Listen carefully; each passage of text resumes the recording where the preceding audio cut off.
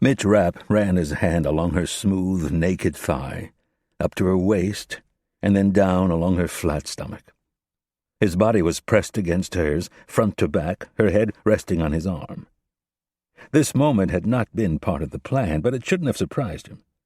There had been signposts, furtive glances, comments made only half in jest. The tension had built for the better part of a year, each of them silently wondering, neither knowing for sure if it would ever go to that next level. And then they arrived at the private villa overlooking the tranquil beach. The warm, humid air, the crashing surf, the shots of tequila, all coalesced to create a situation of overwhelming sexual tension. Rapp kissed her bare shoulder, nudged a lock of her silky black hair with his nose, and listened to her breathing. She was sound asleep. He lay still for a long moment, completely intoxicated by the smell and touch of the beautiful woman lying next to him. He hadn't felt this alive in a long time, though guilt was still hovering in the recesses of his conscience, waiting to come rushing back at any moment. He could sense it gnawing at the edge of his psyche, trying to get back in, forcing him to think about things he wished he could forget but knew he never would. Pulling himself away from her, he rolled onto his back and stared up at the ceiling fan. Candles danced with the breeze and threw a faint light on the slow-turning blades and the dark, stained timber rafters above. Beyond the open balcony doors, the waves rolled onto the beach. It had been 2 years since a bomb had destroyed his home on the Chesapeake Bay, killing his wife and the child she was carrying. Not once since that tragic day had he slept soundly, and tonight would be no different. They'd come for him on that fall afternoon, not her. His guilt over her death drove him to the heights of rage and the valleys of sorrow. He'd been a fool to think he could settle down and have a family. There were too many enemies. Too many relatives of the men he had killed, too many governments and powerful individuals who would like nothing more than to see Mitch Rapp lying face down in a pool of his own blood. There had been moments of deep despair where Rapp had quietly wished one of them would succeed. He welcomed the challenge. Just maybe someone would get lucky and put him out of his misery. The odds of that happening tonight, however, were slim to non-existent. Contrary to what his current prone position and the woman lying next to him suggested, Rapp had not traveled thousands of miles for a romantic getaway. Simply put, he had journeyed to this tropical location to kill a man. A narcissistic political operative who had selfishly put the needs of his party and himself above those of America. His scheming had changed the course of the last presidential election and resulted in the deaths of dozens of innocent people. With each passing week, it became more obvious that the man thought he had gotten away with it. In fact, only a few people did know of his involvement, but unfortunately for the target, they were not the types to let treason go unpunished. Rapp and his team had kept an eye on the man for the better part of a year. At first, the surveillance was extremely passive. He was on one coast, and Rapp and his people were on the other. They tracked him electronically through his credit cards and ATM withdrawals. As the months passed, and the target began to let his guard down, they stepped up the surveillance. Listening devices were placed near his home, office, and boat, and his cell phone calls were monitored. Spyware was installed on his computers, and they began tracking his every move, looking for a pattern or an opportunity. That was how they discovered the trip he had planned, a month-long excursion from San Diego down to Panama and back. The target was planning on putting his brand-new $2 million boat through his own personal sea trial. Rapp got his hands on the complete itinerary for the trip and sent an advance team to scout the ports of call. Terminating the target in a remote third-world country was infinitely better than doing so in America. It turned out Puerto Golfito was the perfect location.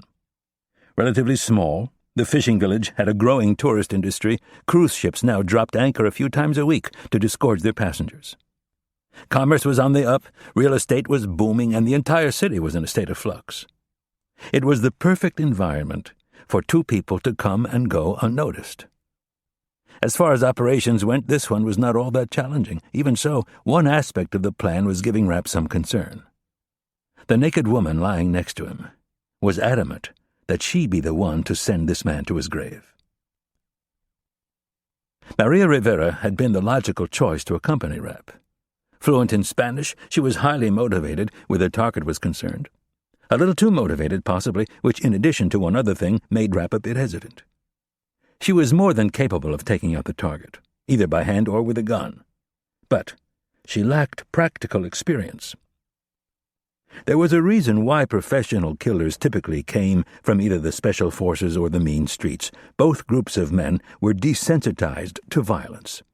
They looked at it as a way to achieve an end. The formula for success was often no more complicated than meeting violence with superior violence. The lovely Latina beside him had seen neither the mean streets of a ghetto nor the rough, covert world of special forces operators. Quite to the contrary, she had spent the last decade working for one of the world's premier law enforcement agencies. Maria Rivera was a second-degree black belt and a former Secret Service agent who was an expert marksman with a pistol. She'd been destined for greatness until a bomb tore apart a motorcade she was assigned to protect. The internal investigation that followed cleared her of any incompetence or blame.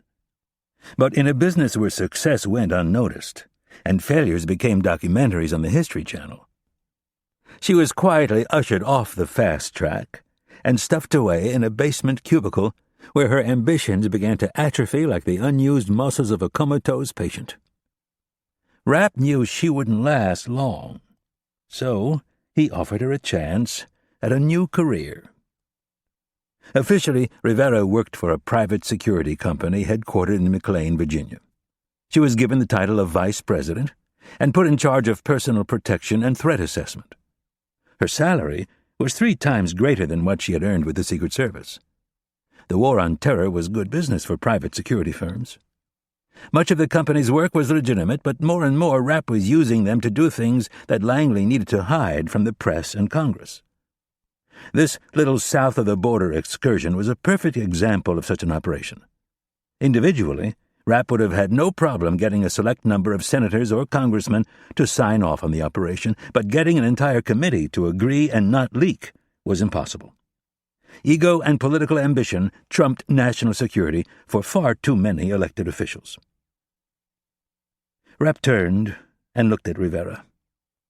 Even though this operation was fairly simple, there was absolutely no room for mistakes. It had to look like an accident, or there would be too many questions. He wondered if she really had it in her, or if the years of law enforcement training would kick in and give her reason to pause. Killing a fellow human being was not always as difficult as one might believe. Give someone a minimal amount of training and put them in a situation where they're forced to defend either themselves or their family, and most will rise to the occasion. Give someone like a Secret Service agent hundreds of hours of training, and they will efficiently and without hesitation use lethal force to stop a gun-wielding presidential assassin. Ask one of those same agents to kill an unarmed civilian, and you have now moved into the unknown. Even if guilt is confirmed and the punishment fits the crime, few law and order types relish the role of executioner. The agent is no longer being asked to react to a threat. An entirely new skill set is needed. Essentially, you are asking a person who has only played defense to now line up on the other side of the ball and perform with the same level of proficiency. To change one's role so quickly is nearly impossible. To kill cleanly and make it look like an accident was the domain of the rare, tested assassin. Rapp checked Rivera again. She was sleeping soundly.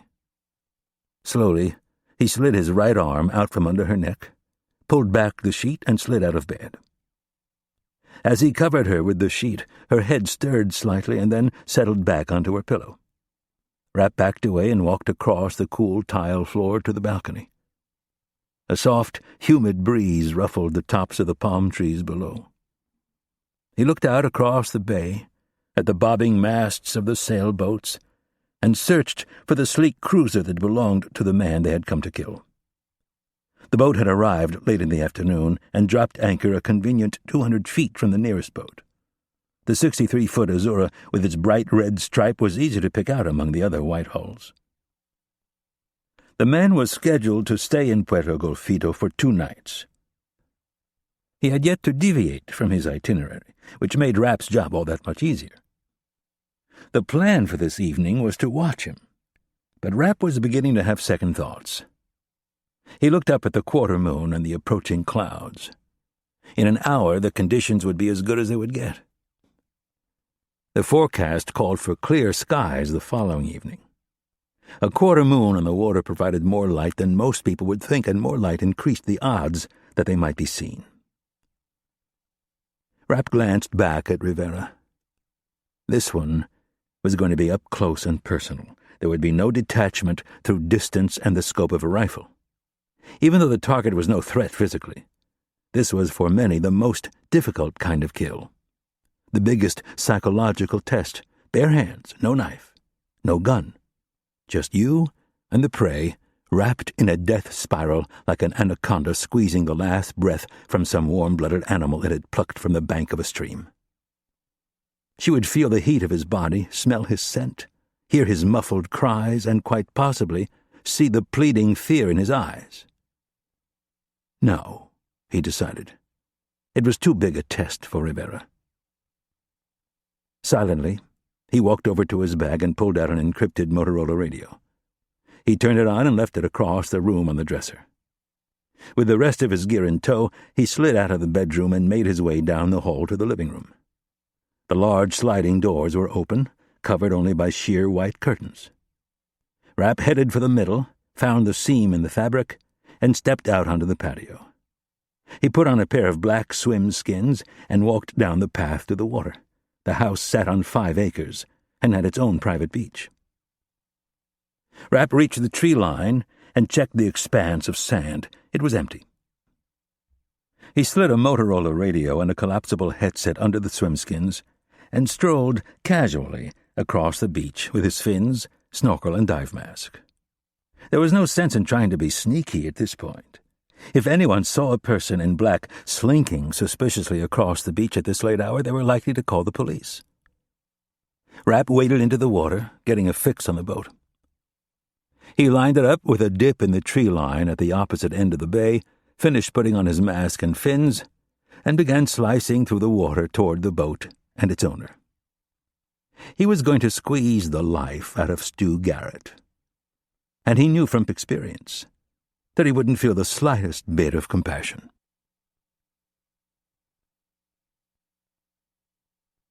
Chapter 2. Isfahan, Iran.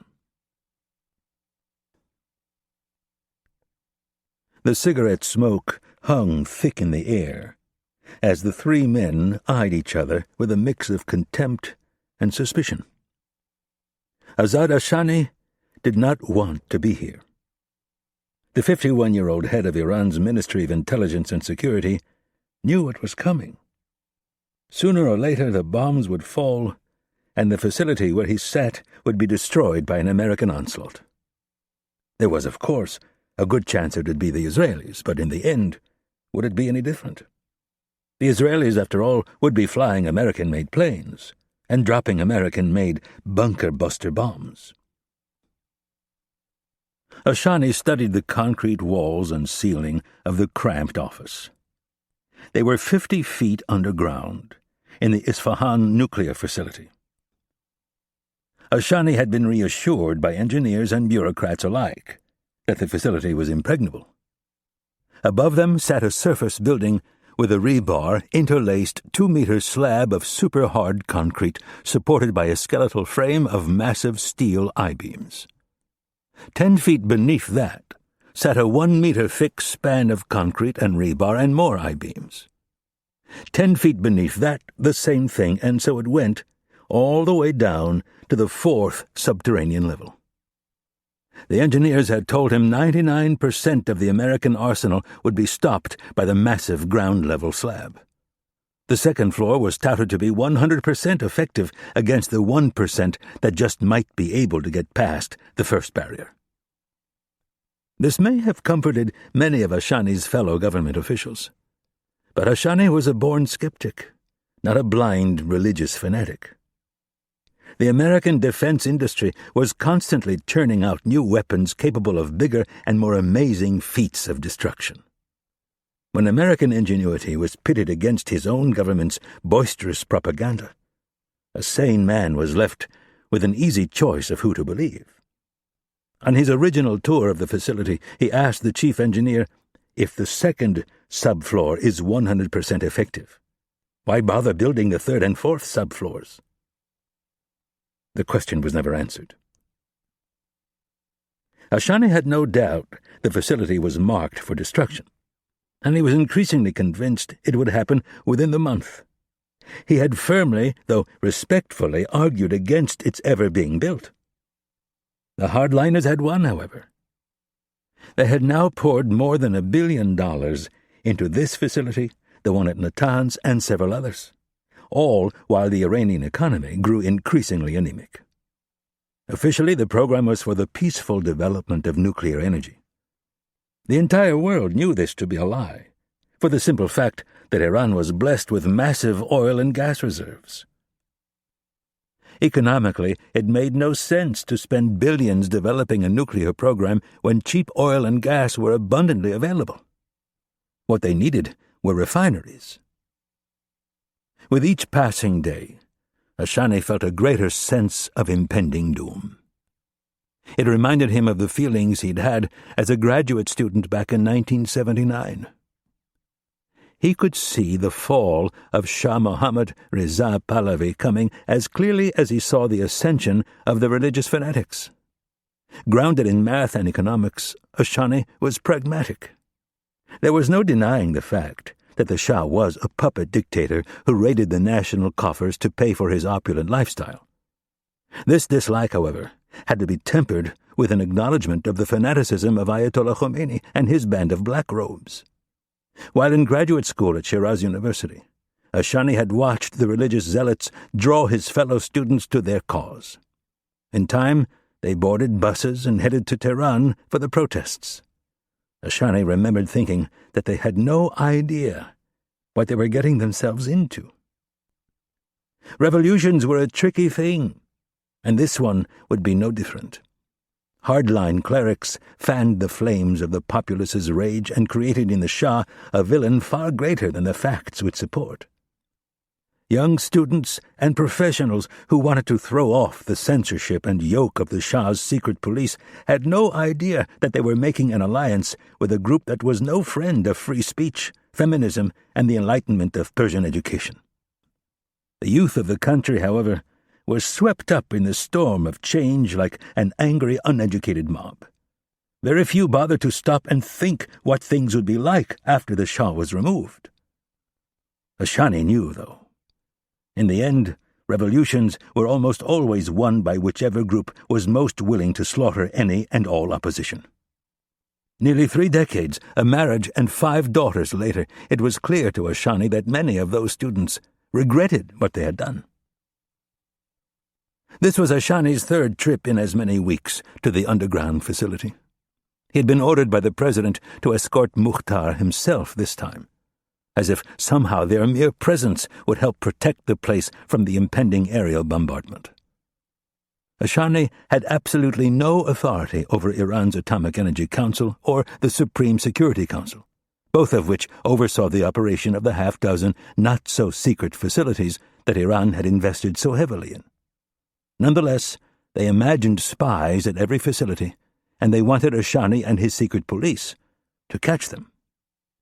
That was the reason they gave for demanding more and more of his time, but Ashani knew the real reason. It was classic politics. The writing was on the wall, and the leaders were looking to hedge their bets. There was now a consensus that the Americans or their surrogates would attack. A couple of well-placed bombs could bring billions in investments and talent to a catastrophic halt. Unemployment was over 20%, and close to half of the country was at or below the poverty line. All of this while sitting on massive reserves of natural gas, oil, and coal. They were in their 3rd decade of their vaunted Islamic revolution, and the people were faring no better than they had under the Shah. This nuclear gambit was in danger of bankrupting the government, and if Ashani knew anything about the religious zealots, it was that not a single one of them would accept blame. They were now lobbying for his support. Those who had championed the development of nuclear weapons were now telling him that they had always held reservations. The second reason Ashani had been asked to make the trip was sitting next to him. Very few people made Ashani anxious, but Imad Mukhtar was one of them. The Lebanese-born terrorist was the most ruthless man he had ever met. Cold, calculating, and full of hatred. There was nothing he wouldn't do for the cause. One of Ashani's least favorite aspects of his job was dealing with Mukhtar. But there was no avoiding it. As the leader of Hezbollah in Lebanon, the man had become a crucial part of the broader Iranian strategy. The third man in the meeting was Ali Farahani. He was in charge of security at the Isfahan nuclear facility, and he did not like visitors from Tehran, especially these two. Farahani leaned back and put his feet up on the metal desk. He took a long pull from his cigarette and announced, "The Americans do not have the balls to attack us." Ashani had subtly warned the Supreme Security Council that Farahani was not up to the job of running security at the nation's most important facility. His family was very well connected, and as was often the case in Iran, nepotism had played a significant role in his posting. Ashani turned to the master terrorist beside him to see how he would handle the brash confidence of a fleshy bureaucrat. Mukhtar's already narrow eyes grew more so as he studied the silly man across from him. He leaned back and said, "So you don't think they will attack?" "No." Farahani shook his head and scratched his heavy black beard. "They have been mauled in Iraq, a divided country half our size. They do not want to pick a fight with the rising Persian Crescent." "And the Jews?" "Let them come. The new S-300 anti-aircraft missiles from Russia are in place. The Jews will not get within 100 kilometers of this place."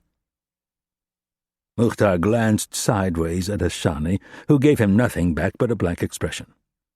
Turning back to Farahani, Mukhtar said, "I trust those Russian missiles as much as I trust you." Farahani paused and then, in a reasonable voice, asked, "Why do you insult me?" "Your security doesn't impress me. I saw half a dozen lapses on my way in. And I haven't even started my surprise inspection." "Inspection?" asked a shocked Farahani as he pulled his feet off his desk. "No one said anything about an inspection." "That is why it is a surprise, you imbecile." Mukhtar stood so fast his chair shot backwards, scraping across the concrete floor. A nervous Farahani stood as well, and after a moment regained enough composure to say, "Under whose authority?" "The Supreme Council's," Mukhtar snapped. Farahani looked to the head of intelligence and security for confirmation. His own brother sat on the council. How could it be that he had failed to inform him? Ashani nodded and said, "Our friend from Hezbollah specializes in unconventional warfare. He is here to see how vulnerable you are to things other than aerial bombing." "A ground assault?" The head of security sounded incredulous. "Impossible."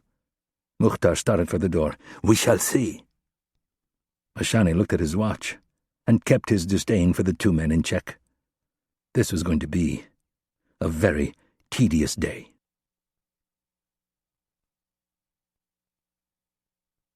Chapter 3.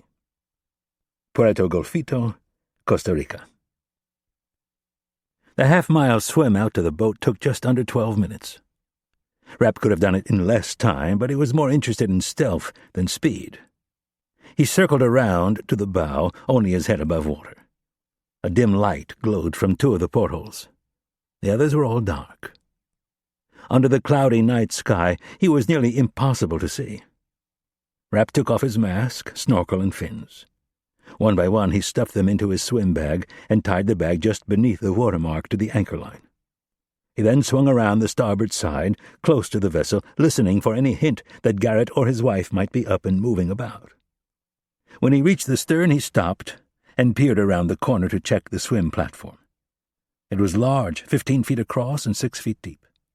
More importantly, Its teak deck was empty. Rapp had spent a lot of time in and around water over the last 15 years. In terms of clandestine operations, it offered many advantages, stealth being chief among them, but there was one big drawback. Noise traveled great distances and with great clarity on a relatively still night like this. Now, as Rapp listened, the only sound he heard was water lapping up against the sides of the boats and the occasional clanging of a line against the mast of one of the sailboats anchored in the harbor. He slowly pulled himself out of the water until his upper body was resting on the teak platform. The boat was big enough that he didn't need to worry about rocking it as he climbed on board. His chief concern was that some insomniac stargazer on a nearby boat might catch a glimpse of him. He listened intently for several minutes and kept his eye on a sailboat and cruiser anchored several hundred feet closer to shore. Satisfied that no one was watching, he eased himself entirely onto the platform. Staying on his stomach, he rested his head on his forearms and remained motionless. Rapp had played this one over and over in his mind's eye for months. He had envisioned a variety of scenarios where Garrett might meet his death, some more satisfying than others.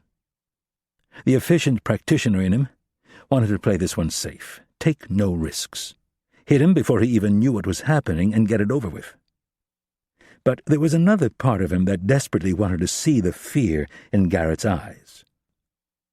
The man was a disgusting narcissist who hadn't lost a wink of sleep over the innocent people he'd had a hand in killing, and the many more who were physically disfigured and emotionally scarred from the blast. Simply putting him out of his misery would be letting him off too easily. Everything about this operation had to be analyzed with two main objectives in mind. Garrett's wife could not be harmed, and his death needed to look like an accident. With the advances made in forensic science, these were no small tasks. Rapp had focused on Garrett's affinity for boating almost from the start. Thousands of people died every year in boating accidents. Collision, fire, drowning, electrocution, or simply disappearing were all options. Each time a new surveillance report arrived from the West Coast, Rapp took the time to read it thoroughly and in the context of his options. After a while, a pattern began to emerge. Wanting to see things for himself, Rapp traveled to San Diego on a private plane. He arrived after dark and left before sunrise. From the balcony of a rented condo, he spent an entire evening watching the marina where Garrett kept his boat. That one night confirmed the opening that Rapp had detected in the surveillance reports. For several months now, Rapp had imagined killing Garrett more than a dozen ways, but only two stood up under scrutiny.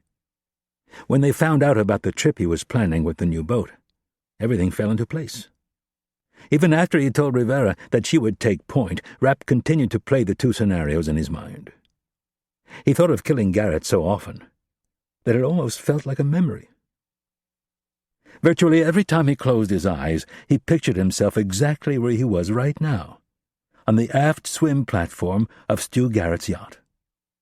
His low profile would rouse no suspicion. Under a clear moonlit sky, he would look no different from a rolled-up tarp. On a night like tonight, he would be nearly invisible. All that was left to do was wait for Garrett.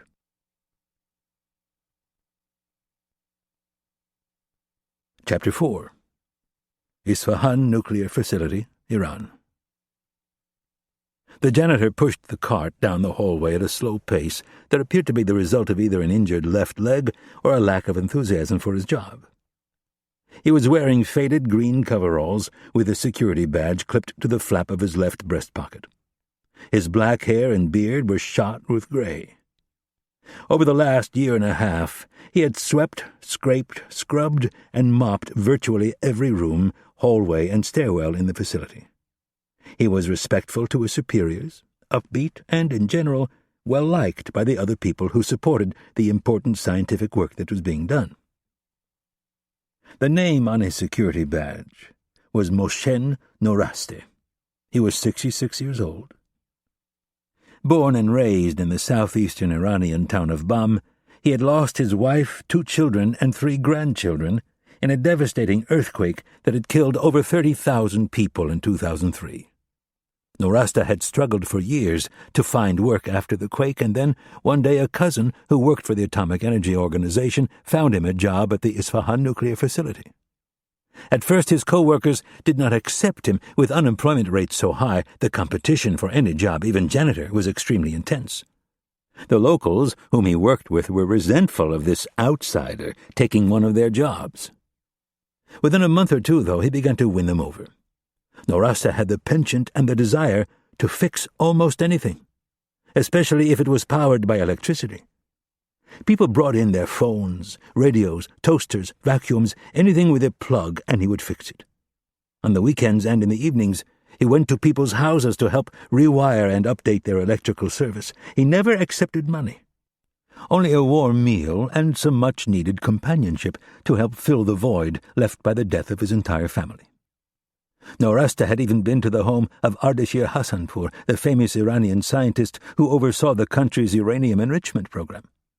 Hassanpour had come to his ramshackle shop on the ground level and asked him if he could drop by his house and fix a few things. Norasta said that he would be honored. After installing a ceiling fan and fixing 2 broken lamps, he received neither an offer of payment nor a simple thank you. Sitting down for a warm meal, even with the house servants, seemed out of the question. Norasta remembered leaving the house and thinking to himself that he would feel no empathy for the man when the hammer fell. For the others, though, the ones who had shown him compassion and friendship, he would do everything in his power to make sure they made it out of the facility unharmed.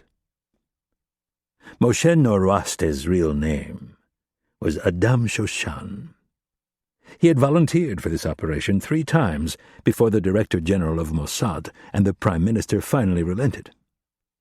From the very beginning, their greatest reservations lay in the fact that Shoshan himself was volunteering for the mission. The men simply knew too much. He was a senior officer, not some fresh recruit who'd been plucked from the Israeli army.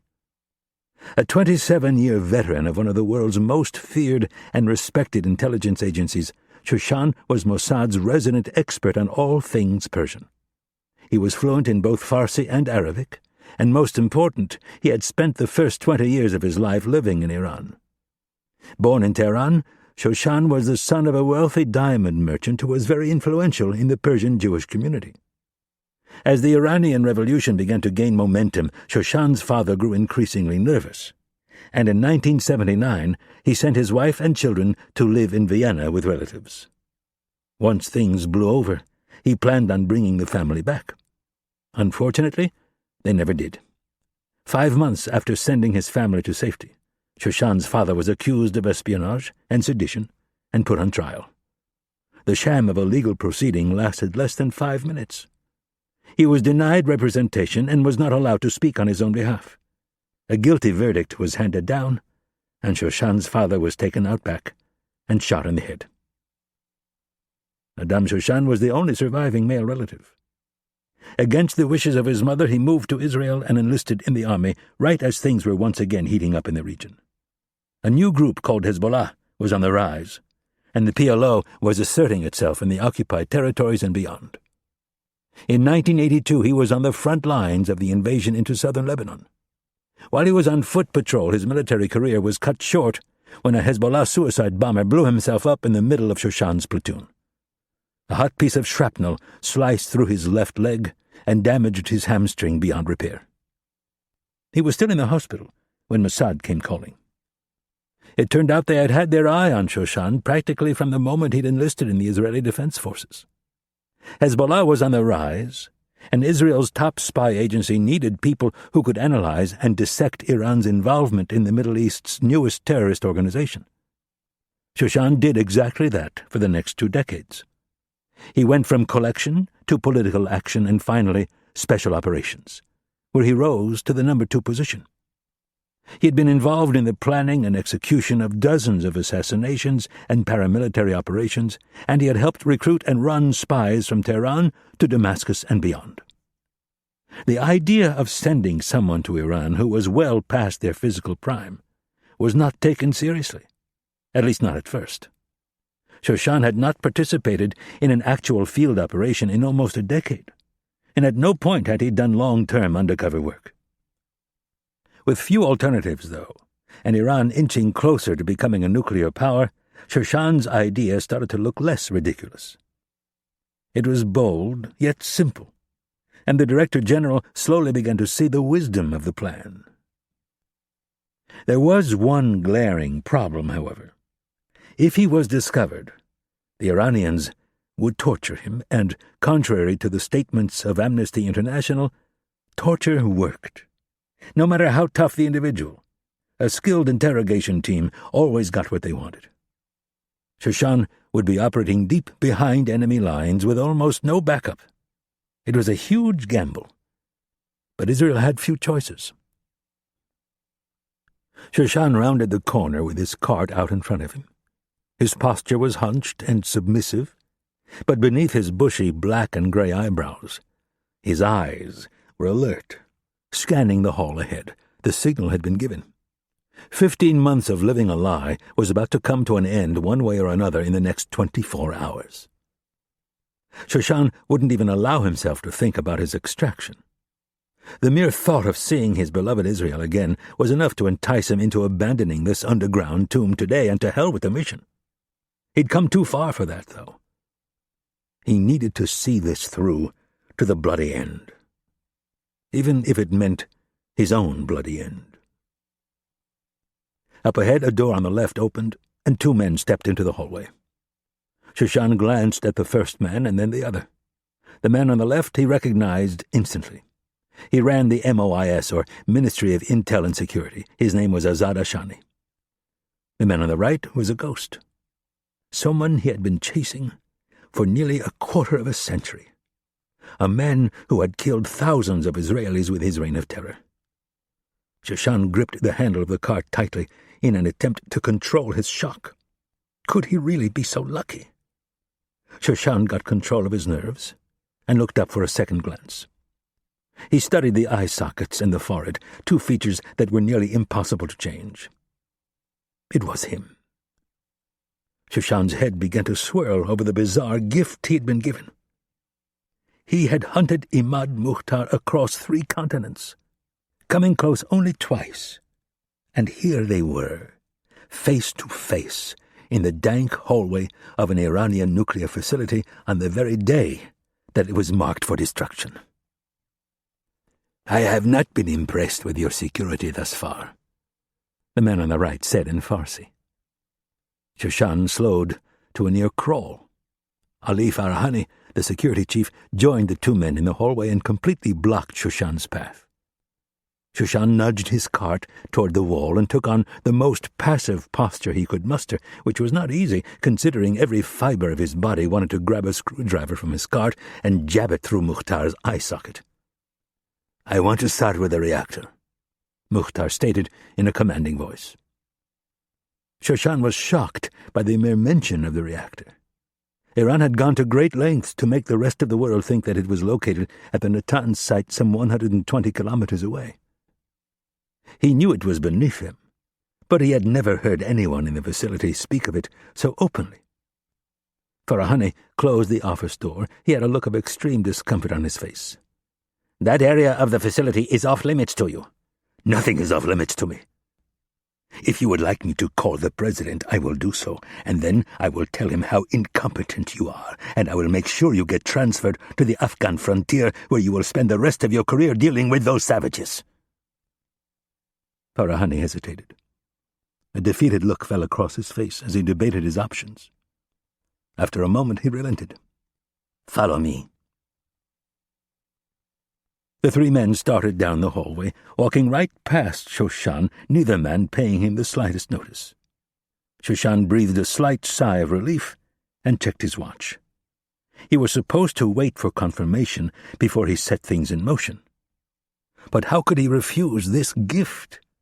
Imad Mukhtar, the man responsible for so many indiscriminate bombings and countless deaths, had walked into a facility he was tasked with destroying. It was an opportunity he could not pass up. Surely his superiors back in Israel would understand. Shoshan picked up his pace. There was much to be done, especially if he wanted to catch them in the reactor room.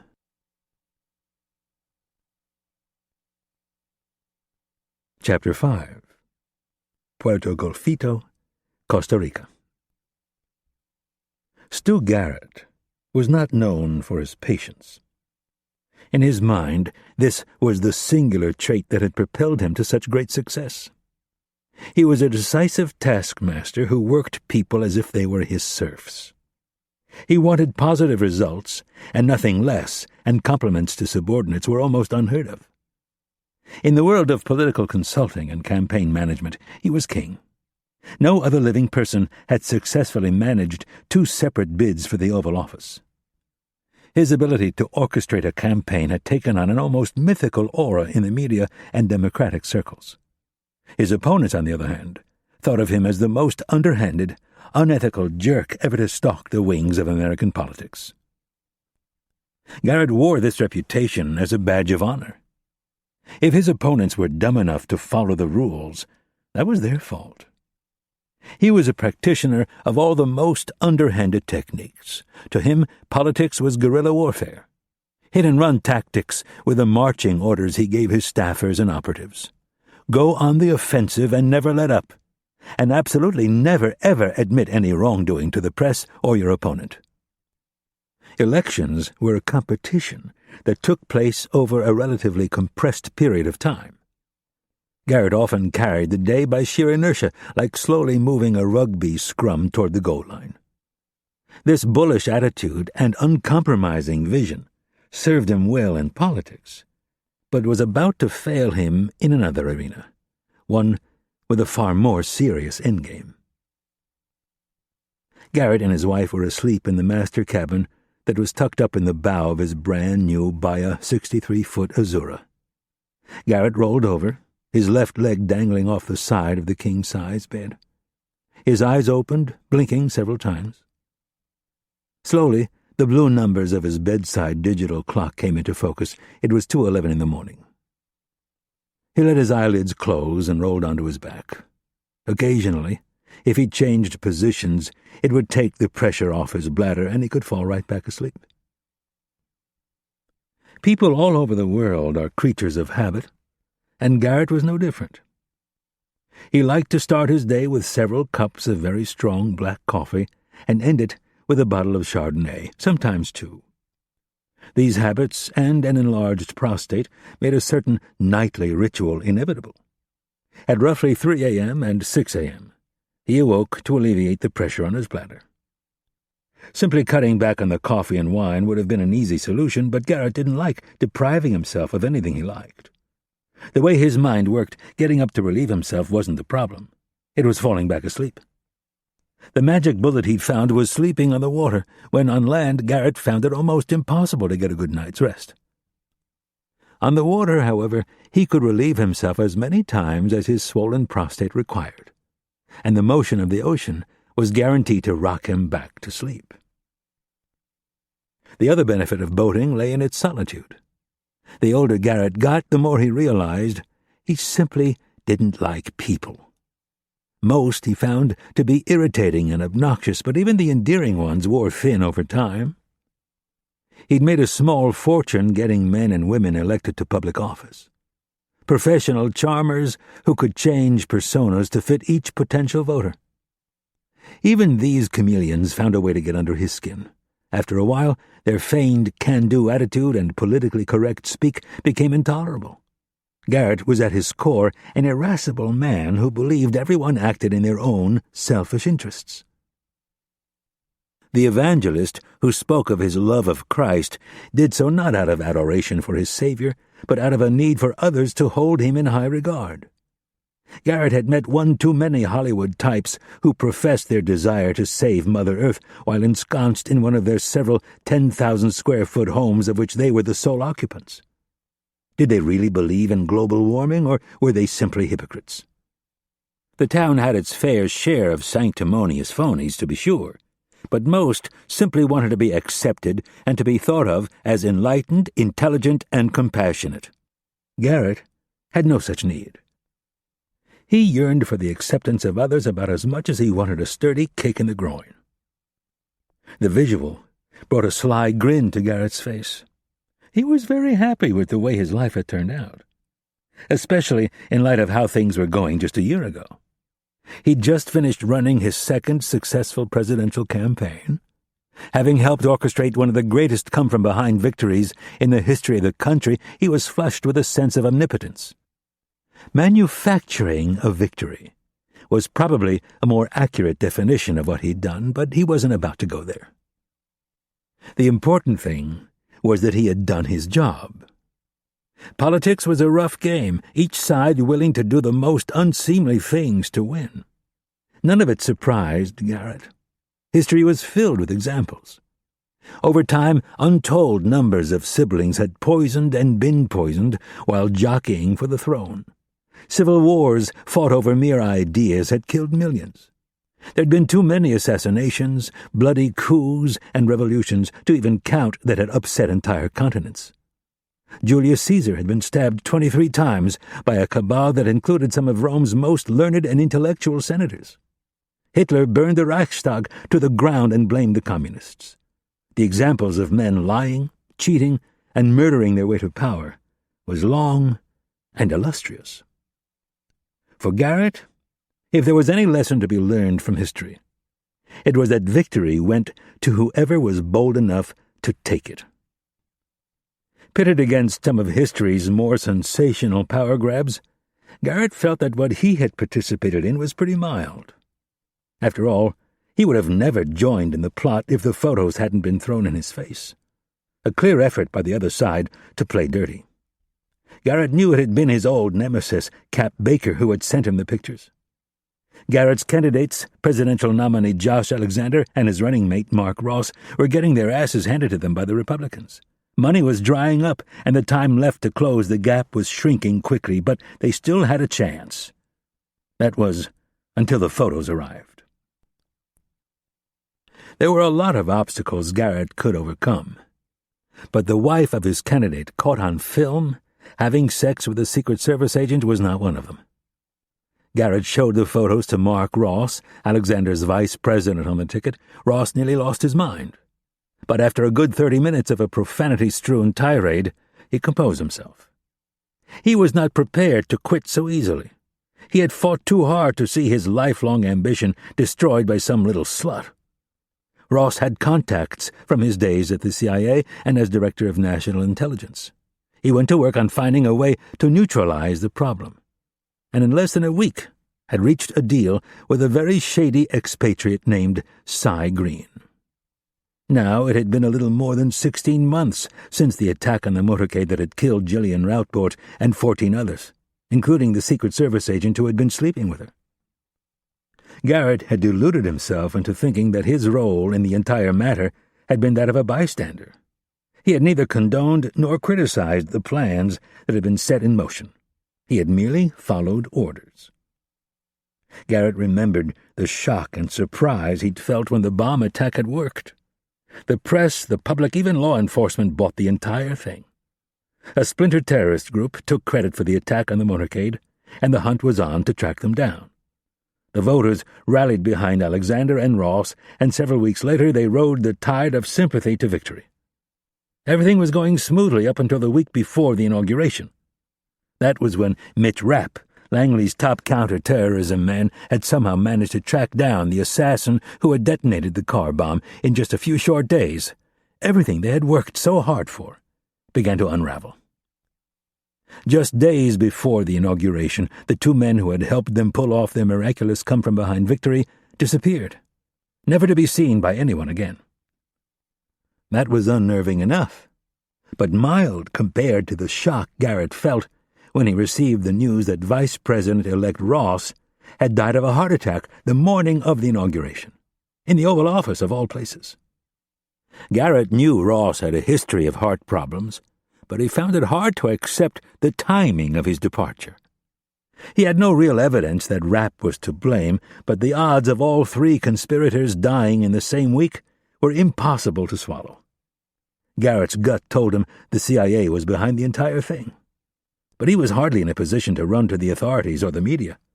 He left Washington and promised himself that he would never return. A year later, however, he was already rethinking that decision.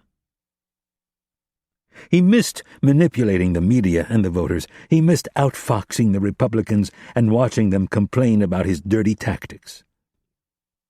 President Alexander's people were courting him as if it was a foregone conclusion that he would run the re-election bid that would begin in a little over a year. No man in the history of the Republic had ever managed 3 successful campaigns. Being the first and likely only man to do so would be hard to refuse.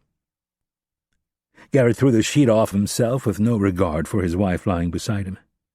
He placed his feet on the floor, grabbed the edge of the recessed bookshelf, and stood. As was his habit, he was buck naked. He began walking across the cabin toward the open door. A strip of lights along the floor illuminated the way past the bathroom. Garrett used the onboard toilet as little as possible, and never for a simple piss. One of his other defining traits was that he was cheap.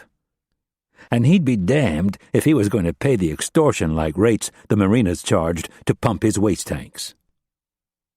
He reached the door that led topside and undid the lock. As he climbed the steps, he thought of the adrenaline rush he got from running a presidential campaign. Maybe it was time to get back in the game. Surely, if they were going to kill him, they would have done it months ago. Garrett stepped into the spacious cockpit with careless confidence, blinded by his own lack of patience.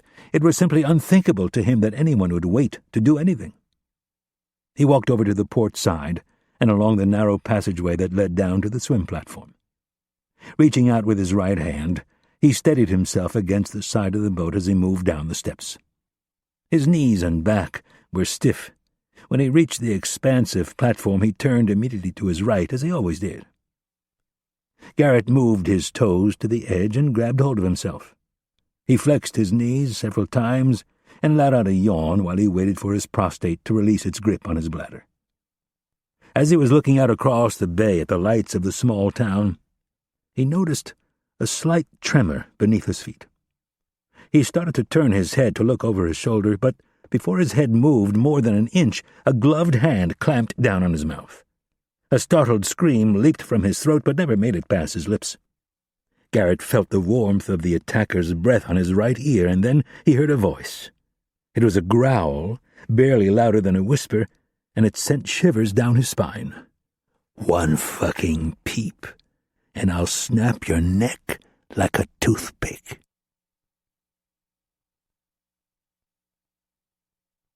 Chapter 6. Isfahan, Iran. Adam Shoshan rounded the corner with his cart and counted the paces. To his satisfaction, the long, barren hallway was empty. He located the faint pencil mark at waist height and unfolded his small footstool. Reaching under the cart, he retrieved a metal box and yanked the wax paper off the back, exposing a sticky surface. After looking over both shoulders, he limped his way up the stool and pressed the device firmly against the wall, securing it in place. With no time to spare, he folded up his footstool, set it on top of his cleaning cart, and was off. Shoshan's mission had evolved in ways no one had predicted. He'd been sent in as a spy in the most classic sense of the word. His mission was to surreptitiously collect intelligence on the Isfahan nuclear facility and nothing more. No unneeded gambles or risks were to be taken. He was to monitor who came and went and at what time. He was to build dossiers on the key scientists, and most importantly, he was to ascertain the capacity of the centrifuge facility buried deep underground. Almost as an afterthought, the Air Force weighed in with one request. If it was possible, they wanted to get a look at the blueprints of the facility. After all, they would be the ones who would be called on to destroy it. And the more they knew about where to drop their bombs, the better their chances were of succeeding. Shoshan was under strict orders to move cautiously, take his time, and make sure he passed on accurate information. This was not to be a quick in-and-out operation. The ops people back at Mossad anticipated he would be in country for a minimum of 1 year. Shoshan accepted all of this with a sense of duty and honor. Every time the maniacal Iranian president appeared on television and expressed his desire to see Israel consumed by a nuclear fireball, Shoshan was reminded just how much was riding on his ability to sell himself as a Persian. He blended in and did his job. He cleaned toilets, washed floors, and kept his eyes and ears open. At first he had been extremely cautious. Surprise inspections were not unusual, and the security people were unusually hard on the newcomers. The small room where he kept his cleaning supplies was tossed twice in the first month. This caused the already cautious Shoshan to be even more careful. After the second month, he learned that the guards inspected his closet not to look for evidence of espionage, but to pilfer supplies. In the passing months, Shoshan got to know them better, and their suspicion of the newcomer dissipated. In a breakthrough that no one could have predicted, it was Shoshan's lifelong hobby of tinkering with all things mechanical and electric that would prove to make the difference. Shoshan was cleaning the guards' break room one day when he happened to overhear the men complain about the poor reception of the television.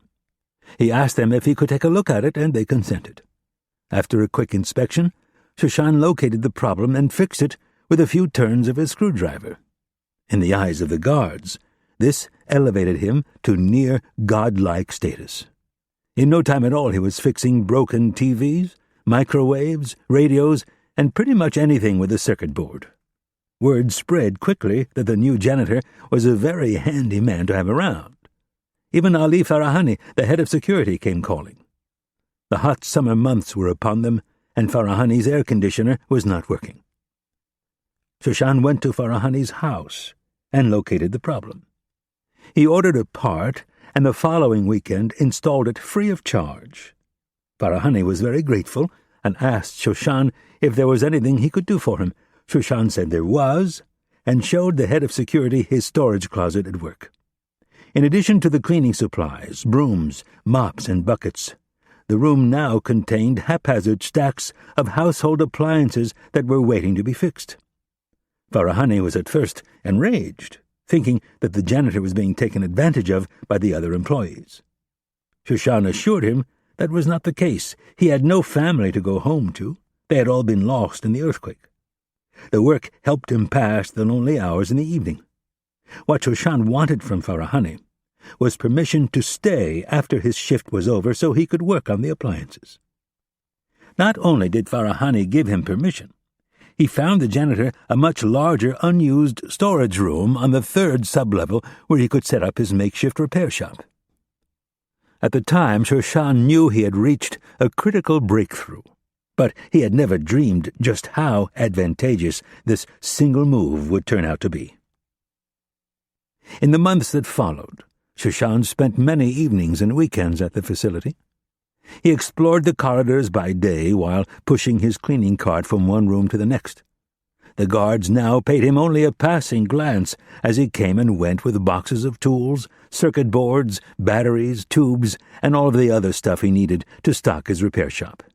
It was during this time that Shoshan got to know Cyrus Omidifar. Omidifar was the chief engineer for the entire facility.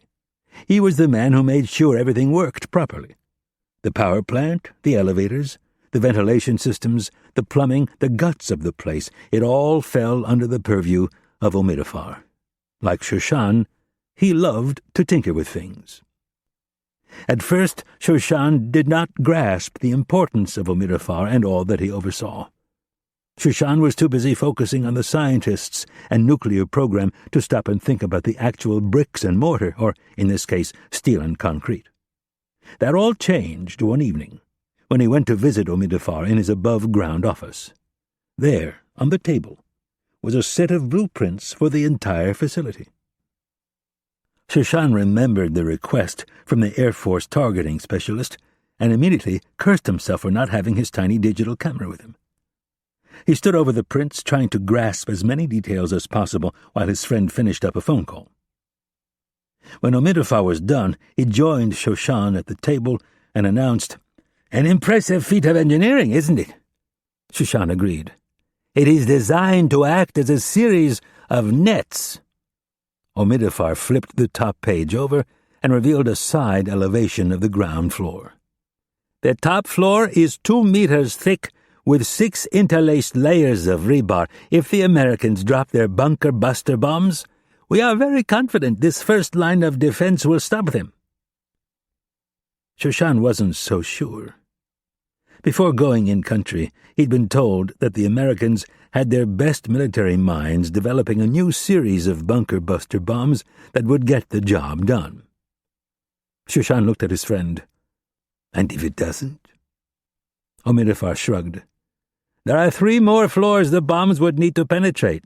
They are not as thick as the first floor, but they don't need to be. The first floor will stop or slow even their heaviest bomb.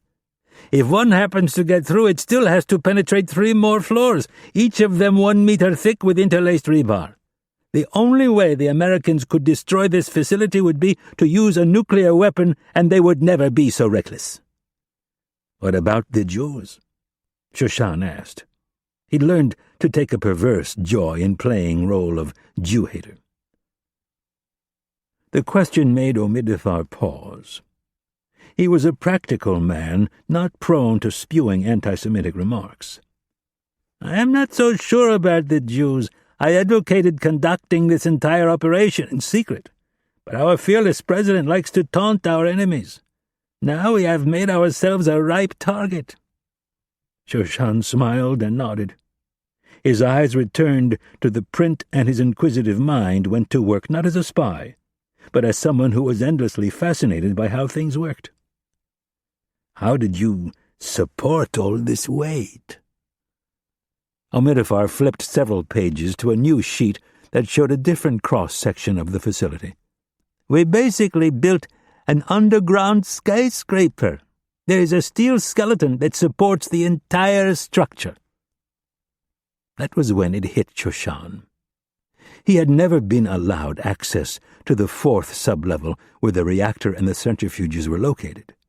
He had assumed it was built into or under the bedrock. From the air, the facility was impervious to all but a nuclear strike, and despite the hawkish attitude of some, Shoshan felt that neither the Americans nor Israel would play that card. Isfahan was a city of over 1 million people.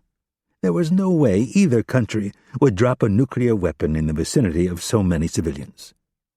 If Shoshan's instincts were right, however, no airstrike would be needed. Something far simpler could cripple the entire facility. As Shoshan looked at the prints on that afternoon, he paid particular attention to the size and gauge of the steel that had been used. By the time he left Omidifar's office, a new course of action was forming in his mind. Shoshan was ready to make the transition from spy to saboteur. Months later, Shoshan was struck by the irony that the destruction of the Twin Towers was what opened his eyes to the facility's central weakness. He did not think of the towers in their pre-9/11 form and the way they dominated the southern tip of Manhattan. He didn't think of them as piles of rubble and twisted steel. His mind fixated on a 5-second clip of each building as it collapsed under its own weight. After leaving work that night, Shoshan did not sleep. He played the clip of the towers imploding on themselves over and over in his mind. He knew he had stumbled across the bare underbelly of the dragon. His mind raced ahead, making a list of what he would need and how he would sneak it into the facility. On that night, nearly a half-year ago, the whole thing seemed crazy. But what bold action didn't at its inception? The next morning, he put everything in an encoded report and left it at his dead drop. While he waited for an answer from Tel Aviv, he found an excuse to go back to Omidifar's office, and this time he brought his camera. It took 2 months of back and forth as the experts debated the merits of Shoshan's plan. The deciding factor ended up being the Air Force's lack of confidence in their own ability to take out the facility with anything other than a nuclear strike.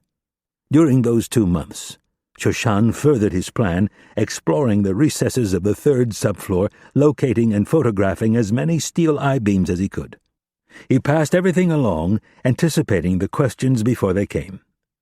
During that time, Shoshan also began construction on a false wall in the back of his storage room, foreseeing the necessity to hide the materials he would need to conduct his sabotage.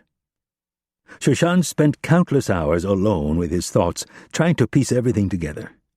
Simply striking at one or two points would not do the job. The plan would have to be comprehensive, and that meant it would take hours to carry out. Charges would need to be placed. He would be exposed the entire time, as would the explosives. Even the most witless guard would be likely to stumble upon the devices. The solution came one afternoon, when the facility suffered a brief power outage. Shoshan was cleaning a restroom on the second subfloor when it happened. The room went pitch black for a few seconds, and then the emergency lights came on. Shoshan stared up at the square unit attached to the wall just below the ceiling.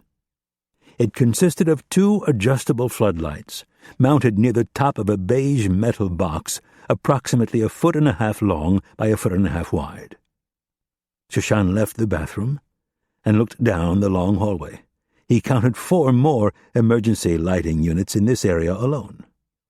That night he photographed the lights and wrote down the make and model number. The next morning he informed Mossad that he had found a solution to their problem. 5 weeks later, the first shipment of 12 units left Haifa for Mumbai, India. After clearing customs, the shipment was repackaged and sent up the coast to the Iranian Free Trade Zone of Chabahar. From there it made its way inland to Isfahan. 2 more shipments followed the same route. Each day Shoshan would pull up to the main gate of the facility on his motorbike, which had 2 saddlebags and an old plastic milk crate strapped to the back fender. The milk crate was almost always filled with parts. The guards had come to expect this. Inside each saddlebag, though, was a counterfeit emergency lighting unit. Not once in a month's time did the guards ever ask him to open the bags. Following the schematics, Shoshan had been through countless dry rehearsals. The experts back in Israel had thought of everything. Instead of using C4 plastic explosives, they packed the devices with relatively new thermobaric explosives. The thermobaric explosives would work extremely well in the underground confines of the facility, literally sucking all oxygen from the air and creating an enormous vacuum effect. They weighed less than conventional explosives and packed nearly 3 times the punch. Having the devices detonate at precisely the same time created another problem. Running det cord between each of the 2 units was dismissed immediately. Detonating the devices remotely was also impractical. There was no way for a radio frequency to penetrate all the concrete and steel. The solution was to install a highly accurate clock within each device. Via a master remote, Shoshan had the ability to set a designated time for all of the devices to detonate. He did this in his storage room before putting them in place. 26 devices weighing 8 pounds apiece. Just 208 pounds of explosives. Demolition firms used far more explosives to bring down buildings in nice, neat little piles. That, however, was not Shoshan's objective. He was not trying to topple a building, and he certainly wasn't worried about how they would haul the mess away. His objective was much simpler. He was going to blow out the main support columns between the 4th and 2nd subfloors. The loss of structural integrity would set off a pancake effect, bringing the upper 3 floors crashing down on the roof of the final subfloor. All that weight, falling with such force, would snap the vertical steel beams at the bottom of the structure. The 4 floors would end up pressed together like a stack of pancakes. The entire centrifuge facility and reactor would be smashed into a radioactive mess. Shoshan limped down the hallway and checked his watch. He had just under 30 minutes to clear the facility. Done placing the devices, all he had to do was put his cart back in his storage room and get topside. Once the explosion started, he would move for the gate and slip out in the ensuing confusion. He opened the door to his storage room and pulled the cart inside. The windowless room had been his refuge for much of the last year. In the evenings, when the facility was mostly empty, he would close the door and drop the facade of Moshe Noroste, the Iranian. Slowly, Adam Shoshan, the Israeli, would assert himself. What Shoshan came to realize was that the 2 men were not all that different. Those were the moments when he felt most conflicted. when he worried about the nice people he had met, and what would happen to them when the attack came. Shoshan felt a pang of guilt over moving up the timetable. Headquarters had made it clear to him that they wanted the facility to be destroyed in the middle of the day. They wanted not only to obliterate the facility, they wanted to extinguish the scientific power behind Iran's nuclear program. The more people working down in the labs when the bombs went off, the better. It was not a surprise to Shoshan when he received the order to create maximum damage. He was himself a hard man who had been forced to give orders that to some might seem heartless. Since receiving the directive, though, he had lain awake in bed nearly every night trying to figure out a way around it. He had met some very kind people during his time at the facility. There were a few hate-filled anti-Semites, to be sure, but most of the people were no different from his neighbors and colleagues back in Israel. It seemed wrong to him that they should have to die for following the orders of religious fanatics. Seeing Imad Mukhtar, though, had caused most of those reservations to simply vanish. There was perhaps no more vile man in the modern history of Israel. Mukhtar was the purveyor of suicide bombers, rocket attacks on civilians, and countless kidnappings. He had the blood of thousands of Israelis on his hands. As one of the founders of Hezbollah, he was hell-bent on the absolute destruction of the State of Israel and nothing less. The mere fact that he was visiting the facility confirmed Israel's worst fears, that Iran would simply hand off one of their new bombs to a stateless terrorist group like Hezbollah. Catching the man at the facility so close to the appointed hour was simply too difficult to resist. Shoshan took a brief look around the room, pondering if there was anything worth taking. Sanitizing the place was not a concern. What little he had left was well concealed and would be destroyed by the explosion. Shoshan backed out of the room and closed the door behind him. As he headed for the elevator, his thoughts turned to his friend Ali Omidifar. He'd come up with a plan to distract his friend and make sure he was out of the building when the bombs went off. He pushed the call button for the elevator and thought that it was the one humane thing he could do to help assuage his guilt over all the other people who would die. When the doors opened, he found himself standing face to face with Ali Farahani, the facility's head of security. He looked frazzled and in a hurry. Shoshan guessed it had to do with the two men who were standing behind him. Shoshan quickly stepped out of the way and murmured a quiet apology. He kept his eyes averted as the three men got out of the elevator and started down the hall toward Farahani's office. Shoshan stepped into the elevator and pushed the button for the ground floor. As the doors began to close, he looked down the hall at the back of Mukhtar's head, and his subservient expression gave way to a broad smile. Chapter 7. Puerto Golfito, Costa Rica. Rapp kept the cool steel of his knife pressed against Garrett's bare skin as a reminder that his mortality was very much in question. In a voice tinged more with amusement than disdain, Rapp whispered, "You thought you'd gotten away with it, didn't you?" Garrett made a lame effort to break free. "Easy, Stu. If you want to live, you'll do exactly as I say." Giving Garrett hope that he might survive was as important as the obvious threat of force. The right balance had to be struck. Rapp was more than capable of subduing the paunchy political kingmaker, but tonight, brute force would be a last resort. Even the position of the knife had been considered. Rapp held the blade flat against Garrett's skin so as not to leave a thin laceration that would be discovered during his autopsy. This was about deception, and to pull it off, he needed Garrett to hold on to the idea that he might survive the next few minutes. With his mouth mere inches from Garrett's ear, Rapp said, "I wanted to come down here, slit your throat, and dump your worthless ass in the drink, but my boss, for some reason, thinks you might be useful." Rapp paused to give Garrett a moment to realize the false hope. "The only problem for you is, I have a history of disregarding orders." Rapp moved to his right and cranked Garrett's head around so he could look him in the face. Rapp could see Garrett's eyelids narrow as he tried to place the face of his assailant. They stayed that way for several seconds and then suddenly grew wide with fear. Rapp smiled. "That's right, Stu. You know who I am. You tried to screw me over last year by feeding Tom Rich that bullshit story that the Times ran. It ended up blowing up in your face, didn't it?" Garrett tried, shaking his head. "I'm only going to say this one time. I want to kill you.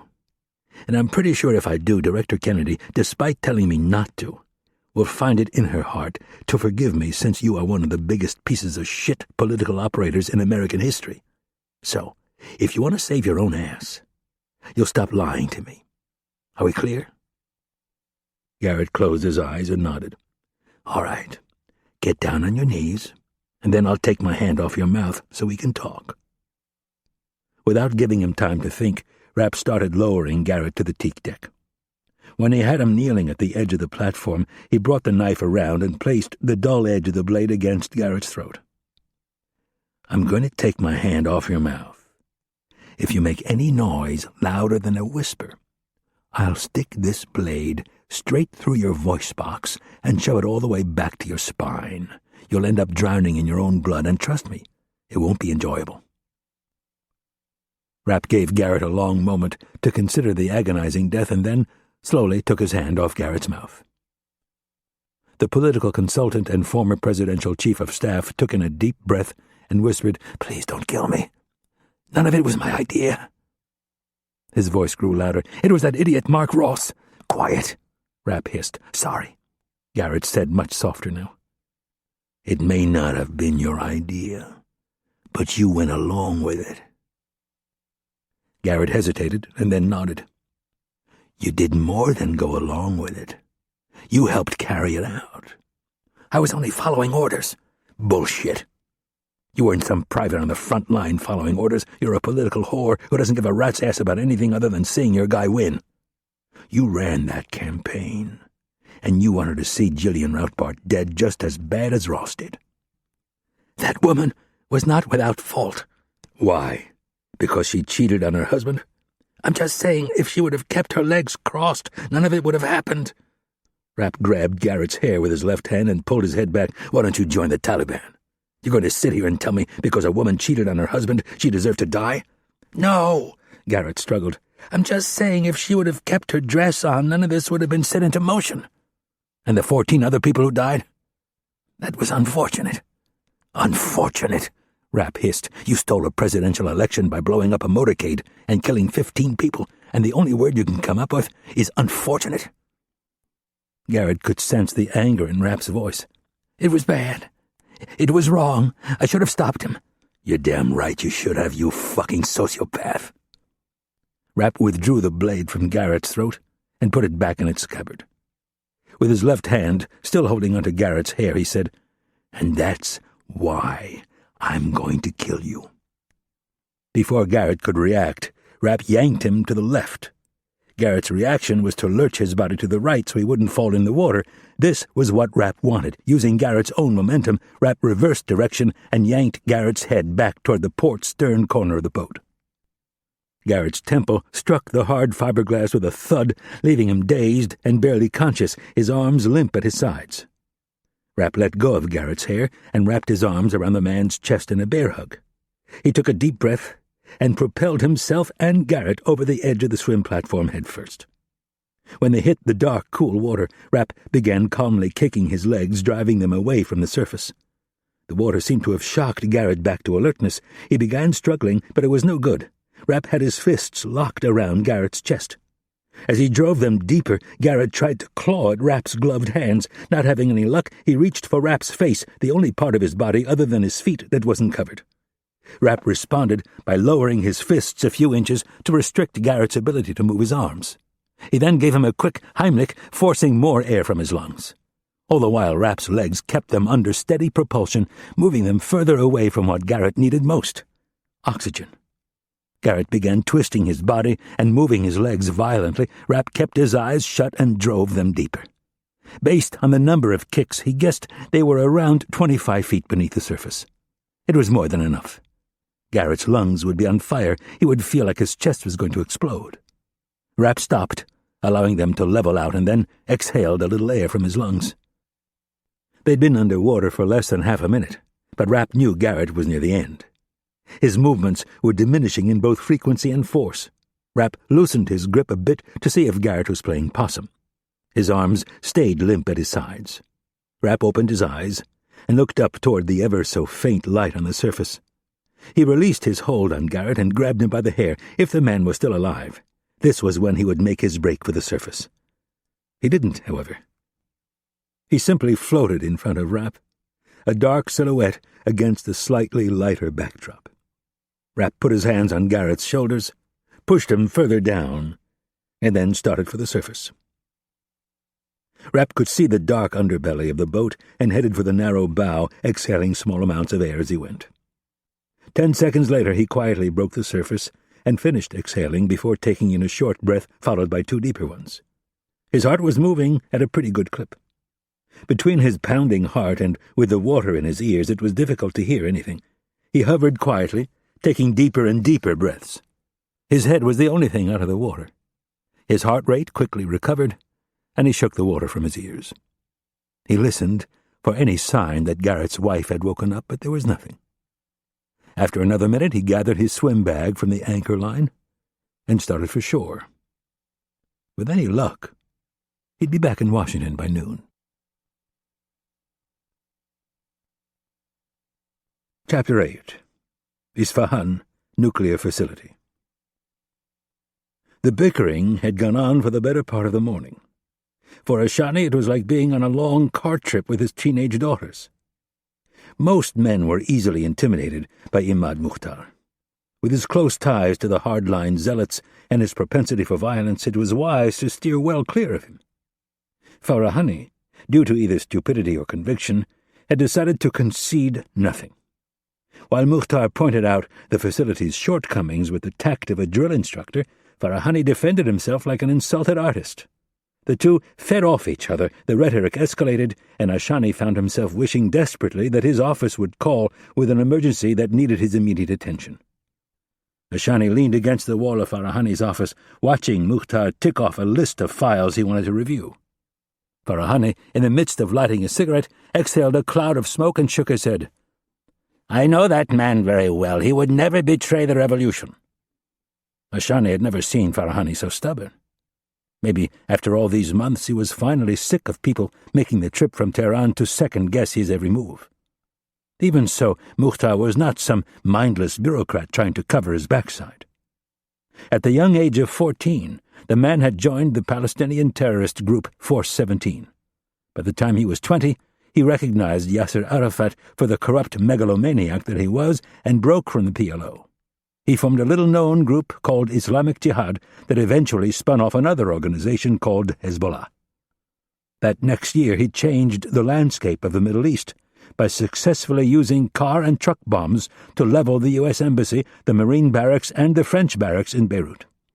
After those 3 gruesome attacks, Mukhtar and his men went on a kidnapping spree that turned the international political landscape on its ear for the rest of the decade.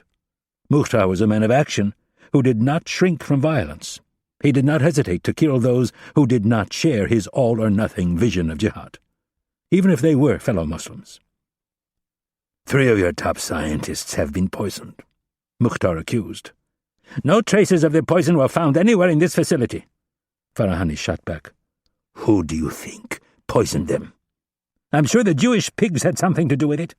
But since it did not happen in this facility, the investigation is out of my hands."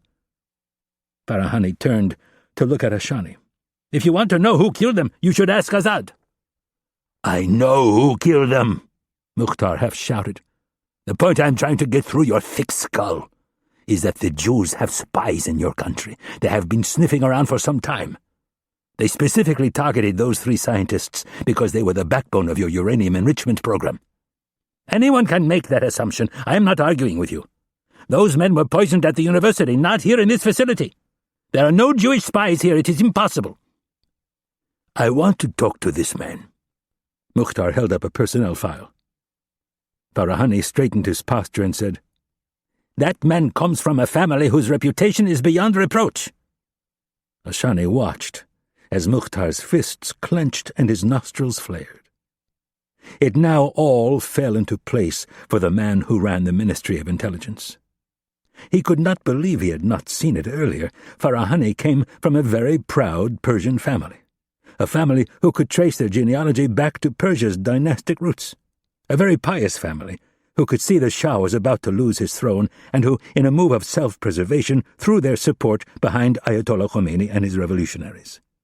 Farahani was very proud of his Persian lineage, and he was not about to take orders from some Palestinian mutt like Mukhtar. In the blink of an eye, Ashani saw how this could turn out. If Mukhtar got a whiff that Farahani was looking down his prominent Persian beak at him, there would be violence, and there would be a better-than-even chance that Farahani would end up dead or permanently injured.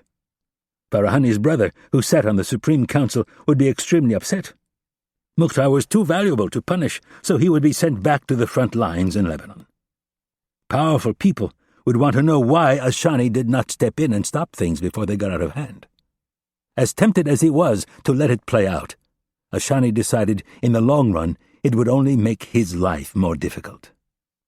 Ashani pushed himself off the wall. "I know the man you are asking about. He is indeed from a good family, which is exactly why we should talk to him." Farahani looked at Ashani with a confused, almost hurt expression. "He will speak honestly," Ashani said. "If there is anything he has seen, or anyone he is suspicious of, he will tell us." Farahani paused, and then gave his consent. "Good," Mukhtar announced. "Where is he?" Ashani checked his watch. It was almost noon. "Why don't you send your people to collect him, and have them escort him to the cafe?" Ashani did not give Farahani a chance to argue. He opened the office door. "I will wait for you by the elevator." Mukhtar joined him in the hall a few seconds later. He pulled up alongside the intel minister and said, "This man is an idiot." Ashani shrugged. "He is a very hard worker." "If that is all you want, then you should hire an ox." Ashani sighed. "Imad, I do not make personnel decisions outside my ministry." "Well, you should." "There are other things at play, and although he is not the shrewdest man in the government, he is incorruptible. He likes these people too much. He is too easily fooled. I am not sure any of it will matter." "What is that supposed to mean?" "We have been too open about this program. The Americans have learned the Natanz facility is a sham. We pumped millions of dollars into a fake facility, so if they ever did attack, they would pick the remote location where the reactor was supposedly located. It was a good plan. There is no population in the immediate area. The Americans would have taken the bait and left this facility alone." "They know Natanz is fake?" It was obvious by Mukhtar's tone that this was news to him. "Yes. And now they and the Israelis know we have placed all of our eggs in one basket." "I do not think they will attack, at least not by air. They are already on shaky ground with the international community." Ashani hesitated to say what was on his mind, but a part of him wanted to take a stand. "A year ago, I would have agreed with you. What has changed?" They reached the elevator and faced each other. They were the same height. Ashani was slender where Mukhtar was boxy. In a conspiratorial whisper, Ashani said, "Our good friend has been a bit too verbose about his desire to see Israel wiped off the face of the map." "You don't share his views?" Mukhtar asked with suspicion. "I said no such thing. I am simply questioning the wisdom of making the threat before you can back it up." Mukhtar nodded ever so subtly. "There is no undoing the past. The important thing now is to make sure this facility is secure. And I do not think this halfwit is up to the task." Ashani did not want to be pulled any further into this mess. I am not as convinced as you that they will not attack by air. A single B-2 bomber could enter our airspace and we would never see it. They fly at 50,000 feet and can carry a payload in excess of 40,000 pounds. I have no doubt that the Americans have designed a new weapon that is capable of penetrating each and every floor of this facility. They would need a nuke. Mukhtar shook his head. And they would never do that. Besides, the Americans aren't my concern. Their hands are tied with the mess they've created in Iraq. Their European allies would have no patience for such an attack. It is the Jews that worry me, and the Americans aren't about to give them one of their B-2s. Then, how will the Jews stop us? The obvious answer is that they will continue to harass. They will kill more scientists if they have to. But that will only slow us down. Eventually, they will try to destroy this place. The only question is how. Ashani did not particularly care for Mukhtar. The man had a violent streak that made him hard to like in a civilized environment, but he was not someone to be dismissed lightly. He had succeeded where nations had failed. The suicide and rocket attacks that he launched at Israel year after year were the reason behind the Jews' decision to finally give up some land. It was not the United Nations and their threats of sanctions. It was not Egypt, Syria, Jordan, and the other Arab neighbors threatening war. That had been tried one too many times, and the Jews had proven themselves extremely difficult to evict from the tiny scab of land. He was a fighter who had the uncanny ability to predict the actions of his adversaries. Ashani was about to speak when Farahani interrupted them with the news that the scientist in question was already having lunch in the cafe. The doors opened to the large elevator, and Ashani gestured for Mukhtar to enter first. The head of Hezbollah hesitated, made an unconscious grimace, and then stepped into the steel box. Ashani observed the man's behavior with a new interest. He followed him into the elevator and walked to the far wall where Mukhtar had positioned himself like a cornered animal. It occurred to Ashani that the head of Hezbollah did not like confined spaces. As the door shut, he watched Mukhtar close his eyes and mumble something to himself. Ashani filed the information away. The elevator lurched and began moving very slowly. Ashani looked at the numbers above the door and in a faraway voice said, "Damien Chauspierre." "Who?" Mukhtar asked in a terse tone. "Damien Chauspierre. Have you ever heard of him?" "No." "He was a French contractor working at the Osirak reactor in Iraq back in 1981. "And why are you bringing him up?" "He turned out to be an Israeli spy. He placed homing beacons throughout the facility so the Israeli pilots knew exactly where to drop their bombs." "And the Israelis killed him?" Farahani scoffed. "That is how they treat the people they recruit." Ashani ignored the head of security and focused on Mukhtar. "He was supposedly killed in the airstrike." "Supposedly?" "That is what the Iraqis and the French claim. I have never believed it." "Why?" "Over the years there has been certain information that points to the French DGSE working with Mossad on this operation." Farahani scoffed. "That sounds like typical Zionist propaganda." Mukhtar ignored the head of security and asked, "You said he died in the raid." "That is what they claim." "Did they find his body?" "They found parts of a body. There was a lot of damage done to the facility." "So you think the French worked both sides of the deal?" Ashani nodded. "They were paid millions to help build it. And then they helped the Israelis destroy it." "That is pure speculation," Farahani responded. "Conjecture," Ashani stressed, "based on certain information that you are not privy to." Farahani's face formed a disagreeing frown. I see you are skeptical. So let me ask you a simple question.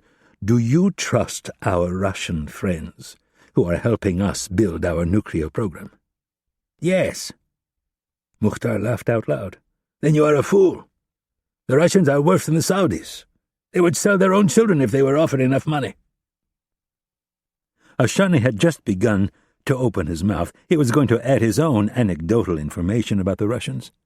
But the words never got past his lips. Something very wrong happened at that exact moment, and even though Ashani did not yet know what it was, he knew it was not good. It began as a rumble that appeared to come from beneath them. At first, Ashani thought it was remote and somewhat muffled, but any such hope was quickly extinguished by a much louder explosion that grew with intensity. The elevator shook, the lights flickered, and then, to Ashani's horror, he felt himself being pulled toward the door as the air was sucked from within the elevator compartment. Time froze for the briefest moment as all three men stared at each other in shock, and then, one by one, they began gasping for air. In the midst of dealing with their most immediate need, which was to fill their lungs with oxygen, their relatively tiny space was hit by a much larger secondary explosion. All at once, the elevator shot upwards, hung in the air for a second, and then came crashing back down. The safety cable snapped tight, and the box lurched to a violent stop, knocking all three men to the floor. The lights again flickered, but managed to stay on. Ashani rolled onto his side and ended up face to face with Mukhtar. The terrorist's eyes were wide with fear. Ashani continued holding his breath and looked toward the door. There was a hissing noise as air rushed back into the space. It had a burnt smell to it, but was breathable. Farahani got to his knees and reached for the control buttons. "We need to get out of here. They target the elevator shafts." Mukhtar gasped for air and asked, "What?" "The Americans target the ventilation ducts and elevator shafts." Ashani rose to one knee.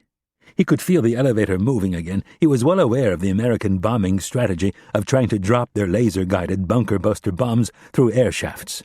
Knowing this, they had taken special precautions to foil such an attack. Not a single duct or shaft went directly from the surface to the last subfloor where the reactor was located. Additionally, every elevator shaft had extra shielding on the surface. Farahani was attempting to pry open the door with his fingers while Mukhtar banged his fist against the door open button. Ashani stayed on one knee. He was not convinced that leaving the relative security of the elevator was such a good idea. What they had just experienced was undoubtedly the first wave of bombs. There would surely be more. Suddenly, there was a noise that was so ominous it caused Ashani to reflexively cringe. It started as a groan, steadily growing in both volume and pitch. Almost something you would expect from some large mammal about to expire.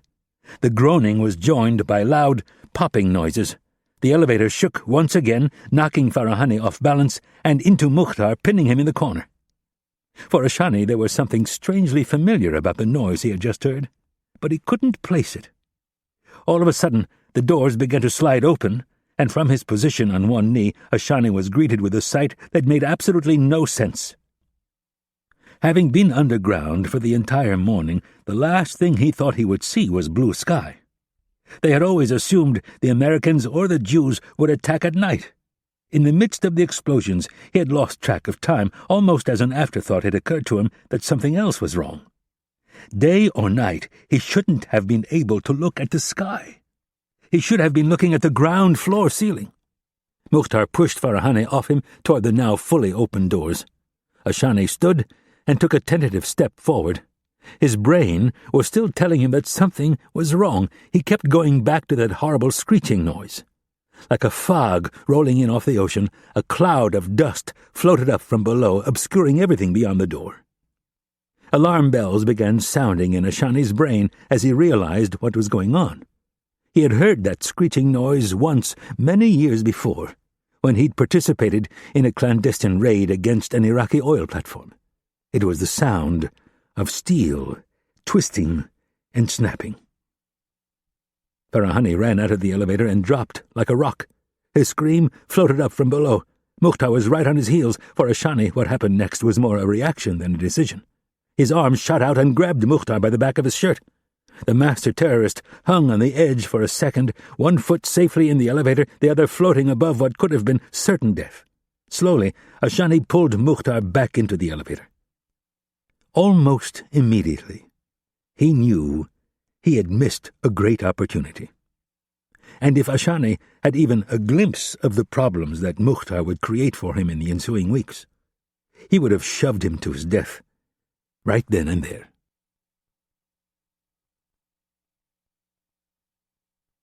Chapter 9. Atlanta, Georgia. Rapp stared out the window of the Gulfstream 3 as the landing gear thudded into the locked position. Rivera reached out and grabbed his hand, which he took as a good sign, considering the fact that she had been mute for most of the morning. Rapp had never excelled in the relationship department. He was sure if he sat down with a shrink, he or she would be able to surmise his problems in a few minutes, maybe less. His father had died of a heart attack when he was young. His high school sweetheart had perished in the Pan Am Lockerbie tragedy, and his wife had been murdered just 2 short years ago. After that, his inherent lack of trust in people, and you were left with a person who was better suited for bachelorhood. Being the realist that he was, Rapp should have found solace in the knowledge that he was better off alone. He didn't, though. There was a gaping hole where he expected his life to be at this point. He was growing tired of the solitude, not the job so much. He was still extremely passionate about that. It was more what it did to his personal life. Rivera offered hope, though. Yes, her Latina temper could bear its fangs over the most inconsequential things, but the woman had a sense of proportion when it mattered, and even more importantly, a sense of duty and sacrifice. That was something Anna had never understood. His wife claimed to know why he did what he did, but she was never entirely on board. How could she have been? She was a reporter, and he was a clandestine operative for the CIA. She fundamentally believed that media had a right to know everything the government was doing. He fundamentally believed there were certain things a civilized society was better off not knowing. If they had taken one of those pre-marriage tests, they would have failed miserably. Even so, it wouldn't have deterred them. They were madly in love, and not a day passed where he didn't long to hold her in his arms once more. "What are you thinking about?" Rivera's words yanked Rapp back to the here and now like a slap to the face. He slowly turned and looked into the caramel eyes of the woman he had slept with less than a day ago. As bad as he was with relationships, he wasn't so stupid as to tell her he was thinking about his deceased wife. "I'm just wondering why they need me in Atlanta." Rapp was referring to his boss, CIA Director Irene Kennedy. She had called and had their plane diverted while it was over the Gulf of Mexico. "She didn't tell you why?" "Only that the president needed to talk to me." Rivera got nervous. "You don't think?" "No." Rapp shook his head. He knew what she was hinting at. The president knew nothing of Garrett's role in the death of his wife. Rivera looked past Rapp out the window for a moment, and then slowly let her gaze fall on him. She squeezed his hand and said, "I want you to know that I think I know why you did what you did last night, and I'm not mad." Rapp was surprised. "Really?" Rapp had arrived back at the beach a little before 4 in the morning to find Rivera waiting for him. She was sitting at the tree line, holding the secure radio, looking worried. He walked out of the surf and across the soft sand, not knowing what to expect, but was fairly certain she wasn't going to be happy with him. For a brief moment, he even considered lying to her. Since the plan was to kill Garrett on the second night, he thought about telling her he was doing some reconnaissance, but the lie wouldn't hold up for long. The wife was sure to report him missing as soon as she awoke. They needed to leave the country before the police started poking around. Rapp walked up to her and extended his hand. She grabbed it, and he pulled her to her feet. She looked him in the eye for a long moment and then asked, "You killed him, didn't you?" Rapp hesitated and then said, "Yes."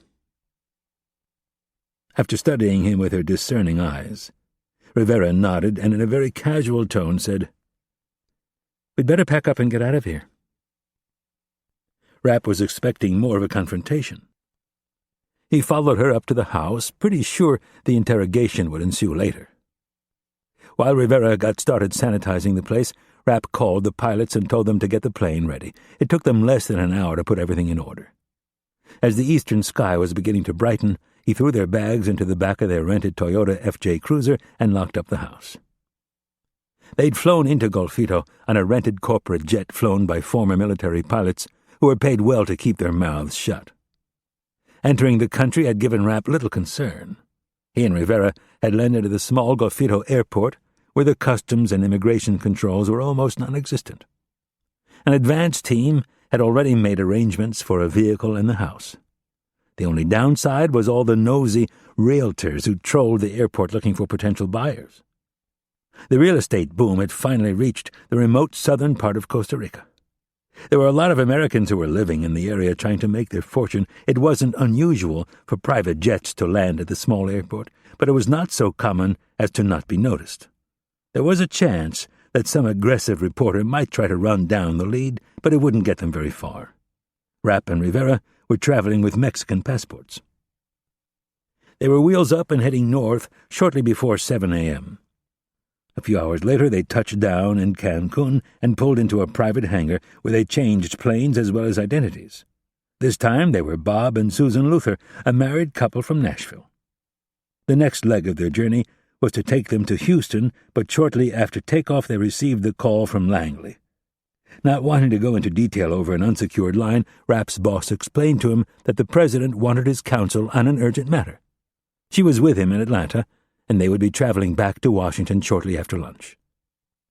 Rivera had been quiet for most of the flight. She kept her head buried in a book and, for the most part, ignored Rapp. The fact that she was now telling him she understood why he had taken care of Garrett himself was a good sign. "You are very good at what you do," Rivera said. "It scares me sometimes, but that's not the point. There was a lot riding on this, and it had to go down perfectly. As much as I wanted to choke the life out of that piece of trash, it was foolish of me to think that I should be the one to do it." "Thank you. I'm glad you understand." "Now it's your turn." "My turn?" "To apologize." Rivera brushed her shiny black hair back over her shoulder and twisted in her seat. Smiling, she said, "Come on. Let's hear it." "Hear what?" "Your apology for not telling me what you were up to." Rapp stammered. "You thought you knew best, and you were afraid of how I would react, so you got me drunk, slept with me, and then snuck out of bed and went and took care of the job all by yourself." "That's not entirely true." Rapp wriggled uncomfortably in his seat. "I never planned on—" "Yes, you did." She cut him off. "You may not want to admit it, but you were thinking it from the moment we began discussing the operation. And I have no problem with your decision." "You wouldn't have been upset? You wouldn't have argued with me?" "I might have. But in the end, I would have respected your decision." Rapp laughed in disbelief. "So your way is better?" Rivera shot him a watch-your-step-sideways glance. "I'm your partner. I'm your backup. If things go south, I'm supposed to be there to bail your ass out. I can't very well do that if I'm asleep." "I left the radio turned on. If things got tough, I would have called you." Rivera withdrew her hand and folded her arms across her chest. "Don't tell me you're one of those guys that can't admit he's wrong to a woman." "That's not it at all." "Then what is it?" "I told you that I respect your tactical decision to take the lead on this one. All I'm looking for is for you to admit that you should have kept me in the loop." "Fine. I should have kept you in the loop." Rivera smiled. "That wasn't very hard, was it?" "Actually, it was." Rivera smiled and then leaned over and kissed him on the lips. "I know who you are, Mitch. I'm not going to try and change you. At least not very much. Maybe just Smooth out your rough edges a bit.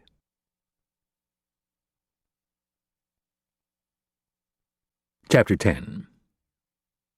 The Atlanta International Airport was one of the busiest in the world, and thanks to a certain 747 parked alone on a remote section of the tarmac, it was about to become the most backed-up airport in the world. The presidential motorcade didn't just stop ground traffic, it stopped air traffic as well. The caravan of cars, limousines, SUVs, vans, and motorcycles raced across the smooth concrete tarmac like they were late to catch a plane. They weren't, but the men and women in charge of moving the president and his entourage knew that minutes meant money. The Secret Service worked very closely with local officials and authorities to make sure things ran smoothly.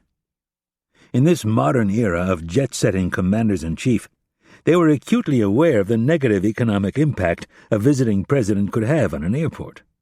If you shut down a major hub like Atlanta for 30 minutes, it could back up the entire region and beyond, costing millions to air carriers and lost productivity to flyers. Taking that into consideration, the folks from the 89th Airlift Wing and the Secret Service give it their all to make sure the plane is ready to roll the second the president is on board.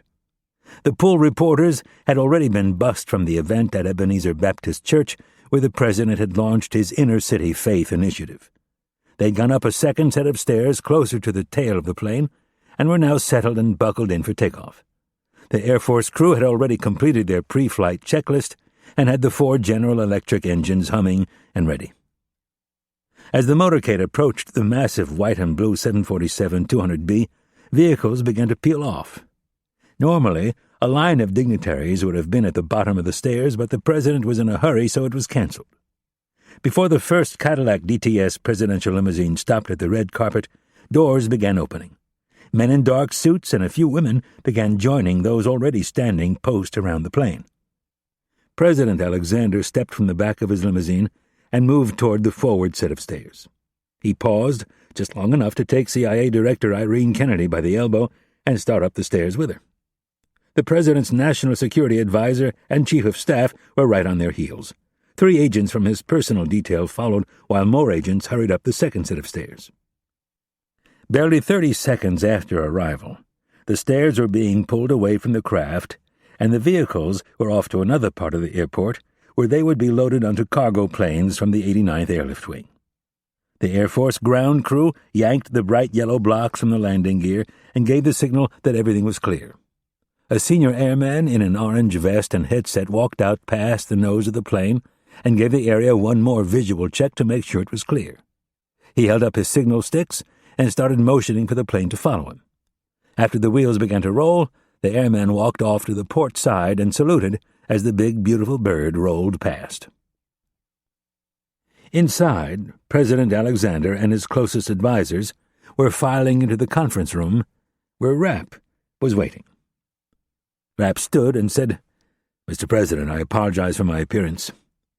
He was wearing a pair of worn khaki cargo pants, a faded polo shirt, and a suit coat he'd borrowed from one of the Secret Service agents. To make matters worse, he hadn't shaved in 5 days. "Don't worry." The president took off his suit coat and threw it on the couch across from the conference table. "By the looks of you, I'm assuming you were off doing something I don't want to know about." Rapp almost laughed, but thought better of it. He was momentarily at a loss for words. The president read his discomfort and flashed Rapp one of his southern grins. "I'm just kidding. Take a seat and buckle up." All 5 people settled into the fixed leather chairs. The president sat at the head of the table. His national security advisor, Frank Ozark, sat immediately to his right, and then Ted Byrne, his chief of staff. Rapp and Kennedy were on the other side of the table, with Kennedy sitting closest to the president. As the plane began to roll, the president looked at an Air Force officer standing in the door and said, "As soon as we reach altitude, I want the call placed." "Yes, sir." The man saluted and closed the door. With the powerful engines roaring outside, Rapp put his mouth within inches of Kennedy's ear and said, "Would you mind telling me what the hell is going on?" Kennedy had already grabbed the file in anticipation of this question. She opened it, revealing a satellite image, and slid it between them. "Do you recognize this?" Rapp studied the picture intently while he scratched the thick black stubble on his face. "It's the Isfahan facility, isn't it?" Yes. Kennedy showed him a second photo that at first glance appeared to be the same as the first. "What am I looking for?" Rapp asked. Kennedy tapped her finger on the upper right quadrant of the photo. "Right there." Rapp's eyes moved back and forth several times to both the before and after shots. "Is that a cloud of smoke?"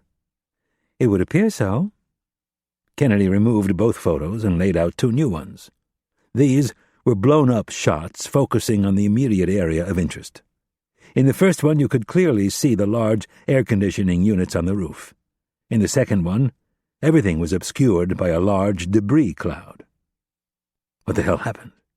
Rapp asked in a hushed voice. "We're not sure." "So it wasn't us?" "No." "Then it had to be the Israelis." "One would assume." Kennedy showed him another photo while the plane taxied to the main runway. The debris cloud was clear in this shot. Rapp studied the shot for a few seconds and then asked the obvious question. "Where the hell is the roof?" "It appears to have fallen into that large hole." Rapp was trying to make sense of it all. "Let's back up for a moment. When did this happen?" "Shortly after noon today, Tehran time." "We have real-time footage?" "Partial. The NRO is analyzing it as we speak." Kennedy was referring to the National Reconnaissance Office. "Have you talked to Ben?" Rapp was referring to Ben Friedman, Kennedy's equal at Mossad. "He hasn't returned any of my calls." Rapp shook his head. "That's not a good sign." "Possibly, but I would imagine he has his hands full." "Or he's dodging you. How about their ambassador?" "Nothing so far. State has reached out to him, but he claims he knows even less than we do." "He's probably telling the truth." Rapp glanced over at the president, who was talking to his chief of staff and national security advisor. Moving closer to Kennedy, he asked, "Why am I here? This all seems a bit above my pay grade at this point." Kennedy pulled her reading glasses to the tip of her nose and said, "I have no idea." Rapp's brow furrowed in disbelief. "Come on." "Seriously. I found out about this right before I gave him his morning briefing." Kennedy tapped one of the satellite photos. "That was why he had me come on the trip. Midway between D.C. and Atlanta, he went into his office to make a call. 10 minutes later, he emerged and told me he wanted you on the return flight to D.C. Rapp leaned back in his chair, folded his arms, considered the possible implications of the president's sudden interest in him, and muttered, "I wonder who in the hell he talked to."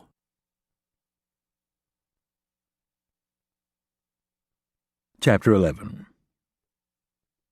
In the last year, Rapp had sat through more video conferences than he had in all his previous years of government service combined.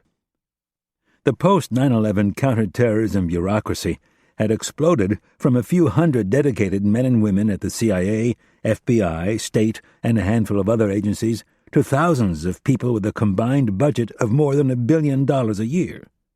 In the grand tradition of Capitol Hill, the politicians had thrown vast amounts of money at the problem, whether it was needed or not. New agencies were created like Homeland Security, the National Counterterrorism Center, and the Terrorist Threat Integration Center, agencies that Rapp didn't even know existed, like the National Geospatial Intelligence Agency, were elevated in importance and brought into the big tent of counterterrorism. Rapp still wasn't exactly sure what the geospatial gang did, but he did know they had a shiny new headquarters and a budget big enough to embarrass a lobbyist.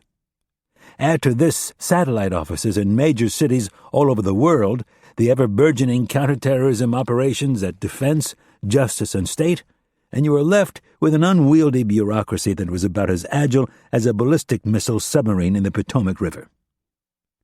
One of Rapp's great fears had come to pass. Talented people and countless resources had been sucked into the support side of the business as opposed to the operations side, where it was really needed. And because one of the great lessons of 9/11 was that not enough people were talking to each other, the dictum had come down from Capitol Hill that everyone was to play nice and share information. Hence the boom in video conferences. It had become a way of life, but not one that Rapp embraced. A 40-inch plasma screen hung on the far wall of the conference room opposite the president. It was currently split in two, with Secretary of Defense Brad England on the left and Secretary of State Sonny Wicca on the right. President Alexander had been in office a little over a year, and fortunately for the young leader, his administration had thus far avoided any major international conflicts. That was all about to change. Rapp had heard good things from Kennedy about the president's national security team, which was reassuring given the seeming gravity of whatever had happened at the Iranian nuclear facility. As with most video conferences, Rapp's plan was to say as little as possible. He was very suspicious of the claims made by the communications folks that the lines were secure. Whenever you started bouncing communications off satellites, Rapp assumed someone was capturing those signals and decrypting them. "Brad," the president started, "I'm sorry for pulling you off the slopes." "That's all right, Mr. President. It's part of the job." England had been taking a long weekend at his mountaintop retreat in Beaver Creek, Colorado. He was in his early 50s, and despite his gray hair, he had a very boyish way about him. A former big gun from Merrill Lynch, England fit into the president's plan of putting private sector people in his cabinet.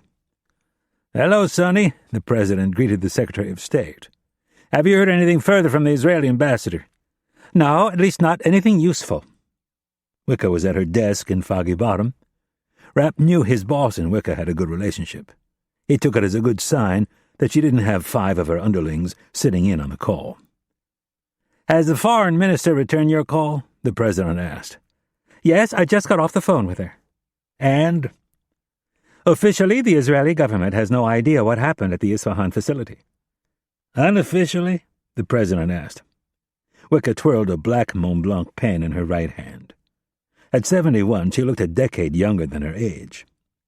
"There are some rumblings that a certain outfit may have had a hand in it."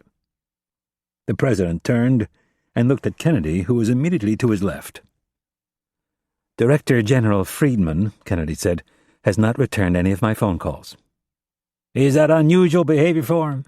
President Alexander asked. "Not necessarily," Kennedy said in an even tone.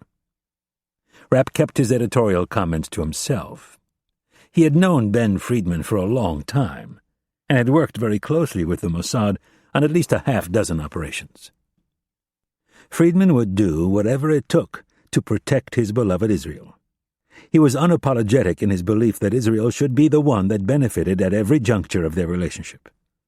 Rapp respected the man's abilities and tenacity, but he never lost sight of the fact that Friedman would sell him down the river if it meant giving his country the slightest edge. "What are we hearing from Iran?" Alexander asked the group. Wicca was the first to chime in. "Nothing official." "The National Security Agency is reporting a huge spike in communications," Ozark answered. "What kind?" Alexander asked. "Everything. Cell phone, traffic, internet, military, civilian critical response, religious leadership, politicians. The whole country's talking." "What about the media?" The Secretary of State fielded the question. 20 minutes ago, Al Jazeera broke into their newscast with footage of fire trucks and ambulances entering the base." The president pondered that thought for a moment and then looked at the plasma screen. "Brad, what are the Joint Chiefs telling you?" "We had 2 AWACS on station." The Secretary of Defense was referring to the Air Force's E-3 airborne warning and control system. "One over Baghdad and the other out over the northern Gulf. Nothing moved through that airspace this morning that wasn't either ours or the Brits." "They're sure?" the president pressed. "Yes." England hesitated. "There is, however, one extremely remote possibility." "What's that?" "If the Israelis have developed a stealth bomber, it is possible that they could have pulled it off, but the entire Joint Chiefs think this is not a realistic scenario." "Irene?" the president asked the director of the CIA. "We've heard nothing along those lines. Our own B-2s cost over $2 billion apiece. Their economy could never support that kind of expenditure, and even if they could, why would they risk flying it in broad daylight?" "I agree," said England. "Satellite photos?" the president asked. "The NRO should have a report for us within the hour." Kennedy took off her reading glasses and set them on her briefing book.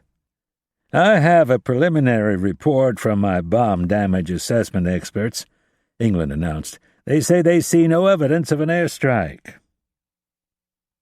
The room went quiet for a full 10 seconds, and then the president asked, "So we're left with what?" Kennedy picked up a pen, tapped it on her leather briefing book a few times, and in a soft voice said, "Sabotage. Or disaster." "Disaster?" "The Iranians aren't exactly known for their stringent building codes. They've had structural engineering problems before, usually during earthquakes, but they did have a relatively new apartment complex collapse a few years ago. It turned out the builder was using substandard practices. Almost 100 people died." "And you think they would allow substandard building practices on a project this important?" the president's chief of staff asked. "One would think not, but I've learned the hard way that the Iranians can be very hard to predict." President Alexander thought it over. After a few seconds, he looked at Rapp and asked, "Any thoughts?" Rapp briefly considered censoring what he was about to say and then decided it wouldn't matter. "Without having all the facts, I'd say there's a 95% chance the Israelis are behind whatever happened. There's a remote chance the collapse was due to shoddy construction, but I really don't think it's going to matter." "Why?" the president asked. "The Persian ego will never admit to such a failure. Even if this thing collapsed on its own, they will blame Israel. Either way, they'll be looking for blood." "I agree." Secretary of State Wicker jumped in. "The only thing I would add is that they are likely to blame us as well." "Any chance you can get their foreign minister talking?" the president asked. "I don't think so. I expect them to close ranks on this one and let Amatullah do the talking. This would be a good time to use our backdoor channel." Alexander looked surprised. "I wasn't aware we had one." Kennedy cleared her throat. "After 9/11, sir, we opened a line with Iran's Ministry of Intelligence. They're not big fans of al-Qaeda and the other Sunni terrorist groups. They had been keeping tabs on the Taliban and al-Qaeda for some time. They gave us crucial intel that helped us in the early months of the war." "Who do you talk to?" "Azar Ashani, my counterpart." "Do you trust him?" "Trust might be a bit strong, but I consider him to be pretty level-headed." "All right, see what you can find out. What about the Israelis? Is it time for me to give the Prime Minister a call?" "I don't think so," said Secretary of State Wicker. "I don't want to put you in a position where he might have to lie to you. The rest of us should see what we can find out first." "I agree," said Ted Byrne. "Fine." The president checked his watch. "I need to make a phone call. Let's reconvene in an hour." The president looked to his national security advisor and added, "I want all the key players in the Oval Office once we land." "Yes, sir." Alexander stood and looked at Rapp. "Mitch, would you come with me, please? There's something I want to talk to you about."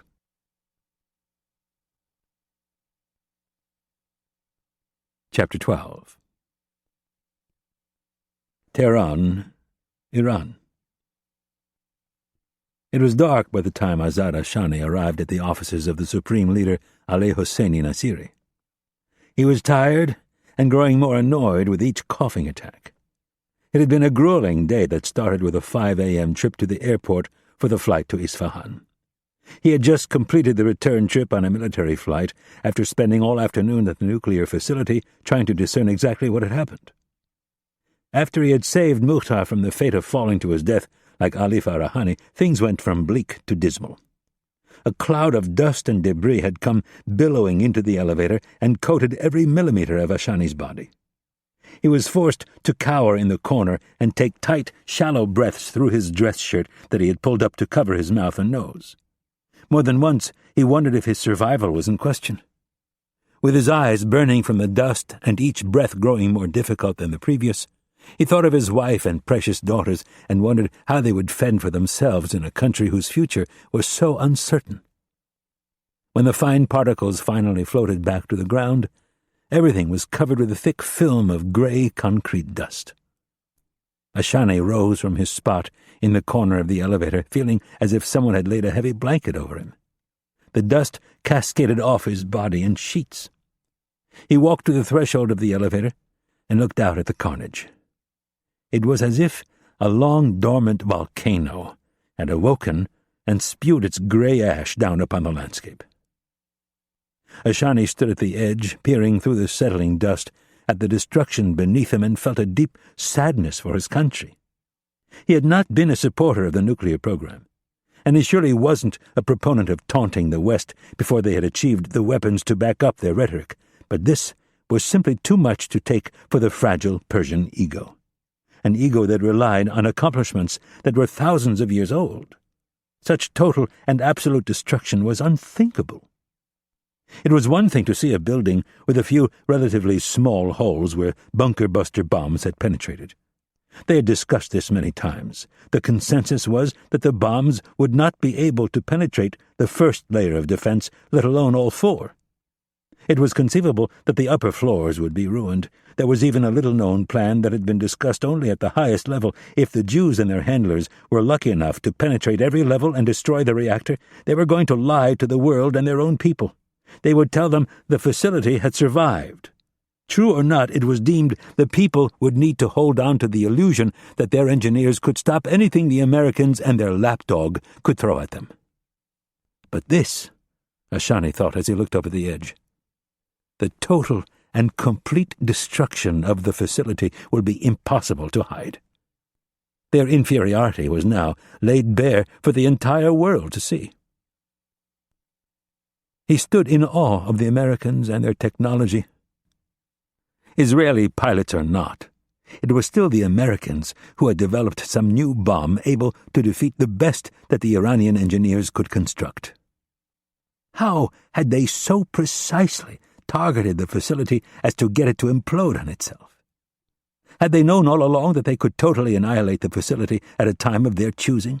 And if they did, had they intentionally allowed his country to pour $1 billion into the project?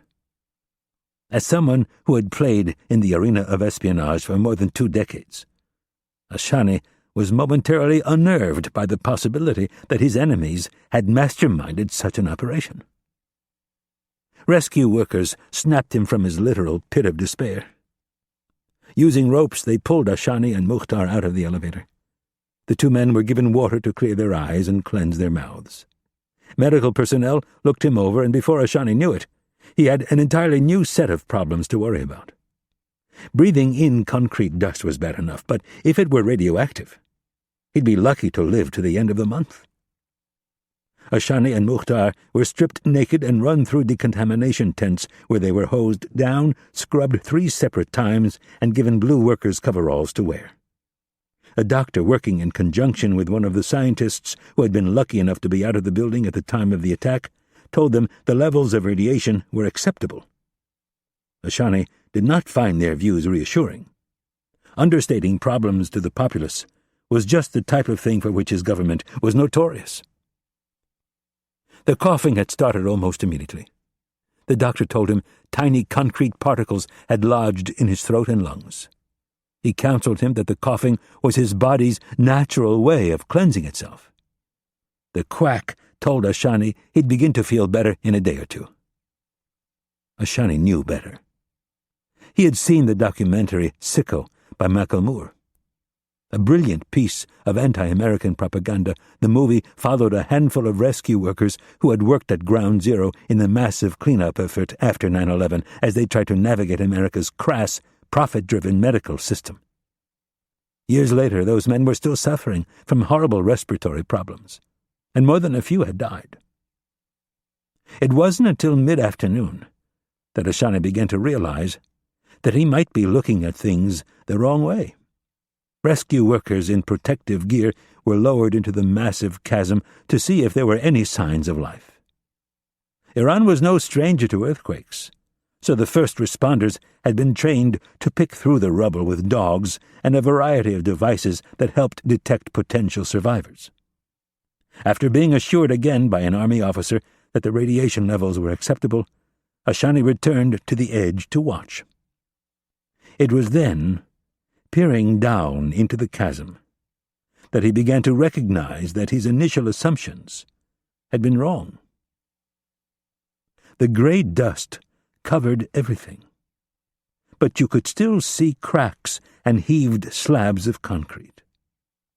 Nowhere, though, were there any round holes with twisted and smashed rebar marking the spot where the bombs had penetrated the roof and first floor. Ashani walked the entire perimeter, stepping over debris while he searched for the telltale sign that was always left by a bunker-busting bomb. When he was done encircling the pit, he looked skyward, and it occurred to him for the first time that something entirely different may have happened. It was at that very moment that panic set in among the rescue workers. Several of the men down on the pile were carrying Geiger counters. One of them announced that he'd found a hot spot that hadn't been there minutes before. One by one, the other Geiger counters began chirping like canaries in a coal mine. It was as if an unseen and deadly fog had begun to roll across the pile of destruction. This was what the scientists from the Atomic Energy Organization had most feared. The reactor had melted down. Highly radioactive fission products were releasing into the environment from beneath the debris. The scientists had an emergency plan in the event of a reactor failure, and they wasted no time putting it into play. The rescue workers were ordered out of the hole and decontaminated while the calls went out to the local quarries. 20 minutes later, the first cement truck pulled up and dumped its load into the billion-dollar pit. Another truck arrived a few minutes after the first. Within an hour, twin-axle mixing trucks were lined up 24 deep, 2 trucks dumping at a time. The hopes and pride of the Iranian people were unceremoniously buried under a slag heap of radioactive concrete. A military transport brought Ashani and Mukhtar back just before dinner. President Amatullah had called an evening meeting of the Supreme National Security Council, or SNSC.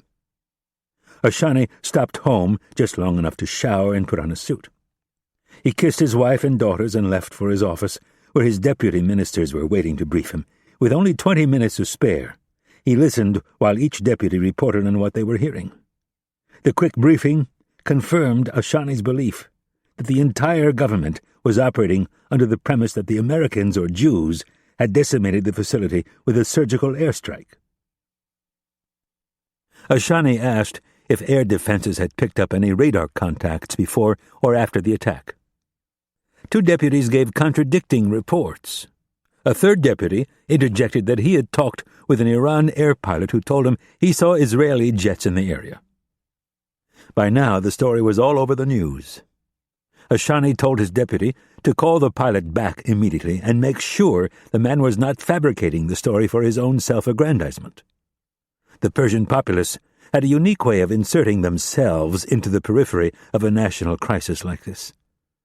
Ashani stressed that the deputy tell the pilot he would be thrown in jail and tortured mercilessly if he found out the man was lying to him.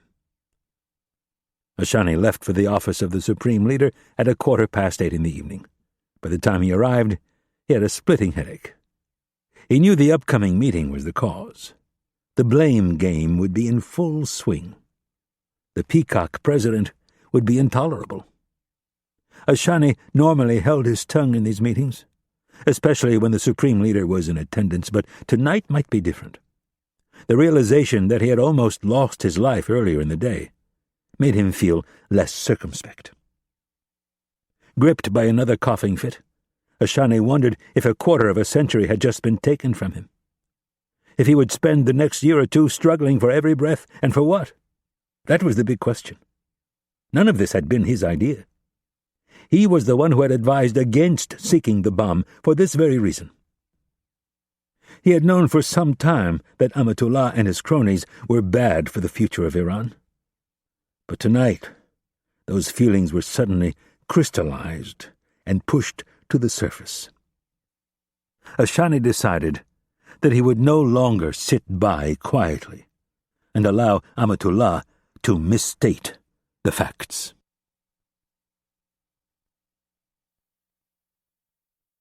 Chapter 13. Air Force One. The President's office on Air Force One was right next to the conference room, just a few steps away. The proximity left Rapp only a few seconds to ponder the commander-in-chief's character and why he had taken such a sudden interest in him. At 46, Alexander ranked as one of the youngest men elected to the top office. He was easy to like, but Rapp had a deep-seated distrust of all politicians. Too often, their party and their own political careers took a front seat to national security. Agencies like the CIA were a dumping ground for problems regularly used as a pawn in the game played by the two parties. If something went right, it was the politician who took credit. But if something bad happened, they were quick to lay the blame at the feet of Langley. They weren't all that way, of course. Rapp knew of a handful of senators and congressmen who could be counted on. Men and women who knew what was at stake. Men and women who knew how to provide oversight and keep their mouths shut. Rapp followed the president into his office. At 6'2", Alexander was an inch taller than Rapp. He was thin, maybe 190 pounds, with a full head of sandy brown hair. His hazel eyes had an alertness that stopped just short of being overly intense. Alexander walked straight across the room between his desk and credenza. He sat in a fixed high-back leather chair identical to the one in the conference room. The chair could be swiveled and moved, as well as locked into position for takeoffs and landings. An identical chair sat across from the desk up against the starboard side of the craft. Rapp eyed the long leather couch and decided it looked less confining. He plopped down, spread his arms out across the back, and crossed his left leg over his right. Alexander eyed a piece of paper on his desk. When he was done reading it, he tore it in half and fed it into a shredder. "You're probably wondering why I asked you to join me on the trip back to Washington. When presidents call on me, I assume I've done something to piss them off." Alexander smiled, producing a set of elongated dimples. "I wouldn't know about that. My immediate predecessor holds you in very high regard." Rapp nodded. There had been some rough patches, but for the most part he had gotten along very well with President Hayes. "Did he also tell you I can be a real pain in the ass?" The smile stayed on Alexander's face. "He didn't have to. In that regard, your reputation precedes you." Alexander pushed a button on the side of his chair, and the back reclined. He spun the chair and put his feet up on the corner of his desk. "You are very good at what you do, Mitch. One of the last things President Hayes told me before leaving office was to use you wisely." "Use?" Rapp repeated the word, vaguely amused that Alexander had chosen it. "Maybe deploy is a better choice. Maybe cut loose is even better. The point is, I'm not foolish enough to think we live in a world where violence is never the answer. There are moments when force will have to be met with force." Rapp liked what he was hearing. "I couldn't agree more. You have many talents, Mitch.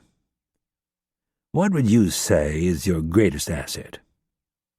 "I'm the wrong guy to ask, sir." "So we can add modesty to your long list of strengths. Well, I'm a politician, so I can't really say being humble is part of my job description. Having said that, though, I do think we have something in common." Rapp raised one of his thick black eyebrows in a manner that said he was intrigued. Internally, he wondered what attributes he could possibly share with a refined, calculating politician like Alexander. "I read the report you prepared last year, the one that outlined how Iran would react if we took out their nuclear program." Rapp nodded. He had written the report before Alexander had taken office. Due to the sensitivity of the subject matter, the distribution was very limited. Rapp was more than a little surprised that Alexander had both gotten his hands on a copy and that he had taken the time to read it. "In light of recent events, are you still willing to stand by what you wrote?" Rapp took a second to recall the specifics of the report. "Since we didn't actually bomb them, it's less clear-cut. But for the most part, I think they'll react the way I predicted. They'll use Hezbollah and its affiliates to launch a series of terrorist attacks and conduct kidnappings of Americans abroad. They'll hit Israel first, and then they'll come after us. You sure? 99%. It's not in their character to do nothing. The president thought about Rapp's comment and then asked, "So you think Israel was behind this?" "I've known Ben Friedman for a long time, sir. I've worked very closely with the Mossad. They have a track record of conducting extremely audacious operations that we would never dream of." "Why is that?" "Survival. They're a lot closer to it than we are." "It?" the president asked. "The heart of radical Islam.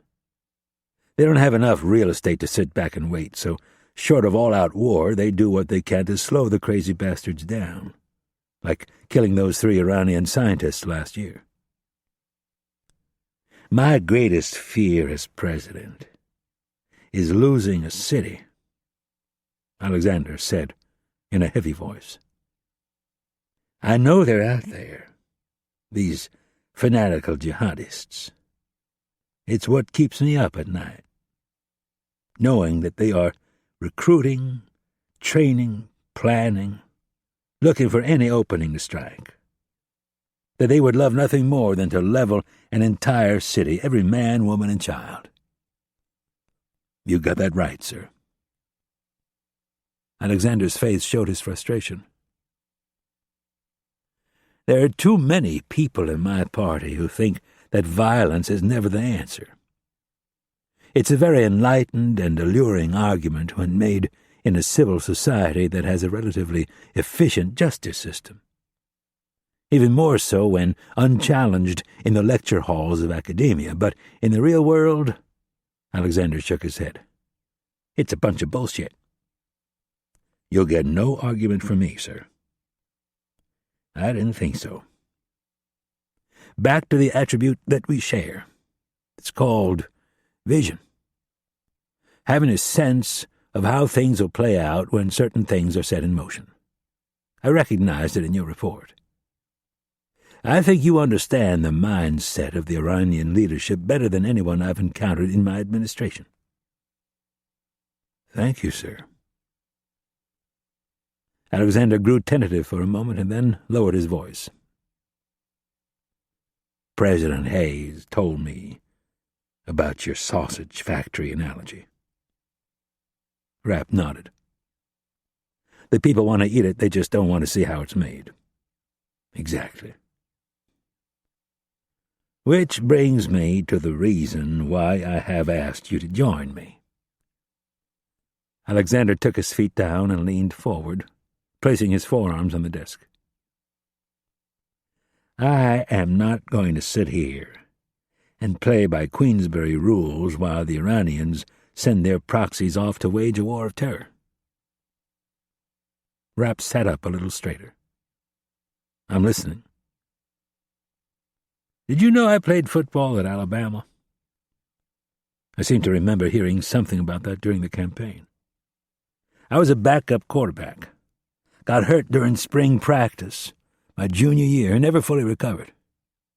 I was there for Bryant's last year and then Perkins. I learned 2 big lessons. The first, if you plan on running for governor of Georgia someday, you should attend the University of Georgia or Georgia Tech, not Alabama. I saw a double-digit lead in the polls evaporate the week my alma mater faced off against the Bulldogs. I barely held on to win. Lesson 2, blitz. Excuse me? Blitz hard and blitz often. And remember, this is coming from an ex-quarterback. You have to have the athletes and the speed to do it, of course, but there's nothing that can screw an offense up quicker than a defense that knows how to blitz. Do you remember Alabama's 1992 national championship team? No. Their offense was average, but their defense may have been the best that college football has ever seen. They put 10 guys up on the line almost every play. They came so hard and so fast on every snap that opposing offenses were fighting to not lose yards. All they could do was try to react and adjust, find some magic way to slow these guys down. Offenses aren't good at that. They're supposed to make defenses react and adjust, not the other way around. I think I'm with you, Rapp said. I want you to put together a game plan, Alexander said eagerly. A list, really. The who's who of Hezbollah and anyone else that might give us a problem. It stays between the two of us and Irene. We review it, and then it gets shredded. I don't want any copies. I don't want any paper trails. I can do that. Good. If we get even the slightest whiff that Iran is going to use Hezbollah to do its dirty work, I want 10 guys up on the line of scrimmage. And I'm not just talking about targeted airstrikes. I want you to be creative. I want you to put them back on their heels. I want you to make them fear for their lives. Rapp smiled and slowly nodded. I would be more than happy to do that, sir. Chapter 14. Tehran, Iran.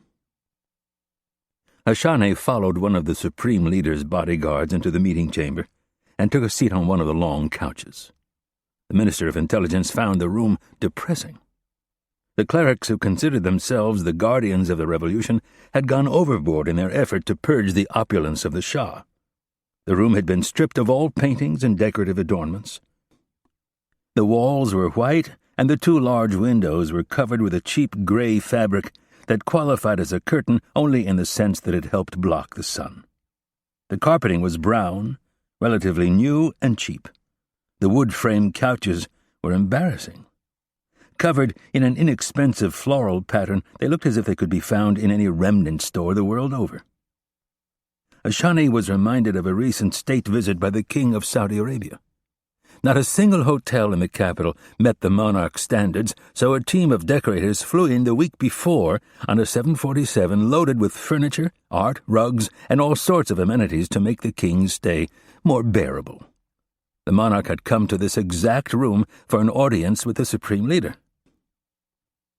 The entire Saudi delegation was mortified that a leader of a country with the resources of Iran would have such little regard for the trappings of international diplomacy.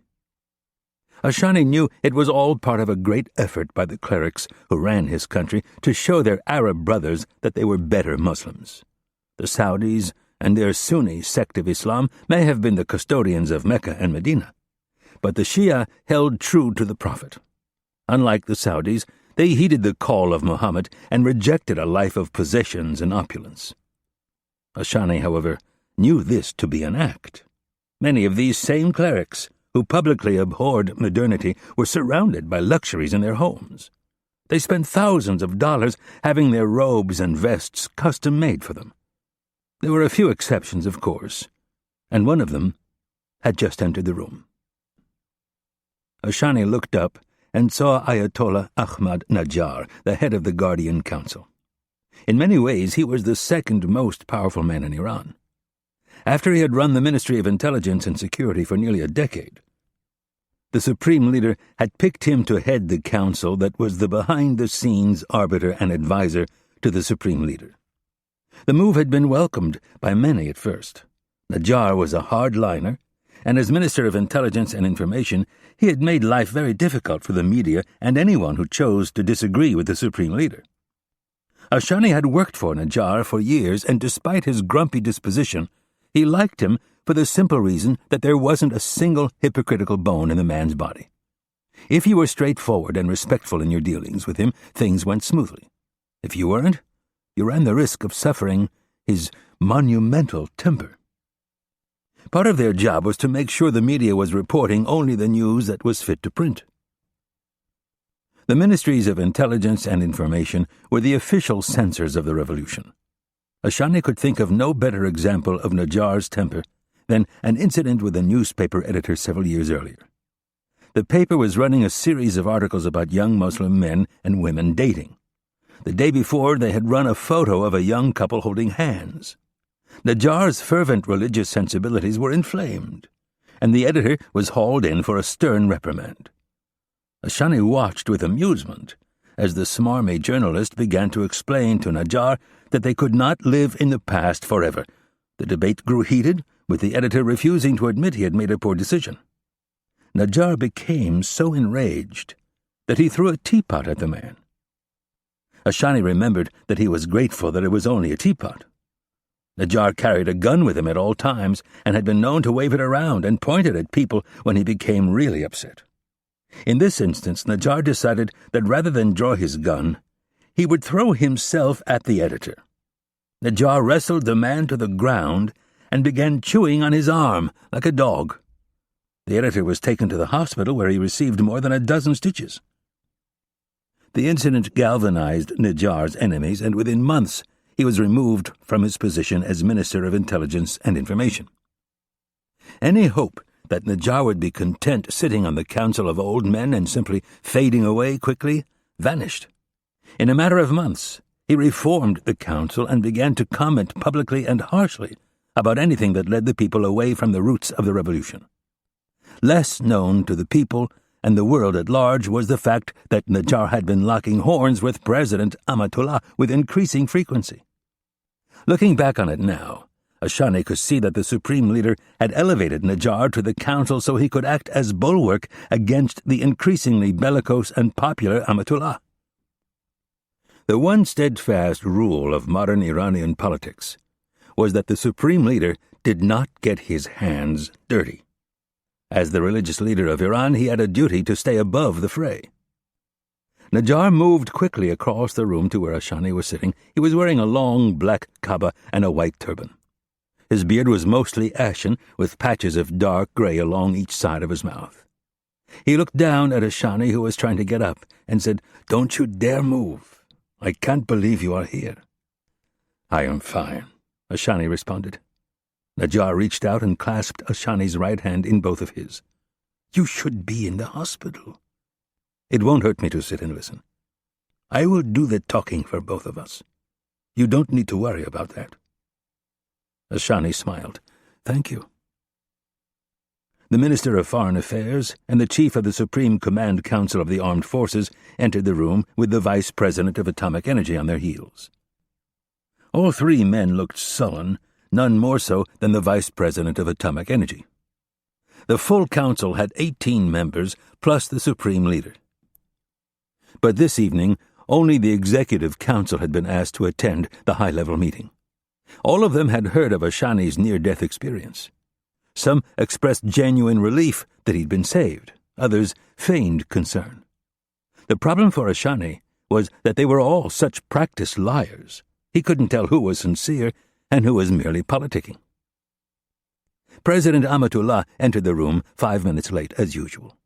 Trailing on his right was Major General Zarif of the Islamic Republican Guards Corps, and on his left was Brigadier General Soleimani of the Quds Force. Ashani would have liked to think it was merely coincidence that Amatullah had entered the room with the 2 military men who would be in charge of making Iran's enemies pay for the attack. But he knew the diminutive politician too well. Amatullah was barely over the threshold when he announced, "Well, gentlemen, we finally have our excuse to push the Zionist dogs into the ocean." Ashani stared at the vertically challenged president in his boxy, ill-fitting suit. It was one thing to lie to the press and the people. It was an entirely different matter to have the audacity to do so to men who knew better. Everyone was now seated except Amatullah, the 2 generals, and the head of the Guardian Council. Ashani slowly turned to witness Najjar's reaction. The fiery cleric looked through his tinted glasses at Amatullah and said, "And with what do you propose we push them into the sea?" Amatullah remained unflinching. "General Zarif has assured me that the Republican Guard is ready and willing to fight. Over 500,000 men. The Jews will be lucky to field an army of 100,000. "And how will we get them there?" Najjar asked with unbridled contempt. "Should we ask the Americans if we can march them across Iraq? Or should we put them on magical troop transports and float them through the Suez Canal? Do you think the Jews would allow us to put all of our men ashore, or do you think they might sink the transports while they're at sea?" Amatullah gathered himself and, in a reasonable tone, said, "I was not implying that we could begin military action tomorrow or even next week. I am simply saying that the Jews and the Americans have committed an act of war, and we must make them pay for it. I am in complete agreement, but let's not delude ourselves into thinking that we are going to push the Jews into the ocean. It was that kind of thinking that led us down this path to begin with. The Tsar had been an early, outspoken critic of the nuclear program.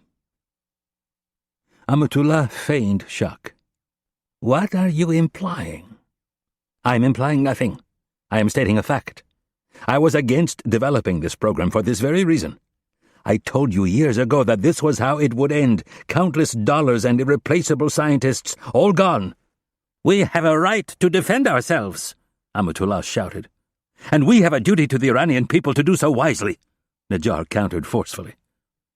You are both right, a calm voice announced from the doorway. Ashani turned to see the supreme leader standing tall in his finest robes. The look on his face was one of intense interest. He was a thoughtful man, not known to be ruled by his emotions. And Ashani couldn't help getting the impression that Ayatollah Ali Nasiri often viewed his president and closest advisor as two bickering children.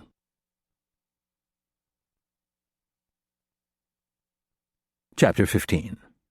Air Force One. Rapp's preference would have been to have this conversation in person, but there was only a brief window of opportunity. He figured at a bare minimum China and Russia were tracking Air Force One with spy satellites, looking to pluck any signals that were beamed to and from the plane. The techies at the Pentagon and the National Security Agency swore that the communication links with Washington were secure, but Rapp had his doubts. Having read enough history to understand that previous scientists had given those same assurances only to be proven drastically wrong, Rapp operated under the premise that there was no such thing as a totally secure line. Even so, his business was often time-sensitive, and one could not always wait to speak in person. The president had got him thinking. Rapp had always begrudgingly admired the Iranians and the way they churned out propaganda. Their leaders understood the key to survival was to get the people to blame America and the West for all of the ills in their lives. It didn't matter if there was no substance to their accusations. It only mattered that they inflamed their people's national pride. There would be a lot of that going on in the coming weeks. America would be blamed, evidence or not. All they had to do was make the accusation, and it would stick. It wouldn't matter a bit to the Iranian people that America had no hand in the destruction of their facility. So ingrained was their hatred for America that they would believe without asking their leaders for proof. It was this realization, and the president's gloves-off attitude, that steered Rapp's thinking toward a classic clandestine operation.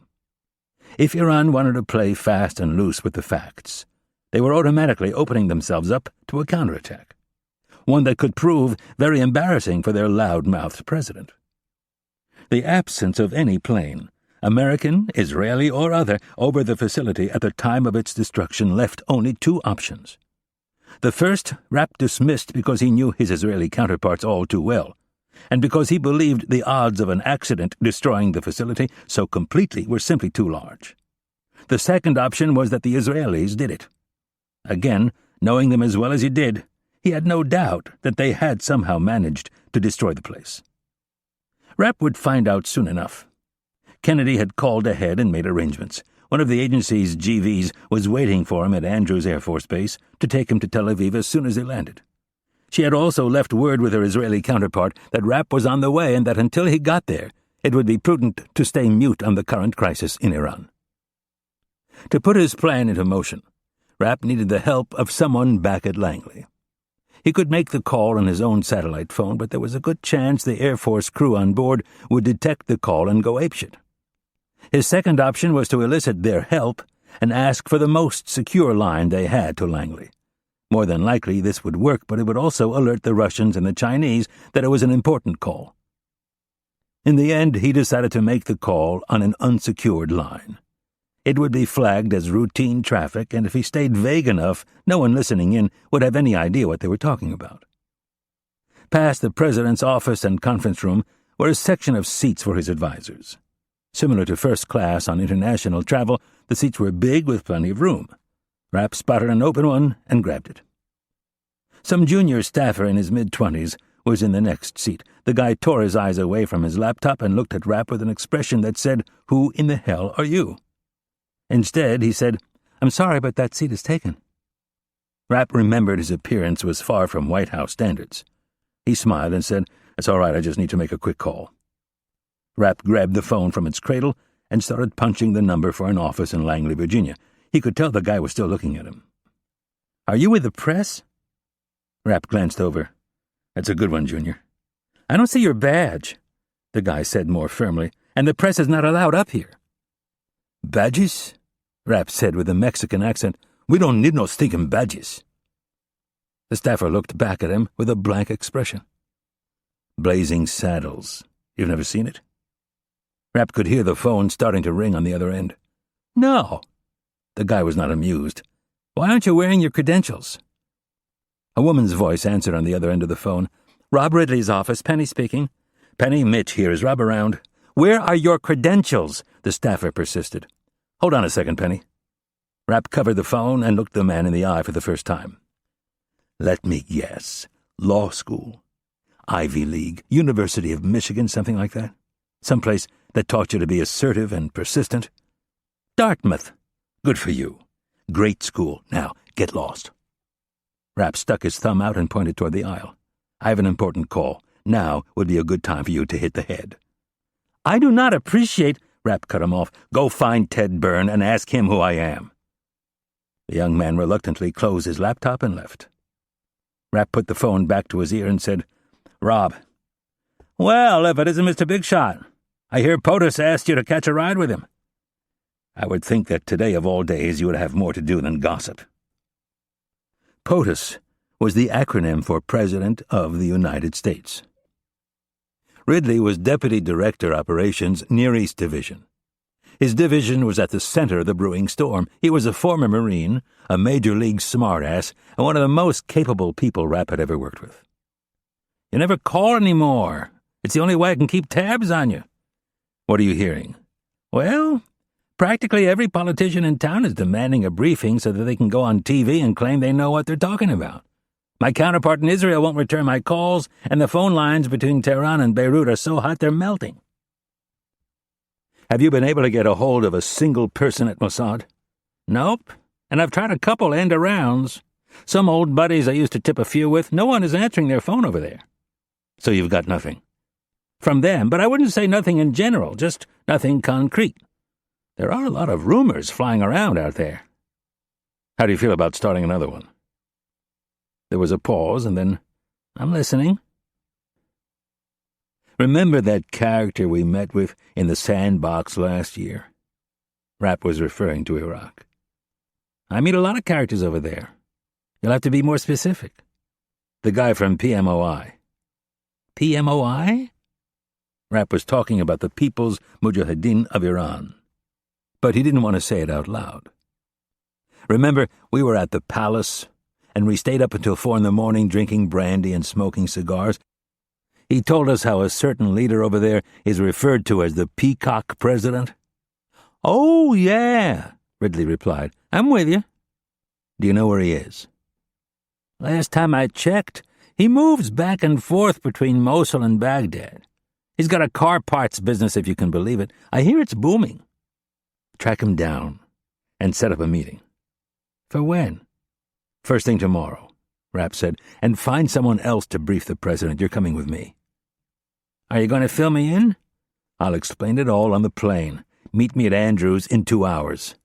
"You got it."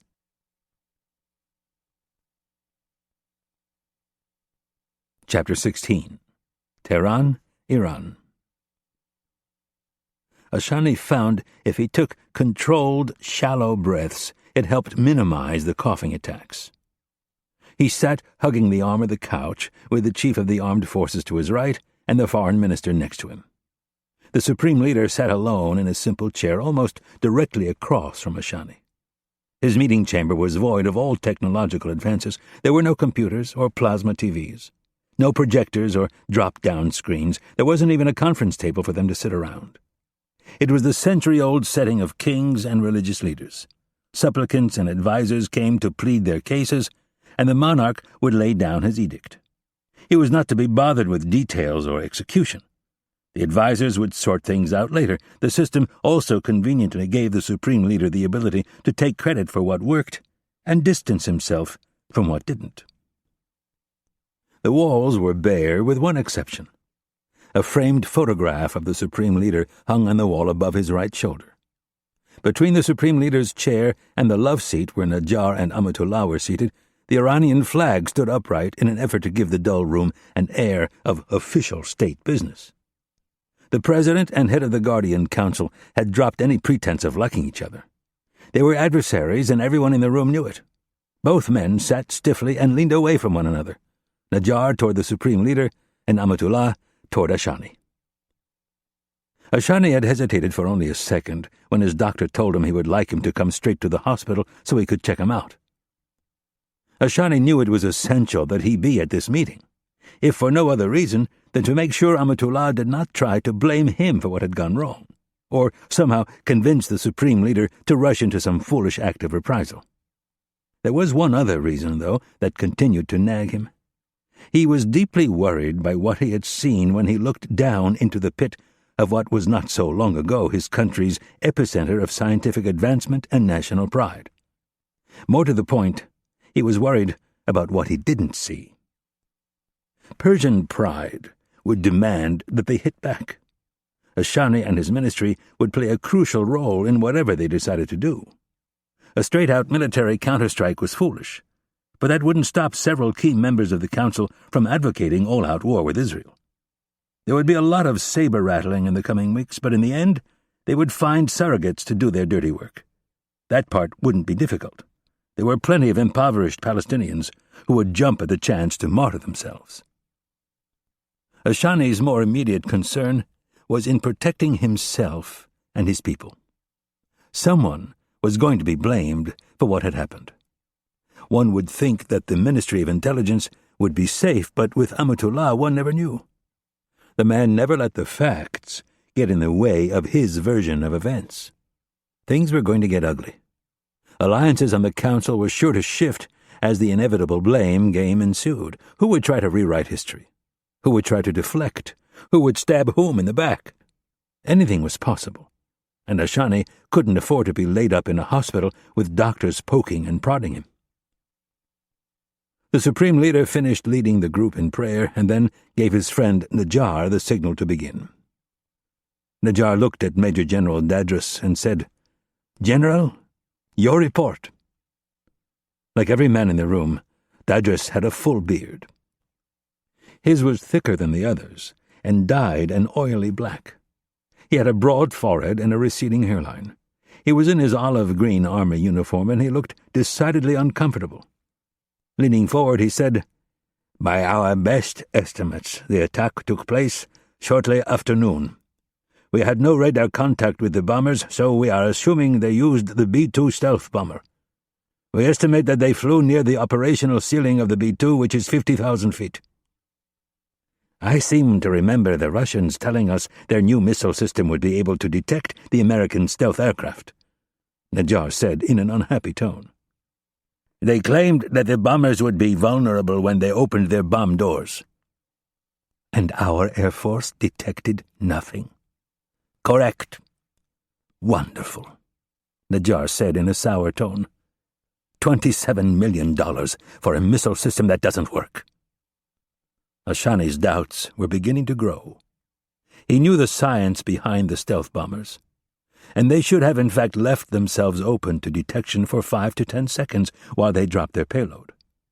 More worrisome, though, was the time of the bombing. Ashani had no knowledge of the Americans ever using one of the valuable stealth bombers in a daylight operation. Why would the Americans expose their billion-dollar planes during a daylight bombing run? The answer for Ashani was that they wouldn't. "There is a pilot," Amatullah announced, "who made a positive identification of an Israeli plane in the area. My people are debriefing him at this very moment." Najjar slowly turned his head and looked at the president. "I heard your comments on TV earlier this evening. and I saw your pilot interviewed. I am not sure I believe him." "You are a born skeptic," Amatullah countered. "Have you not listened to anything General Dadris has told us? The Air Force detected nothing. They think the stealth bombers flew at their operational ceiling of 50,000 feet. Commercial air traffic flies at 30 to 35,000 feet. Your pilot must have very good eyes to see a plane from such a distance." 50,000 feet is an estimate by radar operators who failed to do their jobs. At this point, I am more than happy to take the eyewitness account of a veteran pilot. "Really?" Najjar turned to Dadris.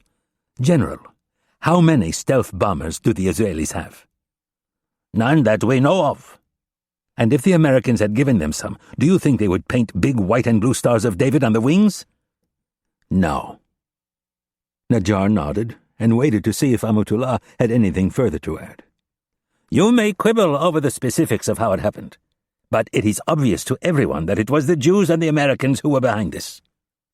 "Even so, this council would appreciate it if during a national crisis you would consult us before you rushed to get in front of the cameras." Amatullah looked past Najjar to the Supreme Leader.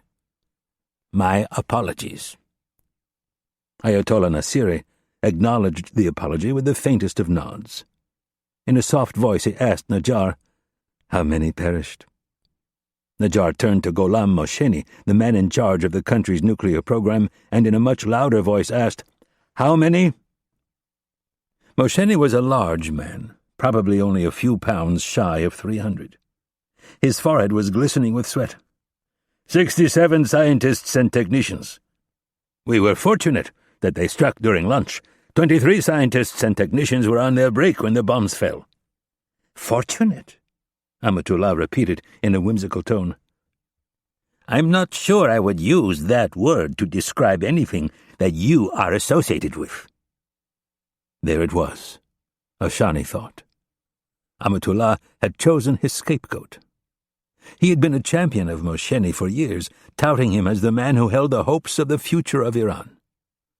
In addition to running the nuclear program, it appeared that the diminutive president expected him to stop foreign incursions into their airspace. "It could have been worse," Mosheni replied in a weak effort to defend himself. Amatullah clasped his hands in his lap. His short legs barely touched the floor. "Our nuclear program has been destroyed. We have a toxic hole in the middle of our second-largest city, and the West is laughing at us. Please tell us how it could have been worse." He unclasped his hands and threw them up in the air.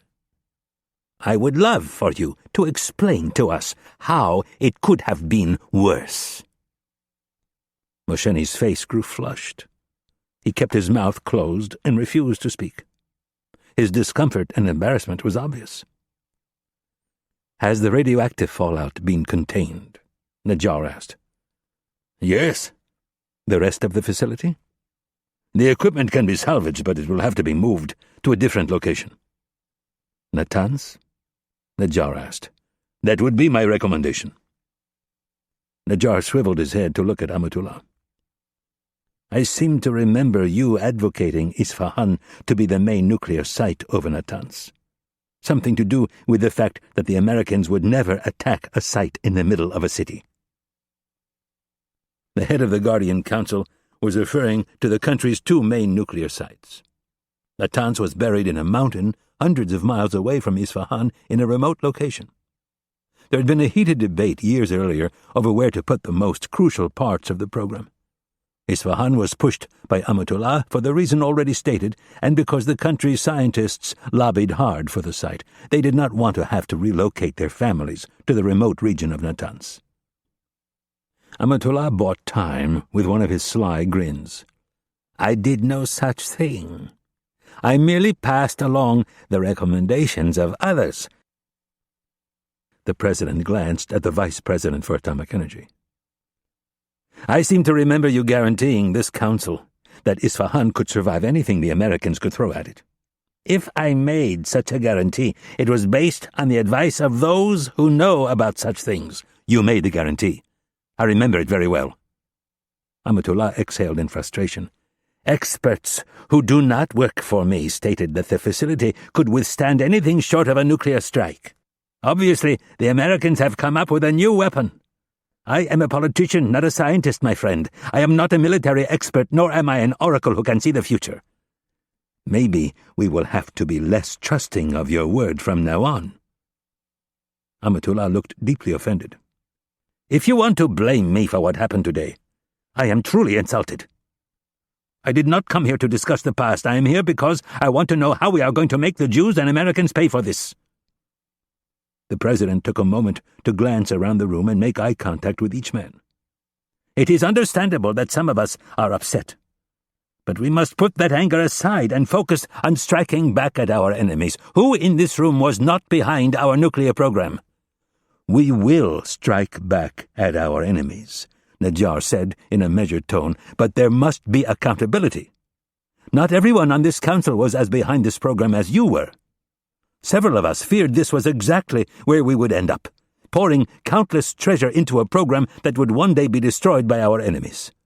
If I had known that you were going to speak so freely to the press about our right to develop nuclear weapons and your desire to see Israel wiped off the face of the map, I would have never supported this." Amatullah started to speak. "Do not interrupt me," Najjar said sharply. "I think you should be removed from office." The cleric paused to let Amatullah know just how serious he was. "But unfortunately, we can't do that right now. Do you know why?" Amatullah shook his head. "We can't do it because the Jews would be dancing in the street. It would be a dual victory for them. Whether I like it or not, you are exactly who we need to galvanize our people and get them focused on the retribution that must be meted out." Amatullah's face transformed from worry to pride and then elation. "The people will be behind us. I can promise you that. We will strike back at the Jews and the Americans like never before, and I know exactly where to hit them. We will make them pay for their arrogance. We will destroy them."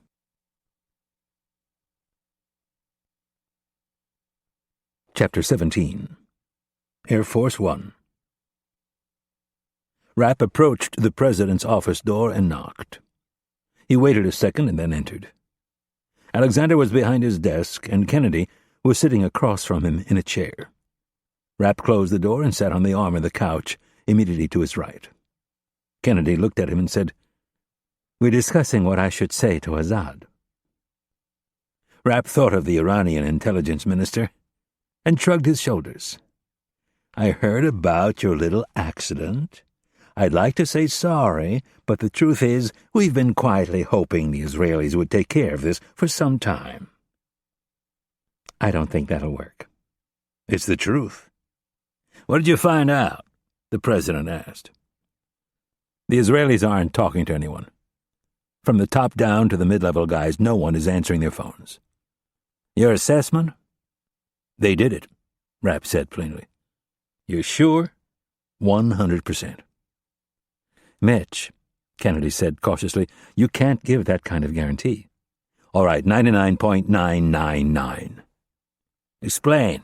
The president leaned back and crossed his legs. "The Israelis are very insular. They can close ranks like no other outfit I've ever worked with. They're trying to get their story straight. Figure out if they can weather this and lie to the world that they had no involvement in it." "But why wouldn't they have given us some signal that this was coming?" Alexander asked. "Easier to ask for forgiveness than permission," Kennedy answered. "Exactly," said Rapp. The president thought about it for a second, and then asked, "What if it was an accident?" "This was no accident, sir. Israel was behind it, and their silence is all the proof we need. If they honestly had nothing to do with this, they would be calling us asking why we didn't give them a heads-up. My guess is that this was a very tight operation run by a very limited team within Mossad, possibly including a few people from the military, the prime minister, and 1 or 2 cabinet ministers. I don't know how they did it, but they caught the Iranians flat-footed. The analysts back at Langley reviewed the satellite footage, and there is absolutely no sign of any activity prior to the place collapsing. No response from the guard barracks on site, no rush of people fleeing any of the buildings, no sign of anything unusual. And why is that significant? There were no gunshots. If this thing were a full-blown commando raid, you would have seen a reaction from the base security. This is part of why the Iranians think it was an airstrike. No one alerted them that anything was wrong. One minute the place was there, the next minute it wasn't. The logical assumption for them is that it was stealth bombers, even though to the best of my knowledge we've never conducted a daylight bombing run with ours. The president looked over at Kennedy. I know I've asked this, but is it possible that the Israelis have developed their own stealth plane? Highly unlikely, but possible. Rapp waved his hands in front of him, signifying not to go down that road. The Israelis don't have the money to develop a plane like that. And even if they did, there's still one other piece of evidence that points to an inside job. When you get back to Washington, Secretary England is going to give you a bomb damage assessment report from the Pentagon. I haven't seen it, but I know what it's going to say. How? Because I've been there. I've been in the field marking targets for these flyboys when they drop their bunker busters. I've crawled down into a few of those command and control centers after they've been hit. And they don't look like the satellite photos we've seen of this place. Holes are made. Parts of floors and ceilings collapse, and everything inside is charred. But it doesn't look like the earth opened up and swallowed the whole damn building. And what was it? They had some people on the inside. And they've probably had them there for some time. They were able to move unnoticed, place the charges, and blow the building.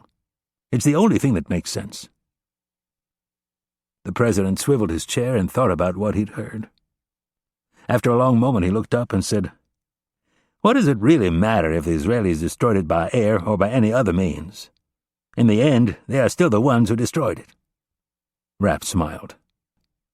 It matters because it gives us an opportunity to create an alternative truth and make the Iranians look like they are lying to their own people and the world.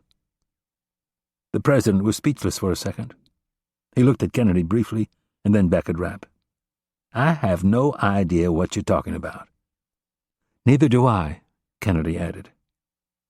Have you ever heard of a group called the People's Mujahideen of Iran, the PMOI? They're a group that falls loosely under the control of the National Council of Resistance of Iran. It's made up of dissidents of all different stripes. They live mostly in Europe. They're scientists, teachers, artists, pretty much anyone who felt repressed by the clerics and decided to leave. They were around during the revolution back in '79 and then found out they weren't welcome at the table after the Shah fled. In 1981, hundreds of their top members were rounded up and taken to Evin prison where Khomeini had them shot. The PMOI is also referred to as the MEK. These guys have been our saving grace in northern Iraq. Every time the Sunnis get out of line or the Iranians send one of their Badr brigades into the area to cause trouble, we call in the MEK and they make the problem go away. Aren't they on a terrorist list? The president asked. Bad move by the previous administration. They thought they could get some brownie points with Iran, which was foolish, but now's not the time to get into it. The important thing is that the MEK has become a force to be reckoned with. There are a few reasons why Mosul is far more peaceful than Baghdad or Basra, and one of the biggest ones is the MEK. The Iranian government hates these guys with a passion, and MEK suffers no lost love for the hardline clerics.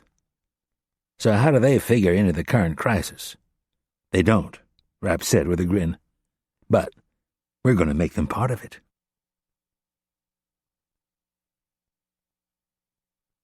Chapter 18. Tehran, Iran.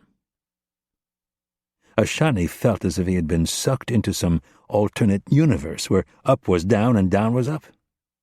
It was one thing to put on a brave face and plot a proper course of retribution, but this was simply nonsense. The man who had put them in this tenuous position was yet again going to be the chief propagandist in the next phase of the conflict. The last thing they needed was more inflamed rhetoric and promises of grand retribution. The council needed a reality check. Under normal circumstances, Ashani would have never thought of confronting Amatullah in front of the supreme leader. But it was different now. Something had changed within him, and he had no doubt it was precipitated by his close brush with death earlier in the day.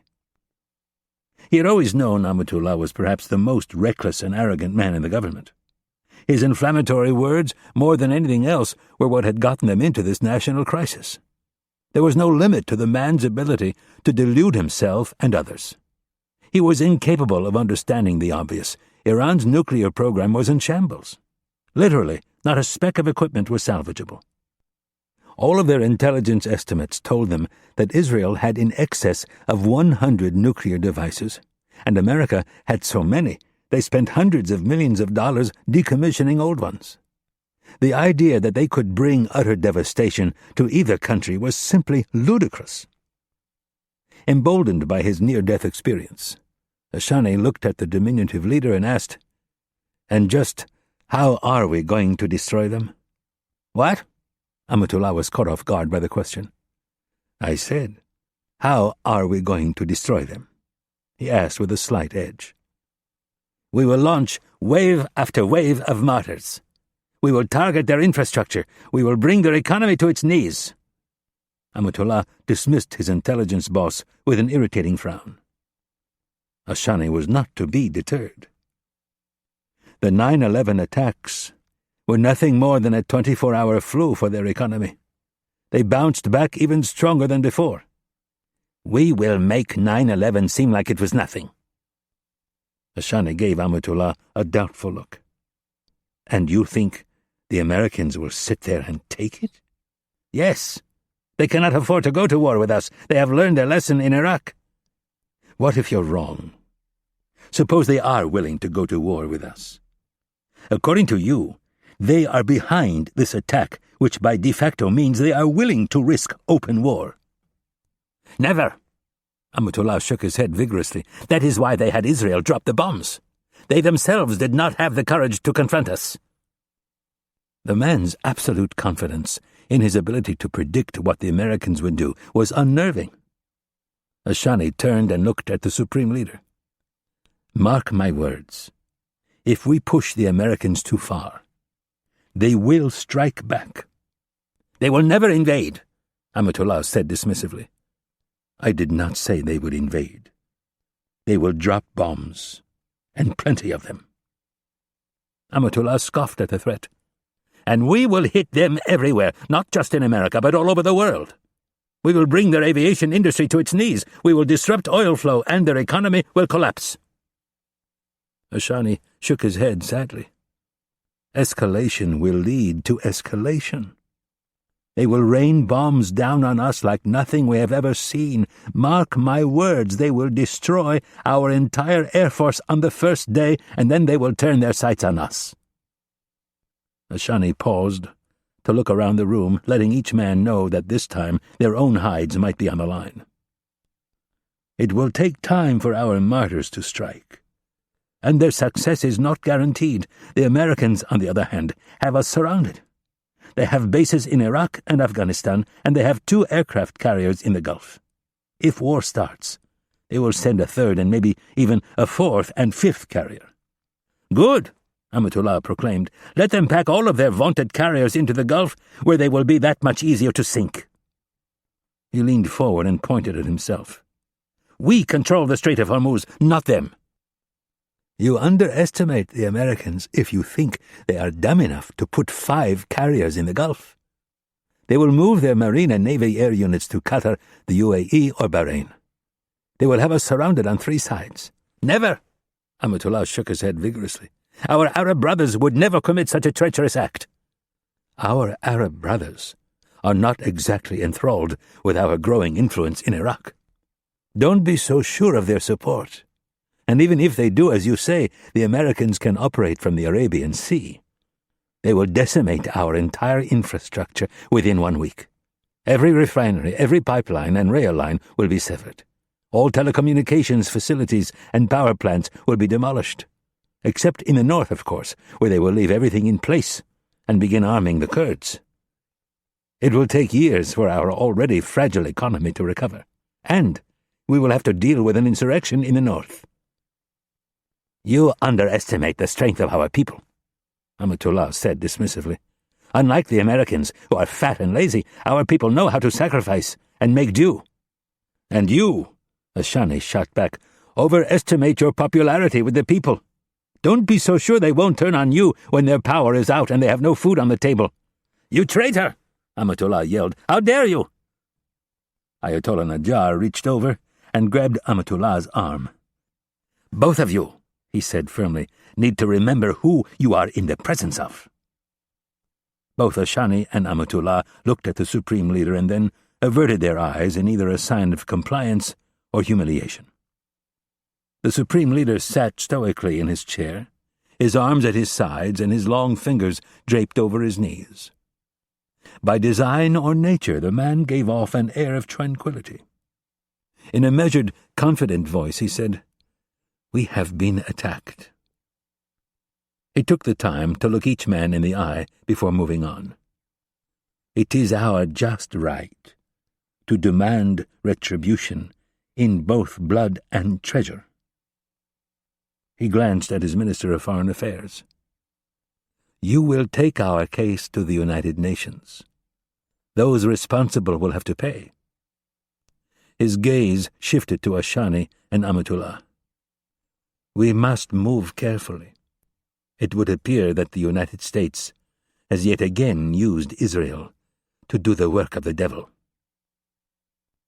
Every man in the room, save Ashani, nodded in agreement. "There is a chance," Ashani started, "that the United States did not have knowledge of this act." "Do you think they are mourning our loss?" "No, but I would like to remind the Council that the Americans have rid us of both Saddam and the Taliban. We have a back channel with their government. I would like to see what I can find out before we take action." "Lies!" Amatullah bellowed. "That is what you will find out." Ashani ignored Amatullah. "I do not see what harm it could do to hear what they have to say." Amatullah tried to speak, but the Supreme Leader silenced him with a disapproving look. He took a moment to straighten his robes and then said, "The right hand does not always need to know what the left hand is doing." Ashani had grown used to these imprecise proclamations from the Supreme Leader. It allowed him to keep his hands clean. The problem, as Ashani knew all too well, was that his edicts left too much room for interpretation. "There is nothing wrong in finding out what the Americans have to say, but do not trust them. I will leave the details to all of you, but I want to be clear about one thing. This attack cannot go unpunished."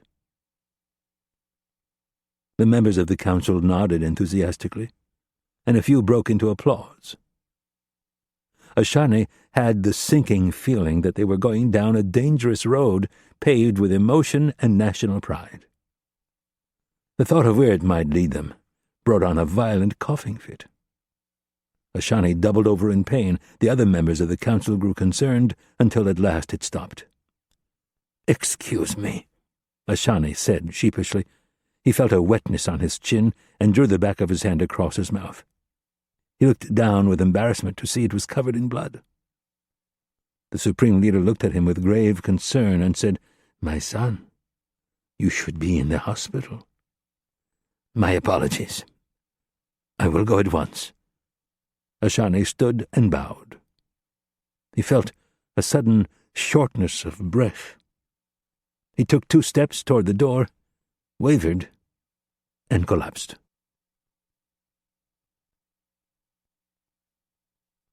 Chapter 19. White House. On a slow day, Washington, D.C. was an electric city.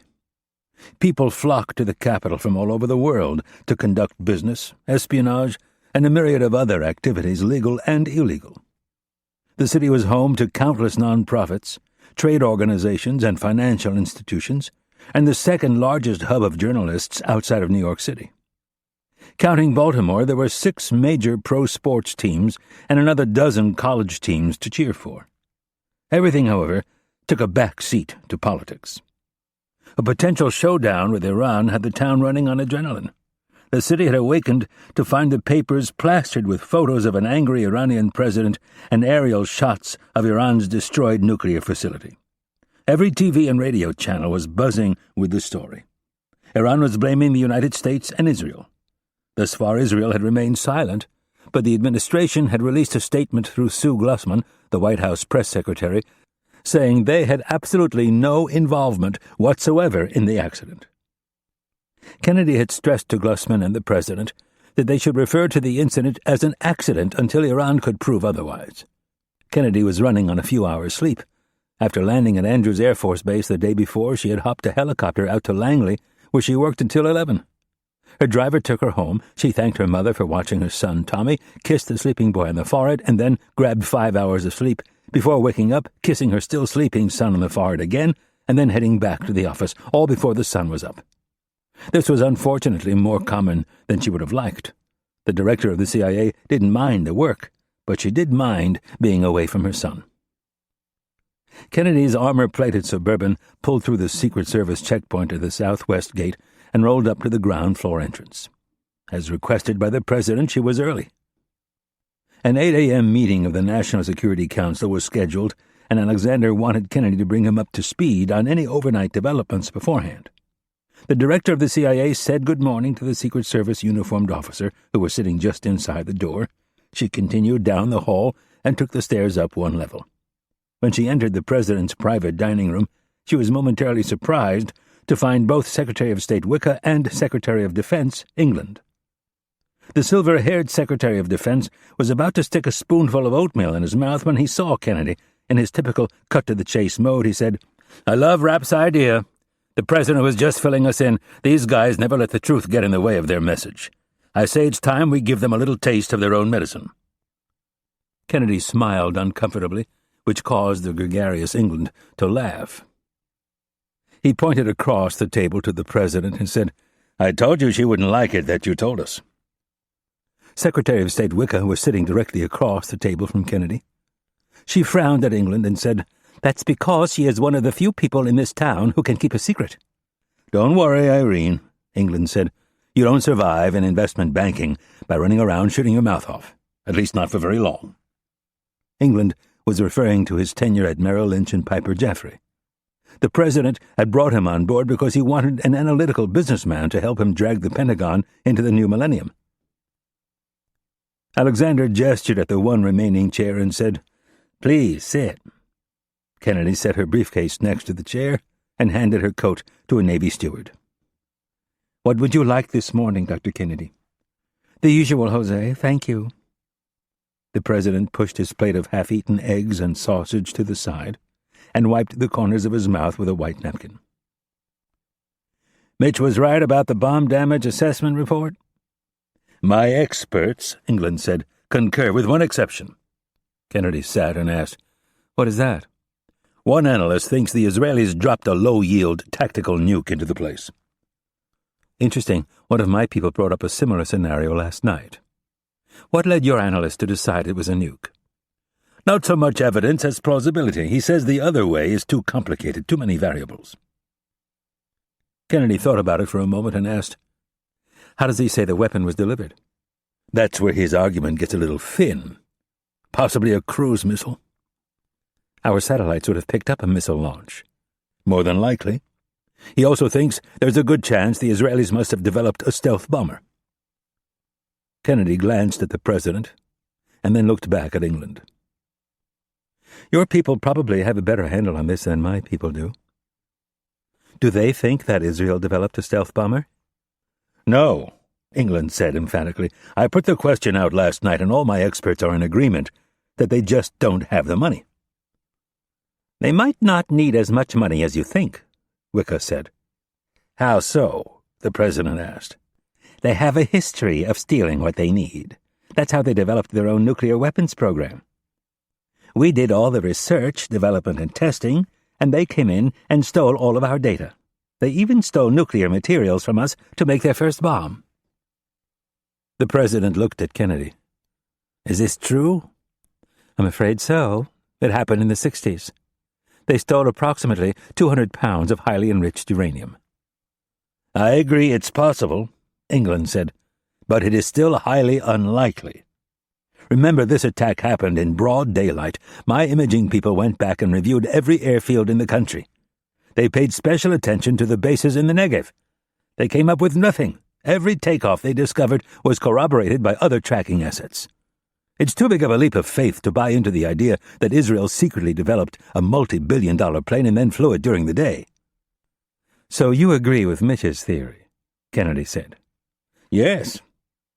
The president took a sip of coffee and then said, "And we're all in agreement that Mitch's plan could work?"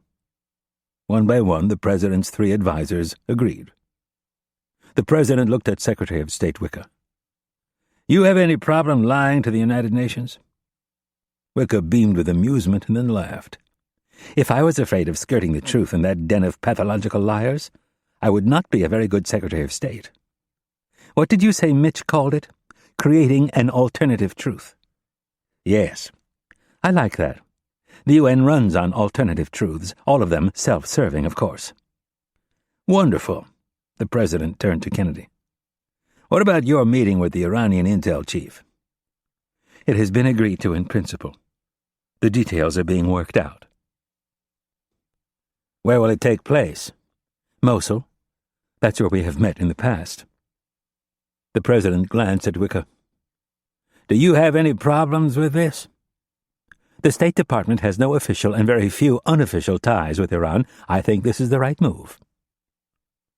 Glancing at Kennedy, he asked, "Have you heard from Mitch?" Kennedy checked her watch.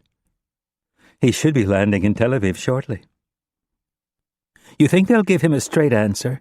Wicca asked. Kennedy thought it over for a second. "I'm not sure it'll matter. They'll love Mitch's idea for the simple reason it'll give them diplomatic cover.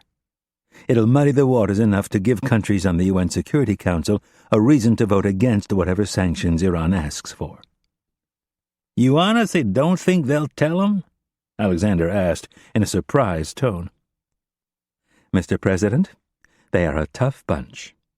If anyone can get them to talk, though, it would be Mitch." Chapter 20. Tel Aviv, Israel. The Gulfstream 5 landed at Ben Gurion International Airport, where it was met by a refueling truck. After the tanks were topped off, the pilots were directed to a dilapidated hangar far away from the commercial terminal. The CIA pilots eased the plane's 93.5-foot wingspan through the 100-foot opening with great care and then shut the engines down. Mitch Rapp looked out the port side window and checked out the men who were assembled to greet him. They looked like misfits from some Cold War-era film about to handle a prisoner exchange at Checkpoint Charlie. Rapp unbuckled his seatbelt and stood. He looked over at Rob Ridley, who was about to get up. "Stay put." "Yeah, right." The chief of the CIA's Near East Division began to stand up. Rapp put a firm hand on his friend's shoulder and pushed him back down. "I'm serious." "We just finished a 12-hour flight," Ridley complained. "Are you out of your mind?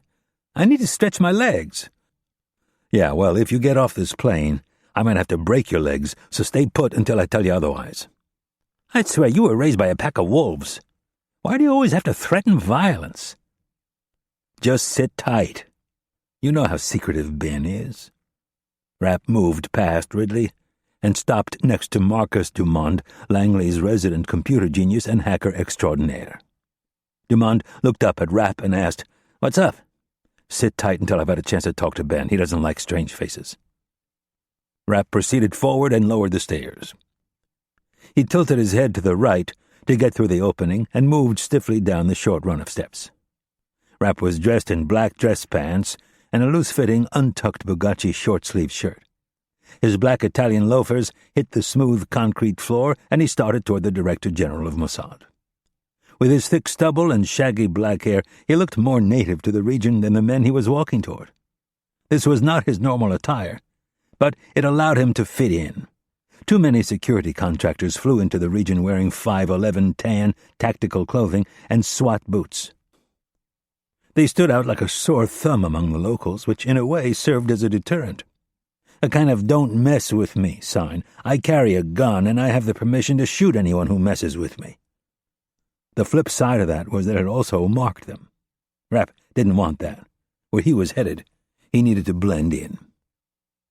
Rapp proceeded across the hangar toward Friedman, who was flanked by two huge men who looked as if they were waiting for Friedman to give them the okay to snap Rapp in half.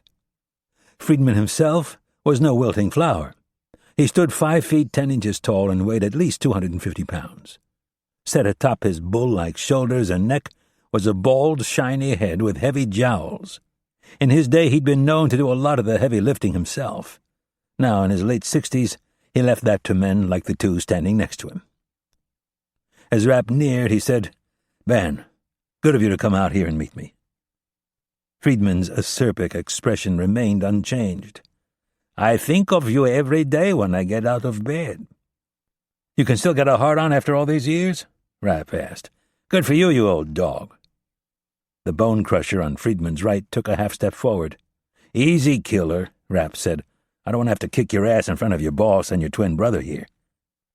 "I am referring to the bullet hole you put in my leg," Friedman continued. "Well, Ben," Rapp said, "I hate to think what you would have done to me if I had been dumb enough to assassinate an Israeli citizen and got caught trying to interfere in your country's political process." Friedman raised his chin in defiance and ignored his two bodyguards who were now looking at him. "What? You didn't tell Mongo and Lloyd here?" Rapp asked with feigned shock. "I'd be happy to fill them in on the little operation you were running against your country's most loyal ally. It went like this, boys. Enough!" Friedman shouted. "Wait for me outside." He snapped at the two men. Like obedient Rottweilers following the command of an owner, they turned and left without having to be told a second time. As soon as they were out of listening range, Israel's chief spy snarled, "What do you want?" "You look a little haggard, Ben. Not enough sleep lately?" "The only reason I am here is because your president requested that I meet you. What do you want?" "I don't want anything, Ben." Friedman scoffed. "I suppose you flew all this way because you missed my pretty face." "No, I flew all this way to thank you." The Israeli spy chief rolled his eyes. "For what?" "For doing us all a favor and destroying Iran's nuclear program." Friedman stared Rapp straight in the eye and said, "I have no idea what you are talking about." Rapp put one foot in front of the other, crossed his arms, and admiringly said, "I think you're the best liar I've ever met, Ben. That means a lot coming from someone as accomplished as you." "Thank you. Now, let's get serious. I know you destroyed that facility, and you know you destroyed that facility. I'm on your side. I told President Alexander you guys did us a huge favor. We did not drop bombs on that facility. I don't care what that crazy little man has said. No Israeli planes were anywhere near his country when this attack occurred, which leaves me with only one conclusion." Rapp smiled. "This should be good." He waved his hand toward himself. "Let's hear it." "I think maybe it was American planes that were spotted over Isfahan."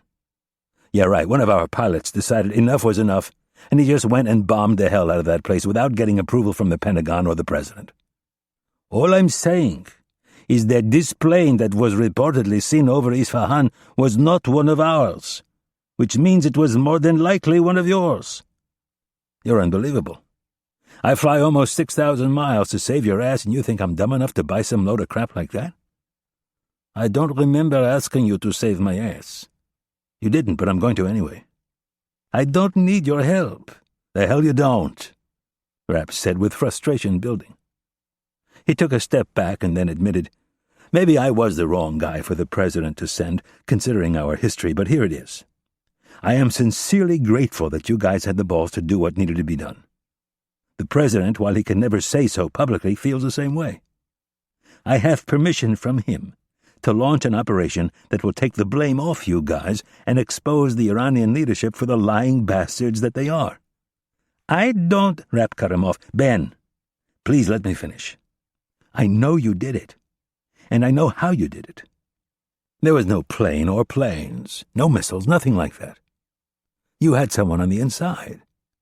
You guys blew that damn thing up and it collapsed into a nice little pile right on top of itself. I admire you for it. And if you weren't such a pain in the ass, I'd probably give you a hug right now." Friedman's already sour face twisted into a deeper frown. "How many people have you discussed this with? Only Irene and the President. Friedman exhaled and took a look around the hangar. The pained look on his face said it all. He was deeply troubled that Rapp knew one of his government's most closely kept secrets. What are your sources? Rapp smiled. For Friedman to ask such a question was as close to an admission as he was ever going to get.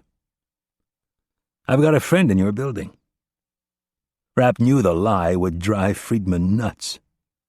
Changing gears, he said, I need you to get your government on the same page. Stay silent.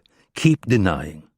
Whatever you need to do, I don't care what kind of evidence the Iranians say they have, you just don't admit you were behind this thing. They're going to show up at the UN on Friday and try to pin this whole thing on you. After they've presented their case, we're going to pull the rug right out from underneath them and leave them looking like lying fools. Friedman was intrigued. What do you have planned? Don't worry, you'll see soon enough. Again, the President sends his thanks. I don't like you, Ben, but I sure as hell admire your audacity. Rapp turned and started walking away. Where are you going? Friedman yelled. To northern Iraq. Rapp shouted over his shoulder. To bail your ass out.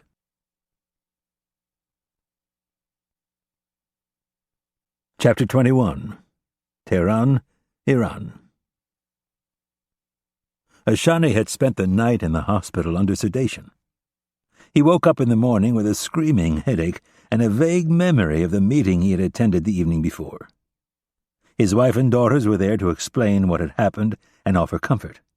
They made a great joke out of the fact the doctor wanted him to abstain from work and talking for at least 2 days. His lungs were operating at 10% of their normal capacity due to the amount of dust he had inhaled. The doctors tried to remain positive. They told him that with rest and antibiotics to ward off an infection, he should be back to himself in a week or so. Ashani got the distinct impression they were lying to him. Deputies from the Ministry of Intelligence began showing up at his bedside by mid-morning to deliver briefings and keep him apprised of what was going on. At first these were nothing more than routine reports, although in the wake of the attack on Isfahan there was a new sense of importance to everything. His wife hovered nearby, and twice she tried to stop people from getting into the room. While Ashani appreciated her trying to protect him, it was not realistic. He needed to know what was going on. It was shortly after noon when Ashani started to get the feeling that trouble was brewing. There were little signs here and there that Amatullah was putting the country on a full-blown war footing. To a certain degree this was fine. It would force the Americans and the Israelis to react. Putting bases on high alert and organizing protests was one thing, but ordering the entire Iranian submarine fleet to sea was an entirely different matter. The Americans were very skittish about the Kilo-class submarines his country had purchased from Russia. Putting all of them to sea, as well as the mini-subs and the noisy Iranian-made subs, would make the Americans even more skittish. Ashani was sipping his lunch through a straw when his number 2 entered the room with a box of chocolates and a worried expression. The man leaned over him so that no one else in the room could hear, and he whispered, "We have problems." Ashani had known Firuz Meral al-Jalali for 16 years. He was not prone to exaggeration. The worried look on his face told him the problem was internal. Ashani lifted his hands from his lap and made a shooing motion. 4 people filed out of the room, but his wife held her ground. Ashani's jawline tightened, and he jerked his head toward the door. His wife shook her head in disappointment and left. Jalali pulled up a chair and sat at the edge of the bed. "Has your room been inspected?" Ashani nodded. The sad truth was that he was more concerned with espionage from within his own government than from a foreign agency. "The mutt," Jalali said with a look of disgust, "is prancing around, demanding this and that. He acts like he is running things." Ashani nodded. His friend was talking about the abrasive Mukhtar. The man's non-Persian roots did not endear him to Jalali and many others.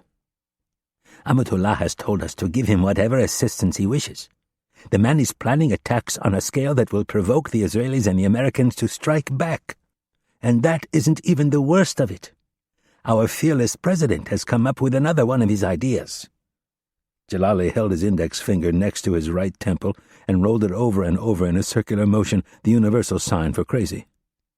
"He wants us to put together a plan to sink one of our own tankers in the Strait of Hormuz." Ashani's eyes grew wide. "I know," Jalali shook his head. "He wants to frame the Americans.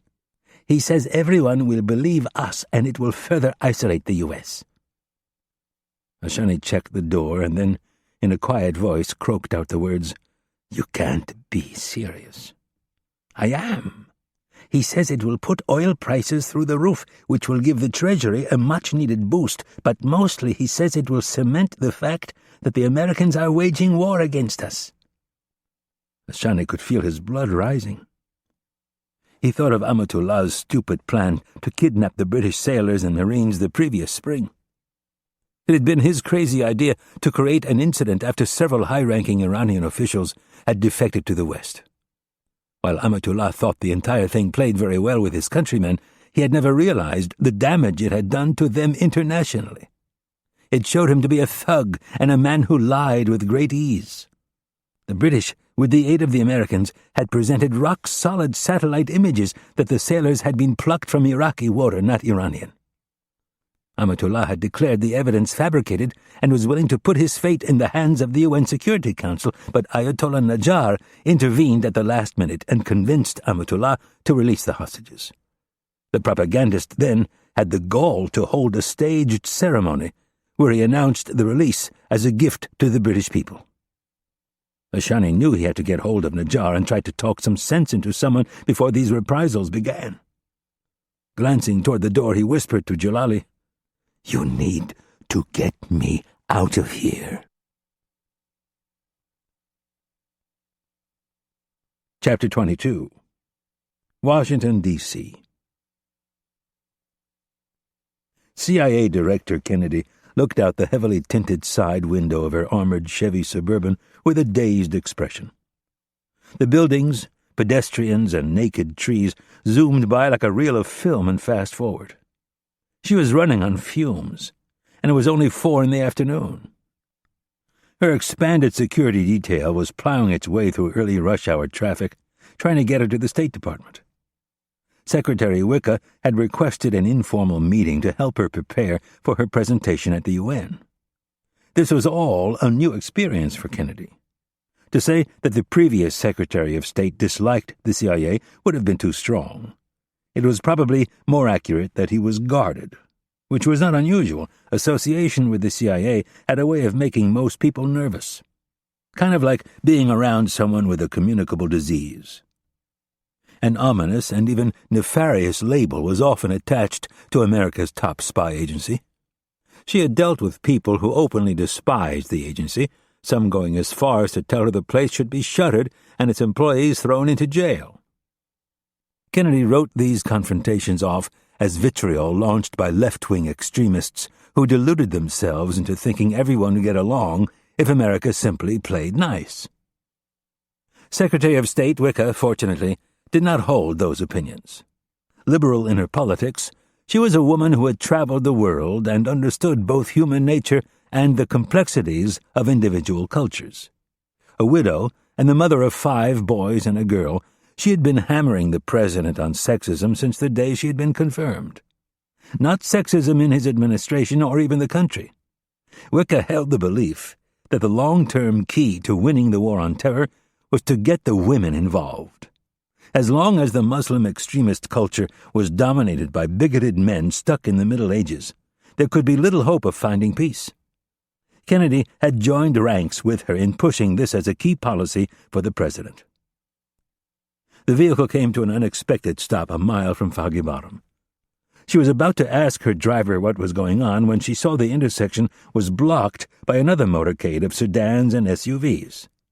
With Iran making noise and threatening reprisals, the Department of Homeland Security had recommended that personal protection details for all key administration figures be stepped up. Kennedy's security chief had already made the adjustment, even though she voiced her opinion that the decision was premature. D.C. traffic was some of the worst in the country, and all of these motorcades only made things worse. Just as the intersection cleared, Kennedy's mobile secure telephone unit began buzzing. She looked at the readout and saw it was her office. She pulled the black handset from its cradle and said, "Hello? I have Mitch on the line." It was the voice of one of Kennedy's 3 assistants. "Patch him through, please." There was clicking noise, and then Rapp came on. "Irene?" "Yes?" "I just finished the first leg of my journey." "Are you back in the air?" "I wouldn't be talking to you if I was still on the ground." "How did it go?" "The guy is unbelievable. He actually tried to blame it on us at one point." Kennedy sighed. Moments like this made her wonder if Ben Friedman was actually an ally. "What did he say?" "He tried to say it was our planes that were seen in the air." "How did you respond?" "I told him there weren't any planes in the air, theirs or ours. That was when I saw the chink in that ugly mug of his. He started to get real evasive and nervous, especially when I laid out for him exactly how the place had been destroyed." "How did he react?" "Worried. He wanted to know who I had talked to." "And?" "I told him I had a source inside his government." Kennedy smiled and said, "You didn't." "Damn right, that prick. He's got more spies in America than practically every other country combined, and what did we give them last year? $5 billion in aid." "Roughly." The motorcade was now pulling up to the first checkpoint, a block away from the State Department. The CIA security people had called ahead, so the crash gate was down, and they were being waved through. "You do know he's going to launch an investigation to find out who talked to you." "Good, it might keep him out of my hair for a while." "I told him to stay silent and tell his government to keep denying." "You didn't tell him what you were up to, did you?" "No." "Good." The motorcade breezed through the checkpoint and pulled up in front of the main entrance. "Anything else?" "No, our guy in Mosul has everything set up. I'll call you as soon as I finish the meeting." "Thanks." Kennedy placed the phone in its cradle and waited for the door to be opened. It seemed like overkill, but it was the policy of her protective detail. They wanted to sweep the area to make sure there were no threats before she left the cover of the Suburban. 5 seconds later, the door was opened. Kennedy left the vehicle and was flanked by men as she headed up the stairs and into the building. They were greeted by a State Department official who escorted them past the metal detectors and into a waiting elevator. Wicca was waiting for Kennedy in her expansive office. While the outside of the Harry S. Truman Building would not ever be chronicled in the annals of great American architecture, the Secretary's office was impressive. It looked as if it had been transported from an 18th-century French villa. The furniture, carpeting, gilded ceiling, and alabaster fireplace radiated wealth and prestige. The Secretary of State looked over the top of a pair of horn-rimmed spectacles perched on the end of her nose. Her short, frosted hair was cut in layers. She pushed her chair back and stood. "Thank you for coming, Irene." "My pleasure, Sonny." "Can I get you anything to drink?" "No, thank you, I'm fine." Wicca walked over to a small, wet bar and grabbed 2 coffee mugs. She set them down and pulled a bottle of Hennessy brandy out of the cupboard. She poured some brandy into each mug and then carried them over to where Kennedy was standing. "You look like you could use some." Wicca handed Kennedy one of the mugs. Kennedy smiled. "Nice choice of stemware." "This place is filled with prudes and teetotalers. It's not like the old days, I'll tell you that." Kennedy held up her mug. "To the old days." Wicca raised her mug and clanged it against Kennedy's. "Although I suppose in the old days they would have never let us out of the secretarial pool." "That's right." "Well, screw the old days." Wicca pointed toward the fireplace and 2 waiting chairs. "I saw in the paper today Stu Garrett drowned while vacationing in Central America." "Costa Rica," Kennedy offered. Wicca took the chair on the right and studied Kennedy for a moment. Finally she offered, "The man was a real jerk." Kennedy pursed her lips while she thought of an appropriate response. She got the sense Wicca might know more than she was letting on. "He had a knack for getting under people's skin." "He sure did." Wicca took a drink and said, "I hear you're leaving for Iraq in the morning." "Yes." "Be careful." "I always am. I mean extra careful. I don't trust the Iranians." Kennedy brought the mug up to her lips but didn't take a drink. "I've found Ashani to be a pretty reasonable person to deal with. I don't know him, but he's not the one I'm worried about. It's that little Amatullah who scares the heck out of me." Wicca took a drink of brandy. "Why is it that these wacky dictators are all short?" "Coincidence." Kennedy took a sip. "Saddam was over 6 feet tall." "What about Hitler? He couldn't have been more than 5'10". "Yeah, you're probably right." "Pol Pot? Kim Jong-il? Chairman Mao?" "What about Stalin?" "I don't think he was short." "Well, whatever it is, I don't trust Amatullah. Just be very careful while you're over there. Especially after I put on my little performance in New York tomorrow. They are not going to like being embarrassed like that." "No, they won't, but that's why I'm going over there, to offer them the olive branch."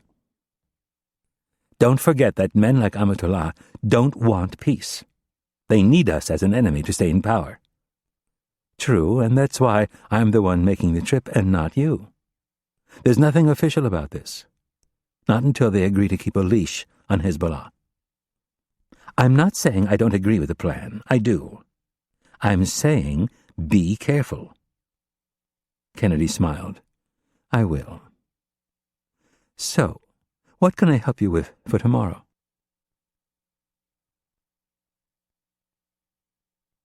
Chapter 23. Mosul, Iraq. The sun was dropping beyond the horizon as the Gulf Stream 5 descended out of a patch of wispy clouds. The city of Mosul spread out beneath them, the Tigris River slicing along the eastern edge of the metropolitan area of 2 million. 5 main bridges connected the old city to its sprawling suburbs. The city's roots were steeped in trade. For centuries, it had been an extremely ethnically and religiously diverse place. In the late 80s, Saddam Hussein put an end to that.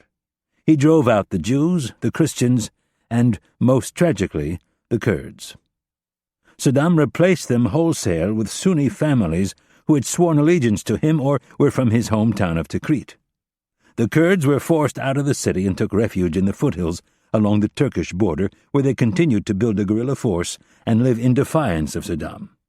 Since the fall of Saddam, the city had been in flux. The CIA had formed a very effective relationship with the Kurds. Whenever things got ugly in Mosul, the CIA would call their Kurdish friends who were garrisoned to the north. They would roll back into the city and slap down whichever faction was causing trouble. The Shia population this far north was nothing like it was in the south. But that didn't stop Iran from sending in its Badr brigades to stir up trouble or al-Qaeda in Iraq from trying to foment violence between the Sunnis and the Kurds. Rapp looked past the port-side wing and counted the bridges. He couldn't understand why the damn country just wasn't split in 3. It didn't even exist in its current state until the aftermath of World War I. For 5 centuries, the Turks, the Kurds, the Persians, and the Safavids had all fought over a piece of land made fertile by the Tigris and Euphrates rivers. Then the British and the French came along and decided to redraw the map of the Middle East, and everything went to hell. Mosul, thanks to the Kurds, however, was showing real stability, so much so that the pilots felt safe enough to take a straight approach over the heart of the city. If it had been Basra or Baghdad, they would have corkscrewed their way down onto the strip, not an enjoyable way to land. The plane set down gently and proceeded to the CIA's sector within the base, where the $60 million Gulfstream 5 was placed inside a hardened hangar.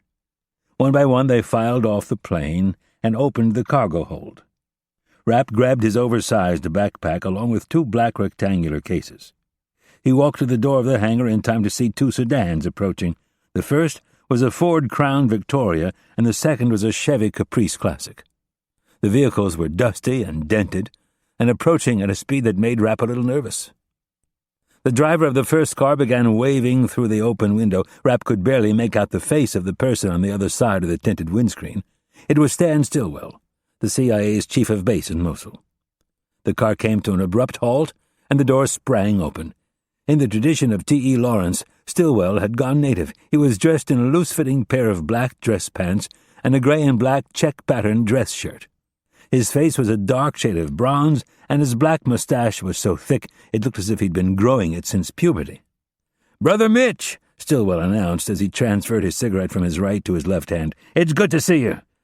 Rapp took Stillwell's hand and met him with a half-hug. "How the hell have you been, buddy?" Rapp had known Stillwell for more than a decade.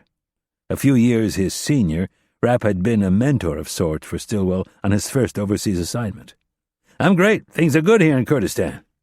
"I bet. How many girlfriends?" "A few," Stillwell smiled, revealing a thin gap between his top front teeth. "You know, one of these days you're going to end up with a very angry father on your hands, and he's going to make you choose between castration and the altar." "No one's caught me yet." Rapp thought about reminding him of the time he'd had to talk Kennedy out of reprimanding him for one of his unreported dalliances, but didn't want to bring it up in front of Ridley. Famous last words. "Don't say that. I'm just saying, sooner or later, your luck is going to run out." Stillwell took a drag from his cigarette. "You're probably right." "Is everything ready to go?" "Yep, he's waiting for us back at my place. Give me those bags." Stillwell looked over Rapp's shoulder and saw Ridley. "Hey, boss, how you doing?" "Stiff," Ridley said in a grumpy voice.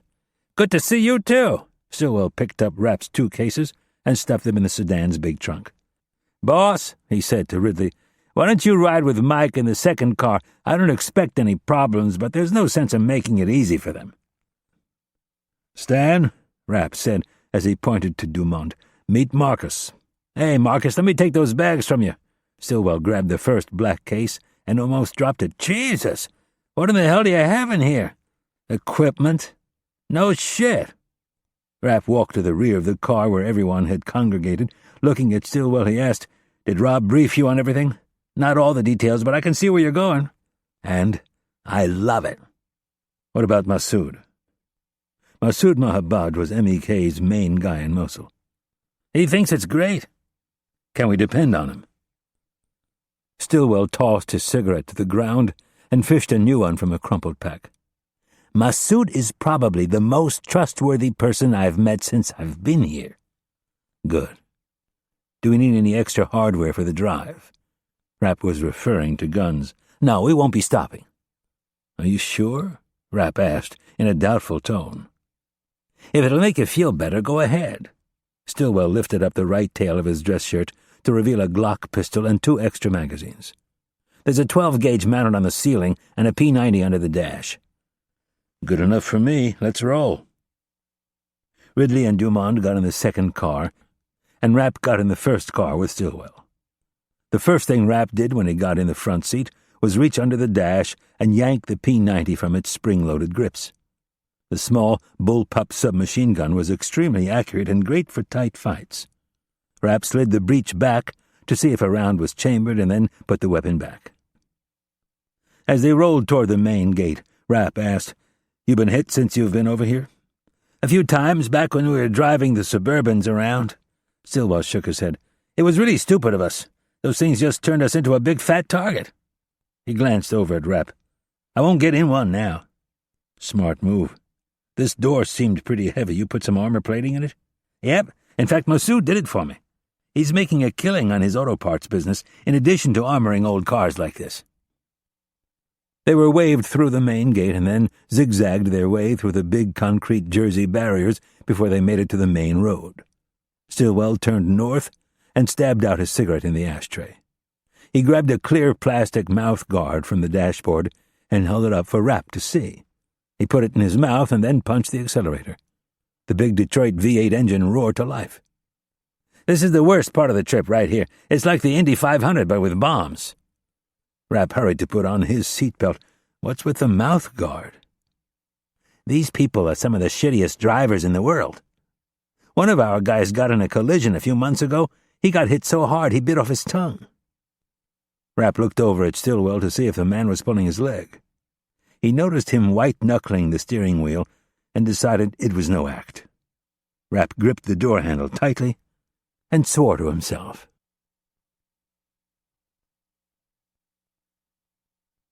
Chapter 24. Tehran, Iran. Imad Mukhtar was in a foul mood. He looked around the rectangular table with contempt. As a man of action, nothing bothered him more than having to listen to soft men spout platitudes.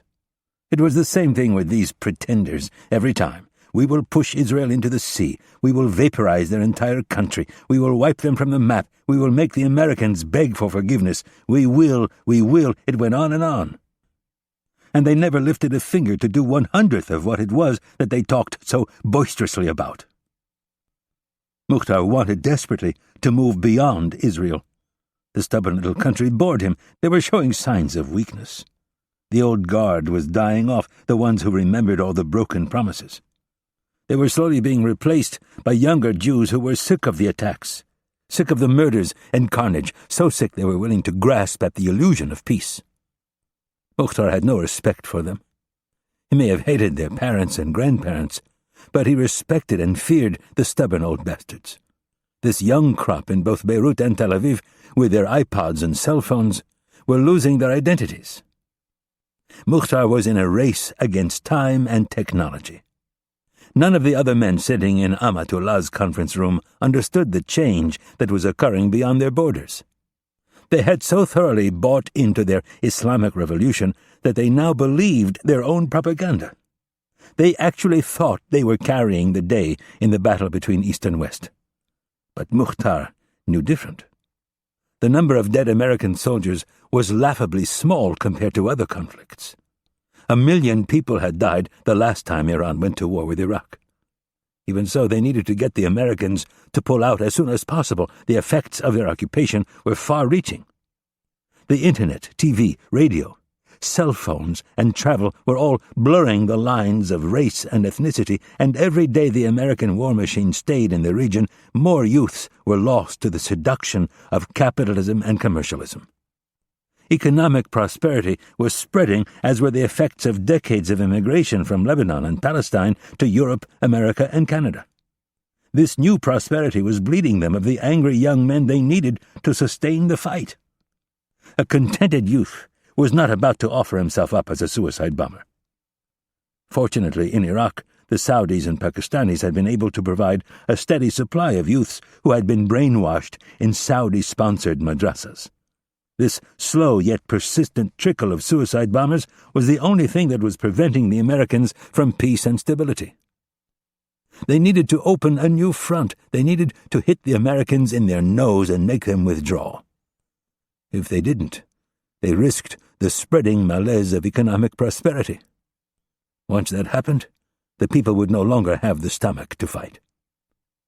The yammering continued, with each advisor to Amatullah trying to outdo the next in the arena of tough talk.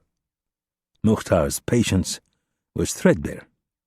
Allah surely had important plans for him. Why else would he have allowed him to survive the horrible attack at the nuclear facility? He'd spent the first day in the hospital heavily sedated. His lungs ached from all the coughing. When Amatullah sent for him, he was eager for the chance to get away from the poking and prodding of the nurses and doctors. If he had known the meeting was going to be like this, however, he would have stayed in his bed. Major General Dadras, the chief of the armed forces, was backtracking from his earlier statements that his shore batteries could sink every U.S. ship in the Gulf if given the word. He was now saying that while he could inflict heavy casualties on the United States, such an aggressive move would undoubtedly be seen as an act of war and would invite heavy reprisals. "And what do you call what they did to us?" Amatullah asked with his signature half-grin. "Was it not an act of war? Can we sit here and let it go unpunished?" "I agree," said General Dadras, trying to sound reasonable.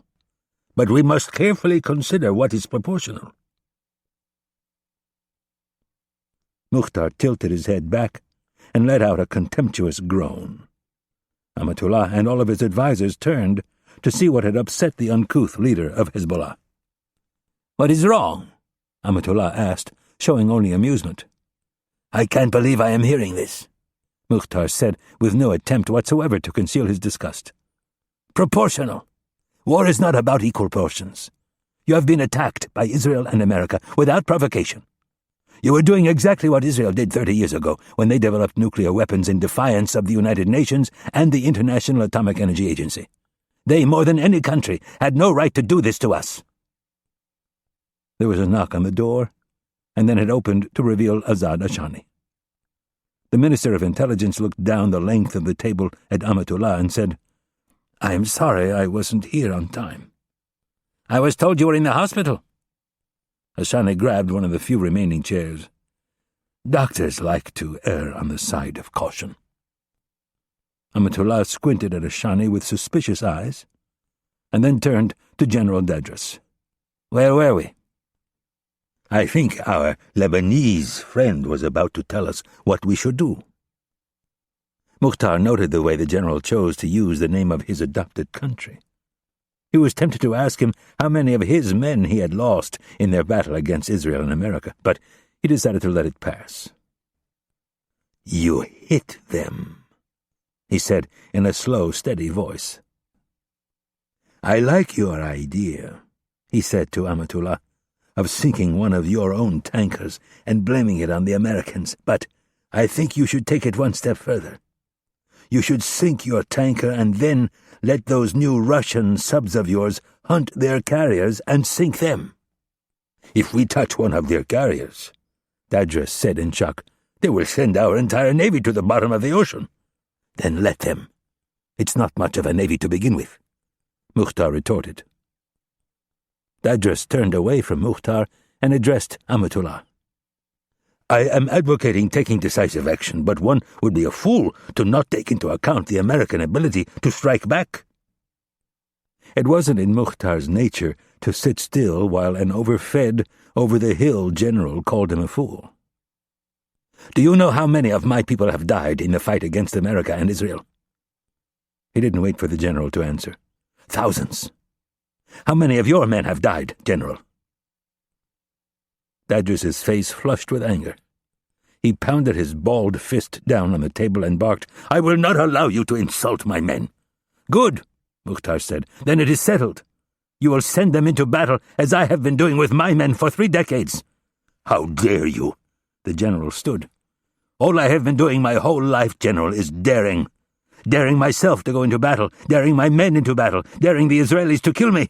The French, the Americans, the list goes on and on. Let them drop their bombs. Let them sink your navy. They will never invade your country." "Even if we sink one of their carriers?" "Especially if you sink one of their carriers.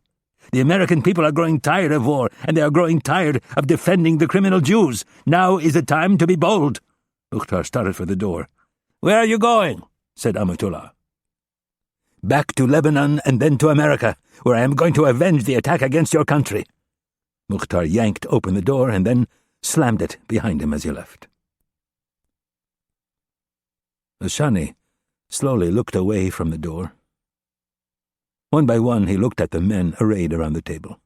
Every single man had his eyes cast down in shame, save one. Amatullah had that crooked grin on his face and a faraway look in his eye.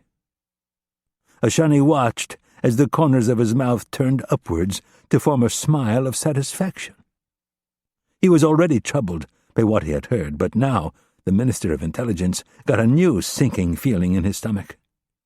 Something told him Amatullah had recruited Mukhtar to goad these men into taking reckless action. Ashani had no doubt what the Americans would do if one of their carriers were hit, especially if they could claim they had no hand in the attack that destroyed Isfahan. Ashani knew his colleagues well. If their honor were called into question by a half-breed like Mukhtar, they would take action. He needed to give them time to cool down.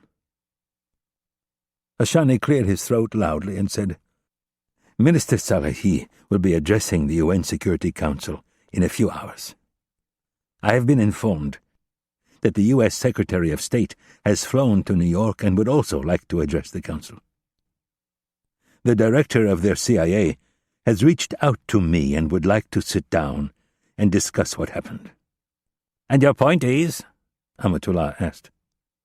"Before we do something that could place this government and its people in harm's way, I think we should talk to the Americans and find out what they might be willing to offer us to avoid further conflict." One by one, the advisers slowly nodded their heads in agreement. Amatullah looked at the men and said, "I can wait another day or two at the most before we take action. But I want plans drawn up. When I give the order, I want them implemented immediately. Have I made myself clear?" One by one, each man at the table said they understood, even Ashani.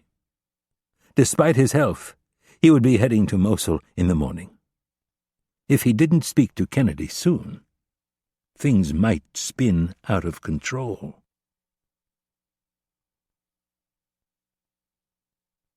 Chapter 25. Mosul, Iraq.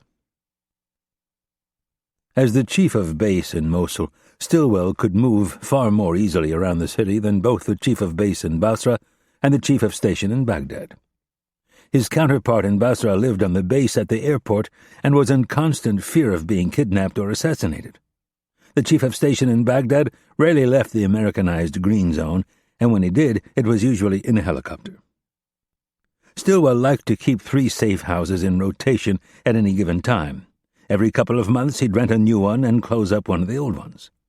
They were all fairly nondescript, 2-story brick or stucco homes with high walls and a strong gate. He staffed them with private contractors and never stayed in one more than 2 nights in a row. He was constantly changing his routine so as to confuse anyone who might attempt to kidnap him. Dozens of contractors and private citizens in Mosul had been ambushed and held for ransom. About half of them made it back alive. The other half ended up floating downstream in the river. Massoud would from time to time provide a shadow for Stilwell to see if anyone was following him. Massoud's men caught a local thug getting a little too close a few months earlier and put him in the hospital with a broken jaw and 2 broken legs. As they crossed over the Tigris, Stilwell brought Rapp up to speed on Massoud. "He's been trying to get this house for 3 years. "Why this house in particular?" Rapp asked. "It's on the east side of the river. There's more land and it tends to be less violent. It also puts him that much closer to the Iranian border, which for some reason means a lot to him." As they crossed over the river, Stilwell pointed north. "You see that patch of land past that other bridge with all the trees? It looks like a park." "Yeah. That's his new place. It used to belong to one of Saddam's cousins. The guy had a monopoly on the textile industry in northern Iraq. With Saddam's help, he used forced labor to run his factories. I guess the guy made a killing." "Did we get lucky and drop a bomb on his head?" "Nope, he took off to Jordan the week before the war started. The guy's been holding out hope that he would be able to return. A few months ago he finally saw the light and sold to Massoud."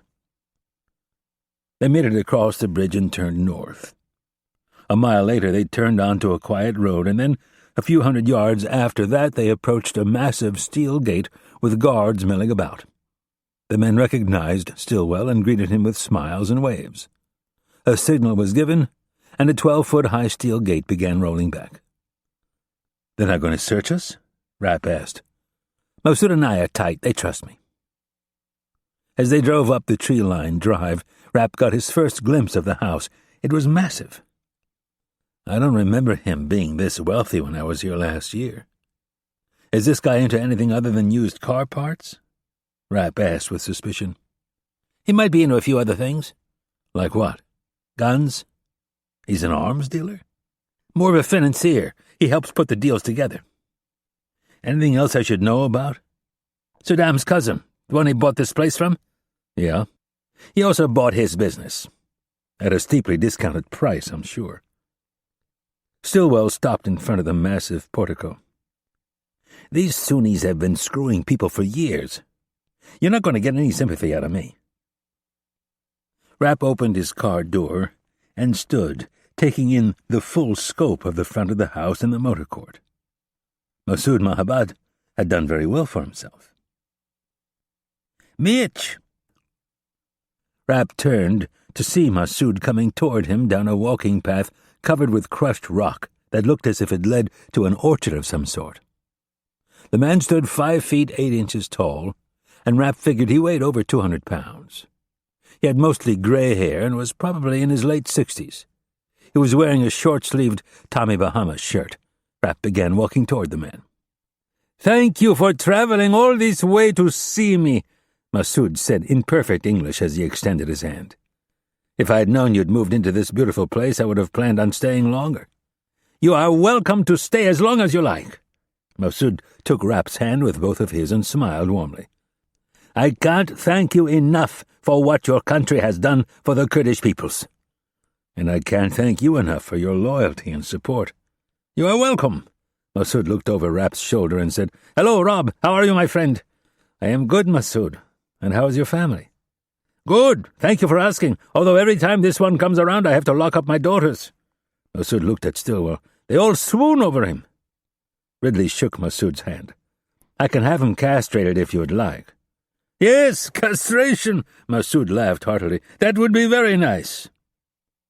After the laughing died down, Rapp introduced Dumont, and then Massoud led them through the house. He stopped several times to discuss artwork that he had purchased and pieces he was hoping to get his hands on. The place looked more like a small palace than a house. The interior walls were constructed of limestone blocks. The main staircase, with its black iron banister, dominated the left side of the entry hall. Antique tapestries and oil paintings covered the walls. They made it out onto the veranda just in time to see the sun floating on the western horizon. The entire city of Mosul lay before them, with the long shadows of evening stretching toward them. Indoor furniture and rugs had been moved outside and were waiting for them along with 2 butlers. Drinks were served, and then appetizers. They all sat, and Massoud worked his way around the group, offering each guest a cigar from his humidor. As the sun went down, heat lamps were set up and ignited. After everyone had lit up, Massoud settled into his oversized chair and looked at Rapp with a devilish smile. "You are aware of my hatred and disdain for that little peacock Amatullah." "Yes, I am," Rapp replied. "And you know I would love nothing more than to see him embarrassed." "That makes 2 of us." "Then I'll do whatever I can to help you. Tell me more about your plans." Rapp set down his scotch and took a long pull off his Monte Cristo cigar. "I want you to think this through because there could be reprisals." Massoud grunted with disdain as he shook his head.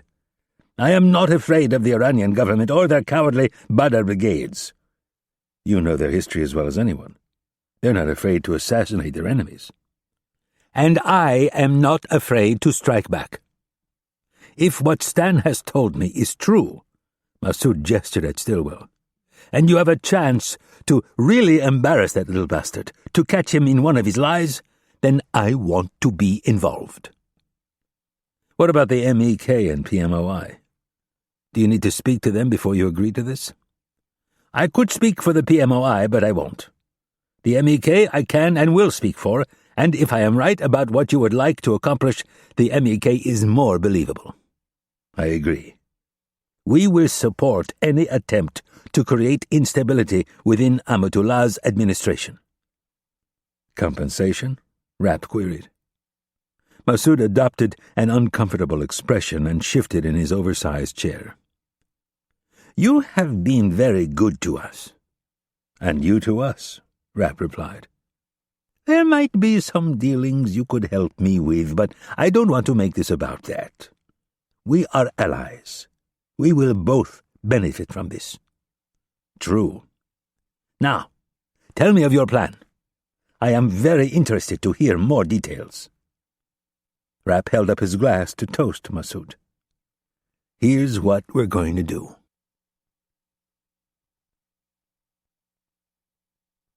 Chapter 26. Tehran, Iran. Ashani checked his watch. If his driver made good time, they would avoid being late. The Minister of Intelligence popped the top off a small container of sedatives his doctor had given him and downed a few. Between meetings, he had gone back to his office at the Ministry of Intelligence and checked in with his deputies. The get-together with Kennedy was set for the following afternoon in Mosul, where they had met the last time. Everyone was on edge except Ashani, which made him wonder if it was the pills. Ashani's head of security was not happy about the rushed nature of the meeting. He wanted more time to do an advance review of the site. This did not come as a surprise to Ashani, since his security people by necessity were paranoid. He had to calmly tell them to stop sweating the details. The last thing the Americans would want right now would be to make matters worse. Ashani security chief, Rahat Tehrani, told him it wasn't the Americans he was worried about. It was the Mujahideen Ikalk. Tehrani explained that there had been a spike in MEK communications in just the last day, and there were reports of civil disobedience in the northern provinces. Ashani wrote it off as the Kurds picking an opportune time to stir up trouble. Ashani assured Tehrani that he could relax, but inside he held some doubt. With every crisis, the northern provinces were becoming increasingly bold in their defiance. The last thing they needed at the moment was to have to put down an insurrection. As they neared the presidential palace, the streets became choked with pedestrians and buses. Amatullah had sent his propagandists out into the city to foment an anti-American demonstration. Classes were cancelled at the universities, and free buses were provided. They were all headed for the old American embassy. Even though the Americans had been gone for more than a quarter century, Amatullah and the other revolutionary faithful still used the compound as a rallying point to preach against the great Satan. They reached the gates of the presidential palace and entered the lush grounds. Ashani had no desire to see Amatullah for a second time in what was becoming a very long day, but he had learned in the past that a request from Amatullah was really a command. Ashani was shown into a comfortable room next to Amatullah's office for the viewing of Minister Salehi's presentation to the United Nations Security Council. Brigadier General Soleimani of the Quds Force was already there, as well as Gholam Mosheni, the Vice President for Atomic Energy, and Major General Zarif, the head of the Republican Guards. Tea was offered to each man. Ashani said hello to everyone and took a seat next to Soleimani on one of the leather couches. The big-screen TV was tuned to CNN. A man and woman were on the screen talking about the tension in the chamber between the Iranian foreign minister and the U.S. Secretary of State. Amatullah entered the room holding a glass of water. He was smiling from ear to ear. "I just spoke with Salehi. France, Russia, and China have all agreed to back our resolution. He said if we withdraw our language about the U.S., he thinks England will back it as well." "What about the other members?" Ashani asked. "South Africa and Italy are on the fence. Everyone else is behind us." He said the Israeli ambassador looks very uncomfortable. "They didn't send their foreign minister?" Mosheni asked in a surprised tone.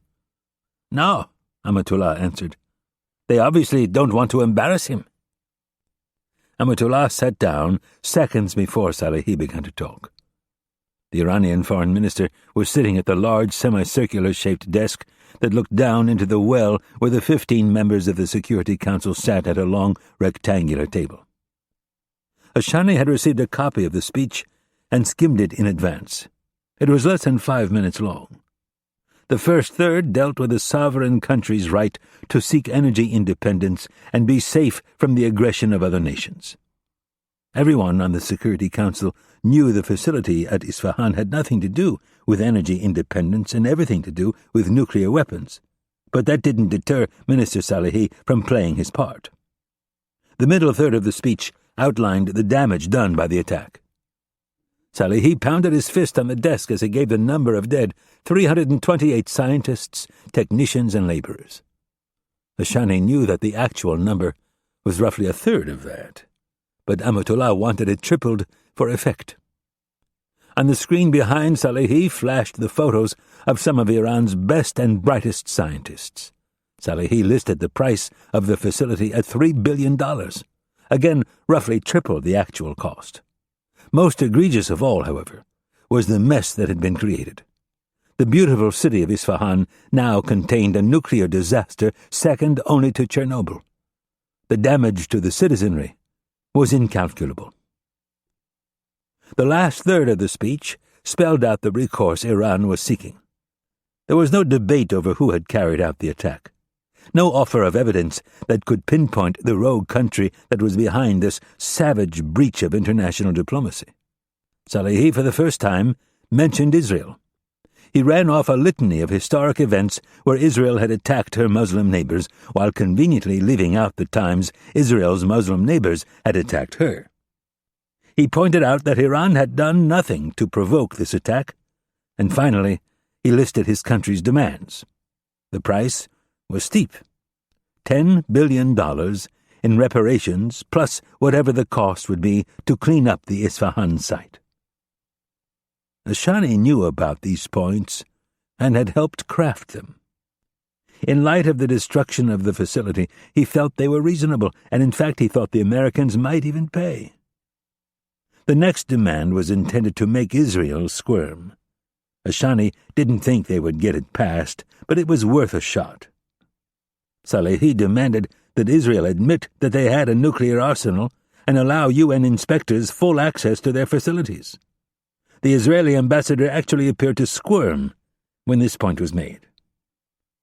Ashani thought Salehi was done, but the man took a drink of water and announced that he had one more point.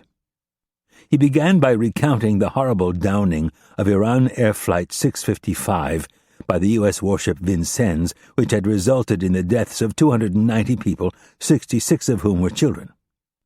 He listed another half-dozen merchant ships and Iranian naval vessels that had been sunk. He decried America's continued support of Israel and their abominable persecution of the Palestinian people. He said his country would no longer tolerate the bullying of the world's lone superpower. Ashani got the sense Salehi was building towards something very dramatic. "This organization," Salehi said, "has failed to protect us in the past. We have been attacked by the two greatest antagonists in the world today, and we will not allow these crimes against our sovereign nation to go unpunished. In 48 hours' time, we will suspend the right of innocent passage for all U.S. and Israeli ships through the Strait of Hormuz. We will consider the attempted transit of any ship sailing under the American or Israeli flag an act of war, and we will take decisive action." The chamber exploded in an uproar of discussion. Salehi paused for a moment and then began talking over the clamor. "When the United States and Israel have admitted to this cowardly attack against the sovereign state of Iran and has made assurances that recompense will be paid, we will reopen the strait." The reality of what had just been said took a moment to sink in. Amatullah had intentionally kept this last demand from him, knowing full well he would have said it was too inflammatory. The Security Council would undoubtedly make a move to separate each demand before voting. And there would be calls for investigations that would take months. But the closing of the strait could short-circuit all of that and lead to a speedy resolution. Or it could lead to an escalation that Ashani was afraid would not benefit his country. Ashani glanced over at his president and wasn't the least bit surprised to find him nodding at the TV and looking very full of himself. Ashani had the sinking feeling that Amatullah actually wanted a confrontation in the Gulf.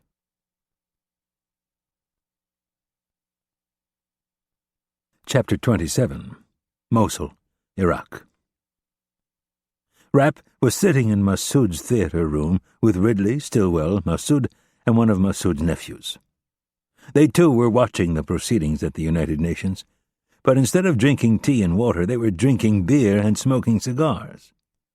Rapp had learned to expect strange behavior from the Iranians, especially their president. In a way, they were a cross between the Cold War diplomats of the Soviet Union and the South American thug Hugo Chavez.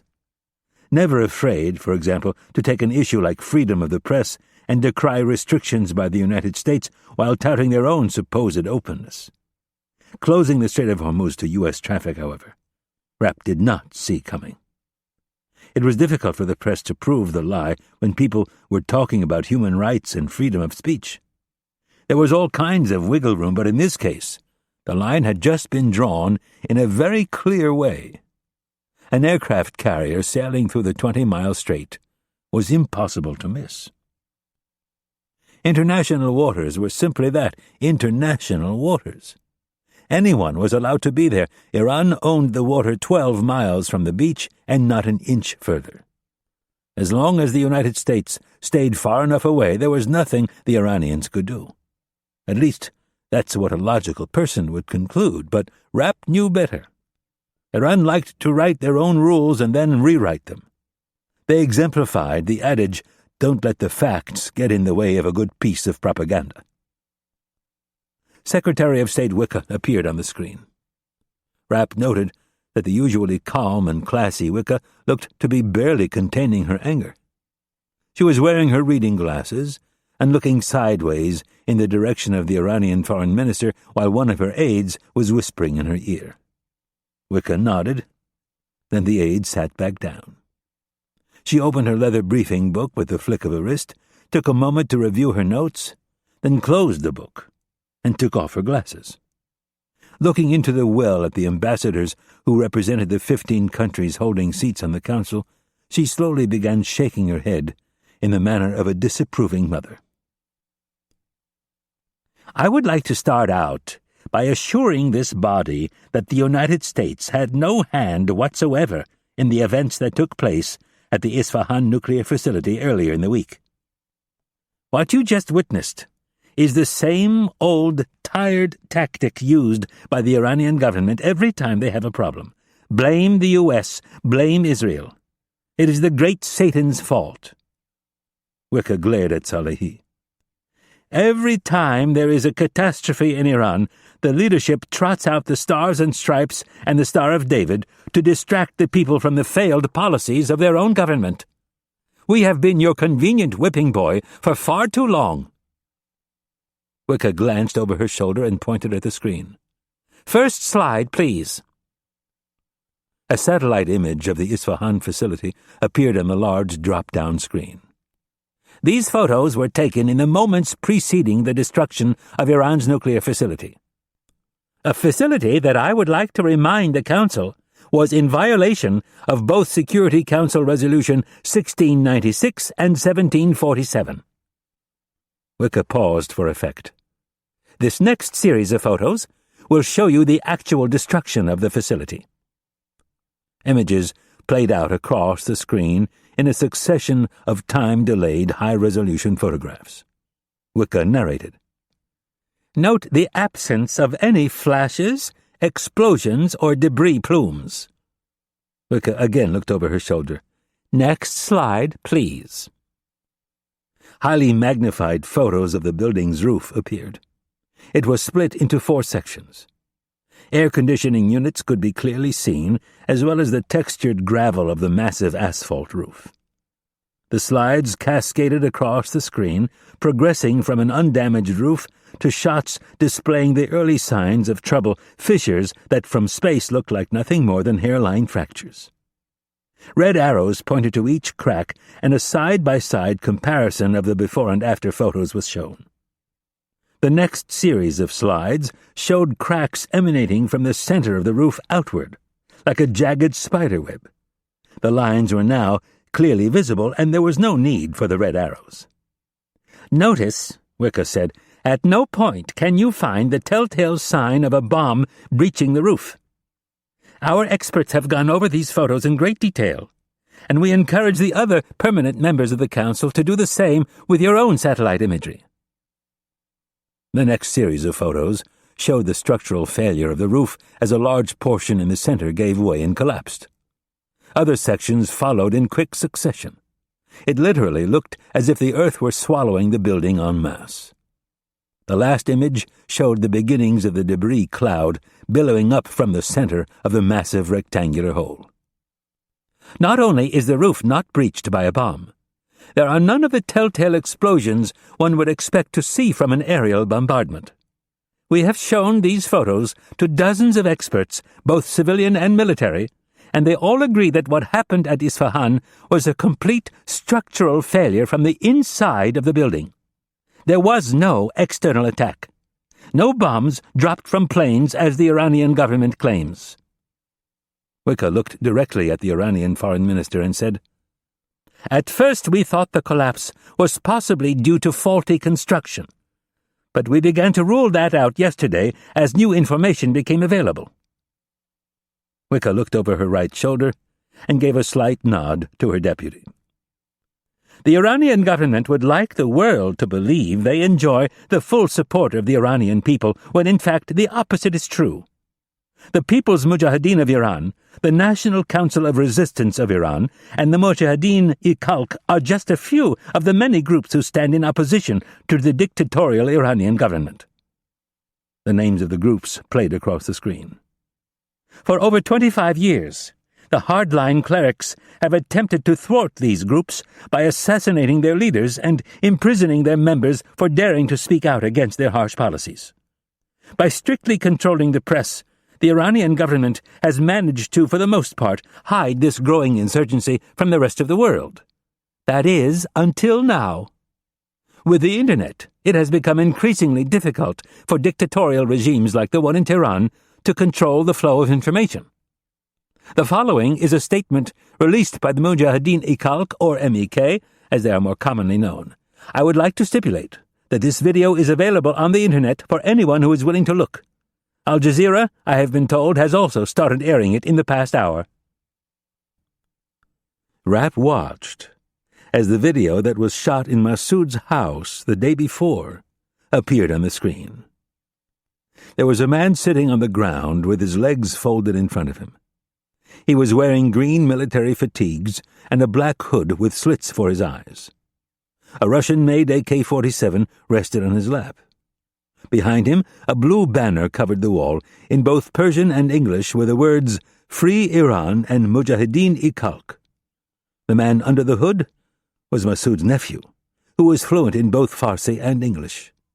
He started out speaking Farsi and then switched to English.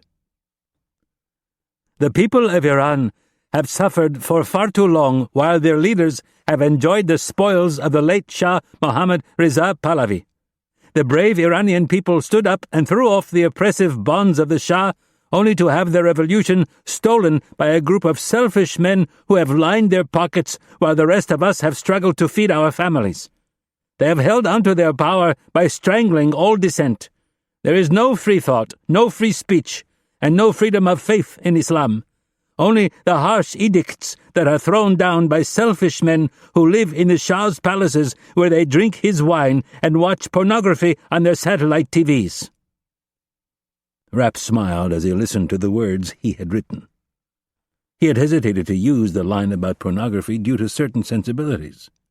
To those living in the West, the accusation would sound ridiculous, but to the people living under harsh Islamic law, the accusation had the potential to stir up a deep-seated suspicion that those who made the laws lived above them. Such an accusation in this part of the world had the potential to incite a riot. They are protected by a secret police, the masked man continued, that is far more ruthless than the dreaded Savak of the late Shah. They have beaten, tortured, and assassinated anyone who dares open their mouth in disagreement. They have spent billions in the pursuit of nuclear weapons while the average citizen struggles to heat his home and feed his family. What have we as a people gained in this pursuit of nuclear weapons that we do not need and the world does not want us to have? The answer is nothing. They have turned our once great nation into a pariah of the free world. I ask my fellow Iranians, how is this life any better than the one we had under the Shah? The sad truth is that it isn't. And that is why we destroyed the nuclear facility at Isfahan. We have infiltrated the ranks of the guardians of the revolution and virtually every entity within the government. The Isfahan facility stood as an example of everything that is wrong with our leaders. Do they care about our economic and spiritual well-being? No. They only care about the power they have so hungrily hoarded for themselves. We allowed these selfish old men to steal our revolution, and we have paid a heavy price. Many of our fellow countrymen are dead because we did not act sooner. Well, it is time for a second revolution. It is time to throw off the repressive bonds of the hardline clerics and their little puppet dictator. With the destruction of the Isfahan facility, we have marked the beginning of the end of these tyrants and the start of the fight for a true Islamic and democratic Iran.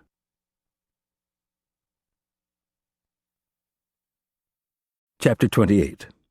Tehran, Iran.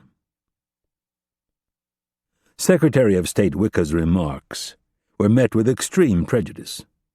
Even Ashani, who considered himself to be far more rational than the other men gathered in Amatullah's office, listened with the long-held belief that candor was an extremely rare commodity at the United Nations. Wicca's first point, however, couldn't have been more accurate. Every time Amatullah ran into trouble with the people or the supreme leader, he would run to the nearest microphone and deliver a speech bemoaning the evil nature of the United States.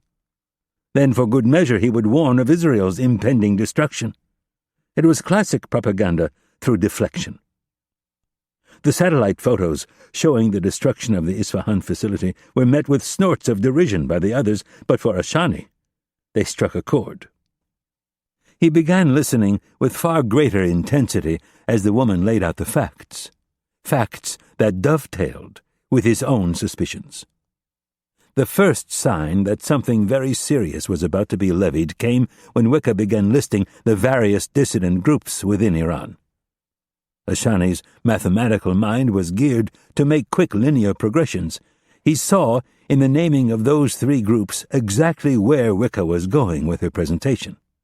He almost said something to Amatullah.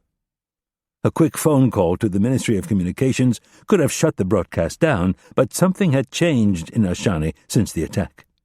His normal patience of playing along with all of the posturing and chest-thumping was gone. It was as if a part of him now wanted to see Amatullah suffer. So he sat there and said nothing. When Wicca announced the video by the Mujahideen Ikalk, the entire mood in Amatullah's office changed in an instant. Smirks were replaced with frowns, and flapping mouths grew silent. Ashani watched as Amatullah leaned forward. The Iranian president said, "What trick is this?" Ashani watched the first words of the MEK spokesman with guarded interest. He knew firsthand how terrorist groups loved to take recognition for the dirty work done by others, because he had helped orchestrate such statements before. Many of Hezbollah's operations were deemed too controversial for them to take credit, so they allowed fringe groups to bask in the glory instead. The MEK was no fringe group, however. They had grown significantly in influence and numbers in the northern provinces, so much so that government units could not operate without fear of attack. The words that came out of the TV were without a doubt the most subversive to be spoken in Iran since 1979. Ashani both feared and hoped that they would strike a chord with the general public. His fear was born out of the knowledge that revolutions were messy things with lots of innocent people caught in the crossfire.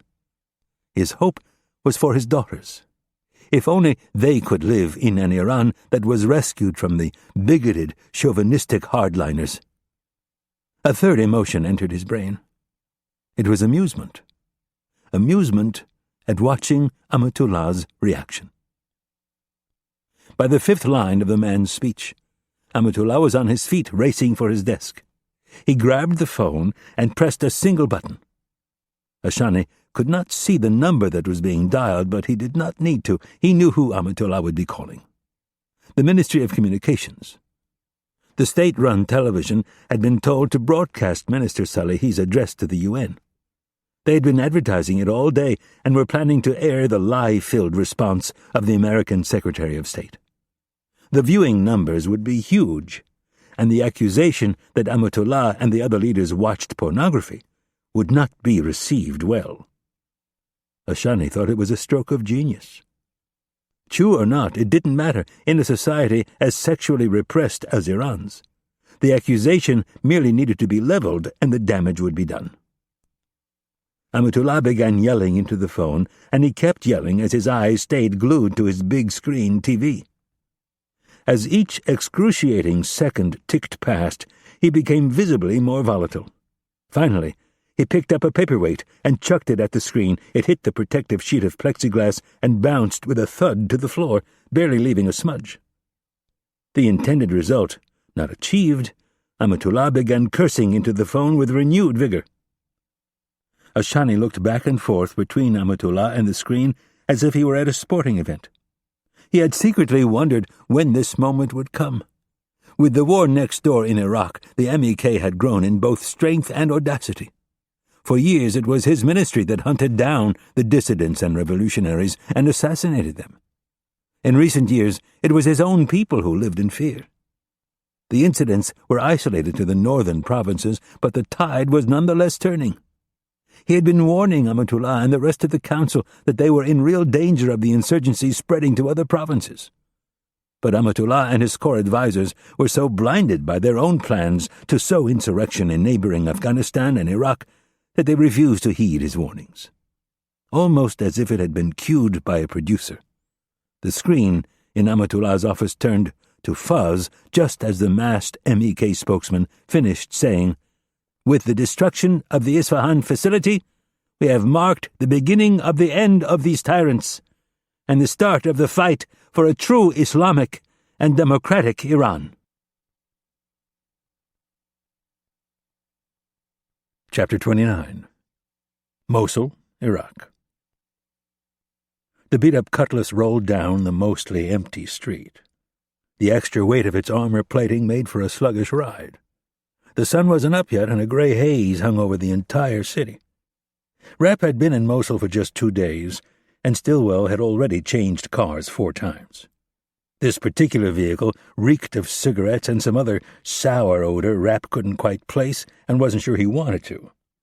Crumpled pop cans, styrofoam cups, and sandwich wrappers were strewn about the floor, and the ashtray was overflowing with smashed butts that had been smoked all the way to the nub. It was a ruse Rapp himself had used many times. A play on the Scarlet Pimpernel: create the illusion that you are a witless slob and people pay you little, if any, attention. Being the CIA's man in Mosul required a very delicate balancing act. You had to work the street so you could get information and build up your resources, but you needed to be constantly vigilant about your personal security. The other option was to sit behind the relatively safe walls of the nearest American base and let locals come to you. But it was hard to get a sense of what was really going on unless you got out and mixed with the population. Stillwell understood that you needed to put yourself in a position where you could stumble across the lucky find that made the careers of many a foreign intelligence officer. The lucky walk-in. These people typically fell into 3 categories. The first was the person who was fed up with the power structure. In Iraq, that meant someone who was sick of the corruption and the violence. These were usually the best. Good people who could no longer sit by while terrorists, thugs, and criminals ran their neighborhood. The second type was the person seeking to exchange information for a new life in America or cash. They could be problematic, only in the sense that they often told you whatever you wanted to hear. The third, and by far trickiest, was the person seeking vengeance. Unable to settle a business disagreement with a competitor or partner or a conflict with a neighbor, these people would turn to the CIA and level wild accusations against their foe. More often than not, the person making the accusation was no better, if not worse, than whoever they were trying to turn in. Stillwell had stopped talking to these people. The most risky part for Stillwell was that he had to basically open up shop so people knew where to find him.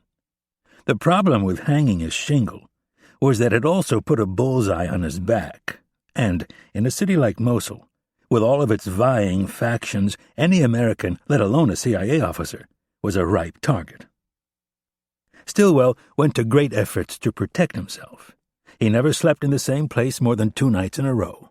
He changed cars frequently, and he played himself off as a low-level CIA officer who had almost no authority. He created a fictional boss named Lady Di, who was more like Margaret Thatcher than the deceased princess. She called all the shots and had all the power. Stillwell was merely a conduit. His meets usually took place at one of the city's plentiful internet cafes or one of the open-air markets. He had 6 Kurdish bodyguards who were seasoned fighters and who were extremely loyal to the CIA. The car rolled up to an intersection and stopped at the red light. They were headed south toward the airport to meet Kennedy and her entourage. There were signs that the morning hustle and bustle was starting, a few street vendors were setting up their stands, and traffic was beginning to pick up. Rapp watched as Stillwell looked both ways. He was about to run the light until a woman covered from head to ankle in a black niqab stepped off the curb with a child in each hand. The little boy was in jeans and a sweater, and the girl was wearing the hijab or Muslim scarf. The mother looked straight ahead through the slits in her hood. The boy of about 5 and his older sister of a few years looked at Rapp and smiled. Rapp grinned, gave them a little wave, and said a silent prayer that they would make it through the day without being maimed or killed. The complete lack of respect for life by the insurgents was heartbreaking. During a recent session with one of Langley's shrinks, Rapp had been asked if he thought killing was too easy for him. He'd been through enough of these evaluations to know that accusations were made in the form of a question. If they were asking it, it was being written down in his file as an opinion or fact. For starters, Rapp had a hard time with people who had no practical field experience. He had no patience with anyone who second-guessed his work from the comfort of a predictable, climate-controlled office while making decisions with a warm cup of coffee at hand and no fear whatsoever of getting killed in the next 5 minutes. Rapp would never tell one of the shrinks this, but he had found almost nothing more satisfying than tracking down a man who had the blood of innocent people on his hands and punching his ticket. If it had to be a headshot from a half-mile, so be it. If it meant painting a target with a laser so an American jet could drop a 500-pound bomb on the idiot's head, fine. But if he had his choice, he preferred close proximity. Rapp wanted to look them in the eye while it dawned on them that their pathetic life was coming to a painful conclusion. His victims were thugs and bullies who thought of themselves as brave because they loaded a car with explosives and then conned some delusional teenager with a death wish into driving it into a building or crowded market. What was their endgame? How could any moral person think such an action could be sanctioned by a supposedly compassionate deity? The answer was less complicated than many believed. These were men, and make no mistake about it, they were always chauvinistic, bigoted men, devoted to a perverted interpretation of Islam. Men who had bought into violence and division in their youth and refused to let go. Men who had invested so much of their life in hate and blaming others for their troubles that they were too afraid to step back and really think about what they were doing. Men who were frightened to read the entire Quran because they knew they would be confronted with the words of a prophet who would never condone their actions. These were the animals Rapp hunted. Men who had no respect for human life and consequently would be afforded none in return. There were only a handful of people who really understood the discipline that Rapp practiced, the satisfaction of tracking them sometimes for months, knowing when to strike and when to hold your fire, looking for the perfect opportunity to get close enough to stick a knife through their brainstem and watch every bodily function below the neck shut down, knowing that you had delivered justice for all the people whose innocent lives had been cut short by the fanatic and his organization, knowing that never again would the predator take another human life. Over the years, the mission had taken Rapp to some pretty forbidding places. He'd spent nights in the humid jungles of the Philippines and Southeast Asia with mosquitoes as big as hummingbirds dive-bombing him. He'd been forced to cross the northern edge of the Sahara Desert on foot to evade Libyan security forces. He'd nearly frozen to death in the Swiss Alps, and in Afghanistan once he was hit with such violent dysentery that he lost 17 pounds in 1 week. Most of it while curled up in a ball on the floor of a dank, depressing apartment. As he rode through the dusty, ancient city of Mosul, Rapp came to the conclusion that he would take his chances in those other places any day. The city of almost 2 million people gave him a nagging sense of just how divided this part of the world still was. Last night, Ridley had gone back to the base so he could be in secure communication with Langley and help prepare for Kennedy's arrival, while Rapp and Stillwell went to check out the safe house in the neighborhood where Kennedy would be meeting her counterpart. He and Stillwell had walked down Ninawa Street to the Tigris and then turned south to Amir Zayo Street, where the safe house is located. 4 of the bodyguards were with them, 2 in front and 2 trailing, who stayed within a block at all times.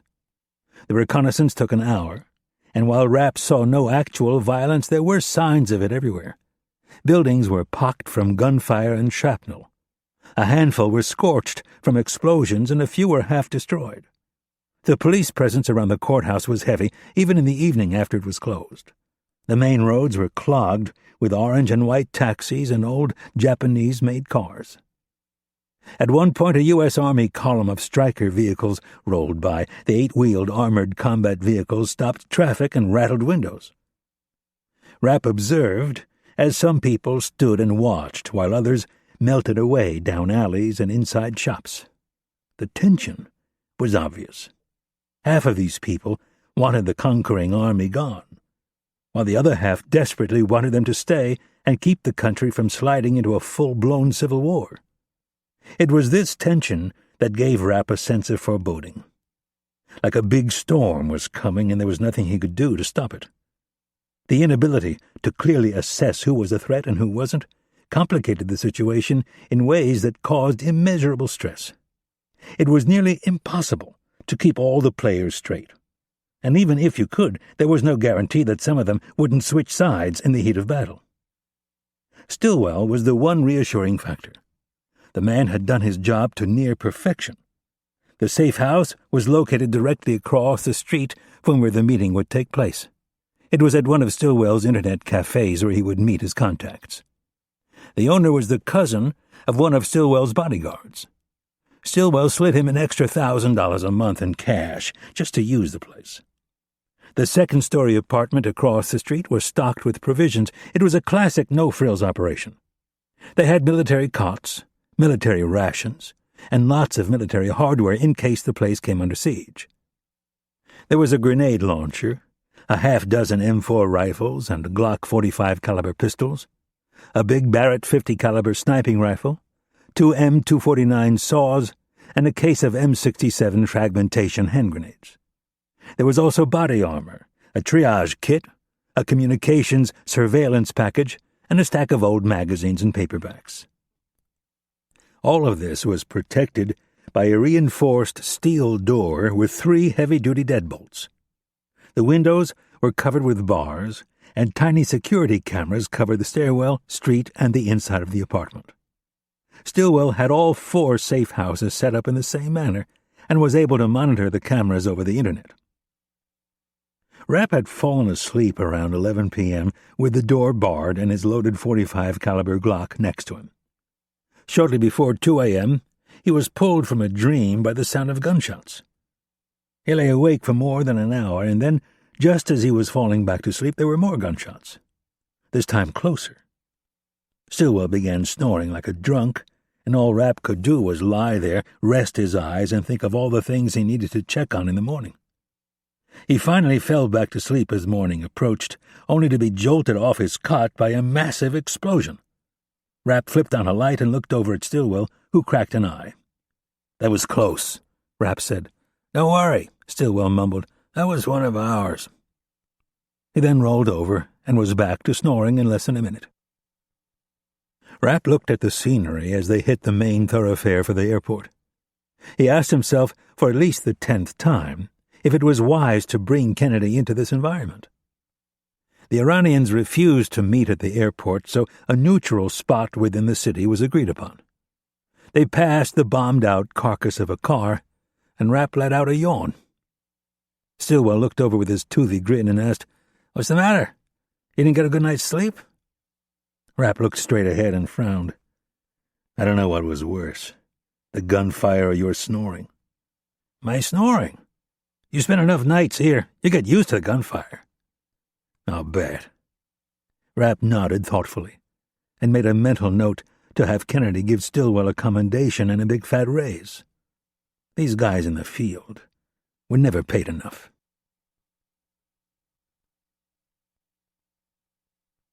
Chapter 30. The Russian-made Hind Mi-24 helicopter came in fast and looped around the ruins of the ancient city of Nineveh. Ashani looked down at the crumbling Assyrian ruins and thought of his own country's place in history. He didn't remember all the facts, but he knew the capital of the Assyrian Empire had fallen approximately 1,000 years before the prophet's arrival. The Medians and the Babylonians had crushed the city and then, in turn, were conquered by Cyrus the Great. The days when the Persians controlled everything from the Mediterranean to modern-day India were long gone. Any hopes of ever attaining the prominence of his predecessors seemed impossible. Based on recent developments, they would be lucky if the once former empire didn't contract further. Ashani had felt for some time that the government was in a far more tenuous position than anyone would acknowledge. His fellow members on the Supreme Security Council were either too disconnected from what was going on or had surrounded themselves with sycophants who only told them what they wanted to hear. That was definitely the case with Amatullah. He had grown to believe his own propaganda and his ability to get others to believe it as well. The debacle at the United Nations had stung. In addition to the entire issue being tabled by the Security Council, America's accusation that Iran was trying to cover up an internal revolt had gained some real traction. Foreign Minister Salehi's weak counter-accusation that America had fabricated the information only seemed to worsen things. Salehi's protest in the face of Secretary of State Wicca's avalanche of information looked lame even to Ashani. The international press was running stories that, for the first time since the revolution, questioned the ability of the government in Tehran to hold on to power.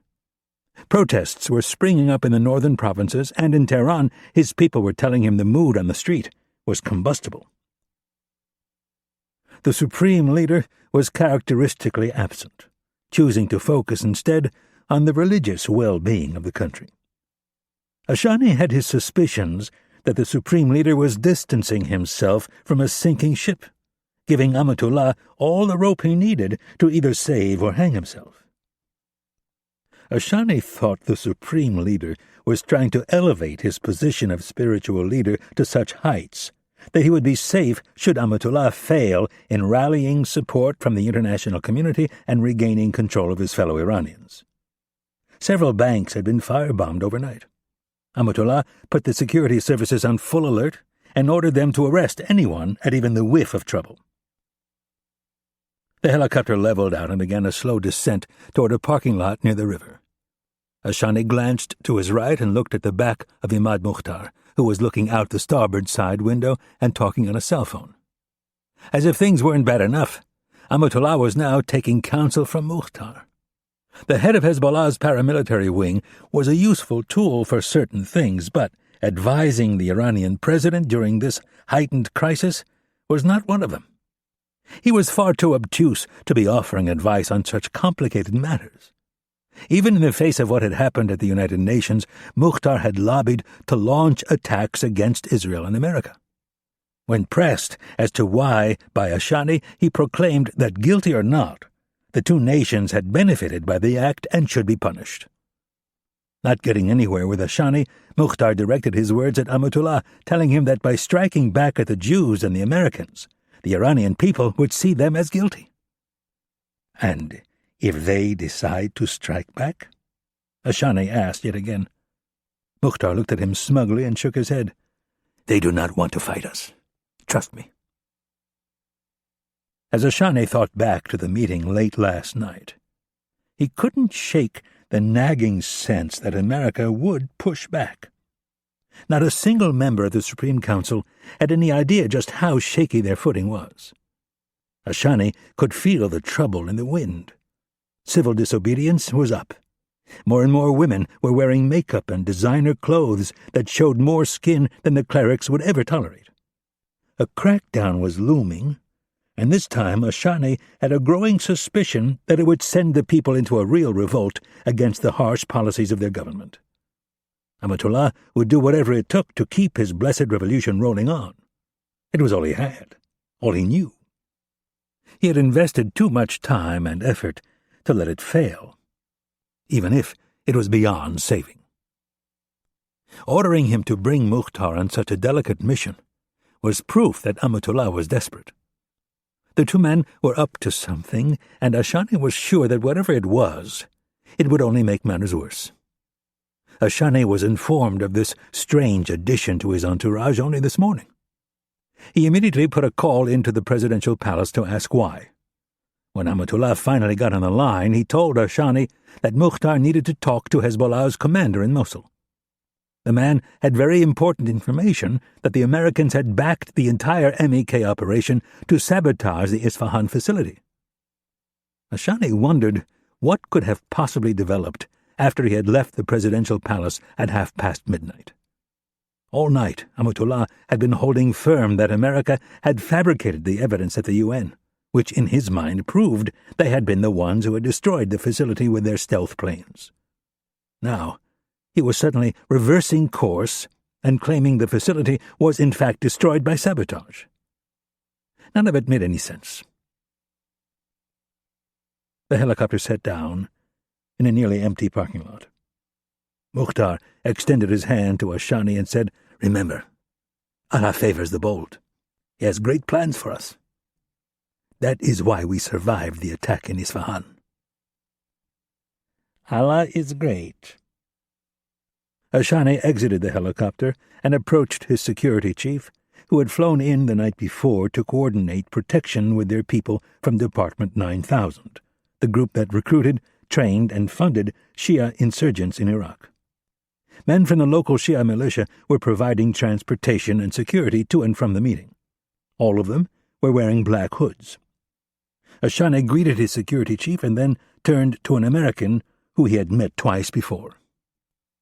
The man from the CIA stepped forward and extended his hand. "Minister Ashani, thank you for coming all this way." "Mr. Ridley," Azad said in perfect English, "you have traveled much further than I." He shook the man's hand. "That's true," Ridley replied, "but we still appreciate you making the effort." "I appreciate Director Kennedy reaching out. Not talking only leads to further misunderstandings." Ashani noticed Ridley looking over his shoulder. He turned and saw the back of Mukhtar. The terrorist was holding a large briefcase and walking hurriedly to the other side of the parking lot. Mukhtar stepped into a blue and white police SUV that was sandwiched on each end by police pickup trucks with heavy machine guns mounted in the beds. Policemen wearing black hoods were loaded into the back of the trucks. "Who's that?" Ridley asked. For a moment, Ashani toyed with the idea of telling the American spy the truth. Mukhtar was on the FBI's list of most wanted terrorists. The man from the CIA probably had the ability to call in an airstrike on very short notice. It would have simplified his life greatly if the man were dead, but he couldn't bring himself to do it. Ashani instead chose to ask a question of his own. "I trust Director Kennedy is waiting?" Ridley kept his eye on the other man and watched as the police vehicles began to move. He hoped whoever Stillwell had hired was getting shots of the man. "Yes. As soon as I tell her we're on the way, she will move." "Good. I am looking forward to speaking with her."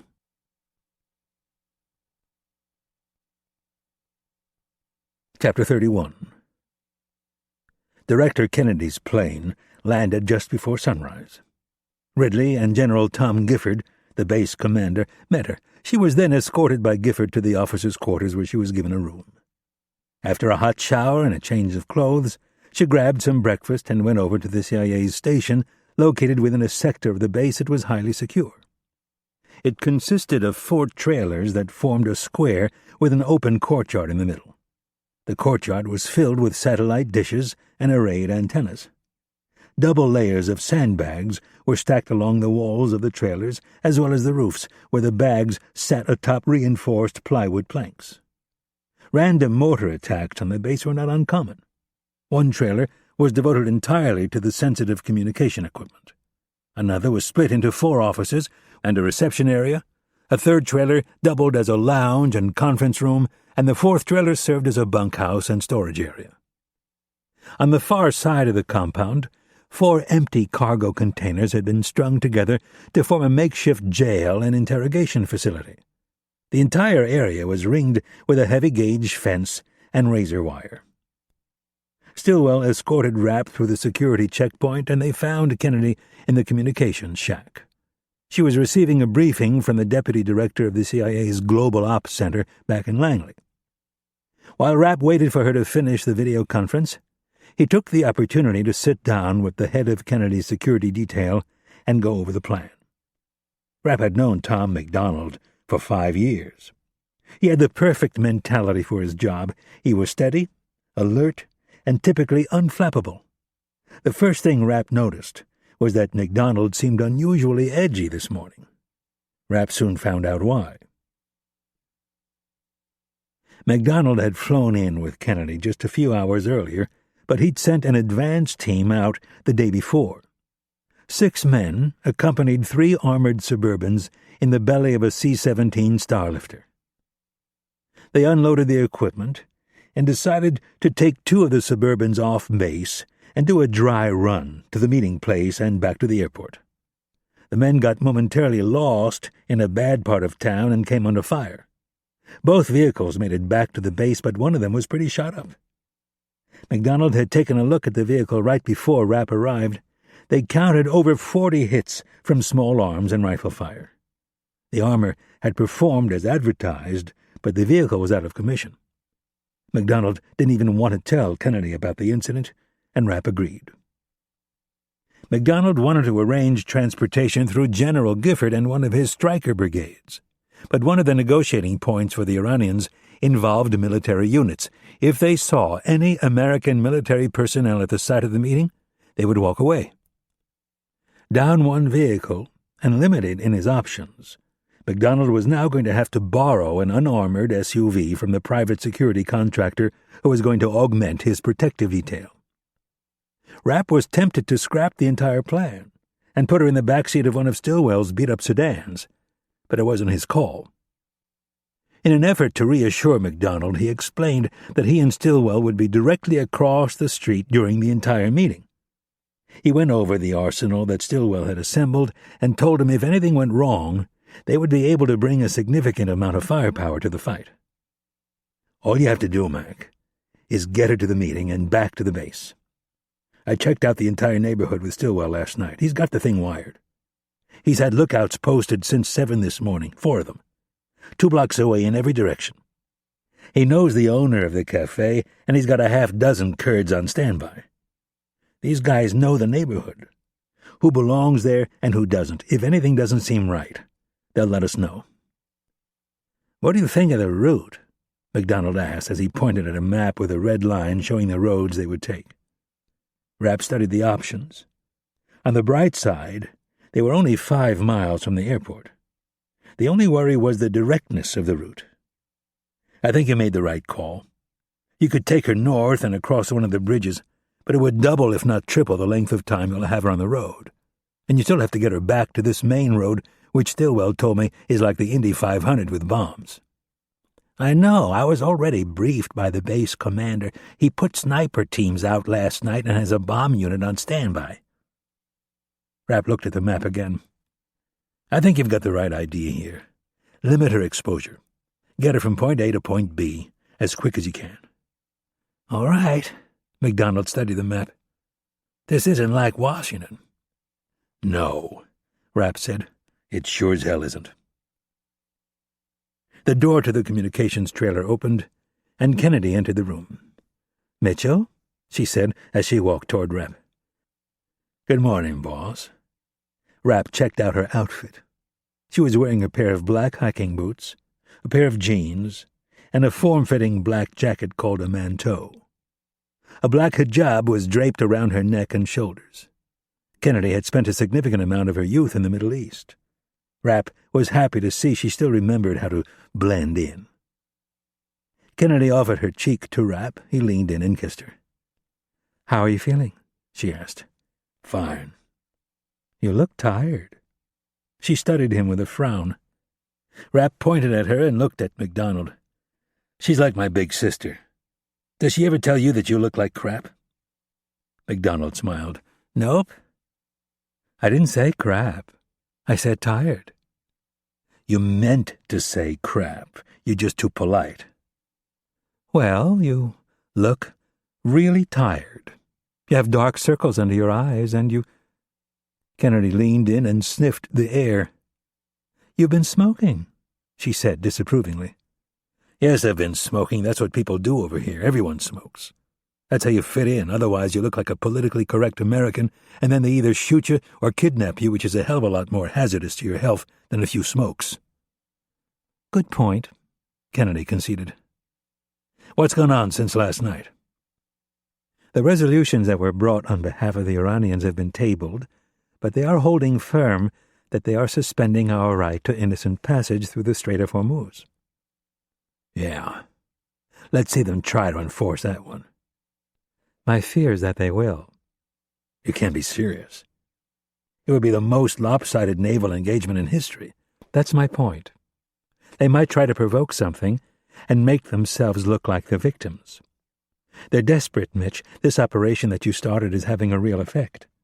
The Brits informed us that 2 banks and several gas stations were firebombed in Tehran last night. They say anti-Ayatollah graffiti is suddenly popping up around the city.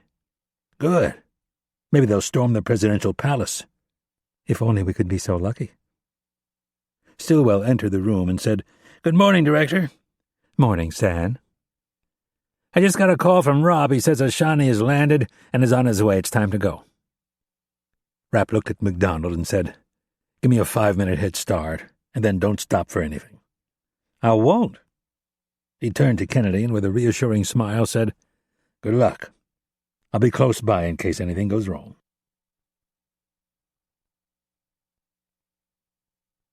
Chapter 32. The street was blocked at each end by police cruisers. One of the blue and white cruisers backed onto the curb to allow Ashani's motorcade to pass. The 3 vehicles stopped directly in front of the cafe.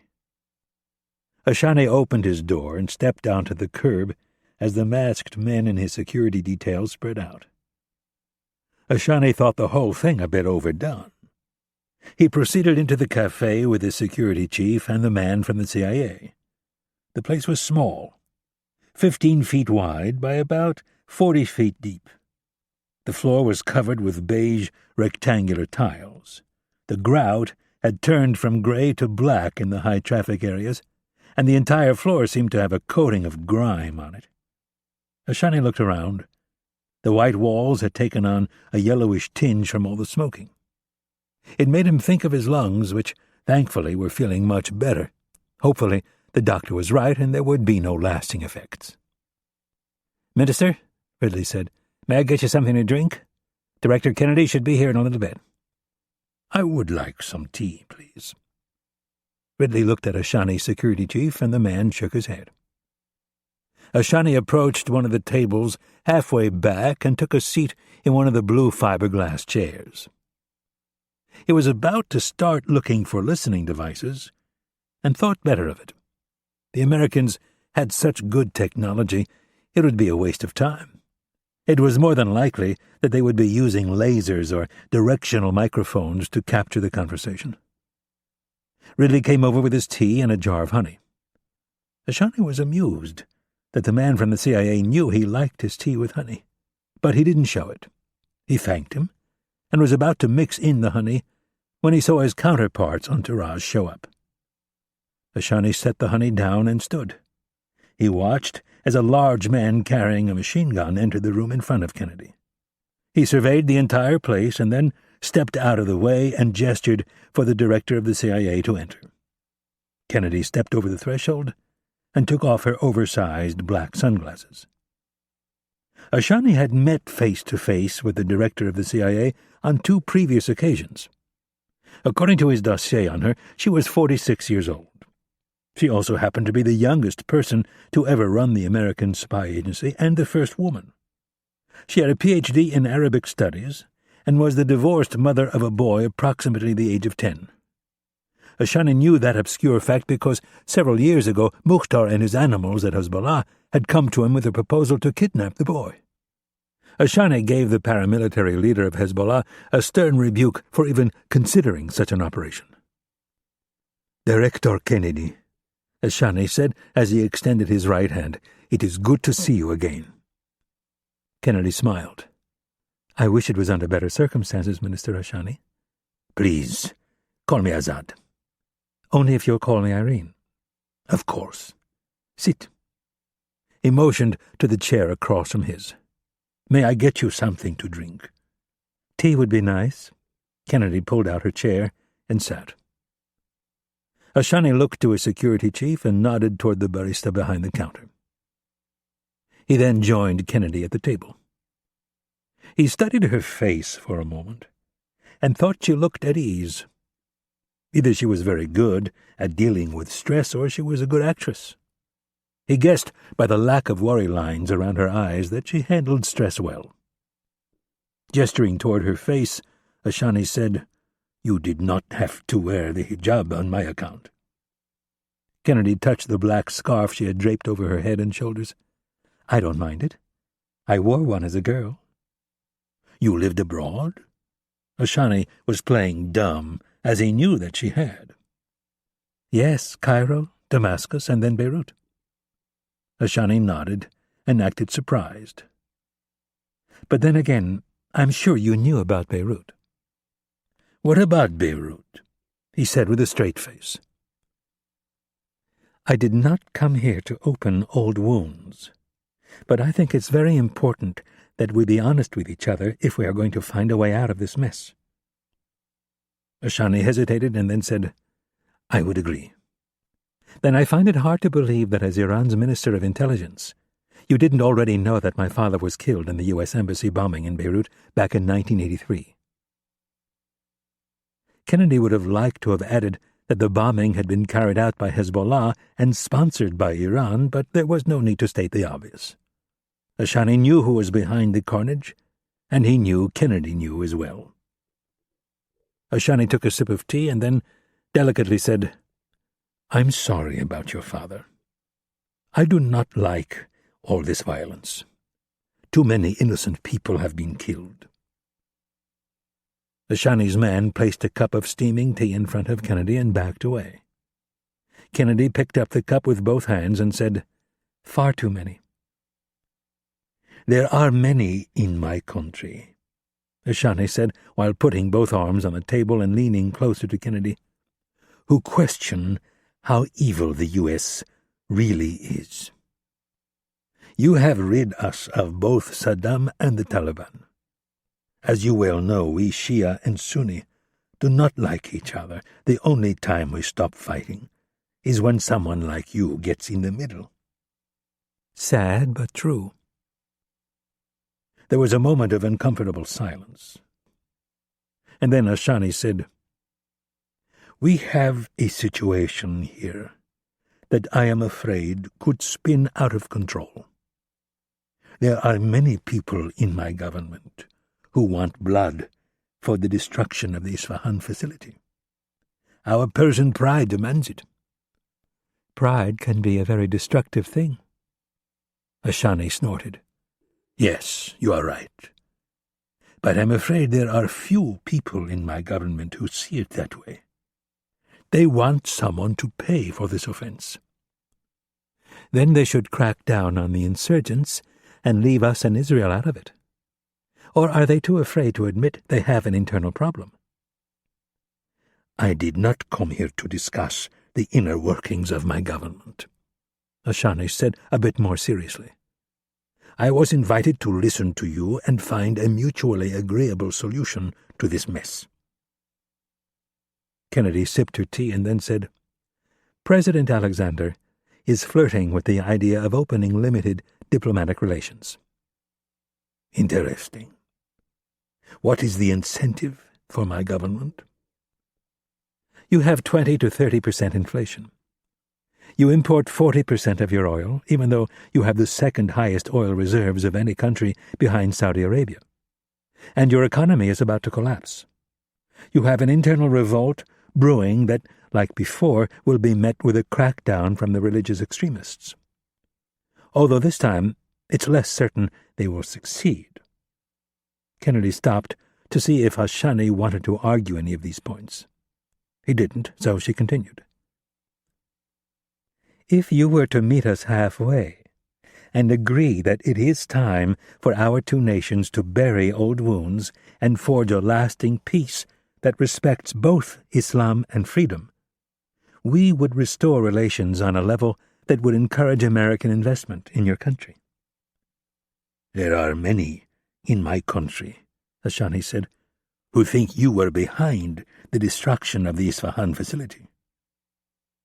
Kennedy looked him straight in the eye and said, "I can promise you, we had nothing to do with the attack." "That may well be the case. I am just telling you, the hardliners will want something more concrete than the possibility that American banks might invest in our country. American financial institutions will follow the U.S. government. That is why the President is prepared to offer you $1 billion in guaranteed loans." Ashani was surprised. "What is the catch?" "The money must go toward building new refineries. The loans will be interest-free for the first 3 years, and after that they will be locked in at 5%. "The money has to be used to build refineries?" "The President feels it's the only way he can get a majority of the Congress to back it." "You want us to renounce our nuclear program?" "No." She shook her head. "Not publicly." "But privately?" "It would help." Ashani winced. "There are those in my country who are obsessed with becoming a nuclear power." Kennedy leaned in and whispered, "Your economy is close to collapsing. You are on the verge of another revolution, only this time you guys are going to be the ones thrown out of power. This is a chance for you to stave off disaster." Ashani scratched his beard, looked past Kennedy and the dusty front door. With just his limited view, he counted 5 men in urban combat gear holding their weapons at the ready. This could be Tehran in a year or two if economic stability wasn't reached. One thing bothered him, though. Ashani looked carefully into Kennedy's eyes and asked, "Why?" "Why what?" "Why are you offering to help us?" Kennedy nodded. Despite Ashani's relatively open mind, there was no getting over the fact that he had spent all of his adult life in a country that blamed America for virtually every woe. "Because we feel," Kennedy started out slowly, "that there are enough people like you, Azad, decent people who want to put an end to the hatred and violence. Who knows what type of government might take over after a second revolution? Who's to say it won't be more fundamentalist and anti-Western than the current government?" Kennedy shook her head. "We have learned the hard way that economic instability in the Middle East is not in the best interest of the United States.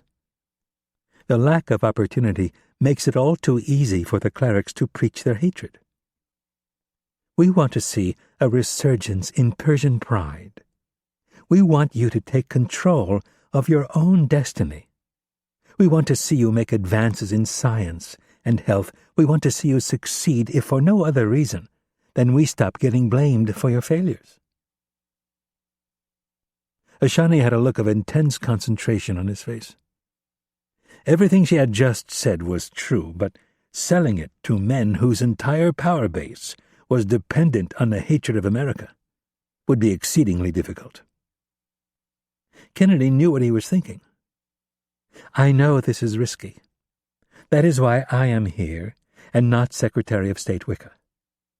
My president sent me because he knows you and I have proven that our two countries can work together." "That is true. But this is a big step." "What is your alternative, Azad?" Kennedy put her arms out and motioned in each direction. "Is this what you want? Car bombs and sectarian violence, kidnappings and bloodletting? We both know your country is closer to this than the mullahs would ever admit." With downcast eyes, Ashani slowly nodded. "Then what is your answer?" In Ashani's mind, there was no doubt this was the right thing to do. But selling it to the Supreme Council would be extremely difficult. His mind kept returning to Amatullah. The Peacock president would hate this with every fiber of his body. Still, there was a chance that the supreme leader would see it as an opportunity for his people to avoid years of pain and suffering. Finally, Ashani looked at Kennedy and said, "It is my sincere hope that this will be recorded as the moment our two countries forged a new and lasting friendship. I must warn you, though, that this is going to be very hard for me to sell to the Supreme Council." "I know it will. But I hope, for the sake of both our countries, you succeed."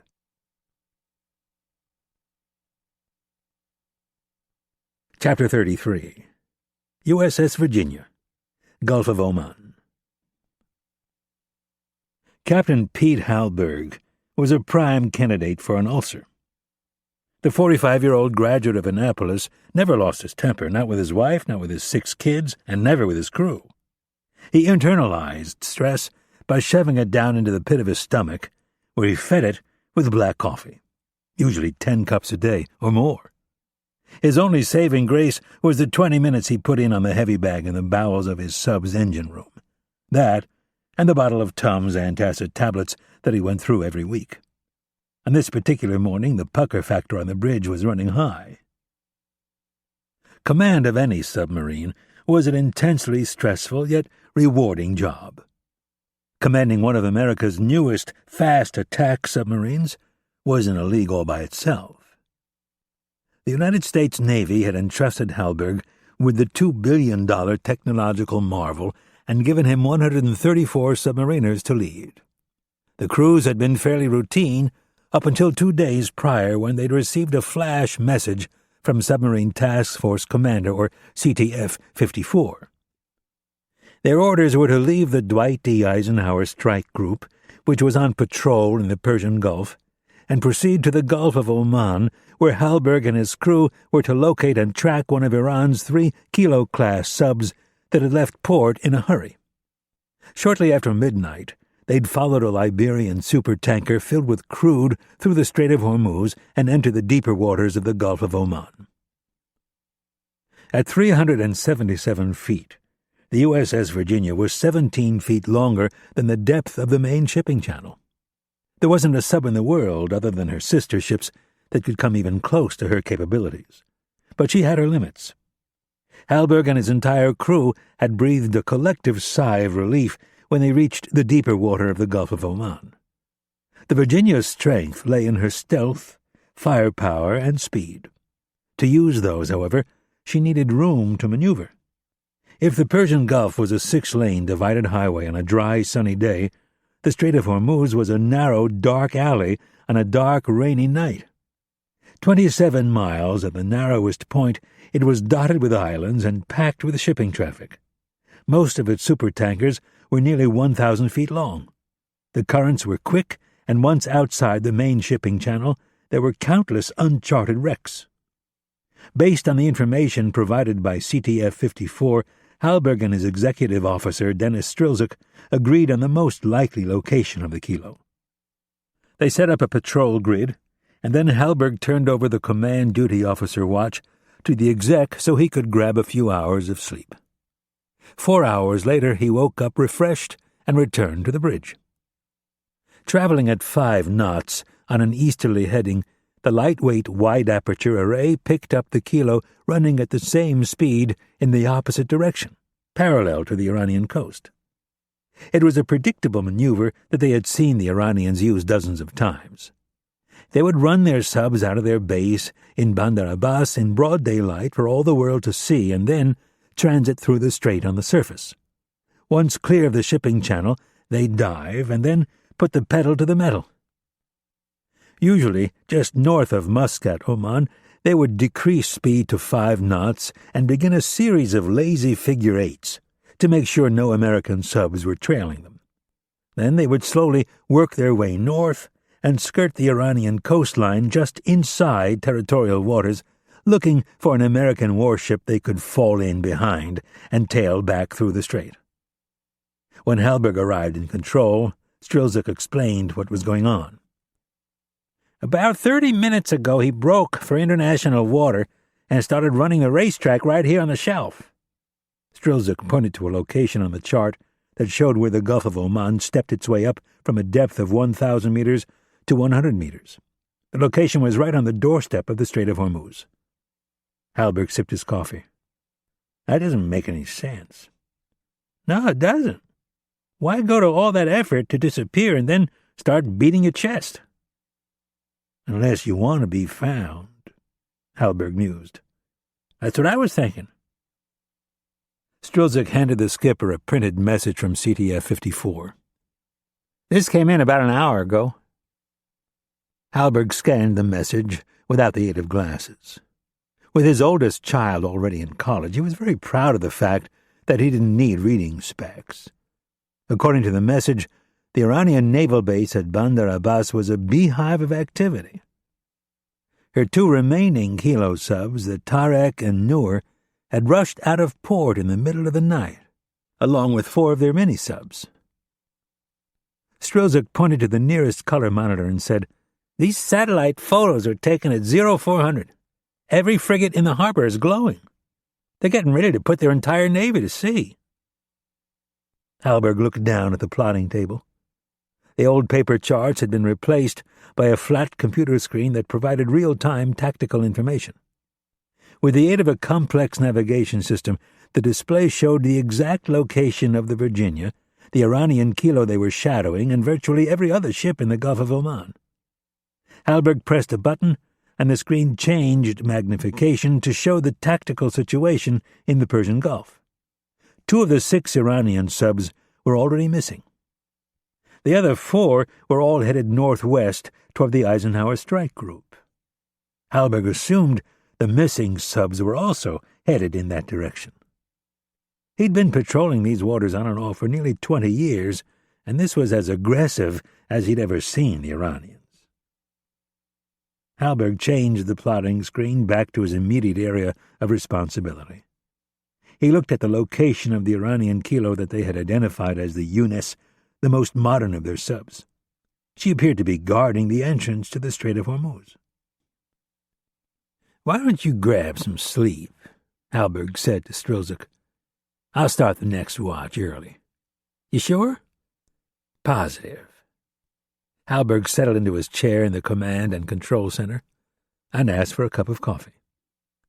As he studied the battlefield layout on the array of screens in the CACC, he got the feeling that this was not going to be another boring day at sea.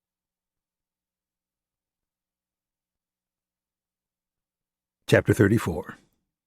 Mosul, Iraq. Rapp was wearing a loose-fitting pair of pleated black dress pants and a gray dress shirt that was untucked. He stood behind Stillwell, looking down at one of the flat-panel monitors. The screen was split in 2. The left half showed Kennedy, the right half showed Ashani. Their conversation was relayed via a pair of desktop speakers with reasonable clarity. As Kennedy had predicted, the dialogue was progressing without conflict. This should have reassured Rapp, but it didn't. Something didn't seem right. He ran a hand through his thick black hair and then scratched his beard. His eyes moved to a second monitor showing 4 separate shots of the street. The policeman at the north barricade looked tense and a bit jumpy. It was decided that they wouldn't be told any specifics about the meeting, especially that the director of the CIA was one of the 2 principals. The Iranian demand that no U.S. military personnel be involved with the security complicated things a bit. The local police were the next best choice for crowd control. At least that's what Ridley thought. Rapp was having second thoughts. The police seemed to be more concerned with what was going on inside the security perimeter than what was going on outside. Their job was to screen pedestrians and make sure no vehicles gained access to the block. Fortunately, pedestrian traffic was sparse. The natives knew to stay away from the police checkpoints for the simple fact that they provided ripe targets for the fundamentalist suicide bombers. As Rapp was trying to get a read on the situation, 2 more police vehicles pulled up. They were pickup trucks, each with a .50 caliber machine gun mounted to the roof of the cab. 2 .50 caliber heavy machine guns was a lot of firepower. The gunners were wearing flak jackets and black hoods, but beyond that they were standing fully exposed in the back of the pickups. It was the perfect job for a young recruit who would think himself invincible behind the heavy gun. In reality, though, they were ripe targets. In a gunfight, they wouldn't last long, standing and exposed like that. Any decent marksman could pick them off. Rapp noticed that the men handling the big guns also appeared more concerned about what was happening inside the security cordon than what was going on outside. Rapp shifted his gaze to a picture of the men who were providing transport for Minister Ashani. They were parked directly across the street from the cafe and their American counterparts. As they were dressed in street clothes and wearing black hoods to conceal their faces, Rapp guessed they were either Quds Force or members of a local Shia militia. They were all holding AK-74s. He understood why the militants had to conceal their faces, but the fact that the police did as well spoke volumes about the lawlessness of the city. Rapp tapped Stillwell on the shoulder and said, "Am I just imagining it? Or does it look like the police and these guys in the hoods are itching to get in a gunfight with each other?" "Nope." Stillwell kept his eyes on screen. "You're not imagining anything. It's the same old story. Most of the cops are Sunni, and these guys in the hoods are Shia. They're like Yankees and Red Sox fans, except they've hated each other for a lot longer." "Yankees and Red Sox fans don't kill each other. They might, if they had to live in the same city." Rapp didn't like any of this. The last thing they needed was Kennedy getting caught in the crossfire between the Hatfields and the McCoys. "Can we trust these militia guys?" "How do you mean?" "How do we know they're not going to start a fight?" "We don't." "Wonderful. Mitch, the only people I trust in this town are my Kurds." Rapp looked down at all the cops. "Not even the police?" "Least of all the police." "You can't be serious." "I sure the hell am. They're one of the most corrupt groups in the damn city. If a fight starts, there's a better than 50% chance they'll just run." "Then why are we using them?" "Because we don't have a lot of options." "Shit. Mitch, it's not as bad as you think. These guys have no idea who they're protecting. All they know is they're going to get a nice big cash bonus from us if this thing goes off without any problems." Rapp looked at the security monitor with renewed concern. He pointed at the screen and said, "Look at these 2 idiots. They've got those 50s pointed in the wrong direction." Stillwell checked out the screen and shook his head. "There is no such thing as muzzle discipline over here. There isn't a day that goes by where I don't have to tell some idiot to lower his gun. And they're all walking around with the damn things chambered, safety's off, and their fingers on the trigger. Accidental discharges are as common as car wrecks, and they aren't good drivers." Rapp swore to himself. An accidental discharge in a situation like this would likely result in 1,000+ rounds flying through the air in every direction. He walked over to the window and looked through a slit in the curtain down to the street. Rapp had a secure radio clipped to his belt and a wireless earpiece in his left ear. He touched the transmit button and said, "Mac, how are you feeling?" Rapp looked directly at Kennedy's security chief, who was blocking the entrance to the cafe. "Just great," he said sarcastically. "I'm surrounded by men in masks carrying bigger guns than mine who would love nothing more than to kill our boss. Other than that, it's a wonderful morning. The sun is out, the temp's in the mid-60s. I feel like I'm on vacation." "I know. It sounds like they're wrapping it up. Irene's gotten through all her main points. It shouldn't be much longer, and then you guys can get the hell out of here and back to the airport." "I'm counting the seconds." "Hang in there." Rapp clicked the secure radio out of the 2-way mode and looked to the far end of the street. Several of the cops were now milling about with Russian-made rocket-propelled grenade launchers resting on their hips. "This place is fucking crazy," Rapp mumbled to himself. There was way too much unsecured firepower. Subconsciously, he brought his left hand up and touched the .45 caliber Glock 21 pistol on his left hip. Underneath his oversized gray shirt, Rapp was wearing level 3 body armor with a ceramic chicken plate over his heart. The Glock was in a paddle holster with 2 spare magazines clipped to his belt. Rapp turned his attention away from the street for a moment and eyed the small arsenal Stillwell had assembled on the other side of the room. On the floor was a black composite case with 2 locking clasps. Rapp walked over, knelt, and popped the 2 clasps. He lifted the lid and revealed his personal arsenal. A 5.56mm rifle with a suppressor, a spare .45, and a Glock 17 with a suppressor, all sitting in foam cutouts. The M4 was made by Sabre Defense. It was a Mossad Ayoub special broken down into a lower and upper receiver. Rapp assembled the weapon in a few seconds, screwed the silencer onto the end, and loaded it with a 30-round magazine. He checked to make sure the safety was on, then chambered one of the 233 rounds, grabbed 2 spare magazines, and walked back to the window. "Call the base," he said to Stillwell. "And make sure the quick reaction force is at the gate, ready to move, and I mean locked and loaded, engines running." "Will do." Rapp clutched the grip of the M4 and checked his watch. It was 11:17. He looked down at all the firepower on the street and couldn't shake the feeling that something wasn't right. One misstep by either group, and Kennedy and her detail would be caught in the crossfire.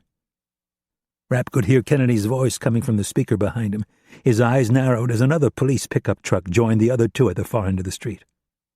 This one was carrying 8 men, all in uniforms and black hoods. They piled out of the truck and moved off in pairs toward each corner of the intersection. Rapp swore under his breath and decided enough was enough. "Mac," Rapp said as he keyed the transmit button on his radio, "I think it's time to wrap this thing up and get her back to the base." "I agree." "All right, get your guys ready to move. Minister Ashani goes first, and then once he's gone, bring her out and hightail it straight back." "You want me to tell her it's time to go?" "That's right, just whisper in her ear that something urgent has come up. They broke the ice. Next time they can meet in Geneva where we won't have to deal with all these crazy bastards." "Roger." Rapp moved his eyes from the front door of the cafe to the militiamen and then the cops at the far end. The sliding glass door was already open. He took a step back so the muzzle wouldn't stick out beyond the curtain and raised his rifle. With both eyes opened, he looked through the L3 EO Tech sight and centered the red dot on the head of the .50 caliber gunner on the far right. He guessed the distance to be about 140 feet. An easy shot. Rapp moved the sight from one gunner to the next and quietly said, "Just stay calm, boys. This'll all be over in a few minutes." Someone who must have been an officer walked up to the 2 men manning the .50 caliber machine guns and started yelling and pointing in different directions. After a moment, the men retrained their guns in the opposite direction. Rapp lowered his rifle and relaxed a bit. Chapter 35. Irene Kennedy stood inside the cafe and watched Ridley and Minister Ashani cross the street. Both men looked back as they were about to climb in their vehicle. The meeting had furthered Kennedy's belief that the Iranian intelligence minister was someone she could work with, someone she could possibly trust. She smiled warmly at Ashani as he waved at her. Kennedy held her black sunglasses in her right hand and waved back. She could have talked with the man for hours. There was so much they could work on. The relatively short meeting had reconfirmed for her that it was time to bury the hatchet with Iran, especially if more men like Ashani were in power. The rest of the men piled into the other 2 sedans and the motorcade sped off.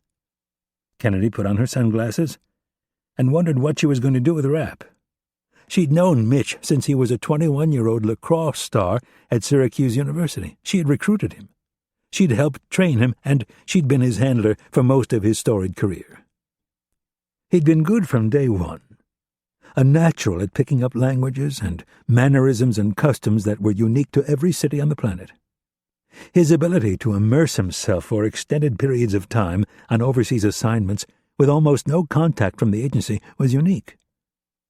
There'd been plenty of times where the months had ticked away and Kennedy was left wondering if Rapp was still alive. Somehow, though, he always made it back. And with each successful mission, he became less patient with his handlers, less comfortable with the suit-and-tie culture of CIA headquarters. Over the years, the insubordination worsened. Kennedy's mentor, Thomas Stansfield, told her the good ones were always a bit rebellious. They didn't fit into the bureaucratic structure of Langley. Their missions were too fluid to have real structure. Add to that the reality that they knew everything they did would be picked apart by people who had never been on an overseas assignment in their entire career, and you had a problem. His marriage had seemed to help a bit. At least Anna had made him see the other side of things. After she was murdered, though, he retrenched, and the circle of people he trusted contracted further. Any semblance of patience was now gone. Sitting down with Ashani was a rare opportunity. To have it cut short simply because Rapp thought it was dragging on was infuriating. Kennedy turned to MacDonald and asked, "Why did Mitch think it so imperative that he had to end my meeting?" "There was a lot of tension out here between the minister's people and the police. It looked like a gunfight was about to break out." "You can't be serious." "Boss, I don't joke about stuff like this. Now can we please get you back to the base?" Kennedy folded her arms and looked across the street at the second-story apartment. She couldn't see Rapp, but she knew he was up there. Kennedy shook her head and said, "Fine, let's go." MacDonald signaled for 3 more of his men to come over. A 4th stayed by the rear passenger door of the Suburban. The 4 men moved in unison with Kennedy in the middle. The director climbed into the back seat. One of the men followed her and closed the door. Another bodyguard entered from the other side, so Kennedy was sandwiched in the middle. MacDonald stood by the front passenger door and gave the hand signal for all the other men to load up. When everyone was in their vehicle, he jumped in the front seat of Kennedy's Suburban and gave the order to move out. The 5 vehicles rolled single file down the block and idled for a second as the police cars moved to allow them through. Kennedy looked through the front window as they followed the other Suburban past the 2 police cruisers and turned left. She noted the dozens of masked police officers standing on the other side of the street. They were all in black hoods, holding either machine guns or RPGs. Kennedy reached for her BlackBerry. She pressed several buttons to take it out of silent mode, and then, just as she was about to open an email, there was a thunderous explosion. The Suburban lurched to a stop. Kennedy looked through the front window, eyes wide and mouth agape, at the sight of a fireball engulfing the vehicle in front of them.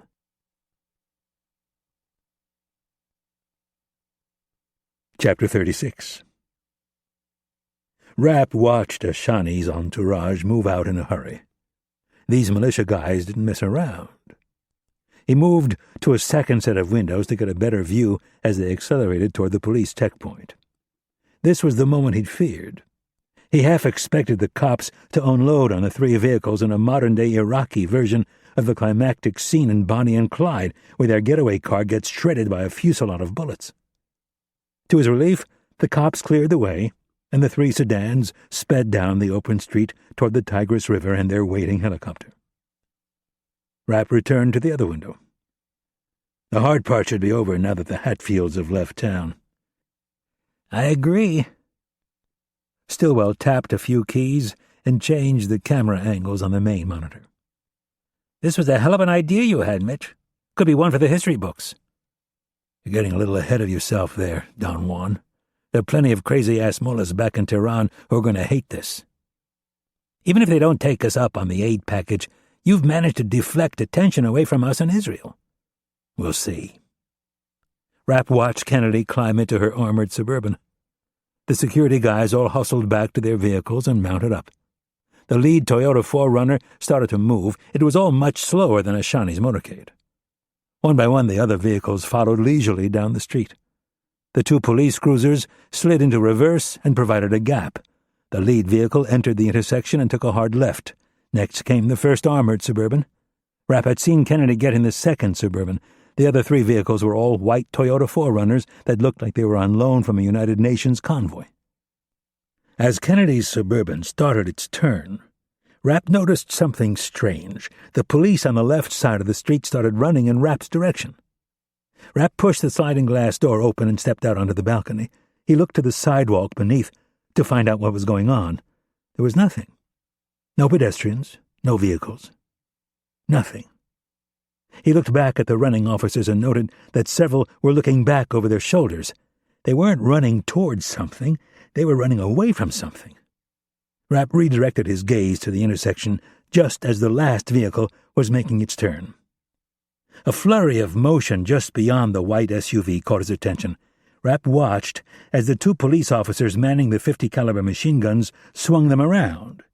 Other officers began jumping behind vehicles and taking cover behind buildings. Rapp's body started to tense. His eyes narrowed and his right hand reached for the safety on his M4 rifle. Every survival instinct in his body was suddenly screaming that something was wrong. He leaned over the balcony to see if there was some hidden threat that he had yet to identify.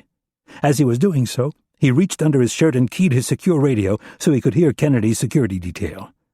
The thunderous report of one of the .50 caliber machine guns caused Rapp to flinch. In this urban setting of hard asphalt and concrete surfaces, the concussion of the weapon boomed like a cannon. Rapp watched in horror as two of the big .50s opened up with sustained bursts. The last white SUV was torn to shreds. There was a loud explosion, and then Rapp heard McDonald's voice in his ear. "Shit, we're under attack! Don't stop! Move! Move! Move!" The first explosion was followed by two more. Rapp's weapon snapped into the firing position, and he screamed back into the apartment, "Get that quick reaction force here, ASAP!" Rapp saw the rear driver's side door of the last SUV open. An obviously wounded security contractor fell out of the vehicle and attempted to seek cover behind the rear wheel. A group of cops, hiding behind the trunk of their cruiser, opened fire on the man, mercilessly pounding him with dozens of rounds. Rapp took in a deep breath and denied himself the immediate gratification of killing policemen first. They could wait. The dull black suppressor on the end of his weapon only added to its accuracy. The L3 EOTech sight consisted of a squarish viewfinder with a red dot in the middle. It was an amazing advance in battlefield technology that allowed the shooter to keep both eyes open while zeroing in on a target. Rapp centered the red dot on the head of the .50 caliber gunner on the far right, leaned forward ever so slightly, and squeezed the trigger. The light kick of the M4 rifle threw the muzzle skyward less than an inch. Rapp's countless hours of training kicked in. He brought the muzzle back on line and swept it to the left in search of the next target. He placed the dot on the open mouth of the gunner, who was screaming while he unloaded his heavy-bore weapon on the other vehicles. Rapp squeezed his trigger. The sight jumped and then fell back into place in time to show a cloud of blood silhouetted against the man's black hood as the .223 round blew out a large chunk of his skull. The masked cop continued to clutch the handles of the .50 caliber machine gun for another second, and then his entire body fell backwards over the side of the truck. "Grab a gun and get out here!" Rapp yelled to Stillwell. He was tracking his weapon in search of the other .50 caliber gun when he saw one of the police officers taking aim with an RPG. Rapp brought the red dot back, centered it on the man's head, and fired. The bullet struck the cop in the side of the head just as he was firing his grenade launcher. The force of the bullet sent the grenade off course and into a building where it exploded, taking out 3 cops. Rapp found the third .50 caliber gun and missed the man on his first shot. He quickly reacquired the target and sent him spiraling out of the truck bed. Rapp began moving from one target to the next in a steady, methodical, unrushed pace, counting each expelled cartridge as he went. "Mac," Rapp said as calmly as he could, "give me a status report." He continued to shoot and count as he waited to hear from Kennedy's security chief. He squeezed the trigger for the 30th time and then dropped to his right knee, ejecting the magazine and reaching for a fresh one. He looked back into the apartment at Stillwell and saw him loading the squad automatic weapon. As Rapp slammed a fresh magazine into his M4, he tried to visualize the battlefield and what was happening around the corner to the rest of Kennedy's motorcade. Rapp fought back a sense of doom. There was no time for that now. He needed to stay focused and try his best to hold them off until reinforcements arrived from the base. He chambered around, stood, found a new martyr trying to man one of the .50 caliber machine guns, and hit him in the side of his head. Rapp heard moaning over his earpiece. "Mac, is that you? Are you all right?" Rapp searched for a new target, which wasn't easy. The cops had started to figure out that a good way to get killed was to try and man one of the .50 caliber guns. "Mac!" Rapp called out again. He watched as 2 of the cops pointed down the street and then jumped in one of the squads and peeled out. Rapp's spirits soared for a second. He didn't think the striker column could have gotten here that fast, but it had to be why the cops were running. As quickly as his spirits had soared, they sank like a rock in a pond when he saw a beat-up sedan race through the intersection toward Kennedy's motorcade. The vehicle was followed by 2 more, and then 2 vans and a truck that stopped in the middle of the intersection. Some of the cops took off while others stayed and began stripping off their uniforms. Rapp stopped shooting for a moment, not sure who he should target. Stillwell joined Rapp on the balcony and said, "We got some bad news. The Quick Reaction Force has a problem." Before Rapp could ask what the problem was, the Kurds entered the room just then and began shouting at their boss. Rapp noticed that several of them were wearing black balaclava hoods. He looked at all the firepower in the corner of the apartment, and then the street that was suddenly crawling with hooded militia types. Rapp yelled for everyone to be quiet and asked Stillwell, "What kind of problem?" "I didn't get an answer out of them. All I was told was the base was under lockdown." Rapp let loose with a string of profanity, and then looked at one of the hooded Kurds. He stuck out his hand and said, "Give me your balaclava." The man didn't respond quickly enough, so Rapp screamed his order like a drill sergeant. "What are you doing?" Stillwell asked. "I'm going down there." Rapp took the black hood from the Kurd. "Are you out of your fucking mind?" "I don't want to talk about it. Open up those crates." Rapp pointed to the stockpile of weapons. "Put half the guys up on the roof and the other half out on the balcony and start pounding the shit out of anything that moves except me." Rapp put on the hood and looked at the Kurds. "Don't shoot me! Black pants, gray shirt, black hood." He touched each garment. "Everybody, except me."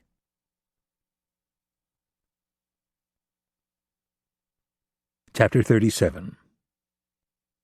Imad Mukhtar looked through the dusty storefront window and surveyed the scene on the street. A block and a half away, the police had set up their barricade just as they had told him they would.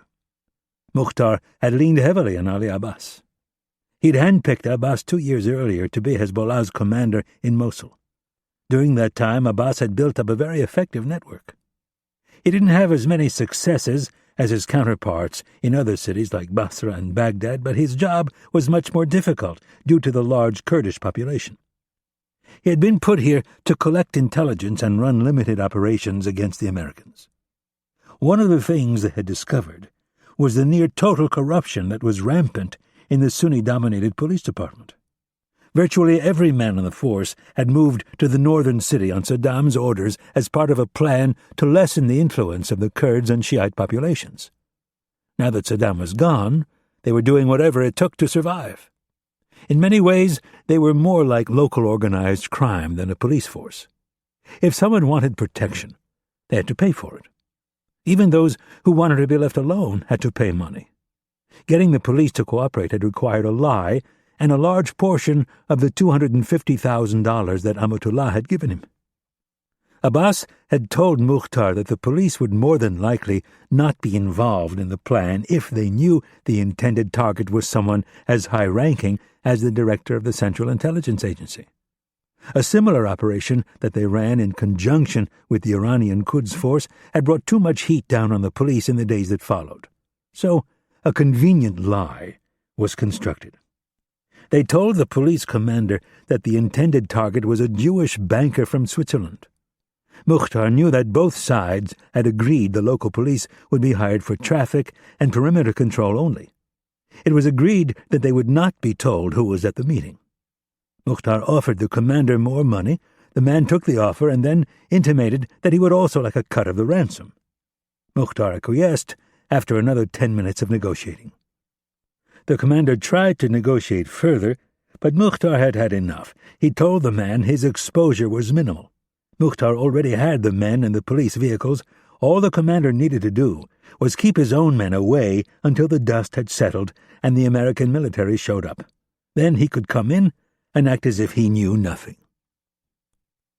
Mukhtar kept his eyes on Abbas.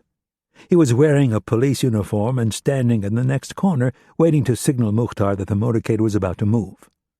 Mukhtar had already called him and told him to tell the imbeciles in the pickup trucks to point their guns in the other direction until he gave the order to attack.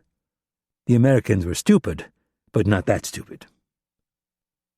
Amatullah had made it clear that it was crucial that Minister Ashani make it back alive. For their plan to work, they did not need the public embarrassment of such a high-ranking official caught meeting with the director of the CIA. In most cases, Mukhtar thought people expendable, but not this time. He owed Ashani for saving his life. If it weren't for the minister, he would have followed that idiot Ali Farahani down into that pit of radioactive waste. The thought of such a death caused his hands to tremble momentarily. Several years earlier, during one of their brief wars with the Zionists, an Israeli bomb had found the building where he was staying and had almost killed him. Mukhtar had been trapped in an almost entirely collapsed basement for 2 days. He'd lost 3 fellow warriors on that one attack. Their dusty and mangled bodies were emblazoned on his memory. That, and his near death at Isfahan, had brought him to the conclusion that he would never again set foot in a bunker. He would take his chances above ground. Abbas moved closer to them and pulled a white handkerchief from his back pocket. He began waving it wildly and then held up both fists, telling Mukhtar Kennedy was in the 2nd Suburban. It was the signal they had been waiting for. Mukhtar turned to the 14 men standing at the back of the shop. "They are coming. Put on your hoods." The Lebanese terrorist grabbed his cell phone and hit the send button. 3 rings later, an eager voice answered. Mukhtar said, "It is time." He didn't wait for a response. He dropped the phone to the floor and drew his Markov pistol, the one he had told each man he would use to kill them if they did not use proper restraint.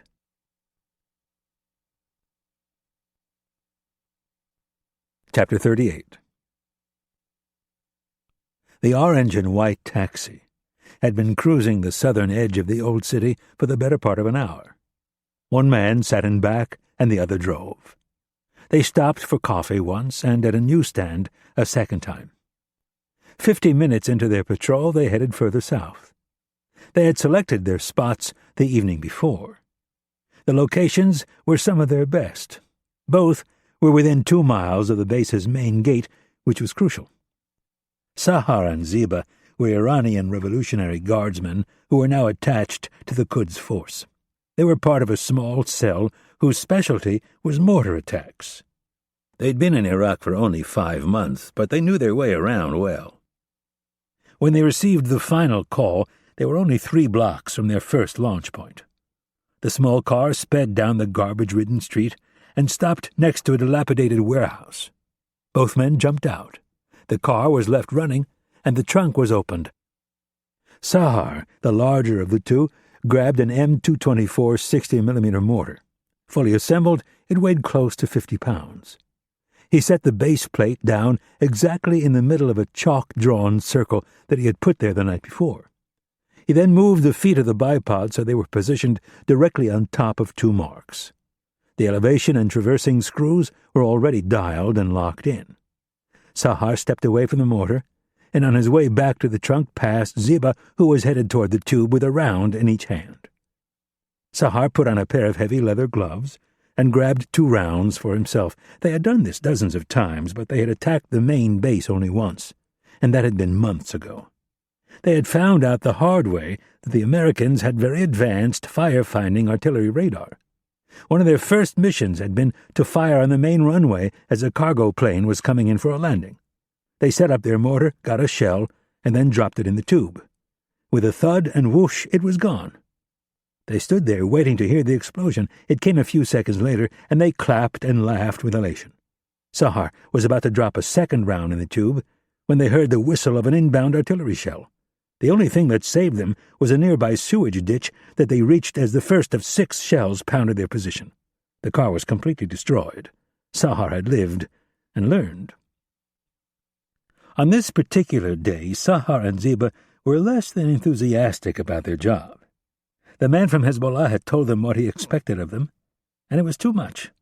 6 mortar rounds, fired from one tube, would take nearly 20 seconds. More than enough time for the Americans to fire back at them, and with shells a hell of a lot bigger than the ones they were firing. They told him his plan wouldn't work, and he immediately called their devotion into question, even their manhood. Sahar and Ziba had taken the bait and had told the man they would do it. Neither man had slept well, and in the middle of the night they agreed that 4 shells would be enough. They would then drive to a second position and fire 2 more. Sahar returned to the mortar tube and looked at his friend, who nodded that he was ready. Sahar dropped the shell in the tube, and each man took a half step back. There was a loud bang and whoosh as the shell was sent skyward. Gravity would play its role within a second and pull the round back down to earth, hopefully placing it near the front gate of the base. Ziba dropped the second round in the tube, and off it went. The last 2 shells were launched, and Sahar grabbed the hot tube with one hand and the bipod with the other. He heaved the 50 pounds of metal into the trunk and ran for the driver's door. Just as he was sliding in behind the wheel, he heard the blood-curdling whistle of an incoming round. Sahar stepped on the gas with all his might, and the small Toyota took off. A second later, the first round hit, causing the ground to shake for blocks in every direction. The rear window shattered from a piece of shrapnel, but the car kept moving. Ziba was now sitting in the front seat with Sahar. The 2 men looked at each other and laughed nervously. At 24 and 25, they still found humor in such things. 8 blocks later, they pulled up to their second location. Again, Sahar grabbed the mortar and Ziba grabbed 2 rounds. Sahar placed everything on the proper marks and then reached out for Ziba's second shell. He nodded for his friend to proceed. Ziba cradled the shell with both hands and tipped it until it slid backwards down into the tube. The 60-millimeter shell boomed out of the tube with force. The street had dirt and sand covering most of the asphalt. The launch kicked up a cloud of dust, which caused Sahar to lose sight of the tube for a second. Once he reacquired it, he rushed to load his shell. His nerves were frayed, and the dust was making things difficult. Under better conditions, he probably could have loaded the round without incident. But as soon as he heard the demonic shriek of multiple inbound shells, he panicked and missed the tube entirely. The shell hit the ground with a clank, and Sahar thought for sure that it would explode. Both men froze for a moment, looked into each other's eyes, and then, without having to say a word, started running like hell for their idling car. With every step, Sahar was cursing himself for allowing the Hezbollah man to goad him into doing something so foolish. When he reached the driver's door, the first 155-millimeter howitzer round impacted a mere 70 feet away. Razor-sharp shrapnel flew in every direction at more than 16,000 feet per second. The concussive blast and the molten-hot shrapnel tore through both men in a flash. Chapter 39. Mukhtar kept his eyes on the street and said to Rashid Dadarshi, the Quds Force commander, "Bring up the first wave." Mukhtar was referring to the RPG teams who were tasked with taking out the convoy's first 2 vehicles. Mukhtar and Dadarshi were in complete agreement that they had assembled more than enough firepower to handle the meager 5-vehicle convoy. Dadarshi, however, had stressed that they would possess that advantage for a limited time, maybe only minutes. He availed Mukhtar of story after story where the Americans had sent reinforcements either by ground or air within minutes of a fight starting. Mukhtar had worked to negate the American firepower from the start. He had instructed President Amatullah to make sure the Ministry of Intelligence made it clear the meeting would be cancelled if any American units were seen within 2 miles of its site. The Americans appeared to be honoring the security agreement that both sides had reached. Dadarshi's scouts had reported that the city was quiet. Mukhtar knew American military doctrine well. He had studied it for years. He knew they would have one of their quick reaction forces on standby.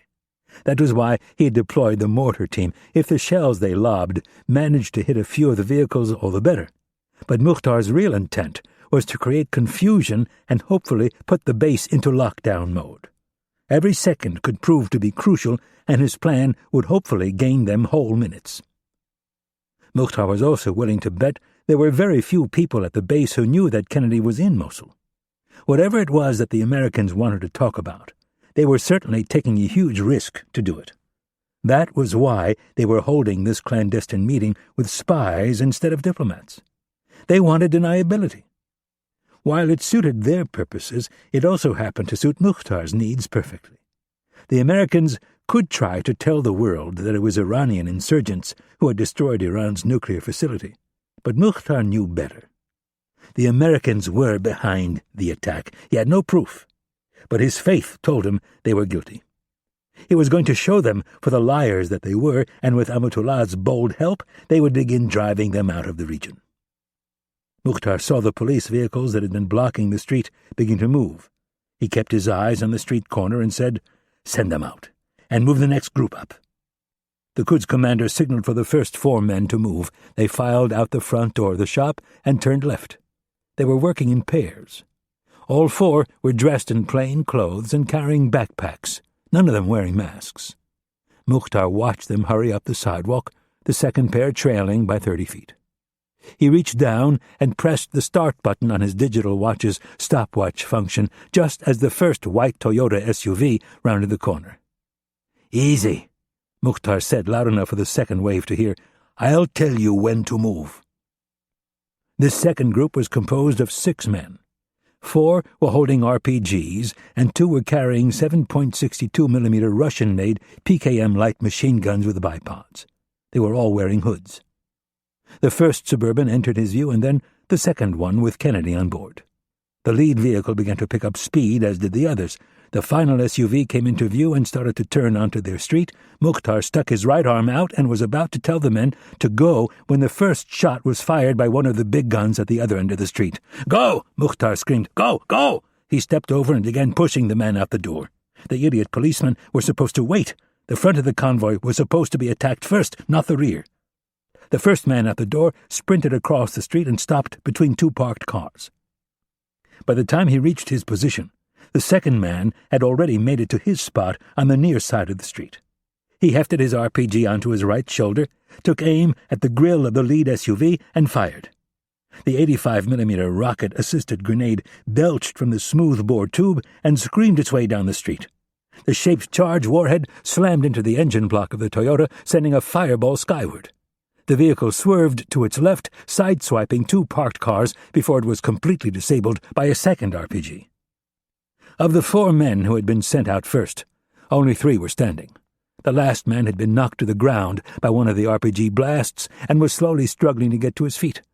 The other 3 men already had their backpacks off and were moving between parked cars toward their targets. Each backpack contained a shaped satchel charge designed to breach the underbelly of armored vehicles. In unison, they each pulled the fuse cord on the charges and sent the backpacks sliding across the pavement. 2 came to rest under the first black Suburban, and the third stopped just under the front bumper of the second Suburban. All 3 men turned and ran for cover. Mukhtar watched as the double blast of the first 2 satchel charges lifted the lead Suburban clear off the ground. Virtually every sheet of bulletproof glass on the vehicle was blown free, as well as one of the doors. The vehicle landed with a metal crunching thud on its side. The blast stirred up so much debris that Mukhtar couldn't see how the second black vehicle had fared. He resisted the urge to rush outside and find out. They were not done. Mukhtar watched as the last satchel charge was thrown under the first vehicle, the one that had already been hit by 2 RPGs. The vehicle and everyone in it appeared to be out of commission, but the man was going to carry out his orders.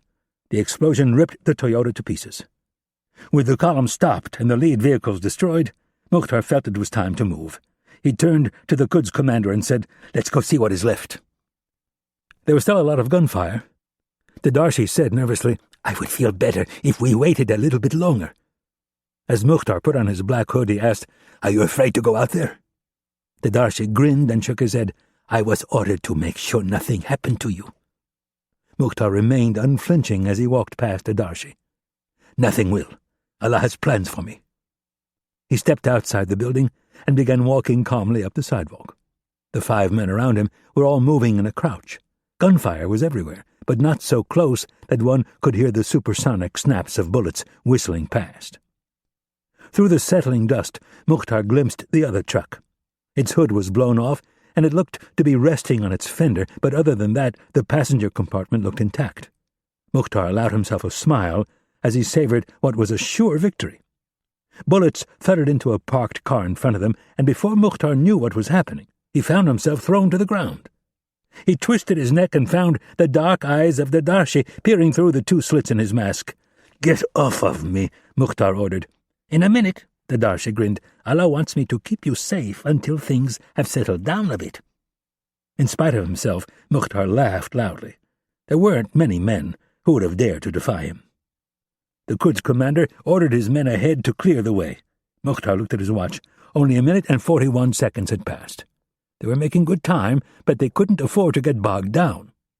Finally, after another 20 seconds, they were up and moving. Mukhtar was even more pleased when he finally got a clear glimpse of the second Suburban. It was disabled, but not destroyed. The driver was slumped over the steering wheel, but the man in the front passenger seat was moving.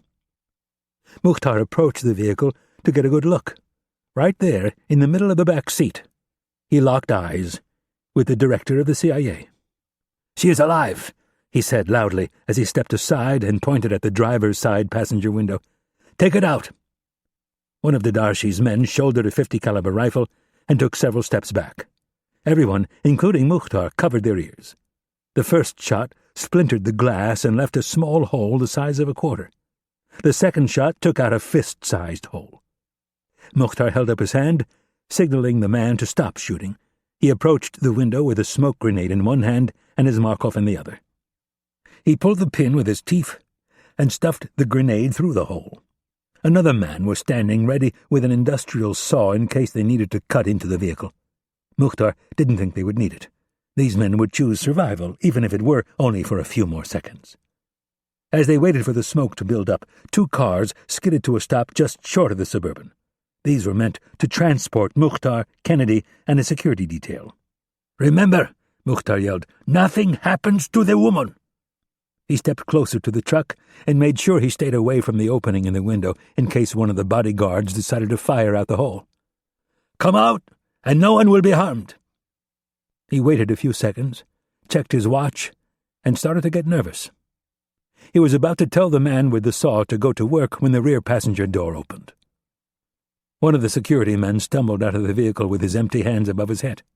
Coughing, he was immediately thrown to the ground. The director of the CIA came out next. Mukhtar grabbed her roughly and pulled her away from the smoky vehicle. 2 more men came out of the truck, also gasping for air and coughing. They were thrown to the ground next to the first one. Mukhtar yanked the hijab from Kennedy's head and slapped her across the face. Her sunglasses went flying. She staggered for a moment and then slowly turned to face him. The man from Hezbollah looked into her eyes, relishing the fear he would find, but instead was confronted with the blankest expression he had ever seen. There was no emotion in her eyes. In fact, she looked as if she had been drugged.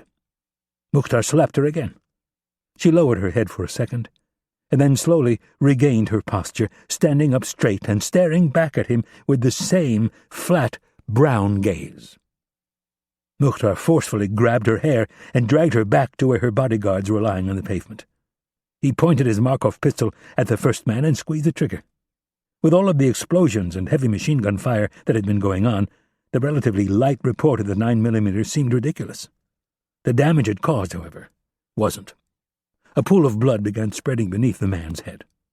Mukhtar forced Kennedy to look at the dead men and then held her firm while he shot the next 2 men in the head. "You," Mukhtar growled in Arabic, "will do exactly as I tell you, or you will suffer the same fate." Before Mukhtar could pull her head up to see if he had finally gotten through, 2 explosions rocked the intersection just to the north. Mukhtar looked up to see one of the police vehicles aflame and another car burning. The Quds Force commander grabbed Mukhtar by the arm and started pulling him away from the dead bodyguards. "We need to leave," he yelled over increasingly loud gunfire. Mukhtar did not disagree. He grabbed Kennedy and began dragging her toward one of the waiting vehicles.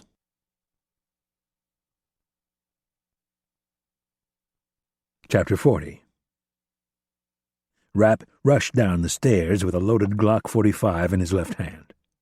As much as he had wanted to bring his distinctly American M4 rifle instead, he thought it best to leave it behind. Rapp hit the landing with a thud, grabbed the railing, and started down the next flight. He couldn't get the vision of the burning white Toyota SUV out of his head. The thing had been cut to shreds in a matter of seconds. Kennedy's armored Suburban would fare much better, but it wouldn't hold up indefinitely. He needed to get out there and help them. Rapp hit the first-floor landing and reached the front door. He looked out the small window and said, "Stan, are you guys ready?" He waited to hear Stillwell's voice over his wireless earpiece. "Mitch, I think this is a bad idea," Stillwell said in a worried voice. "The base says they have air assets on the way, and the quick reaction force is rolling. The smart thing to do is sit and wait."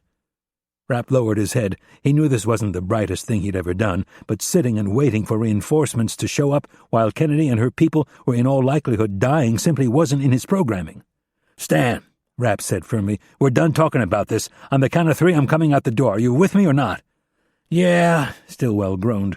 1. Rapp tugged on the black balaclava hood to get a better opening for his eyes. 2. He took a breath and told himself he was crazy. 3! He put his hand on the doorknob and waited to hear Stillwell and his men open fire. Right on cue, there was a massive volley of gunfire. Rapp leaned his shoulder into the door, hit the small stoop, took a hard left, and started running for his life. The first thing Rapp noticed were 4 men standing behind an old blue Chevy Impala that had been backed up on the sidewalk to form a makeshift barricade. All 4 men were pointing their rifles directly at him. Rapp had no choice but to keep moving toward them. If he stopped and went back, they would shoot him for sure. If he kept rushing toward them, they would hopefully think he was one of them. As planned, 2 explosions rocked the opposite corner. Rapp winced as tiny pebbles of debris pelted him. The men behind the car elevated their weapons and began firing at Stillwell and his men. Rapp reached the corner and hopped up onto the trunk of the car. He slid across on his butt and was helped to the ground by one of the men. Rapp tried to steal a quick glance at the convoy, but the street was covered in smoke. Of the 4 corners of the intersection, this was safest. The 2 just to the north were getting absolutely hammered by Stillwell and the Kurds, and the 4th corner, just behind him, had received its first incoming grenade. Bodies were everywhere, and confusion was spreading rapidly. Rapp had the .45 caliber Glock in his left hand, and kept it up in the air so it was there for anyone to see who might be watching. His right hand slowly slid under his shirt and drew his silenced 9mm Glock from its paddle holster. Rapp moved up behind the first man and placed the tip of the silencer right between his shoulder blades and slightly to the left. At the same time, he extended his .45 and aimed it down the street. Rapp fired the 9mm and slid his right knee under the man's butt to stop him from falling. He kept his left arm raised and angled the 9mm to the left. He fired 1 quick, suppressed round, striking the second man in the head. He instantly collapsed. Rapp fired another shot into the third man's head, and then finally the 4th. Rapp dropped to his knee as if he was seeking cover. He placed his back against the Impala, and for the first time he took in the full scope of the carnage. Through the billowing smoke, he saw what was left of the vehicles. His heart sank. The 4th vehicle was as bad as the 5th. The white skin was riddled with blackened .50 caliber holes the size of fists. The lead vehicle was in flames, and the first Suburban was in 2 pieces.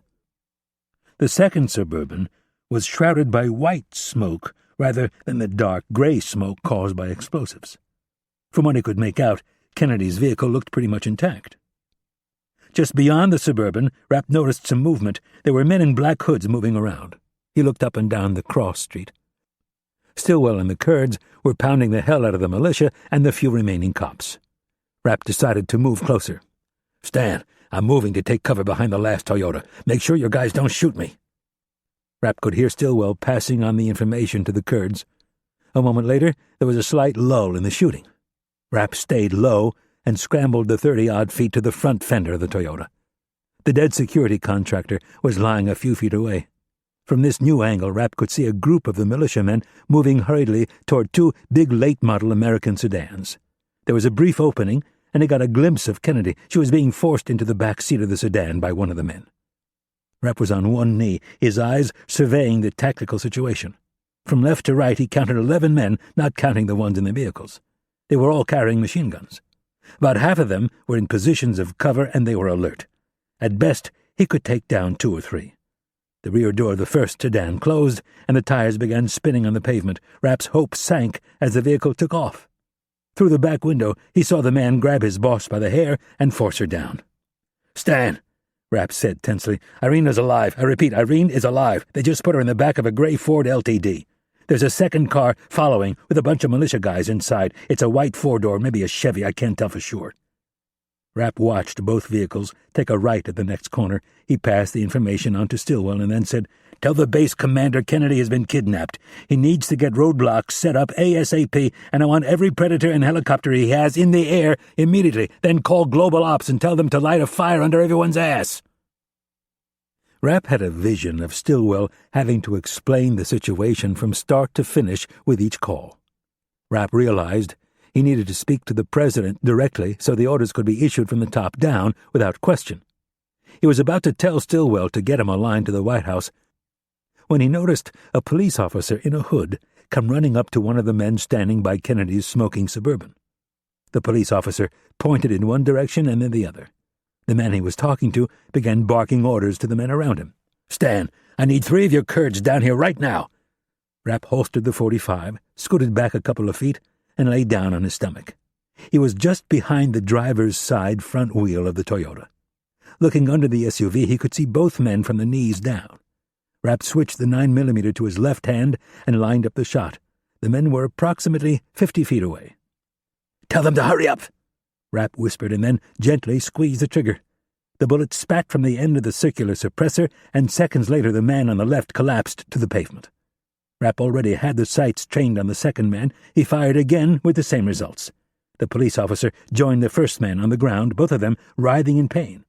Rapp stayed right where he was and waited for the inevitable.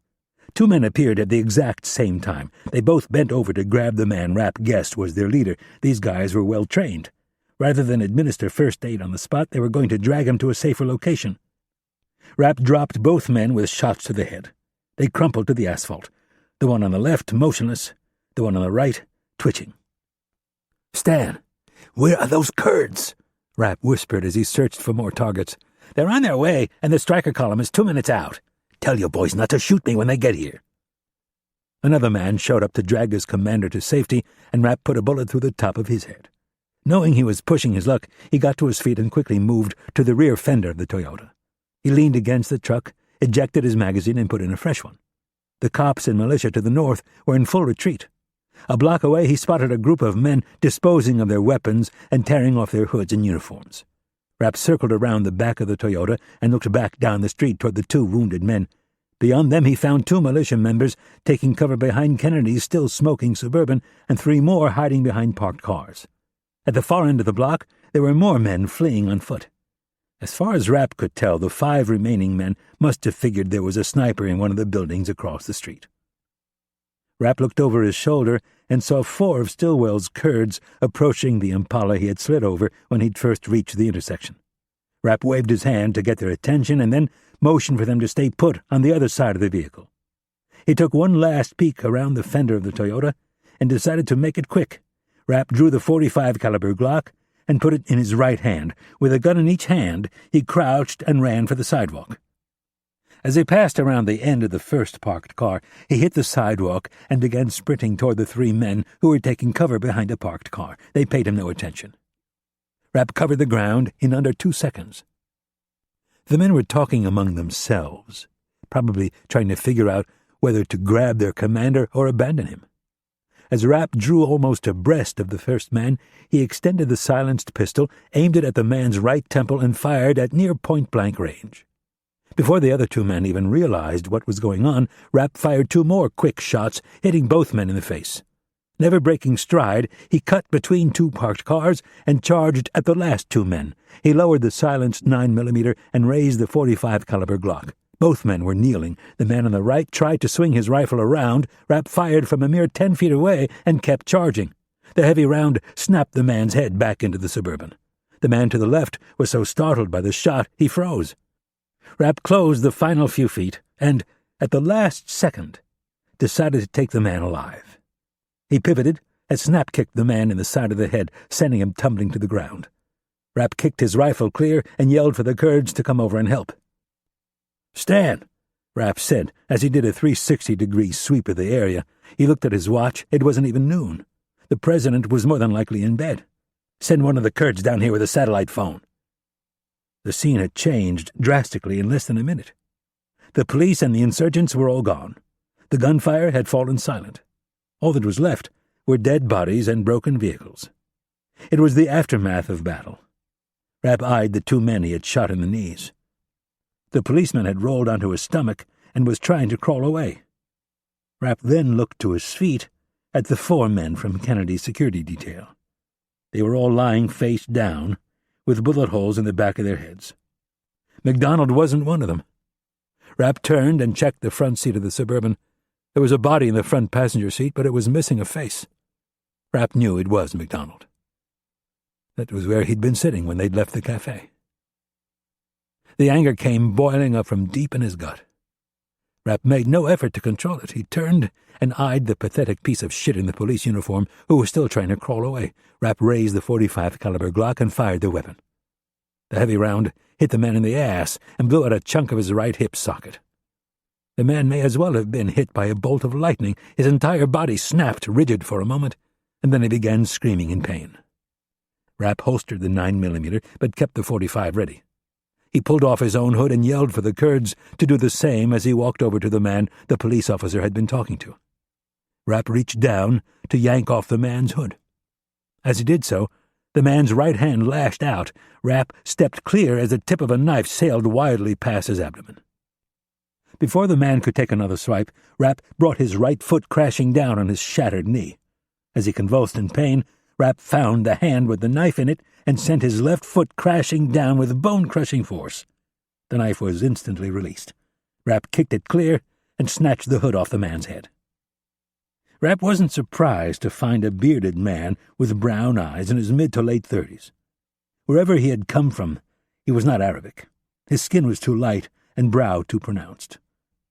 He could be an Iraqi, but the pronounced brow and high cheekbones told Rapp the man was more than likely Persian or Kazakh. "Where did they take her?" Rapp asked conversationally. The man clenched his teeth and said nothing. Rapp stepped on his knee again. After a few seconds, he released his foot and repeated the question, this time in Arabic. "Fuck you!" the man screamed in English. Rapp thought he caught a slight Persian accent. He answered the man in Farsi, saying, "I don't think so." Leaning in closer, he lowered his voice and asked, "Do you like being a man?" The fierce brown eyes stared defiantly back at Rapp. "The two of us," Rapp pointed to himself and the man on the ground, "we're going to find out the hard way." Reaching under his shirt, Rapp drew his matte black ZT knife and dangled it in front of the man's face. "That woman you just helped kidnap, she means a lot to me." Rapp's eyes turned crazed. "Trust me, when I tell you, you're going to tell me where she is." The man twisted his face into a frown and spit on Rapp. Rapp didn't even blink, let alone bother to wipe the spit from his cheek. He took his knife and drove the 4-inch blade into the man's right shoulder socket. With a violent jerk, he twisted the knife a quarter turn. The man gasped at the sheer pain and then let loose a stream of profanities, all in Farsi. The words confirmed for Rapp that the man was Iranian. Rapp leaned hard on the knife, and when the man opened his mouth to scream again, Rapp stuffed the barrel of his .45 into his mouth. Bringing his nose to within an inch of the other man's, he said in Farsi, "I don't care how tough you think you are, you Persian piece of shit. You'd better hope for your sake that she gets returned quickly, and she better not have a single mark on her, or you're going to be eating your own nuts for dinner."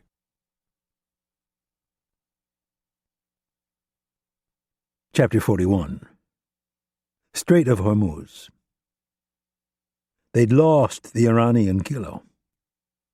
Halberg stood in the combat and control center of his sub, sweating profusely. He took a drink of water and silently watched his men work. They'd lost plenty of contacts before, but never in a situation this tense. His steel blue eyes darted from one screen to the next. A digital readout on the plotting screen read 1432 and counting. That was how long it had been since the kilo had broken contact.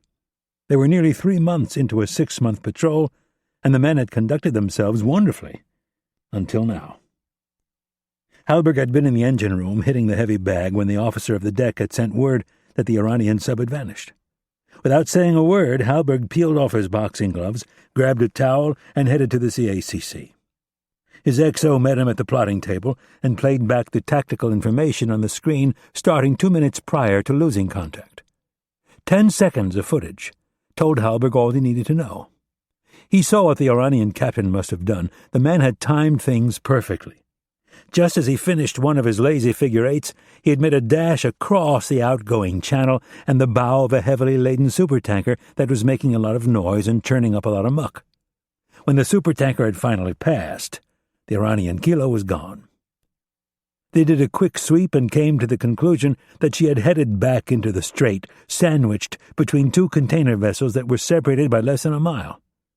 Halberg ordered a new course, and they fell in behind the second container vessel. As best they could figure it, they were approximately 2 miles back from the kilo. The executive officer finished speaking with the navigator and then walked across the CACC to where Halberg was silently standing watch. In a hushed voice, meant for only the two of them, Strilzik said, "I'm sorry I lost her, Skipper." "No need to apologize. She made a good move." You would have seen it coming. Halberg shrugged. Maybe.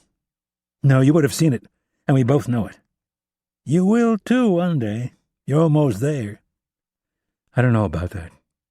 Strilzik looked deflated. Stop beating yourself up and tell me what he's going to do next. Strilzik looked down at the tactical screen and started weighing options. The Kilo really had only two choices. She could head back into port, which, based on the fact that practically the entire Iranian Navy had been put to sea, didn't seem very likely. The most probable scenario was that she would transit the strait and head back into the Gulf. She's going to head back into the Gulf and make a sprint while we're stuck in the Channel. Halberg nodded. How long will she run? Strilzik checked his watch and looked at the tactical screen. It marked the estimated location of the Kilo, the two freighters, and their speeds. Based on the Kilo's known top speed, Strilzik answered, roughly 5.5 minutes. Any other possibilities? She could head back into port, but I don't see that happening. Neither do I. What else? Halberg asked, in a tone that told Strilzik he was missing something. Strilzik studied the tactical for a moment. He looked at the clump of islands off Bandar Abbas. She might decide to partially surface, run to the leeward side of one of these islands, wait for us to pass, and then fall in behind us. That's possible, but not likely. Halberg hit a button and rewound the tactical to the point where they lost the Kilo. He pointed to the screen and said, What if she ran clear across the inbound channel, looped around to the east, and headed back out, or, worse, fell in behind us? Strilzik looked embarrassed. That's possible, but unlikely. Halberg offered in consolation. He read his friend's frustration and said, Dennis, you're practical and straightforward. This guy, Halberg pointed at the screen, is a little crazy. Running across the outbound channel that close to a fully loaded tanker with all this other traffic around is not exactly a conservative move. Would you ever try something like that? Strilzik sighed. Not under normal conditions. Which tells you? This guy either got a screw loose, or these aren't normal circumstances. Exactly. Send a message to CTF-54, let them know we lost contact. You sure? Strilzik studied the captain's face. You don't want to wait and see if we reacquire her on the other side? Halberg clicked a button, and the tactical zoomed out to show the entire Persian Gulf and the northern half of the Gulf of Oman. The screen was filled with hundreds of contacts. The Eisenhower strike group was positioned smack dab in the middle of the Persian Gulf, with the bulk of the noisy Iranian Navy headed her way. It was the perfect screen for a quiet diesel submarine. One missing Kilo was bad enough. Two could wreak havoc on the strike group. Halberg decided to swallow his pride. The sooner we let them know, the better. I'm sorry, Skipper. Halberg brushed off the apology. I'm sure we'll find her when we clear the channel, and then we'll fall in behind her and make sure she behaves.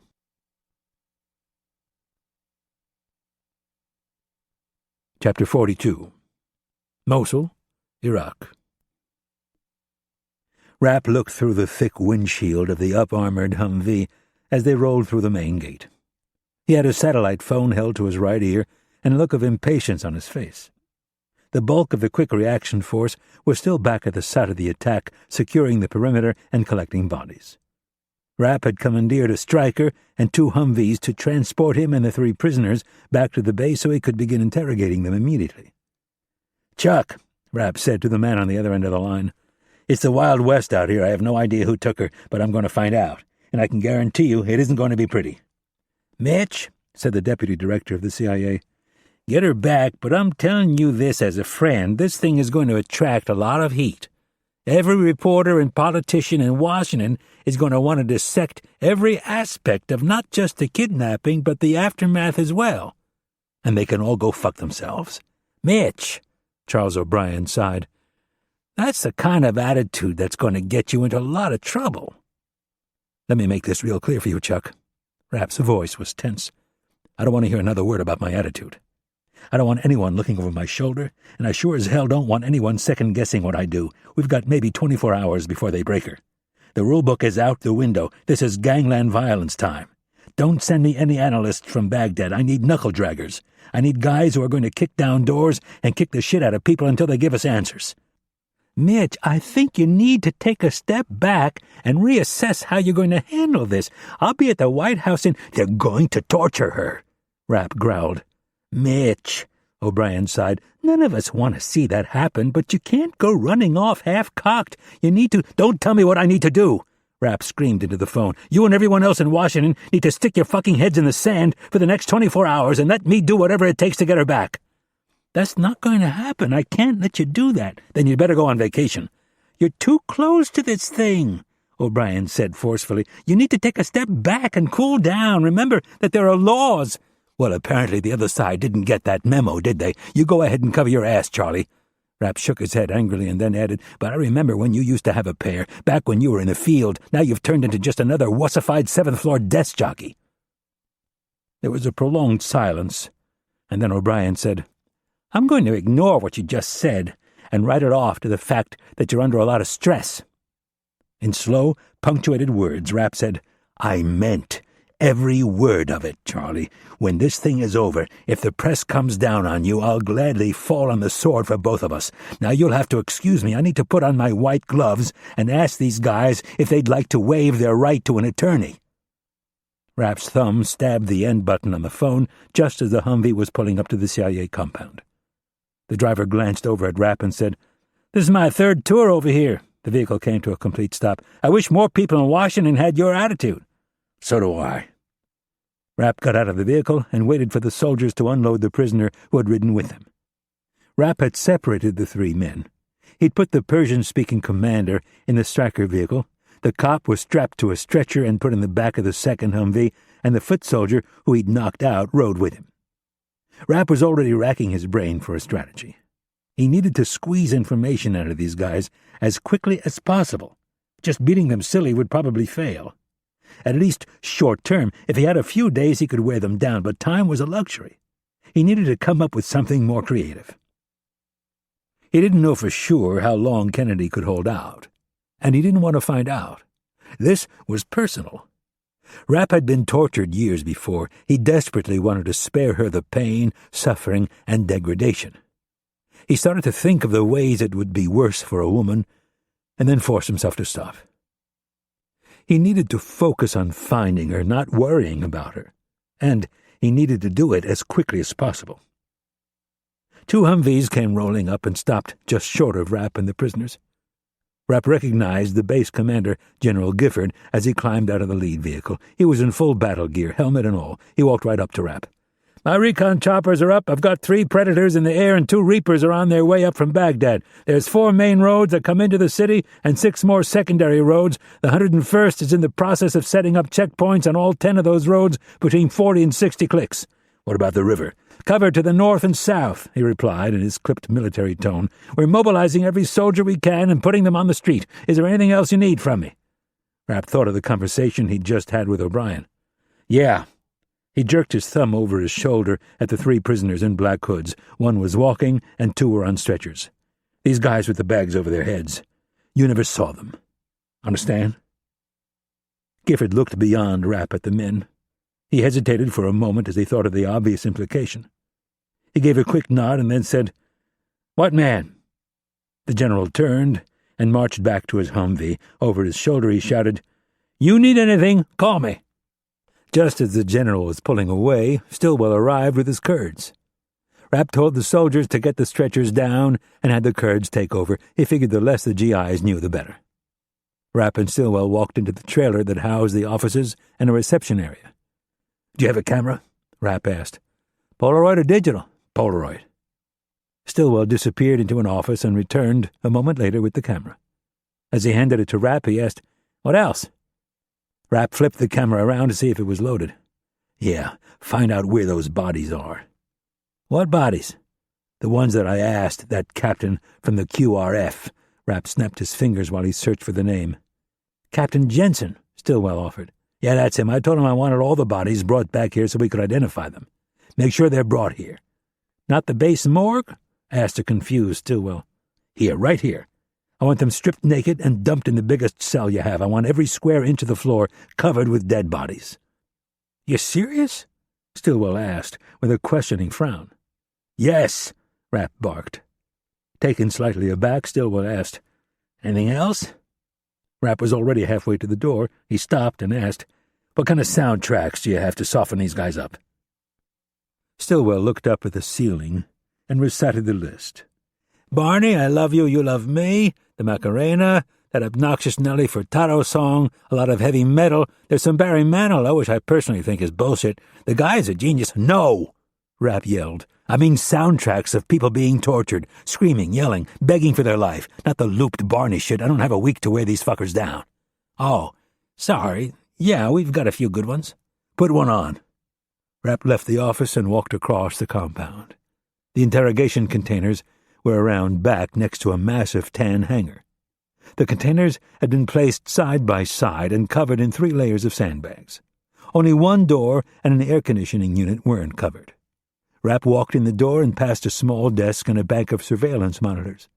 12 10-inch screens, one for each cell. A man in jeans and a T-shirt was sitting behind the desk with his feet up reading a magazine. Rapp stopped and pointed to the monitors. "You record what goes on in these cells?" 24/7, mandated by Congress, courtesy of Abu Ghraib." "Lovely," Rapp growled. "The recordings are stored on that hard drive sitting there?" The guy looked at the computer sitting on the floor. "Yep."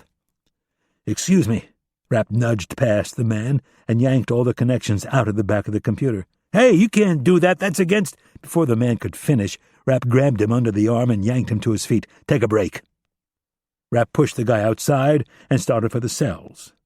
A hallway had been cut down the center of the 3 containers, halving them with 6 cells on each side.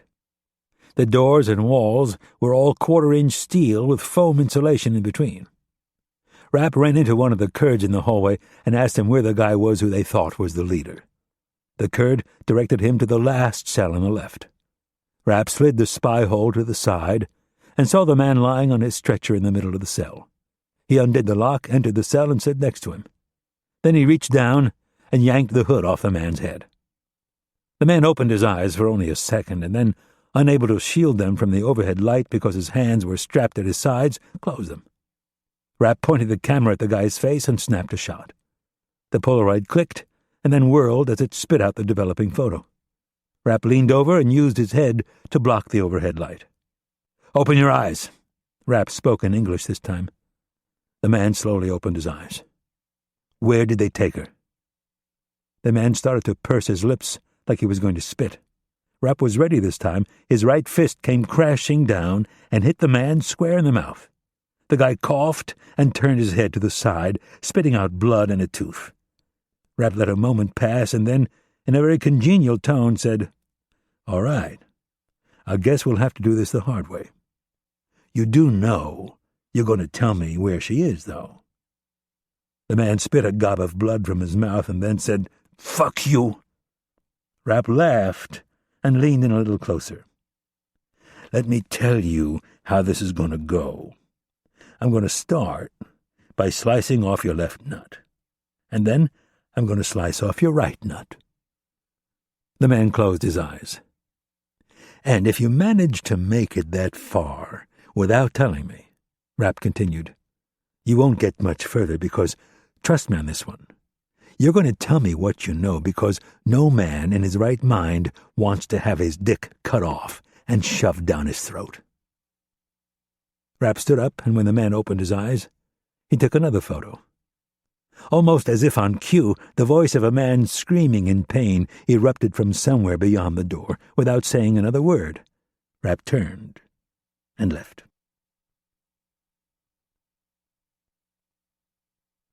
Chapter 43. Strait of Hormuz. Halberg sat in his elevated chair, an elbow on each armrest, his hands bridged under his chin. They were halfway through the channel, and so far there had been no sign of the Youssef. Not that Halberg expected any. With a constant stream of supertankers coming and going, the acoustics were horrible. Add to that freighter traffic of all shapes and sizes, fishing boats and pleasure craft, and his sonar men were left with a din that was comparable to trying to listen to your cell phone while sitting in the front row of a rock concert. Still, no one complained. They simply did their best to sort it all out and make sure they didn't run into anything. Hallberg got up from his chair, walked into the sonar room, and noticed a concerned look on the face of one of his operators. Each of the 5 men was wearing noise-canceling headphones so they wouldn't be distracted by the other conversations taking place in the CACC. The captain took a sip of coffee. His eyes stayed trained on Louis Sullivan, or Sully as he was called by the rest of the crew. He was by far the best sonar operator on the boat. If he looked concerned, that meant something unusual was going on outside the hull, and that meant Hallberg needed to be concerned too.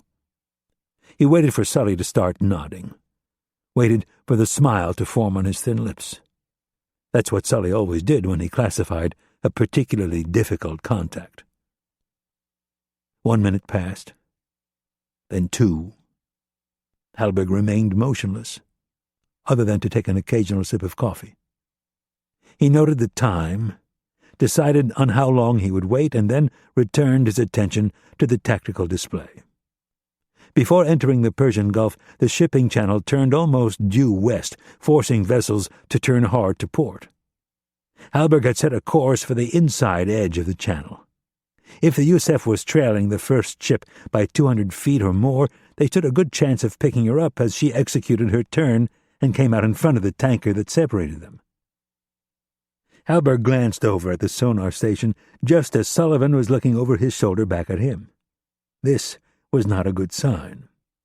Hallberg stared intently at Sullivan, who had moved the large, bulky headphone from his left ear. "What's up, Sully?" "We picked up the Sabalan heading out of port." Hallberg nodded. He'd already noted this ship on the broadband sonar. The Sabalan was a British-made Vosper Mark V-class frigate that had been commissioned in 1972. Back in 1988, an A-6 intruder from the USS Enterprise dropped a 500-pound bomb on her in retaliation for an Iranian mine that had blown a 15-foot hole in the side of the USS Samuel B. Roberts. Instead of allowing the Navy to finish her off, then Secretary of Defense Frank Carlucci decided to spare the Sabalan. The ship was then towed back into port and repaired. By surviving the attack, the ship had become an Iranian national treasure. Nothing unusual, just cruising along at the standard 15 knots. About 5 minutes ago, her Rolls-Royce turbines started howling. She's been steadily picking up speed. And if she holds her current course, it looks like she's going to try and slide in between the 2 container ships. You think she's going to sit on top of the Yusef and help screen her when she clears a channel? That's what I thought until a few minutes ago. It's hard to be sure, Skipper, with all that noise out there, but I think the Yusef has been blowing ballast. In fact, I think her sail might be out of the water. Hallberg couldn't hide his surprise. You serious? I know I'm a bit of a screwball, Skipper, but I would never joke about something like this. Hallberg glanced around the CACC. Strilzik and the navigator were watching them. The captain looked back down at Sullivan and said, "Keep me posted." As he walked over to Strilzik, he wondered why in the hell the Yusef would be showing the top of her sail. Strilzik glanced at the fire control panel and noted the assumed position of the other sub. In 40 more seconds, she would be clear of the container ship and they could get a glimpse of her. Hallberg was about to order the photonics mast raised when Sullivan called for him. "Skipper, I've got her. She's taking on ballast and increasing speed." Hallberg quickly moved his attention back to the sonar monitor. He looked down at the updated location. She'd been right where they thought she was. Hallberg was in the midst of trying to figure out if he could pass the container ship on the inside turn when he noticed a commotion among the sonar operators. The men to Sullivan's left announced, "Sir, the Sabalan is pinging the Yusef." Before Hallberg could absorb the comment, Sullivan announced, "The Yusef is flooding tubes." "You sure?" Sullivan didn't bother to answer the question. "The Yusef is opening rear torpedo door, sir." Strilzik joined Hallberg at the tactical. Strange place to be running a drill. I was just thinking the same thing. "Torpedo in the water," Sullivan said loudly. "Battle stations," Hallberg said, without wasting a second. The order was repeated throughout the ship in a matter of seconds. Hallberg was about to order the sub to flank speed when the bearing of the torpedo showed up on the tactical. The torpedo was clearly headed for the Iranian frigate Sabolan. "Sully," said the captain, "confirm that bearing." Sullivan reconfirmed the bearing of the torpedo. Strilzik said, "Are we sure that's the Yusuf?" "It isn't one of ours." 21 seconds to impact," Sullivan announced. Halberg looked at Strilzik. "I want visual." Strilzik ordered the photonics mast raised and joined Halberg in front of the color monitor. Sullivan began counting down from 10. As he reached 2, all 5 sonar men took off their headsets. Halberg increased the magnification on the camera, and the Sabolan went from a speck to a clearly visible ship plowing through the water. As Sullivan's countdown reached 0, Halberg watched a geyser erupt from under the Sabolan's bow. For a moment, it looked like the entire ship had been lifted out of the water. As she settled down, her back broke, and the front third of the frigate started sinking. "Send a flash message to CTF-54, Halberg said. He paused to look at the sonar monitor. The Yusuf was passing the container ship in front of her and sprinting toward the Persian Gulf. "Set course to follow the Yusuf." Chapter 44. Mosul, Iraq. Rapp walked through the short sandbag tunnel and into the trailer that housed the offices. He was looking at the last of the 6 photos he'd taken. The colors were growing more vivid with each step. The castration speech had gone over swimmingly. He delivered it to each of the 3 men, and they all took it differently. The first one, the one who Rapp had punched in the mouth, went into shutdown mode. Before the speech, the man had been cussing up a storm and acting as defiant as a teenager. As Rapp described how he would dissect the man's groin, he watched the fight drain out of him. He had either decided it wasn't wise to antagonize Rapp any further, or he was working to come up with a plan. More than likely, a lie that would keep him firmly in the sexual category of his choice. The second man, the policeman, was either a great actor or an absolute crazed lunatic. With each increasingly descriptive word about what Rapp planned to do, the man only laughed harder. He had a kind of crazy bring-it-on attitude that Rapp had seen before. He was the type that either cracked right away or never did. There was very little in between. Rather than waste time, Rapp decided to find out if the guy was a pretender or a crazed true believer. The army medics had cut away the man's pants so they could bandage the bullet wounds to his knee and butt.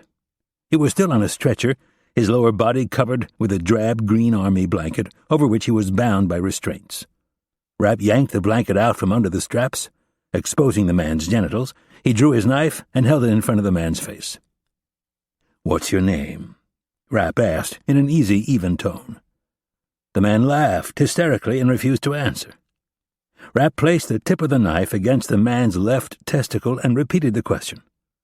The man's laugh turned into a crazed cackle. Rapp forced the knife downward, twisted it, and jerked it back up. A hunk of flesh flew from the tip of the knife and smacked against the cold steel wall of the cell. The man twisted back and forth on the gurney, struggling against his bonds and screaming at the top of his lungs. After 10 seconds, the man stopped his wailing, looked at Rapp through moist eyes, and continued to laugh, maniacally. Rapp looked down and simply said, "I'll be back for the other one in 5 minutes." With that, he left the cell and went to find the last prisoner. This was the one Rapp had knocked out rather than kill. Rapp guessed since he was younger than the other 2 by at least 10 years, he would be the easiest to break.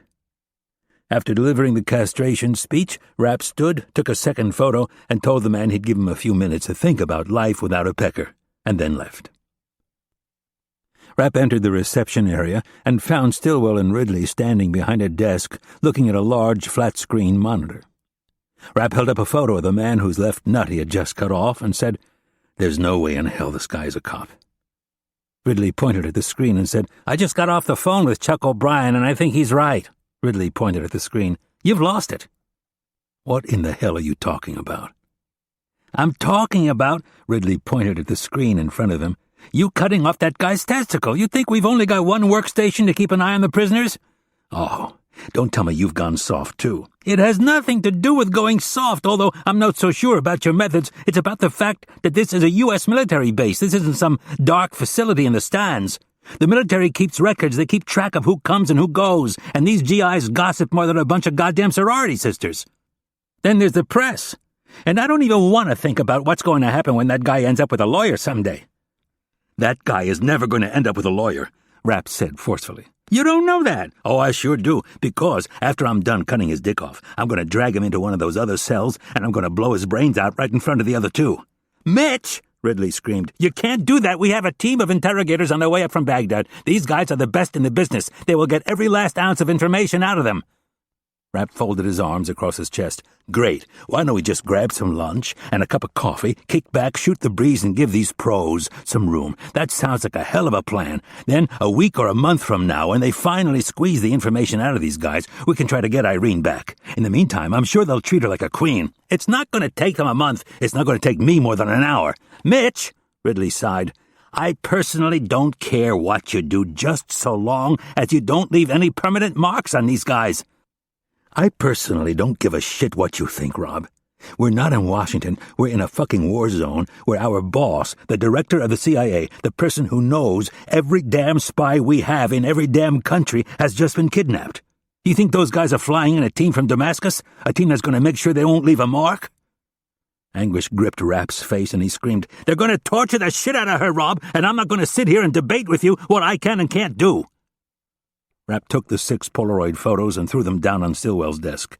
Scan those into the system and see if you can find a match. Where's Marcus? I don't know. Find him. Stillwell picked up the photos just as the phone started to ring. He grabbed the handset with his other hand and said, Chief of Base, Mosul. He listened for a moment and then looked at Rapp. Yeah, hold on. He held the phone out for Rapp. It's the White House. The president wants to talk to you. Rapp thought about not taking the call for a second. Most of his career had been based on asking for forgiveness rather than permission. But this was the president, not one of his colleagues from Langley. Rapp thought of the conversation they'd had on Air Force One. He didn't get the sense Alexander was the type of man who would try to put a leash on him. Even so, Rapp reluctantly stuck out his hand and took the phone.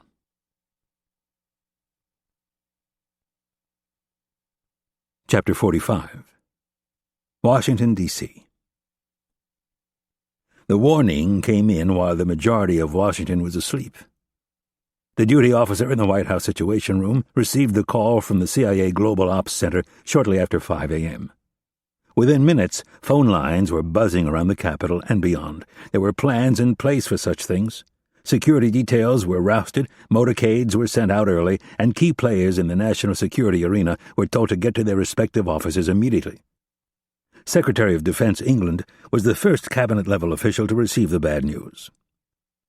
A former Merrill Lynch executive and the head of their London office, England rose at 5 a.m. every morning so he could spend some time monitoring the European markets before heading into the Pentagon. He was sitting at his desk in his study when the call came in. The ring, 2 quick chimes followed by a third, longer one, was distinctly different from all of the other phones England's job required. At this early hour, England instantly knew the ring was a harbinger of bad news. As he eyed the secure telephone unit, his mind ran down a list of hot spots that could warrant the pre-dawn call. Almost immediately, his thoughts turned to Kennedy and her meeting. He picked up the phone, listened to the voice on the other end, and simply said, I'll be there in 30 minutes. England called his office and told the duty officer to rouse the Joint Chiefs. He also directed the woman on the other end that in 20 minutes he wanted to talk to someone in Mosul who could give him an on-the-ground assessment of what had happened. Irene Kennedy may have been CIA, but Mosul was the domain of the Defense Department. He knew of Kennedy's meeting with her Iranian counterpart, but knew none of the details other than the disquieting fact that the Iranians had been adamant that no U.S. military personnel be present. England raced upstairs, showered, threw on a suit, and grabbed his electric shaver. By the time he came back downstairs, his full security detail was waiting in the driveway. England jumped in the back seat of the armored black Suburban and started running the electric razor over his mostly gray stubble. His thoughts turned to Kennedy almost immediately. All he had been told by the Situation Room duty officer was that Kennedy's motorcade had been hit in Mosul. The director of the CIA was believed to be alive and taken hostage. Everyone else had been wiped out. England liked Kennedy. He liked her style, the way she kept things brief and to the point. Washington, England had found, was a town with an inordinate amount of people who liked to hear themselves talk. Kennedy was a breath of fresh air, highly intelligent, and as well versed in Islam and the Middle East as anyone he'd ever met. He had grown to depend on her input. England was an old acquaintance of the president. He had no government service on his record, military or otherwise. As the president had told him at the time of his nomination, he wanted England for his analytical mind and his ability to not just win an argument, but get others to agree with him. He'd also spent decades trying to anticipate trends, constantly looking into the future and attempting to predict how things would play out. As his vehicle moved through the pre-dawn streets of D.C., he tried to do the same now with this crisis. Unfortunately, the first thought that entered his mind were the tapes of Muslim extremists decapitating their prisoners. The beheading of the director of the Central Intelligence Agency would be a powerful piece of propaganda. England pushed his personal feelings aside and played out parallel permutations in his mind. As harsh as it sounded, the quick beheading of Kennedy might not be the worst thing for America. The celebration among the Islamic radical fundamentalists would more than likely be short-lived. Europe, Australia, Japan, Russia, and possibly even China were likely to see in the end the beheading of a woman and the mother of a child, not the leader of America's chief spy agency. Such a barbaric move by the terrorists could end up harming them in the long run. As cruel as it sounded, Kennedy knew too much. A drawn-out hostage situation would provide her captors with the opportunity to compromise America's national security on a scale that was almost unthinkable. Just the thought of having to advise the president in such a manner made England extremely uneasy. He was too positive a person to settle for such a dismal outcome so early in a crisis. There had to be a better way to resolution. As England's Suburban passed through the Secret Service checkpoint on West Executive Drive, his secure phone rang. The duty officer at the Pentagon informed him that she had General Gifford on the line. England had met Gifford twice before on recent trips to the region. "Tom," England said, "I'm walking in to meet with POTUS right now. Can you give me the brief version of what happened?" England listened while Gifford passed along the condensed version of an already condensed version that had been given to him from the commanding officer of the Quick Reaction Force. When Gifford was done, England thanked him and told him to stay by the phone. There was a good chance the president would want to talk to him.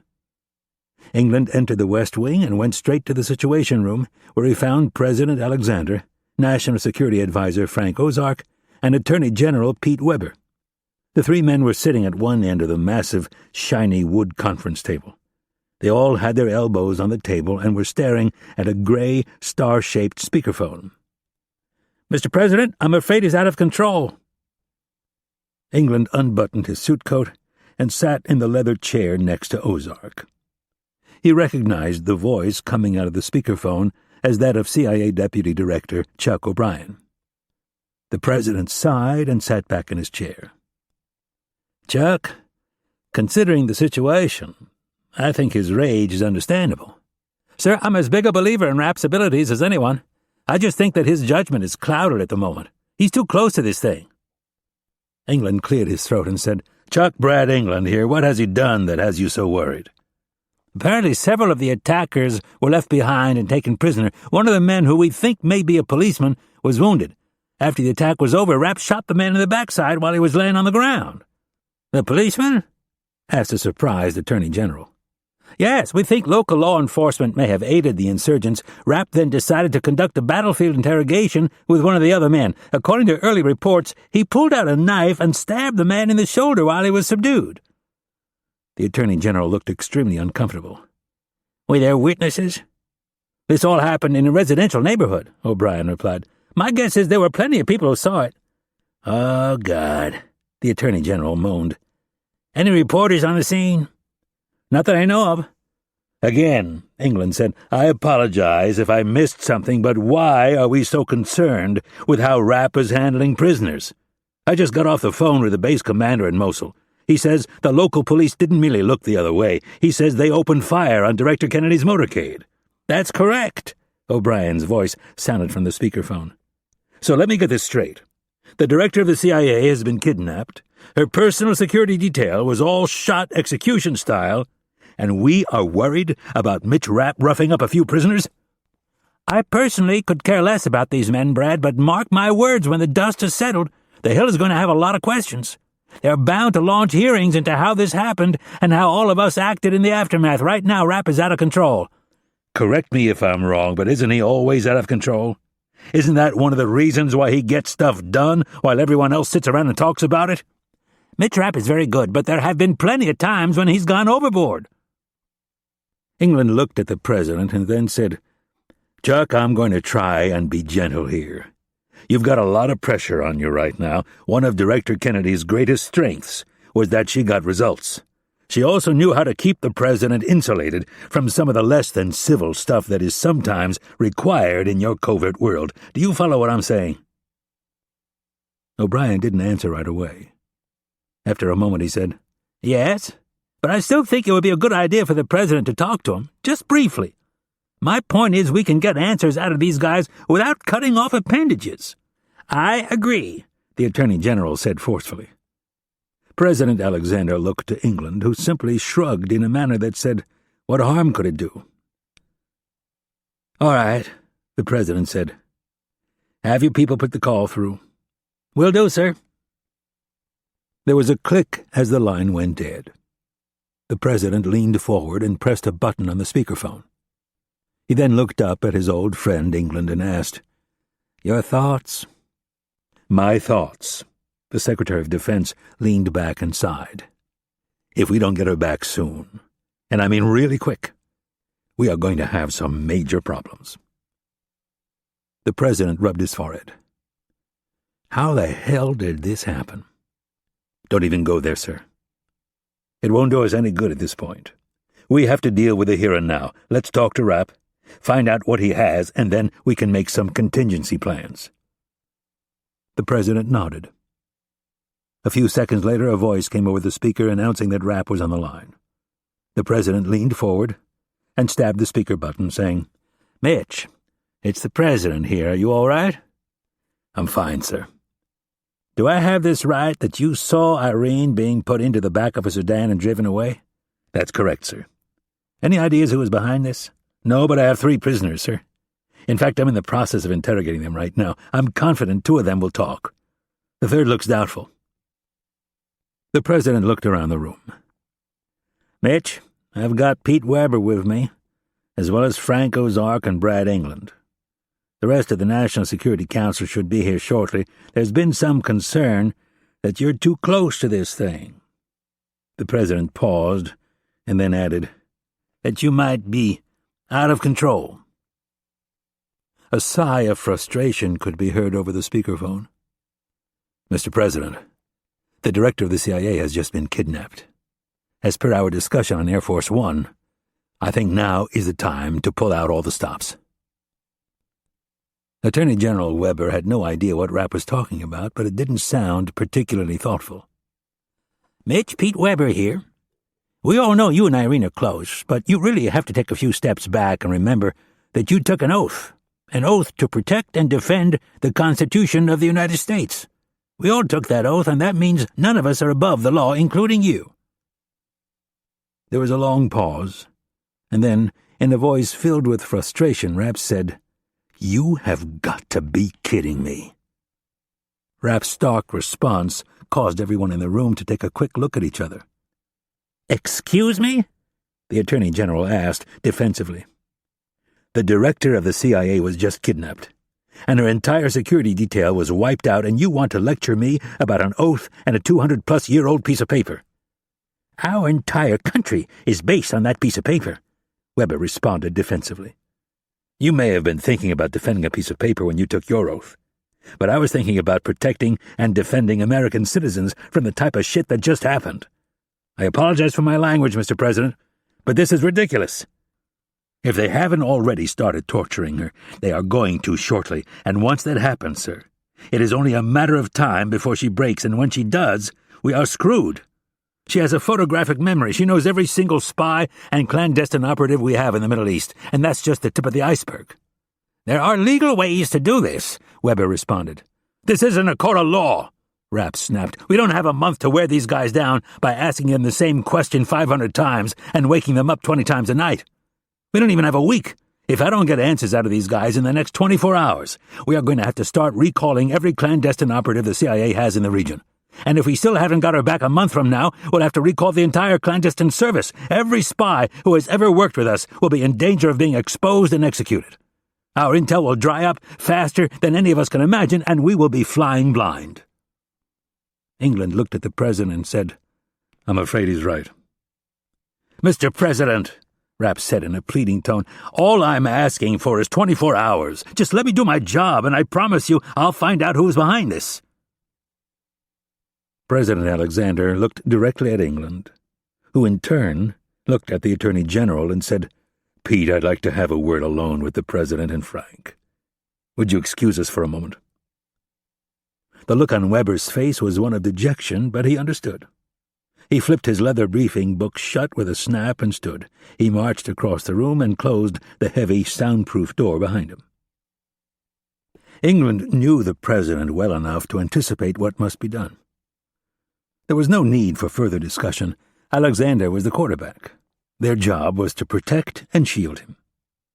Alexander had already communicated with his eyes how this thing should play out. "Mitch," England said, "you have 24 hours. No questions asked. Just cover your tracks." "I will." "And Mitch," the President said, "bring her back." "I will, Mr. President." "Even if she's dead, Mitch. I want her back."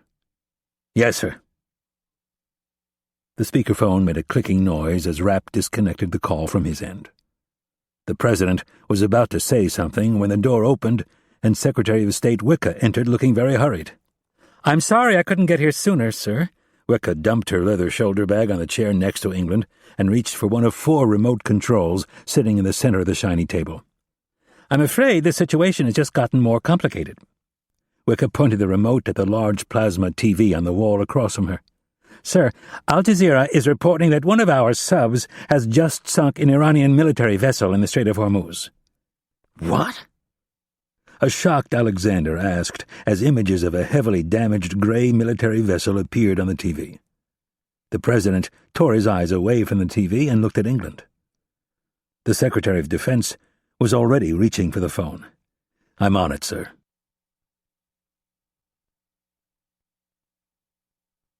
Chapter 46. Mosul, Iraq. Irene Kennedy lay on the dirt floor and tried not to move. She was wearing only her bra and panties and was partially covered by an itchy wool blanket. A foul canvas bag was tied around her head. Even though she desperately needed to go to the bathroom, she was not about to ask her captors. They had already savagely kicked her for attempting to sit up. The man who had been watching her didn't bother to say a word, just delivered a swift boot to the ribs. He didn't need to. The message was clear: stay put. If we want you to get up, we'll let you know. Kennedy's inventory of her surroundings was bleak. She was almost certain they had her underground. The floor was dirt, and even through the filthy canvas bag, she could smell the must. The attack had been horrifying. Kennedy saw the vehicles in front of them get blown to bits, and then her own Suburban was hit. She wasn't sure, but she thought the explosion might have knocked her unconscious. The next thing she remembered after the series of explosions was the vehicle filling with smoke. Her bodyguards on either side were yelling into their radios calling for help, but none came. She didn't know if the doors had been pried open or if her bodyguards, gasping for air, had decided they had no choice but to abandon the armored vehicle. She had been grabbed roughly and slapped the second her foot hit the pavement. She remembered having the presence of mind to at least look calm. And then the man who had hit her forced her to watch as he shot 3 of her bodyguards in the head. They had traveled no more than a block when she was shoved down onto the floor. The hood was placed over her head, and the men went to work with knives cutting away her clothes. After that, they bound her wrists, knees, and ankles.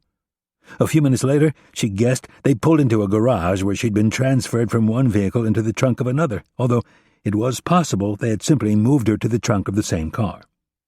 She guessed that for a good 30 minutes the car drove around the city. She could tell by the motion and noise that they were stuck in traffic. At one point she heard the men in front arguing. They were talking in Farsi. They said something about roadblocks and having to abandon their original plan. Shortly after that they dumped the car. The men wrapped her in a blanket and moved her from the trunk to her current location. One man had carried her over his shoulder, and she got the sense they had walked down several narrow flights of stairs. Every time the man hit a landing, he would turn and the hood on Kennedy's head would brush against the wall. She'd heard an old door open with a creak, and then she was dumped on the floor like a sack of fertilizer. Kennedy rolled onto her side and attempted to sit up. That was when one of her captors kicked her in the ribs and flipped her onto her back. The pain of what she thought was most likely a broken rib was a bit of a blessing. It gave her something else to worry about. It had been nearly 25 years since she'd gone through her training at the farm near Williamsburg, Virginia, but she remembered it very well. In fact, one lecture stood out all too vividly in her mind. It was about the kidnapping of CIA Beirut Station Chief Bill Buckley in March of 1984. Buckley had been a Special Forces officer in the Army before joining the CIA and was no wilting flower. 1 week after his kidnapping, the first of dozens of CIA spies went missing. Buckley's Hezbollah interrogators broke him and began selling the information to Syria, Jordan, Egypt, and other countries in the region. They brutally tortured him for more than a year and then hanged him. The CIA had managed to get their hands on some of the tapes Hezbollah had made of the torture sessions. The instructors at the farm made Kennedy and her fellow classmates watch the tapes twice, once before they started their classes on interrogation, and again at its 2-week conclusion. Showing Buckley's horrible experience was intended to make 2 simple points. The first was that everyone breaks, even the toughest of the tough. All you can do is hold out as long as possible to give your colleagues time to move agents and operatives out of harm's way. The second lesson to be learned was simple, yet important. Don't get caught. It was obviously too late for that. But Kennedy was attempting to order certain facts in her mind so as to protect the CIA's most important assets as long as possible. She knew by both code name and real name virtually every current spy on the CIA's payroll.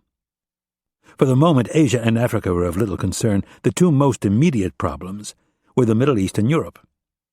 Kennedy was going down a list in her mind, country by country, of who had been most effective and who had been the least valuable. She basically inverted the list, putting least helpful at the top. Then she added suspected double agents and those the CIA suspected to be on Russia and China's payroll. By far, it was more difficult to rank her own clandestine operatives, employees of the CIA who worked abroad without diplomatic cover. Some were more effective than others, but they were all her fellow countrymen. Kennedy attempted to compile a list, but didn't get far. They had told her all those years ago that everyone broke. She knew it was true, but she had to hold on to hope. She was still in Mosul, surrounded by the American military and sympathetic Kurds. And then there was Rapp. The thought of Mitch put a smile on her face. He would stop at nothing until he found her. Just the thought of him in the city put her momentarily at ease. For a second she even pitied the men who had taken her. What if they were simply a band of local militia looking to collect some ransom? If that was the case, they were in way over their heads. For the first time since being attacked, Kennedy began to seriously question who her captors were when she heard the muffled voices of 2 men talking. The squeaky wooden door opened with a bang, and Kennedy had the horrible feeling it was about to start.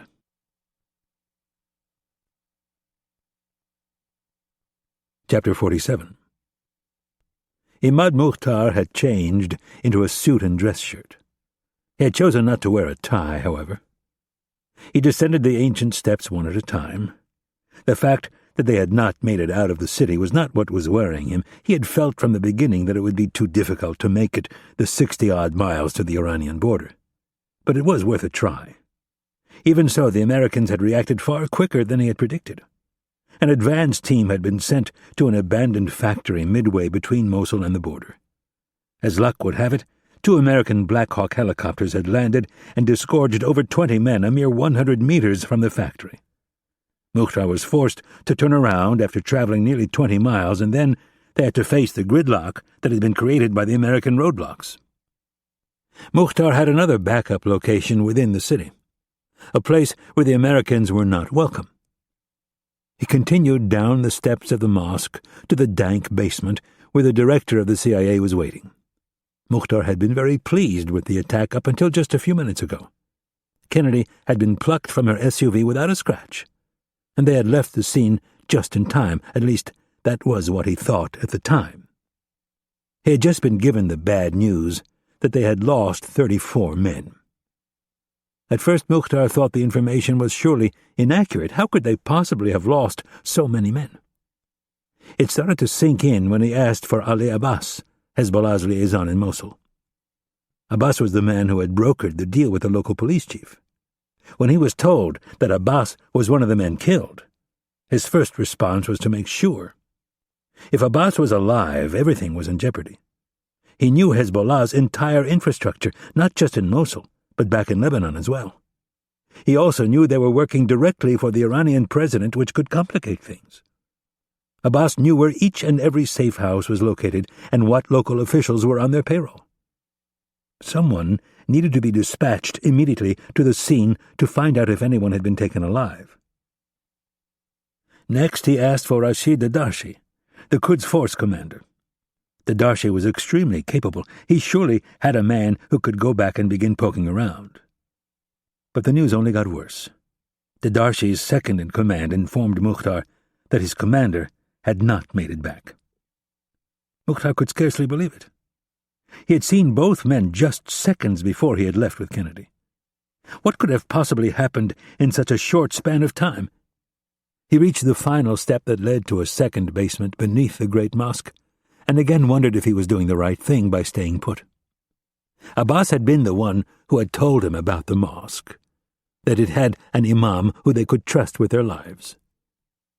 Dadarshi didn't know that Abbas had told him about the mosque as a place of refuge, and Mukhtar felt very confident that if by chance the Americans had taken Abbas alive, it would take them at least 24 hours to break him. He pitted that against the risk of moving Kennedy in broad daylight while the streets were buzzing with American military and police. When the imam informed Mukhtar of the ancient tunnels beneath the mosque, he decided it was best to stay put, at least until nightfall. Mukhtar's orders were unfortunately specific in one regard. He was not to kill Kennedy unless given the order from Amatullah himself. The only exception was to be during the original attack. If that were to happen, her death could be blamed on Sunni insurgents, and no one would be the wiser. He was tempted to walk through the door at the end of the narrow passageway and be done with the whole thing. Simply put a bullet in her head and then dump her body in the river. But he was equally tempted to interrogate her. That was why he was willing to risk the run to the Iranian border. She was a very smart woman, so it would take time to deconstruct her lies. Mukhtar had no doubt he could do it, but it wouldn't be easy. It would require months of painstaking interrogation, but the information would be so valuable. It could fund Hezbollah for the next decade, not to mention what it would do for their reputation. First things first, though. He had given President Amatullah his word that he would deliver a vital piece of propaganda. One of the Quds Force commandos was standing guard outside the door. Mukhtar straightened his jacket as he approached and asked, "How is she?" The man shrugged. "No problem so far. Let's keep it that way." Mukhtar threw the door open and entered the dank, stone-walled storage room. It was approximately 10 feet wide by 20 feet long, with a ceiling of only 7 feet. A single lamp was plugged into an extension cord that ran back down the hallway. The stench of mold and stale air was oppressive. Mukhtar walked across the dirt floor to Kennedy and looked down at her bare legs protruding from the blanket they had thrown on her. Mukhtar bent down and pulled the canvas bag off Kennedy's head. She looked up at him with blinking eyes as he reached down and covered her legs with the blanket. In English, Mukhtar said, "I'm sorry I couldn't get here sooner, Dr. Kennedy." Mukhtar was very proud of the research he'd done and the ingenious angle he'd come up with. He'd read in a Washington Post piece that she was referred to as Doctor by her close friends. "I only found out 30 minutes ago that you had been taken hostage. Have they treated you all right?" Kennedy stopped blinking and looked up at Mukhtar with searching eyes. "I'm sorry. You are?" Mukhtar smiled and said, "Someone who would like to see this mistake rectified before anyone else gets hurt." "That is very nice of you. Do you work for the regional government?"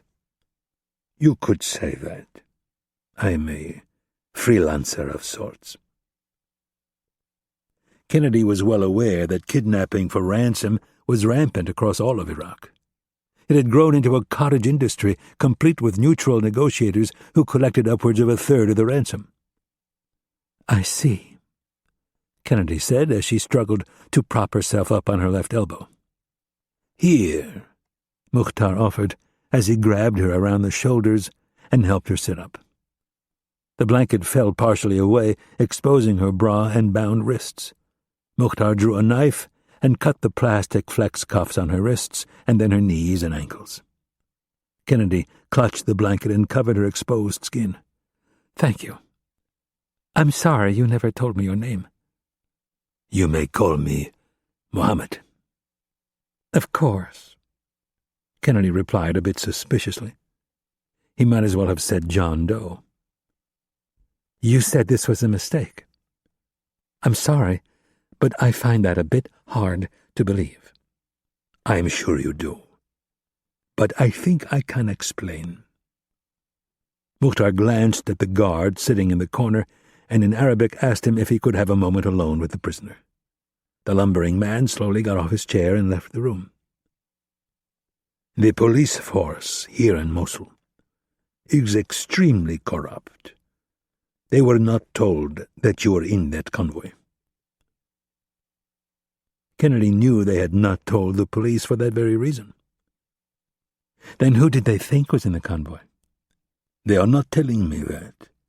All they've said is that it was someone who they would be able to ransom for a lot of money." "Have you contacted my government?" "Not yet." "Why not?"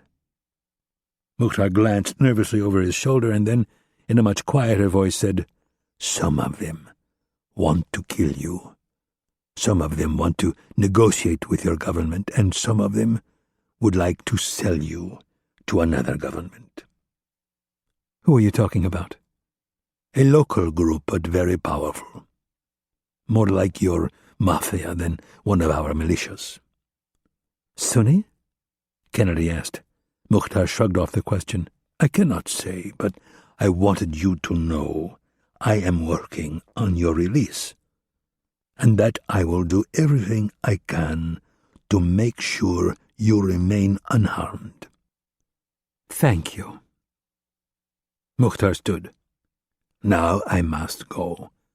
But first, if you will allow me, I need to take your photo." Kennedy looked hesitant. "It is for your own good, so I can prove that you are alive." That sounded like a good idea to Kennedy. She clutched the blanket around her shoulders and sat up as straight as her broken rib would allow her. Mukhtar snapped her photo with a digital camera and said, "I will be back to check on you in a bit. Is there anything I can get for you?" There were a lot of things she would have liked, but she decided to keep it brief. "I need to go to the bathroom." "I will see if I can arrange that. Anything else?" "Some clothes would be nice." "Of course. I will see what I can do." As Mukhtar left the room, he gave Kennedy one more comforting smile and then closed the door behind him. He waved for the guards to follow him down the hallway. When they were far enough away, Mukhtar lowered his voice and in Farsi said, "Wait 5 minutes, and then bring her a pot to go to the bathroom in. I want you to watch her do it. If she gets shy, rip her panties off, but do not rape her. At least not yet. When she is done, you can slap her around a bit, but do not hit her face. Then put the hood back on her. Do you understand?" Both men smiled and nodded. "Good. I will be back in 1 hour."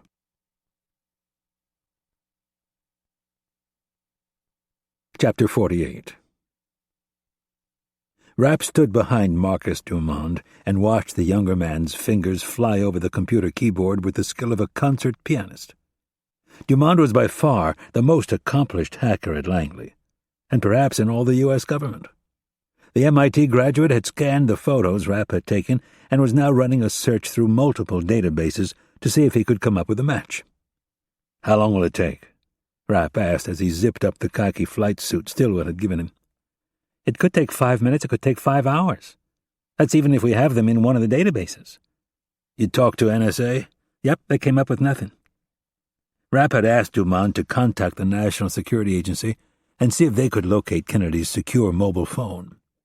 Even if it was turned off, they should have been able to locate it. The fact that they couldn't meant her captors must have destroyed it. "Any other ideas?" Rapp asked. "Not really." Dumond kept working on the keyboard. "I'll keep pounding away on this while you start pounding on them." Dumond nodded at the stack of photos. "I want you listening to the interrogations. I'll try to do as much as I can in English. But if I switch to Arabic or Farsi, Stan will be with you to translate. Once we find out where these guys are from, I'll need you to work your magic and try to confirm what they're saying." "No problem." "All right, let me know the second you find anything." "Will do." Rapp walked down the short hallway and poked his head in Stillwell's office. It reeked of cigarette smoke. The chief of base was working his contacts, trying to find out where the local police commander had run off to. Stillwell interrupted the person he was talking to and told him to hold on for a moment. He covered the phone and said, "What's up?" "I need a video camera and some rubber gloves, some drugs, too." Stillwell held up a finger and put the phone back to his mouth. "Ferris, I'm going to have to call you back." Stillwell tried to hang up, but it was obvious the man had more to say. "Yes, there will be money, lots of it." Stillwell looked at Rapp and asked, "How much?" "For the police chief or Irene?" "Irene." Without flinching, Rapp said, $1 million cash and a U.S. citizenship, no questions asked. Stillwell repeated the information. "Tell him the offer's only good until midnight," Rapp added, "and it has to lead to us getting her back." Stillwell listened and said, "Yeah, tax-free, Ferris, sure. Whatever you want, just find out who took her and where she is. Yes, your wife and kids can come with you. If you help get her back, Ferris, I will personally find you a house and help you move in. Now get going." Stillwell stuffed the phone back in the cradle before the person could ask any more questions. "Who was that?" Rapp asked as he examined some clothes hanging on a hook. "One of my sources. He's pretty good. He loves money, and his wife wants to move to the States, so he's highly motivated. Send him the photos of the 3 guys we have in lockup." "Good idea." Stillwell looked up Ferris's email address, typed a quick note, and attached the photos. "What are these?" Rapp pointed to the clothes. Stillwell glanced up and smiled. "Those are my clerical robes. No better way to pick up women." "You can't be serious. Not about picking up women, but you'd be amazed the doors those things open." "What did you find out about the police chief?" "Fucking rat bastard is nowhere to be found. I hope someone put a bullet in his head." "I'd like to talk to him first." "You know what I mean." "Yeah. What kind of drugs do you have?" Concern on his face, Stillwell asked, "Are you hurt?" "No, I want to soften these guys up before I start in on them." Stillwell opened his desk drawer and grabbed a set of keys. He stood and said, "Follow me." The 2 men left the trailer and stepped out into the bright afternoon sun. They were cutting across the courtyard, dodging satellite dishes and antennas, when they ran into Ridley, who was talking on a mobile phone. Ridley held up his hand to stop the other 2 men and said to the person he was talking to, "Of course I'm going to pay you. Just send me the damn photos." Ridley stuffed the phone in his pocket and said, "Mitch, I know the president gave you a blank check, but I want you to at least consider something." Rapp stepped around him and kept walking. Ridley fell in line and followed the 2 men. "I think it's great that the president gave you the green light, but we both know if this thing ends badly, all of us are going to get thrown to the wolves. The damage to the agency could be catastrophic. Rob, if we don't get Irene back alive, I really don't give a shit who's thrown to the wolves." You don't care if this mess sets the CIA back another 20 years? As Stillwell punched a code into a cipher lock on the door to the storage trailer, Rapp said, "How are we going to suffer any more under these idiots than we already have? By you mutilating prisoners, do you have any idea how that will play with the average citizen? They're going to think we're a bunch of monsters." "Right now I am a monster, just like the guys who took Irene. That's how you fight this damn war, not with politicians, reporters, and lawyers." Stillwell opened a small refrigerator and started reading off labels. "Sodium pentothal, phenobarbital, lysergic acid, diethylamide, heroin, speed, you name it, we've got it." "Give the fake cop the sodium pentothal and the other two the speed." "Got it." Stillwell grabbed a bottle of each and a handful of syringes. Ridley was still hovering. "Mitch, please, just don't do anything permanent. I mean, come on, you can't cut the guy's dick off. If that ever gets out, it's going to look so bad." Stillwell was poking around the storage shelves. Without bothering to turn around, he said, "He's got a point, Mitch. I mean, you're just threatening to cut these guys, right? You're not actually going to do it, are you?" Stillwell found a box of latex gloves and handed a pair to Rapp. Rapp took the gloves and thought about the question for a moment. He had absolutely no problem doing whatever it took to get these guys to talk, but he saw a possible middle ground that might work to heighten the anxiety of his prisoners. Looking at Stillwell, he asked, "Did your Kurds get those dead bodies stripped and dumped in a cell?" "Last I checked, they were working on it." "All right," Rapp said to Ridley. "For now, I won't cut their peckers off, but I'm not going to make any promises." Pointing to Stillwell, Rapp said, "Give each of them a healthy dose, and I'll be in there in 5 minutes."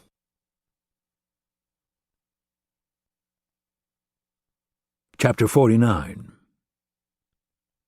Congressional oversight was a nuisance Rapp had been working feverishly to circumvent for the majority of his career. In theory, it was fine. Congress doled out the money, and someone had to keep an eye on how it was spent. When it came to national security, though, things got a little more complicated. The number of elected officials who were willing to put the good of the country ahead of their own ego and the success of their political party was minuscule. Given the chance, they would tout freedom of speech, a person's right to privacy, and any other platitude they could come up with rather than shut their mouths and grapple with the hard fact that they were fighting an enemy who didn't play by the rules. Invariably, only a small handful had the dignity to resist the call to the camera and personal fame. The politicians, for the most part, were lawyers, men and women who'd been trained to argue both sides of an issue with equal passion and vigor. Rapp knew Ridley was right on this front. Washington was run by people like the Attorney General, who had little if any practical experience with the War on Terror. People who, if in Kennedy's perilous position, would be praying frantically that someone like Rapp would be there to do absolutely everything it took to make sure they were rescued. These were the same men and women who would eventually sit him down in a committee room and dissect every move he'd made to save his boss and protect America's most important secrets. Rapp had no doubt they would be revolted by what he was about to do, but he didn't give a shit. When the time came, he would go to them, raise his right hand, swear to tell the truth, and for perhaps the first time in his entire career, he would do exactly that. And then he would ask them what they would want Rapp to do if they were ever taken hostage. Would they want the State Department to begin negotiations for an exchange that might take years while they were tortured and tormented? While their teeth fell out and they lost a third of their weight? Is that what they would want, or would they want someone like Rapp to throw away the rule book, climb down in the gutter, and begin bashing heads? Kennedy was too important to him personally, and too important to the country, for him to get squeamish. The 3 men in the holding cells were not merely suspected terrorists who'd been turned in by their neighbors and snatched out of bed in the middle of the night. These 3 had been caught in the thick of it, and that made what Rapp had to do significantly easier. The door to the first cell on the left was wide open. Inside, the floor was covered with naked, hairy men, piled one on top of the other. Blood was everywhere, smeared across fleshy, pale skin and pooling on the uneven, dented floor. Most of the bodies had bullet wounds to the head or chest. A few had wounds beneath the waist as well. Rapp figured he'd killed a good number of them. He surveyed the scene with a flicker of reservation. He told himself that the task before him was necessary to convince the prisoners that his threat was real. 3 tugs and 3 quick slices, and he was done.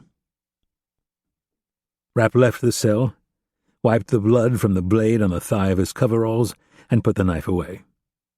He walked all the way to the end of the hall and stood in front of the last cell on the left. Rapp slid back the metal cover on the peephole and looked at the youngest of the 3 prisoners. He was sitting in a galvanized metal chair, his ankles handcuffed to the legs of the chair and his hands cuffed behind his back. Rapp stepped to the side of the door, undid the lock, and then swung it open just enough to toss one of the severed appendages into the cell. Rapp closed and locked the door, and then moved back to the peephole. The prisoner looked at the hunk of flesh at his feet. A look of confusion quickly melted away as he realized what he was looking at.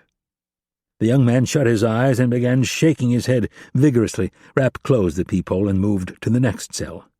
He undid the door, entered the cell, and stood over the man he thought was the commander of the group. The man was still strapped to a stretcher. Rapp held the severed organ in front of the man's face. He casually bent over, dropped it onto the man's chest, and said, "I found out this guy was lying to me." Without saying another word, Rapp left and went to the last cell, where he did the exact same thing. He then found Stillwell and told him he wanted only audio recordings of the interrogations. Rapp checked the time and then continued back to the first cell. He grabbed an extra chair and brought it in with him. He positioned the chair 4 feet from the prisoner and sat. On the floor, almost exactly between them, was the severed penis. Rapp didn't speak at first. He looked at the severed organ, up at the man across from him, and then back. The prisoner was sweating. His knees were beginning to tremble, and his eyes were darting all around the small cell. He took in everything except the hunk of flesh at his feet. Rapp studied him. He tried to lock eyes, but the prisoner wouldn't commit. The speed he had been given would only heighten his anxiety. "I'm a soldier," the prisoner blurted out in a panicked voice. "I shouldn't be treated like this." Rapp smiled. "A soldier? That's interesting. Most of the soldiers I know wear uniforms." The man closed his mouth tightly and shut his eyes. "That body part there," Rapp pointed to the organ on the floor, "belongs to one of your comrades. I told him not to lie to me. I told him I had plenty of ways to verify what he was saying. He thought he was smarter than me. Do you think you're smarter than me?" "No." "Good. Then this should go much smoother. Let's start with your name, and look me in the eye when you answer." Rapp cocked his head slightly to the left and studied the man's face. "Corporal Nuri Tamine." "Where were you born?" The man hesitated. "This is the speed round, buddy. Rapid fire. You don't have to think about these, just answer. I got 5 guys in another room that can hack into any computer system in the world. I've got another room full of people back in Washington working the phones.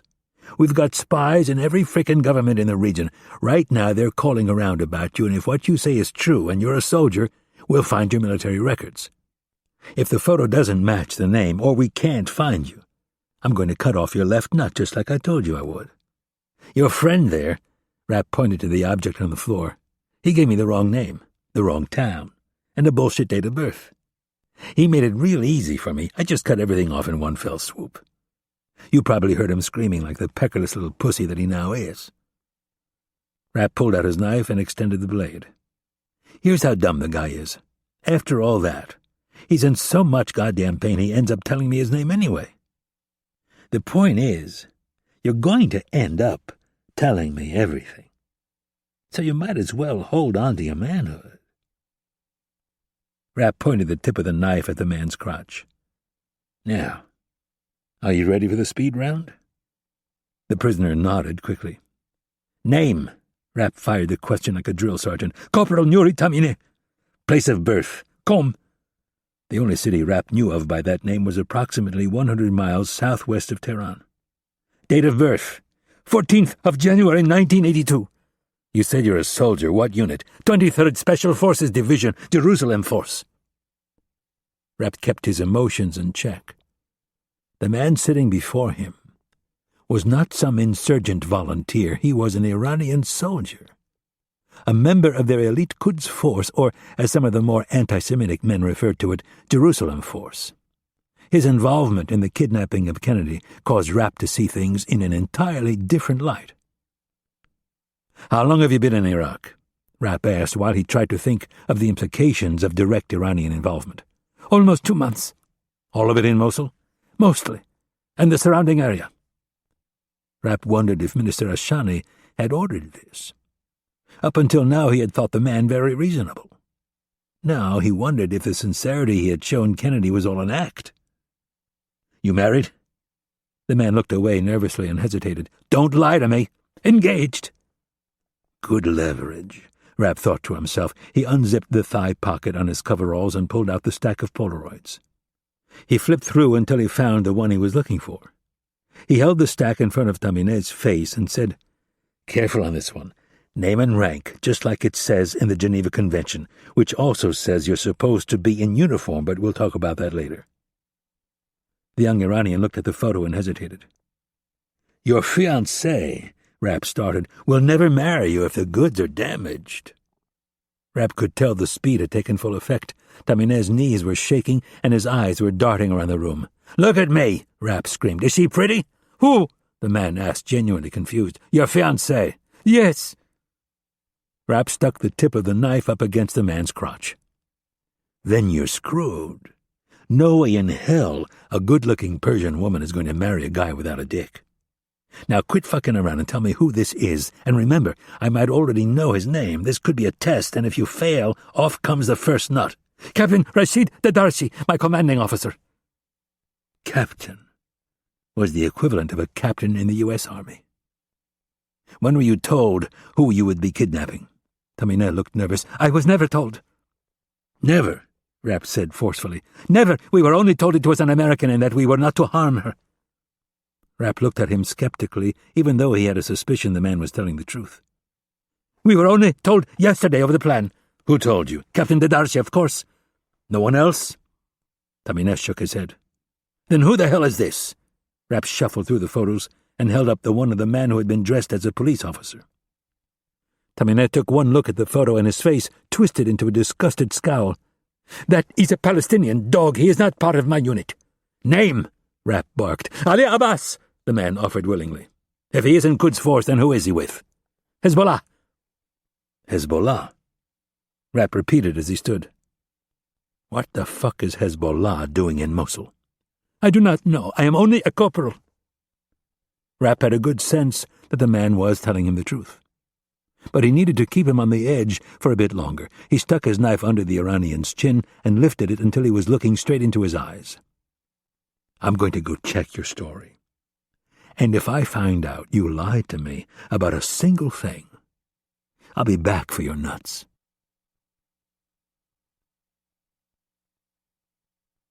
Chapter 50.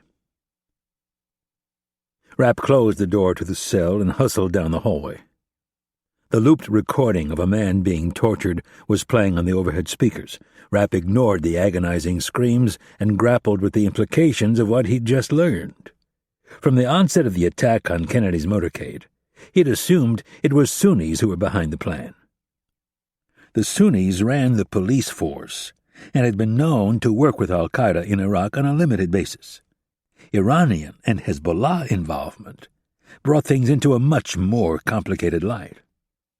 At first, Rapp couldn't believe they would be so reckless as to actually kidnap the sitting director of the CIA, but the more he thought about it, the less he was surprised. Clearly, these were desperate men willing to take great risks to hold on to power.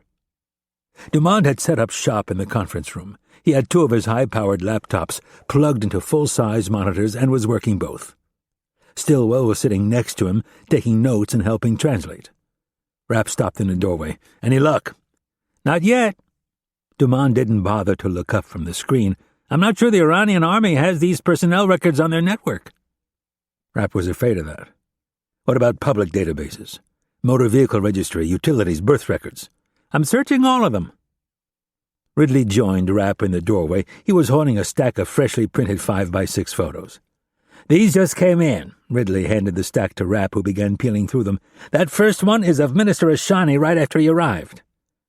Rapp reached the third photo, and Ridley stopped him. The vantage was from the front of the helicopter and showed Ashani walking to the right. On the left side of the helicopter, there was another man in a dark suit walking in the opposite direction. Who's this? I don't know. Rapp flipped through a couple more photos and stopped on a headshot of the mystery man. The digital photo had been cropped and blown up. The quality wasn't perfect, but it was still easy to make out the man's features. He had a dark brown beard, and even though he was wearing sunglasses, there was something vaguely familiar about him. Rapp continued going through the shots and stopped on the second-to-last one. It showed the mystery man climbing into a police SUV that was bracketed by two police pickup trucks, both with .50-caliber machine guns mounted to the roofs.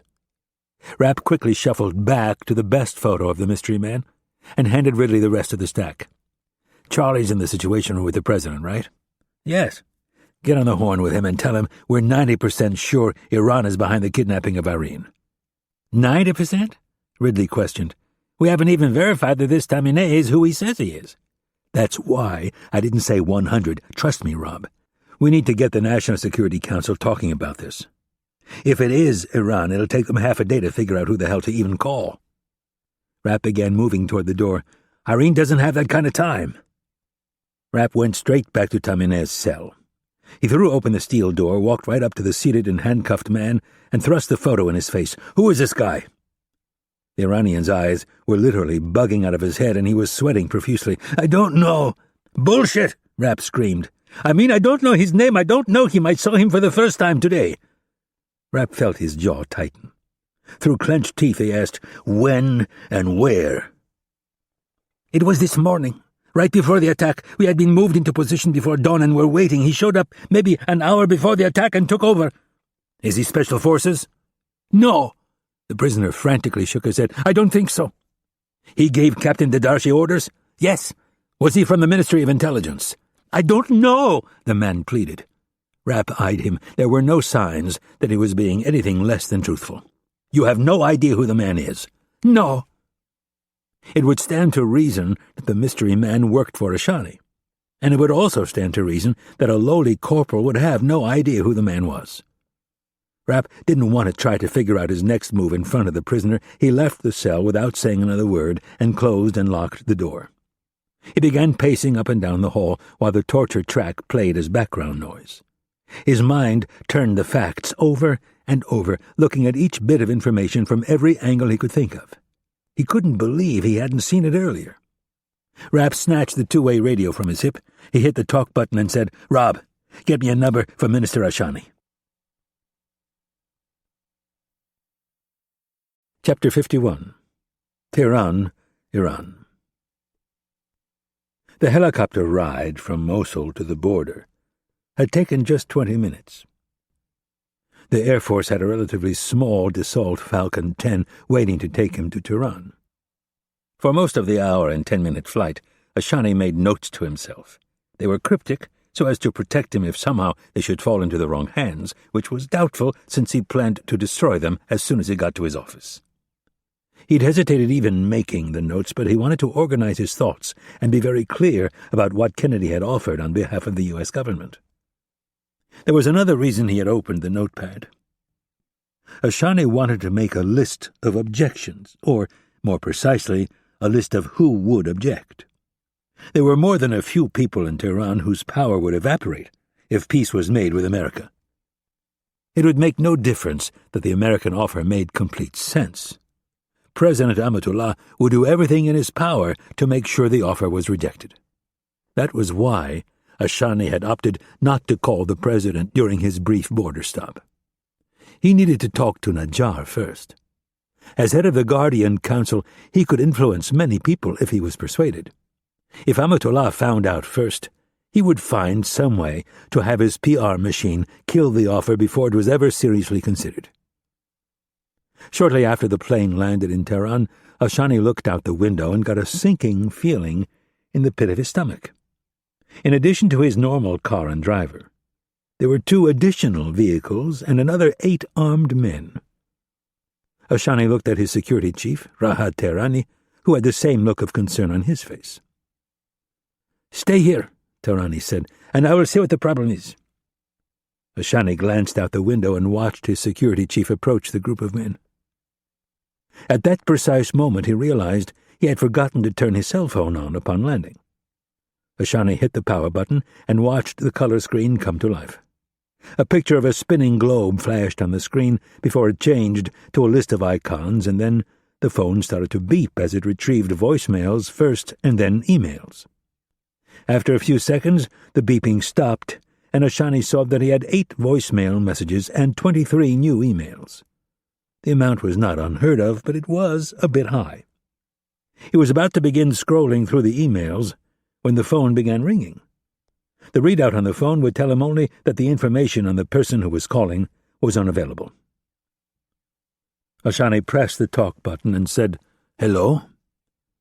"Minister Ashani?" the caller said in English. "Yes? This is Mitch Rapp.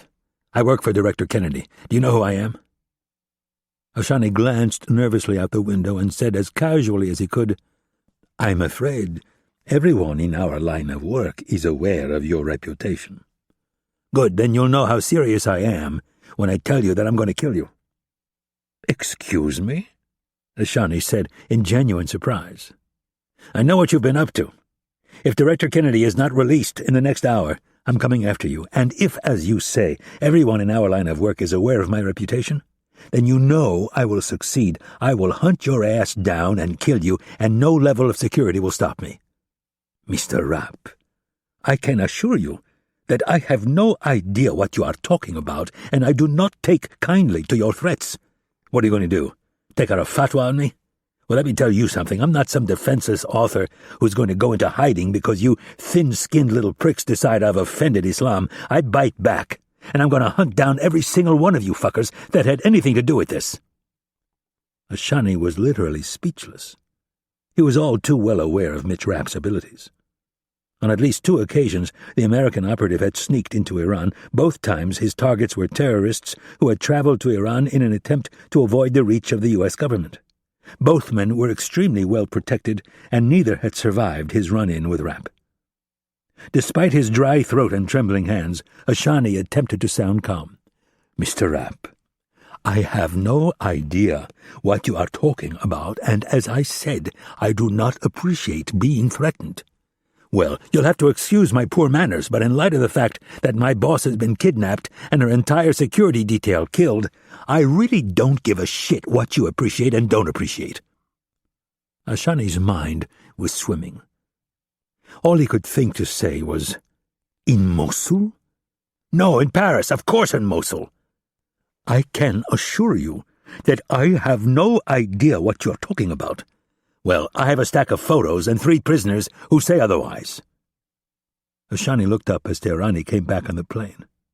The security chief started to talk but was silenced by Ashani, who waved him off the plane. "Mr. Rapp," Ashani said with as much sincerity as he could muster, "I do not know what you are talking about. I have a great amount of respect for Director Kennedy. Go sell your bullshit to some moron who's buying. I don't have the time for this, and if you want to live, you'll get your ass in gear and have her released within the hour." "Mr. Rapp," Ashani said with a trace of panic in his voice, "I have no idea what you are talking about. You're telling me that she left a meeting with you, traveled a block and a half, and was attacked by a platoon of Quds Force commandos, and you had no idea? What? And I suppose that guy who flew in with you on your helicopter, you have no idea who he is either, because I've got a bunch of Iranian soldiers in custody who are telling me he ran the operation to kidnap Director Kennedy." Ashani's mouth was agape as he pictured Mukhtar blessing him and running toward the waiting police vehicles. "What's wrong?" Rapp yelled. "You finally run out of fucking lies to tell me?" Random pieces of information fell into place as Ashani replayed the events of the past several days. Ashani was left no other conclusion than the dreadful reality that he had been deceived by his own government. Amatullah and Mukhtar had clearly been conspiring, but to what end, Ashani couldn't see. "Mr. Rapp, I have not told you a single lie. I'm afraid this entire operation was kept from me." "Well, you'll have to excuse me if I don't take you at your word," Rapp said sarcastically. Ashani's chief of security was back in the door, looking very nervous. Ashani waved him away. "Mr. Rapp, I am going to do everything in my power to make sure Dr. Kennedy is released safely." "Who was that man who flew in on the helicopter with you?" Ashani hesitated. "I'm going to have to get back to you on that." "Bullshit! You've given me no reason to believe you. Give me one good reason why I shouldn't tell the President to proceed with the strike that the Joint Chiefs are recommending." "What strike?" "Operation Medusa. They want to cut off the head. Your homes, your offices, they're all in the targeting package. Mr. Rapp, I urge you to tell the President to give me time. Why the fuck should we trust you? You set us up. You kidnapped a sitting director of the CIA, the President's closest national security advisor. You think he's going to negotiate for her release? He's going to use this as an excuse to bomb you fuckers back to the Stone Age. I just landed in Tehran. Please give me some time to find out what is going on. You don't see what's going on here, do you? I'm in Mosul. President Alexander is sitting in a bunker right now, surrounded by a bunch of generals who think this is a blessing. They've already launched the B-2s from their base in Kansas. They're on the way. You can help avoid this. The man who rode in on the helicopter with you, what is his name and where did he take Director Kennedy?" "That man," Ashani hesitated, "is someone I detest." "Name!" Rapp shouted. Ashani looked out the window at the waiting men, and it occurred to him that they might be there to arrest him, or, at a bare minimum, keep an eye on him. This might be his last chance to freely discuss things with Rapp. "Imad Mukhtar," Ashani said, with loathing in his voice. "Imad Mukhtar!" Rapp practically screamed. "You mean Hezbollah's head of paramilitary operations?" "Yes." "Where did he take her?" "I have no idea, but I'm going to do everything I can to find out. Do you have a pen?" "Yes." "Take down my email address and send me your phone number." Ashani gave him the information and then promised he would get back to him within the hour.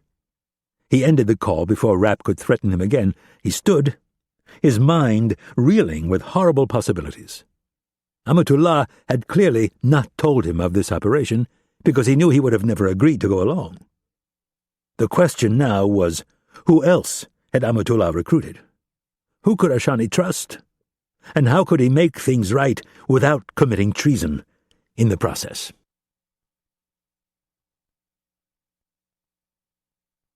Chapter 52. Washington, D.C. The President was on his feet, his right hand stuffed under his left arm, and his left hand up and supporting his chin. His jacket was off, and the sleeves on his crisp white dress shirt were rolled up. He was basically in a standing version of Auguste Rodin's statue, The Thinker. Behind his chair at the end of the long conference table, he paced back and forth. 4 steps to one wall and then back again. In the far corner, Secretary of State Wicca was talking in hushed tones on one of the bulky secure telephone units. She was in the midst of calling a half-dozen key allies and explaining to them that despite what they were seeing on TV, the United States had not attacked the Iranian vessel. The President would have made the calls himself, but they had decided, until they received absolute confirmation from the Navy, that he would let others put their reputations on the line. Secretary of Defense England was sitting near the President with a phone clutched tightly to his ear. His deep baritone voice had a tendency to carry, so most of the other cabinet officials had either left the room or moved further away, like Wicca. From time to time, England would raise his head and relay to the President what the Joint Chiefs were telling him. Everyone, from the Secretary of the Navy down to the theater commander, had denied the report of a U.S. submarine involved in the sinking of an Iranian frigate. Now England was attempting to speak firsthand to the task force commander for the subs in the region. The door to the conference room opened, and Ted Byrne, The President's Chief of Staff entered with a deeply concerned look on his face. He moved quickly around the far side of the table and intercepted the President. "I just got off the phone with Mark." "Mark?" the President asked. "Stevens." Mark Stevens was the President's Treasury Secretary. Alexander nodded for Byrne to continue. "The European markets are in a free fall." "Shit. I should have seen that coming. Oil futures? Through the roof. They jumped to $90 a barrel, and there's rumors that Iran is calling for an OPEC embargo of the United States." Before the President could decide what assets to put on this new front, Secretary of Defense England's voice drowned out the entire room. "You're sure?" England half yelled. "Have you seen the footage?" England looked at the President and smiled. "Great work, Captain! Send it!" The Secretary of Defense slammed the handset back into the cradle and said to the President, "You're not going to believe this. We had a sub in the strait when the Iranian frigate was torpedoed." "Why would we find that hard to believe?" the Chief of Staff asked in a sour tone. "That's what the Iranians are claiming." "They're claiming we sunk their ship, and they're full of it. We had the USS Virginia tasked to follow the Yusuf, one of Iran's 3-kilo-class subs. The Virginia followed the Yusuf into the strait and has the sonar tapes of the Yusuf firing on its own ship." "Why on God's green earth would they fire on their own ship?" Byrne asked. "Because they want to make it look like we did it," the President answered. "Exactly," England agreed. "The task force commander is sending the contact tapes as well as footage of the Iranian ship being hit." CIA Deputy Director O'Brien entered the room looking harried. "Mr. President, I just spoke to Rapp. He has confirmation that Kennedy's kidnapping was an Iranian operation." The room went silent. The President asked, "What kind of confirmation?" "One of the prisoners has confessed that he's a member of the Quds Force. For lack of a perfect analogy, that means he's Iranian Special Forces. He identified one of the other prisoners as his commanding officer, and the third, he says, is a member of Hezbollah." The President looked around the room at the other members of his national security team. "So, this was no random attack by local insurgents." "No, sir. In fact, we have an even more damning piece of evidence." O'Brien looked over his shoulder and nodded to a tech who had followed him into the conference room. A series of photos appeared on one of the large plasmas. O'Brien pointed to the photo in the upper left corner and said, "These were surveillance shots taken of Iranian Intelligence Minister Ashani as he landed in Mosul this morning." The Deputy Director pointed to a second photo. "Here, he's shaking hands with our Deputy Director of Operations, Near East Division. On the far left of the frame, you can see a man walking in the opposite direction." O'Brien's finger moved to the second row. "This man walking right here toward the police vehicles. Rapp took this photo," O'Brien said, pointing to the last one, "and showed it to one of the prisoners who didn't know the man's name but said he arrived in Mosul this morning and took over the operation to kidnap Director Kennedy. The man Rapp has been interrogating," O'Brien looked down to consult a piece of paper, "a Corporal Tamines, says he was not told who they were kidnapping, only that this man was adamant that it was a woman and she be taken alive." The President looked angrily at the screen. "Who is he?" "It's Imad Mukhtar, sir, the head of Hezbollah's paramilitary wing." The President stared at the screen in absolute disbelief at the Iranian's audacity. "You're sure?" O'Brien looked at the President with a partially dazed expression. "Well, sir, this information is coming in pretty fast, so we haven't had a chance to source it properly. In fact, the only photo we have of Mukhtar is nearly 30 years old." "So you're not sure?" the President said, with no attempt to hide his irritation. "Let me explain further. Mitch called Minister Ashani and asked him who—" The President interrupted. "Mitch called Minister Ashani directly?" "Yes, sir." O'Brien cleared his throat and said, "After the prisoner—" The Deputy Director stopped to consult his notes. An irritated President Alexander said, "Corporal whoever, I don't care what his name is, tell me about Mitch's conversation with Ashani." O'Brien looked extremely nervous about his next words. "Mitch told Ashani he was going to hunt him down and kill him unless Irene was released within the hour." "Good," Secretary of Defense England announced. Other members of the National Security Team looked less enthused. "How did Ashani react?" the President asked. "This is where it gets a little tricky. Mitch said Ashani seemed genuinely surprised by the whole thing." "What do you mean surprised?" The president pointed at the screen. "He rode in on the same helicopter as this Mukhbar or whatever his name is. All I'm doing is relaying what Mitch told me. He thinks there's a chance Ashani was kept in the dark." "Or he's trying to save his own ass," England said. "Maybe," replied O'Brien, "but he's the one who identified the man as Mukhtar." "Can we corroborate that info with another source?" asked the president. "Mitch is working on that right now." The president was about to ask how, and then he thought better of it. Instead, he clenched his jaw in anger and said, "I can't believe they had the gall to launch this operation right under our noses and think we wouldn't find out. I'm not sure we would have found out, sir, if Mitch hadn't taken those prisoners." This was O'Brien's way of attempting to say he had been wrong about trying to put a leash on Rapp. "Maybe not," the president mused. Turning to the Secretary of Defense, the president asked, "What's their end game? What are they trying to accomplish?" "I'm not sure. This isn't exactly rational behavior." "Sympathy, sir," announced Secretary of State Wicca as she walked up to the group, twirling her trademark reading glasses in her right hand. "I just had a very enlightening conversation with France's foreign minister. He says he received a call from Iran's foreign minister claiming that his country is under attack by the U.S. He requested that France sponsor a resolution in the UN condemning the attack and asking that the U.S. pay reparations for both the vessel and the nuclear facility at Isfahan. He urged that the UN Security Council hold an emergency session to vote on this issue. He said if the UN didn't take care of the problem, OPEC would." "Oh, God," Byrne moaned. "We'd better find a way to defuse this before oil prices shoot past $100 a barrel." "Prices will snap back as soon as this thing is over," England said dismissively. "The important thing is to make sure this damn Iranian sub doesn't sink any of our ships, and that we get Director Kennedy back as soon as possible. I think the way to do that is to turn up the heat on these guys. I think you should hold a press conference and put the facts out there, and I think you should consider laying down an ultimatum for the release of Kennedy." "What kind of ultimatum?" the president asked. "I would consider calling her kidnapping an act of war." "Whoa!" Byrne put his hands up in a cautionary manner. "I know this is going to sound callous to some of you, but it has to be said." The chief of staff looked at the other key advisers. "Maybe this is the price we have to pay for taking out their nuclear program." "Ted," England sneered, "we had nothing to do with taking out that facility." "I know, but we benefited from it." Byrne could tell by the expressions on everyone's face that they were not buying his rationale.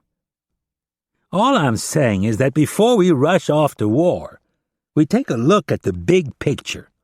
Losing one person in exchange for making sure Iran doesn't get the bomb is not a bad deal." Secretary of State Wicca's normally calm demeanor turned to one of overt irritation. In a voice laced with sarcasm, she said, "I think that is great advice, Ted. In fact, maybe I could call Iran's foreign minister and work out a prisoner exchange. You could take Irene's place, and then we could just write you off." Before Byrne could respond, the White House press secretary entered the room and announced that President Amatullah was about to begin a press conference. The attention of everyone in the room shifted to the wall of large plasma TVs. All but one showed the bearded and tieless Iranian president stepping to the podium.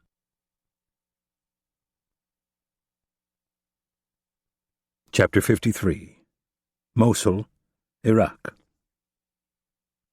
Rapp walked the hallway in front of the cells in an attempt to jog loose a strategy that he could use to interrogate the other two prisoners.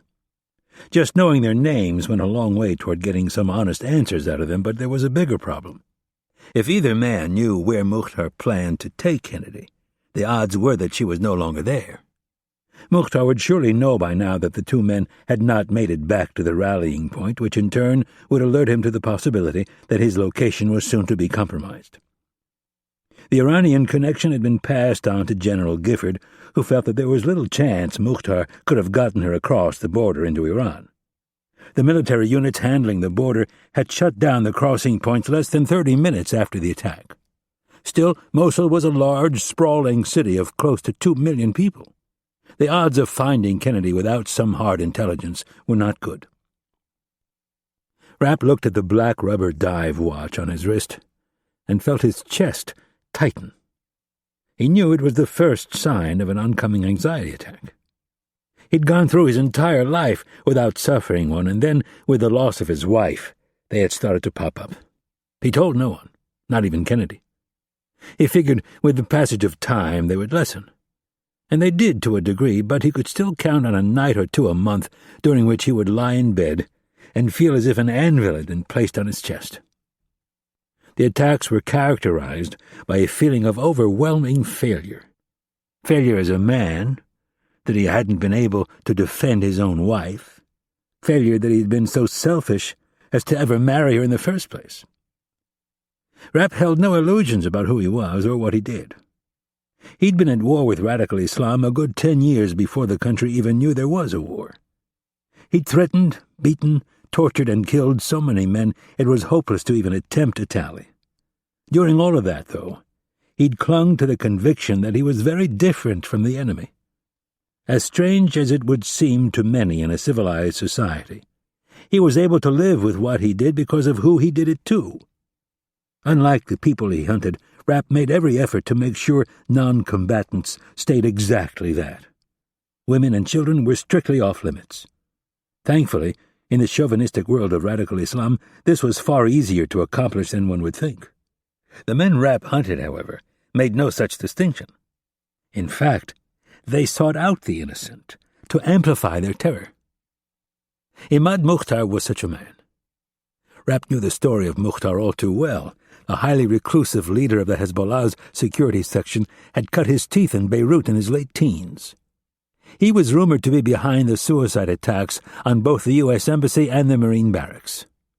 What worried Rapp most about the man, though, was his involvement in the kidnapping of CIA Station Chief Bill Buckley. Mukhtar and his compatriots had squeezed every last bit of information out of Buckley over the course of a year and then hanged him. The thought of Kennedy suffering at the hands of such an animal was agonizing. With each passing minute, he feared his ability to save Kennedy was slipping away. Rapp had waited long enough. Strategy or not, he needed to begin breaking these two and hope whatever he got out of them remained current. Rapp yanked open the cell door and approached the man on the stretcher. As he pulled out his knife, Rapp said, "Name and rank?" The man looked up at him with dilated pupils and a sweat-drenched face. The severed sex organ was still on his chest. "I don't know what you're talking about." "Fine." The man's right pants leg had been cut away above the knee by the army medic who had treated his bullet wound. Rapp stuck the tip of the knife under the remaining portion of fabric and began slicing away.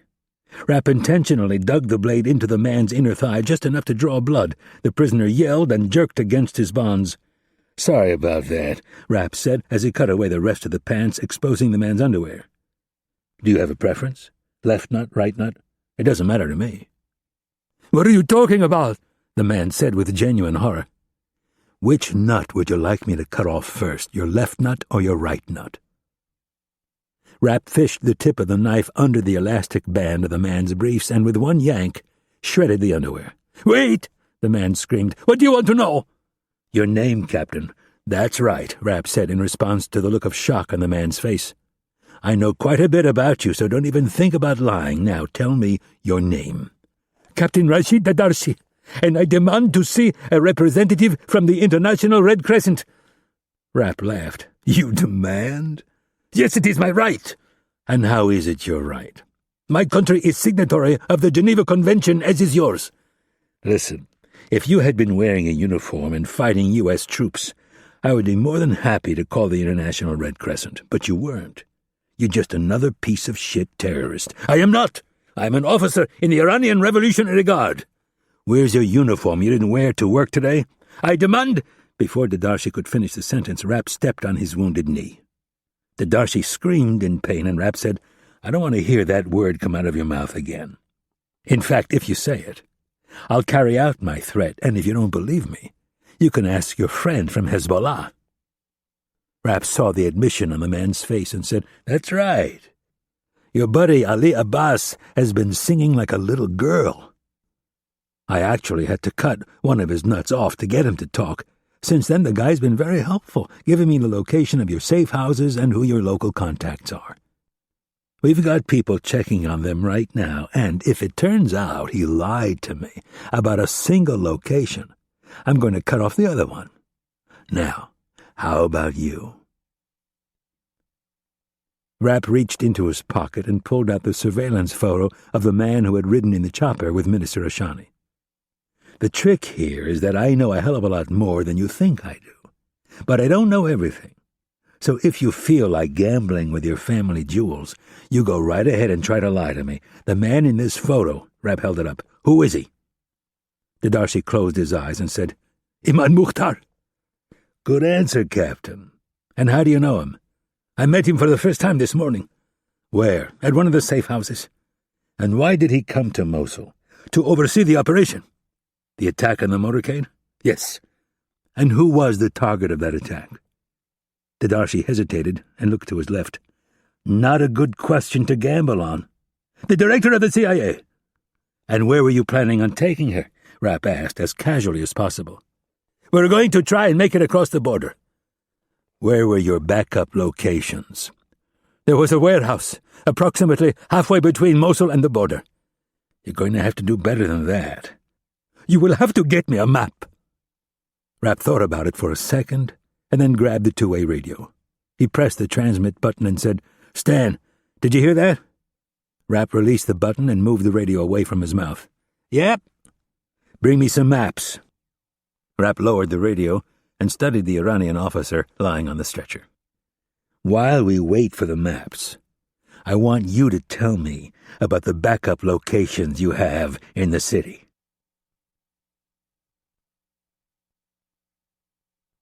Chapter 54. Tehran, Iran. Based on his conversation with Rapp, Ashani had been certain the extra men at the airport were there to arrest him. But he soon learned he was wrong.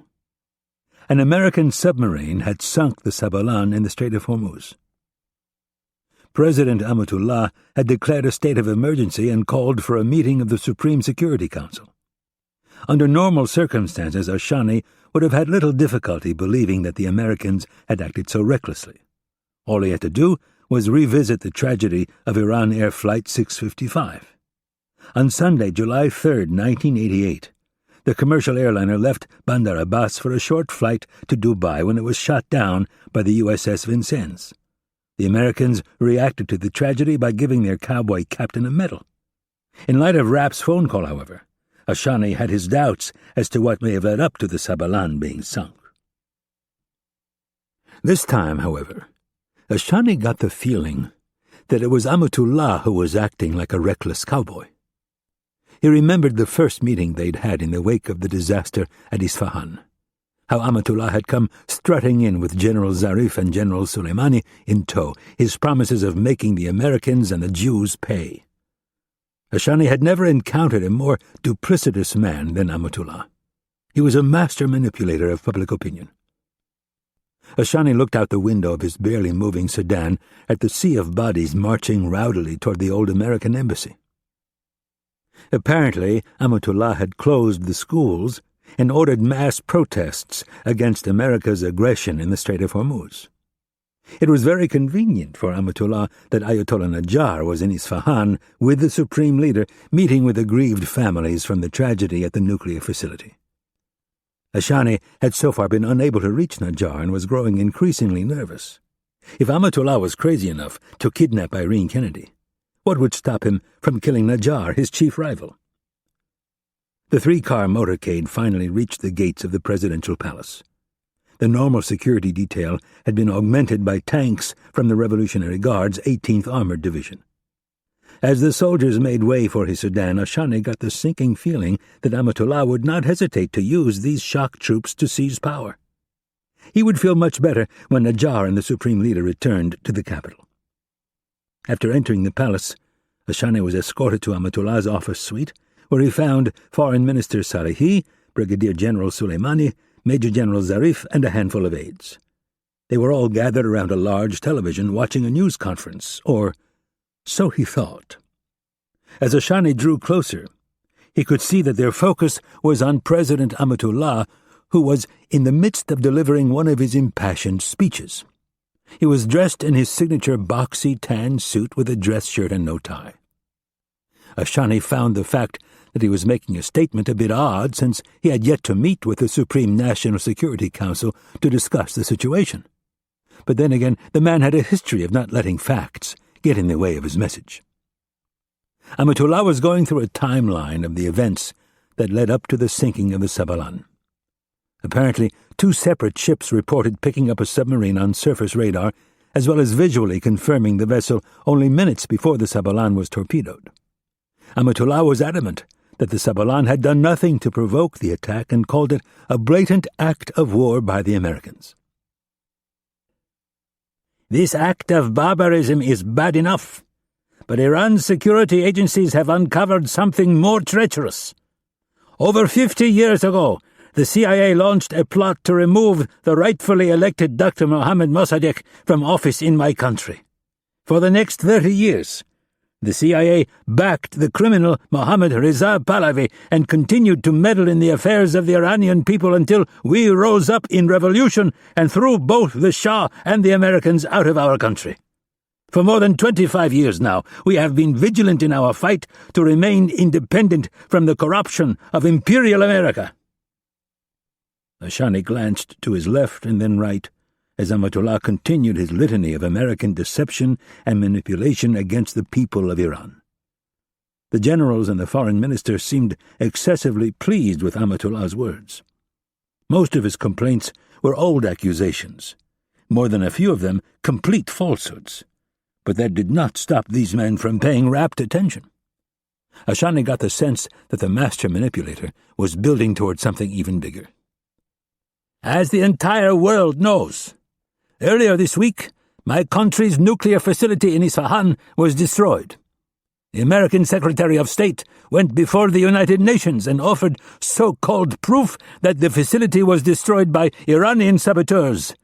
She made it seem to the world that the United States had no hand whatsoever in the attack against my country, that it was simply average Iranians who were rebelling against an oppressive government. What she intentionally chose not to tell the world was that those saboteurs were recruited and funded by the CIA. For months now, various intelligence services in my country have been tracking the movement of this dissident group of mercenaries. That investigation culminated in Mosul, Iraq, this morning, when the group's leaders met directly with CIA Director Irene Kennedy." Amatullah held up an enlarged photograph of Kennedy. Ashani noticed immediately that she did not look herself. Her straight brown hair was matted down, and one side of her face looked red as if she'd been hit. She had a blanket wrapped around her shoulders, and her expression was far from her usual calm demeanor. Ashani felt ashamed for his country and embarrassed for Kennedy. "In Director Kennedy's possession was this." Amatullah held up a second enlarged photograph. "This briefcase and several others like it contained more than $1 million in cash that the director of the CIA was delivering to her spies as a bounty for destroying Iran's quest for energy independence and self-government. I ask the world to stand up for what is right and help my country stop Imperial America's aggression. It is time for us to come together and stand up for true democracy and freedom and to fight against the capitalist pigs of America. Iran will not pump another drop of oil," Amatullah shook his fist defiantly at the camera, "until every American warship has left the Persian Gulf. I call on my OPEC brothers to do the same. Together we will send a message to America that we are done being bullied. We have already demanded compensation of $10 billion for the destruction of the Isfahan facility and the hundreds of Iranians who were killed in this attack by America and her spies. With the sinking of the Sabalan and the escalating cost to clean up the disaster at Isfahan, we are now demanding that America pay a total of $15 billion. In addition, America must also apologize for what they have done and make a commitment in front of the United Nations General Assembly that they will cease meddling in the affairs of Iran." Amatullah paused and folded his hands in front of him, adopting a less aggressive pose. Until such time as America fulfills these obligations, we will keep CIA Director Kennedy as a guest of the country of Iran. And I can assure the international community that we will treat her with more respect and dignity than America has treated my Muslim brothers that have been captured on the battlefield. With that parting shot, Amatullah turned and walked off camera. Ashani stood among the other advisors, absolutely thunderstruck by what he had just heard. The mad genius and sheer audacity of Amatullah knew no bounds. The idea that the Sabalan had done nothing to provoke being torpedoed seemed a bit ridiculous. But what Amatullah had just accused Kennedy of was an outright lie. Only several hours earlier he had sat across from a very sincere and believable Kennedy and listened to her offer an aid package worth billions of dollars. She hardly seemed like a woman plotting the overthrow of the Iranian government. Ashani looked around the room, at the faces of the other men, and got the uneasy feeling that they all knew something that he did not. The door to Amatullah's office opened, and the president burst into the room like an actor arriving backstage after delivering the performance of his life. Amatullah stopped triumphantly in front of the group with his chin held high. The generals offered their exuberant congratulations on a brilliant speech. The foreign minister, whom Ashani had forgotten about, was now standing in the corner behind him talking to someone on the phone. He began thanking the person loudly and then hung up. "Wonderful speech, sir," Salehi said enthusiastically as he returned to the group. "That was Foreign Minister Xing. The Chinese have agreed to bring our grievances before the UN Security Council and put pressure on the Americans to make reparations." "Excellent," Amatullah said with more relief than surprise. Almost as an afterthought, he noticed that his intelligence minister was now present. Amatullah looked at him with a hint of suspicion and then said, "Azad, you have made it back safely. I would like to have a word with you in private." Amatullah gestured toward his office and began walking. Ashani did not move right away. His head was spinning with plots and deceptions. Defying the request would undoubtedly lead to bigger problems. With reluctance, he followed Amatullah into his office and tried not to flinch when the door was closed behind him. Amatullah ordered the TV crew out of his office so he could have a word alone with his intelligence minister. "I am sorry," Amatullah started the conversation, "that I did not let you know about this sooner. But I did not want you tainted by it until the intelligence proved to be accurate." Ashani said nothing, but nodded as if it was a reasonable precaution even though it wasn't. "Imad and his people have been working on this for months. I wanted to bring you in on it, but Imad feared that the intelligence ministry had an unacceptable number of people who were sympathetic to the MEK and other resistance organizations." This was such an outright lie that Ashani could barely conceal his growing anger. In a measured voice he said, "I think I know my organization better than Imad Mukhtar. I will not argue with you on that point, but we have arrived here nonetheless, and your skill and support are greatly needed to help us get through this crisis. Can I count on you?" Here it is, Ashani thought to himself. A test of loyalty. He contemplated the two generals in the other room, both fiercely devoted to Amatullah, neither of them afraid to use violence to get what they wanted. Less than a second passed as Ashani's thoughts raced to his wife and daughters and back again.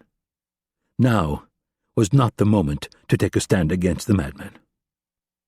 "Of course you can," Ashani answered in his most sincere voice.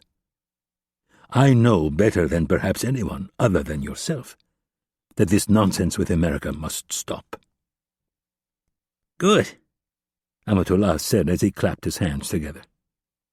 "Now, as you can imagine, I'm going to be very busy. The Supreme Leader is on his way back from Isfahan, and I must prepare to brief him as well as continue to lobby our allies to support us against this American aggression." "How can I help?" Amatullah led him across the office to his desk. "Imad is in need of desperate assistance. I'm afraid his network of agents may have been compromised. He has Kennedy in a safe location for the moment, but he thinks he might have to move her." He opened his desk drawer and withdrew a sheet of paper. On it was a handwritten list of 10 phone numbers. The first 2 had lines through them. "I have spoken with him twice. After each call, move on to the next number." Ashani took the sheet and looked at the numbers. "If you go through all of them, start over at the beginning." "What would you like me to do?" "Call him. You will refer to him as Ali, and he will refer to you as Cyrus. Find out what he needs. The last time we spoke, he was confident that he could get Kennedy to confess, but he said the city is crawling with American and Iraqi military units." Ashani felt a knot in his stomach. Mukhtar was a brutal thug. "Did he say where he was holding her?" "No." Amatullah shook his head. "I asked, but he did not want to talk about it on the phone." He handed Ashani a mobile phone. "If there is an emergency, he will call you on this phone." "Is there anything else?" "Yes. If there is any way to get her across the border without being caught, I want you to do it." Ashani nodded dutifully and said, "I will look into it. Immediately."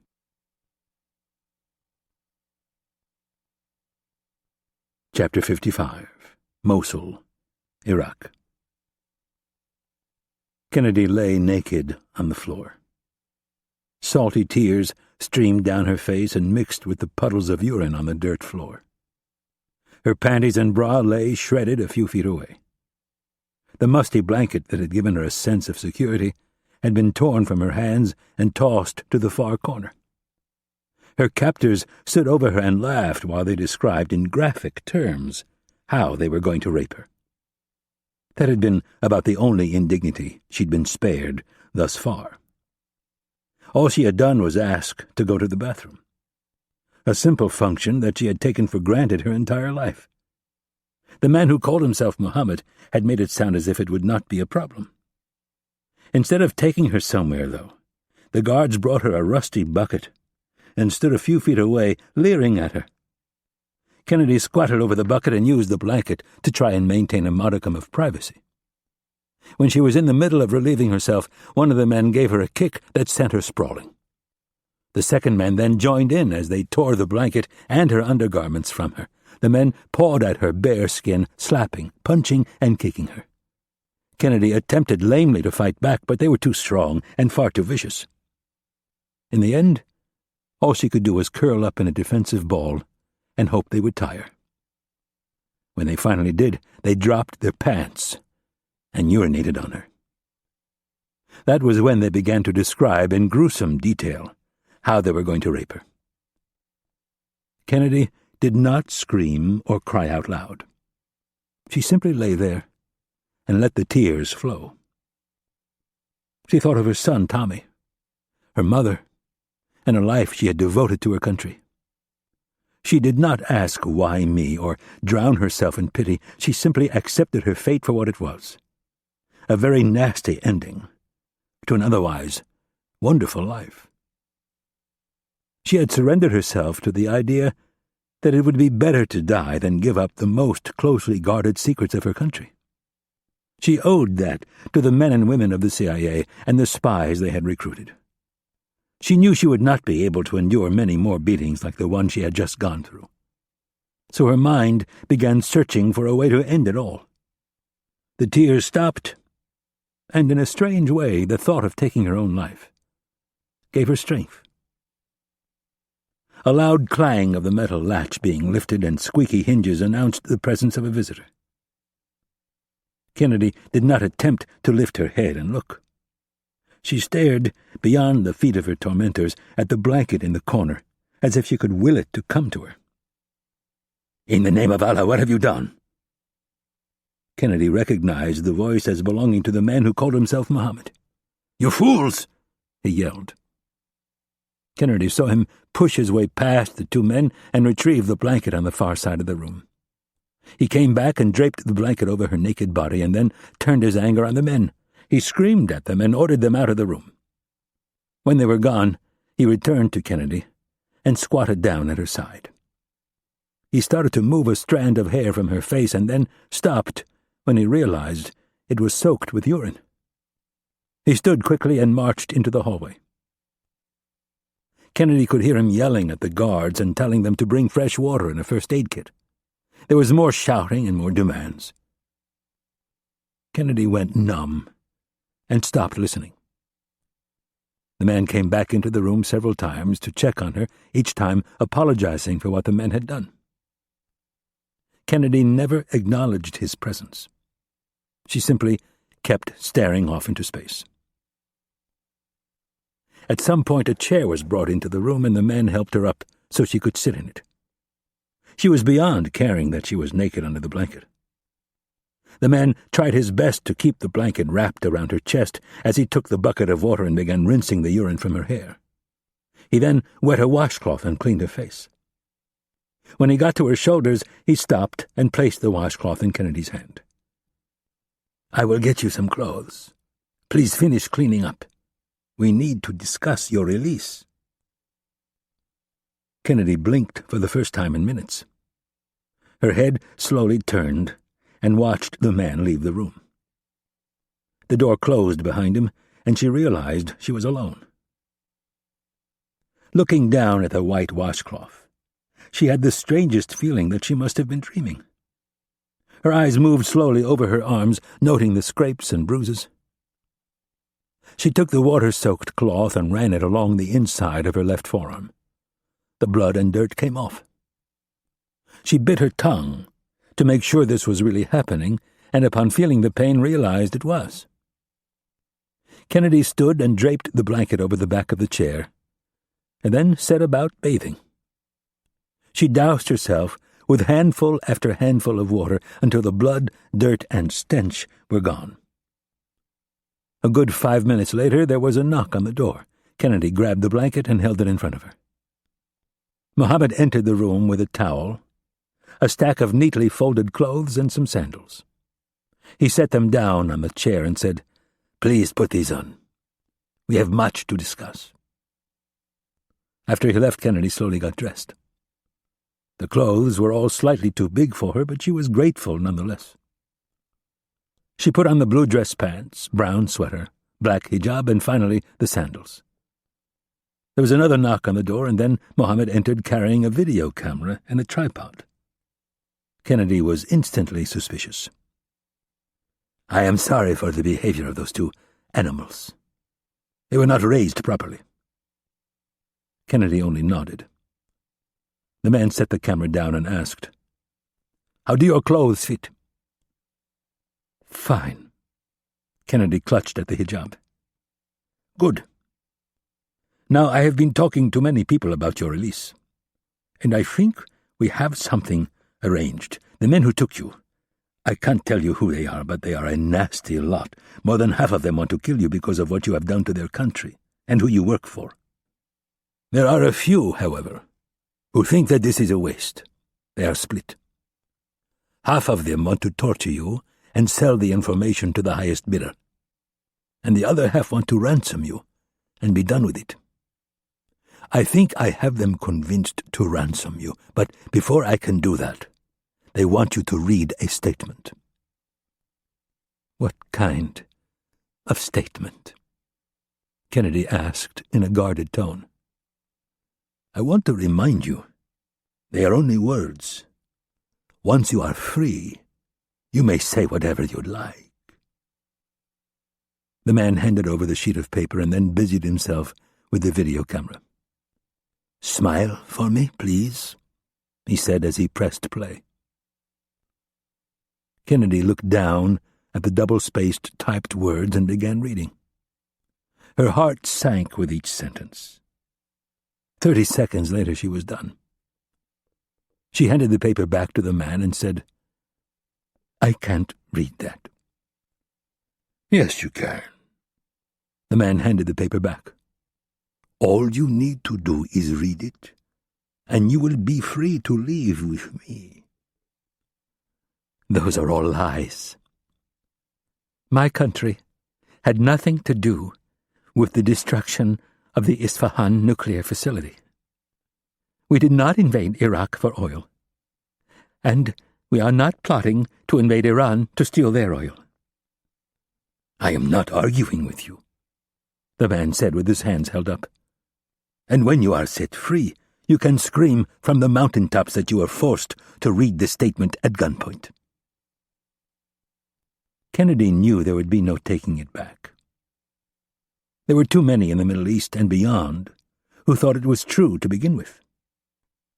Her reading this prepared speech would be used for decades to come as proof of America's imperial ways. "I can't read it." "You must, or they will kill you." There was something in the way the man said, "kill you," that gave Kennedy concern. It occurred to her that the most logical move by her captors would be to kill her after she read the statement. With no denial by Kennedy, it would go down as fact. "I'm sorry, but I cannot read that statement." Kennedy sat down in the chair and folded her hands across her lap. The man moved with great speed from behind the camera. He slapped Kennedy across the face 3 times, knocking the hijab off her head. He grabbed a handful of hair and yanked her head back. Looking down at her, he yelled, "You have exactly 1 hour to change your mind, and if your answer is still no, I will leave you to your fate. Do you want that to happen?" "No," Kennedy answered. 20 men, he screamed. "They will line up to rape you for a week straight. Is that what you want?" "No." "Then read the statement." The man let go of her and handed her the piece of paper again. Kennedy took it, looked down at the words, and thought of how the tape would be used against her country. She would be considered a traitor. She could never live with herself. Without having to think any further, she opened her hands and let the paper fall to the floor. The man stepped away from the camera and held up a finger. "You have 1 hour to reconsider, and if your answer is still no, there is nothing I can do to help you." Chapter 56. White House. Ted Burns stayed on the president's left elbow, matching him step for step, which was not easy considering he was almost a foot shorter. The debate had been as heated as anything Burns had ever seen in his nearly 25 years of politics. He'd known Josh Alexander since he was a little tyke. Burns had played high school football for Alexander's father and had coached for the father after college. When Alexander looked at him with those same dead serious eyes that his dad used to shoot him when he'd pushed an issue as far as he could, Burns knew he'd lost the battle. It didn't help that the majority of the National Security Council, as well as the Joint Chiefs, had sided against him. Even so, Burns felt so strongly that the president was making a mistake that he had to give it one more try. "Josh," he whispered so no one else could hear, "I really think you need to sit on this one for an afternoon. Probably a whole day, but at least an afternoon." "Too late, Ted. They're all up there waiting for me." "So give a brief statement, like I said, a blanket denial, then we can send others out to argue the details. Don't lower yourself to the guy's level." The president hit the steps that led from the basement to the first floor of the West Wing. "I've made up my mind." "I know you have, and that's why I'm trying to talk you out of it. That's my job. When you're about to run off a cliff, I'm supposed to stick out my foot and trip you. I'm not in the mood for any jokes right now. It never hurts to take a breath and collect yourself. And sometimes he who hesitates gets his ass handed to him." They reached the first-floor landing, and the president stopped. A cortege of aides and advisers piled up behind him on the stairs. "If I had the time, we could sit here all afternoon and throw sayings back and forth at each other, but it comes down to this, Ted. If you don't confront a lie, people will believe it. Now I'm done talking about this. Are you done?" Burns hesitated, and then reluctantly nodded. Good. The President turned and strode into the White House press room. Secretary Wicca and Secretary England joined him on the small dais, taking up positions behind him, one off each shoulder. The President placed both hands on the edge of the podium and looked out at the reporters and photographers. He made no attempt to hide the fact that he was not happy. I'm about to give you a lot of information. The press secretary is preparing briefing books for you. You may pick them up when I'm finished. The President paused for a moment and consulted an outline that he had written on a piece of paper. I'm sure by now you've all had an opportunity to review President Amatullah's remarks. I am here to openly refute his two main accusations. The first, that a United States submarine sank the Iranian vessel Sabalan, is an outright lie. The USS Virginia, a nuclear-powered submarine, was in the vicinity and tracking the Iranian submarine Yusuf as it proceeded through the Strait of Hormuz earlier today. The Virginia recorded the Yusuf flooding her rear torpedo tubes and firing one torpedo against the Sabalan. That torpedo hit the Sabalan and sunk it. The Virginia reported this incident immediately and followed the Yusuf through the strait and into the Persian Gulf. The Yusuf is now on an intercept course with the Eisenhower Strike Group, as is much of the Iranian Navy. I have ordered the strike group to engage and sink any Iranian vessel that attempts to close within 15 miles of the USS Eisenhower. I repeat, if any Iranian vessel attempts to close within 15 miles of the aircraft carrier Eisenhower, it will be engaged and sunk. Alexander glanced down and then said, Knowing President Amatullah's penchant for rhetoric and obfuscation, I feel it is my duty to provide hard evidence of what I have just told you. Against the advice of the Secretary of Defense and the Joint Chiefs, I am going to allow representatives from Great Britain, France, Russia, and China to review the contact tapes made by the USS Virginia. These tapes will prove beyond a shadow of a doubt to any naval officer with sonar experience that it was the Yusuf that fired on and sank the Sabalan. In addition, I am offering to make the USS Virginia available for immediate inspection by representatives from Great Britain, France, Russia, and China. Upon boarding the Virginia, they will find that she is still carrying her full complement of torpedoes. I challenge President Amatullah to also make the Yusuf available for inspection, although I doubt you will find him so accommodating. As to why President Amatullah would order one of his submarines to sink an Iranian frigate, I have my theories, but I will leave it up to you, the press, to try and get an honest answer from him. Now, on to the second point of contention between our two countries. CIA Director Irene Kennedy did in fact have a meeting in Mosul this morning.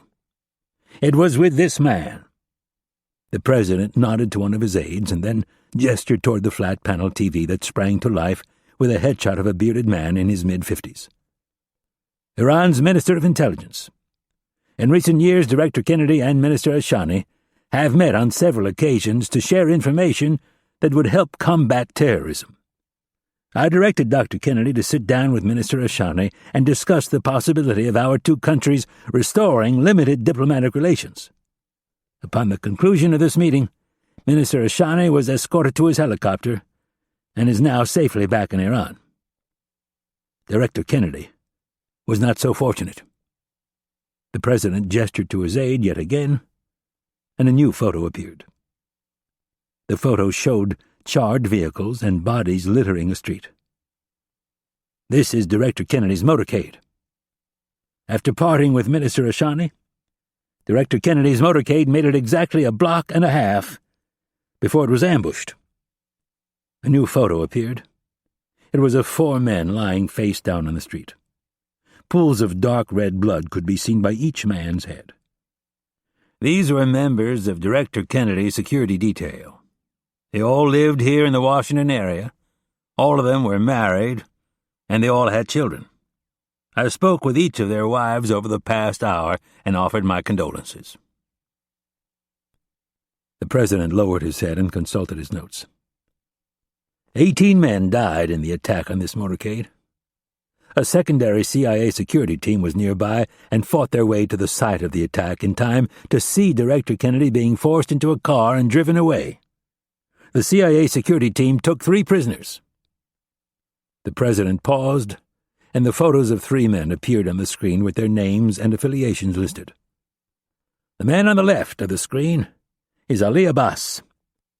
He is a senior member of the terrorist organization Hezbollah, and has been in Iraq recruiting and arming terrorists for more than a year. The next man is Captain Rashid Dadarshi of the Iranian Revolutionary Guard Corps. Gasps and murmurs erupted from the seated reporters. Alexander stopped until he had their undivided attention. Captain Dadarshi has admitted that he received orders from his superior officers in Tehran to participate in the kidnapping of Director Kennedy. The last man is Corporal Nouri Tamineh, also of the Iranian Revolutionary Guard. All 3 of these men identified the next man. A new image appeared on the screen of a man in a suit wearing sunglasses, as the one who ran the operation. This is Imad Mukhtar, the head of Hezbollah's security services and the mastermind behind the U.S. Marine barracks bombing, the U.S. Embassy bombing in Beirut, and many others. He is also believed to be behind numerous kidnappings and assassinations committed by Hezbollah over the past 3 decades.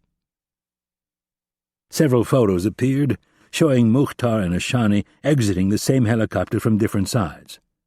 These photos were taken this morning when Minister Ashani arrived in Mosul on an Iranian army helicopter with Imad Mukhtar. Note the briefcase in Mr. Mukhtar's right hand. An enlarged image of the briefcase appeared, and then, next to it, a second photo of an open briefcase filled with cash. The photo on the right is the one that President Amatullah showed the world only an hour ago. President Amatullah claimed that Director Kennedy was in possession of this cash when she was supposedly caught meeting with an Iranian opposition group. I find it a bit too coincidental that Imad Mukhtar arrived in Mosul this morning carrying a briefcase that looks exactly like the one President Amatullah claims was found in the possession of Director Kennedy. The president stopped and shook his head sadly. After a long pause, he said, "This might be humorous if it wasn't for the fact that so many people have died today. I refuse to speculate what it is exactly that President Amatullah is up to, but I will not tolerate such brazen aggression. Director Kennedy is one of my closest advisers and the head of one of America's most important national security agencies. I consider her abduction an act of war by Iran. I have directed Secretary of Defense England to put all U.S. forces at Defense Condition 3. I have also ordered the USS Reagan Strike Group, which is conducting operations off the east coast of Africa, to proceed at top speed to the Gulf of Oman, where she will join the Nimitz Strike Group already on patrol. Other assets are also being rushed to the region. I want to be very clear on something. I will not negotiate with terrorists, and I will not get drawn into a debate with a man who is so desperate to hold on to power that he would kill his own people in order to drum up support. I am giving the Iranian government 2 hours and not a minute longer. If Director Kennedy is not released within that time, I will order offensive operations to begin against the Iranian military and the country's leadership." The president took a second to look around the room at the shocked faces of the reporters and then said, "That is all I have to say, for now."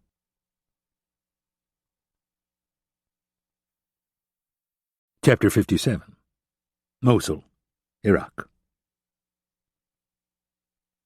Rapp was seated in a metal folding chair. Next to him, lying on a stretcher, was a drugged-up Ali Abbas.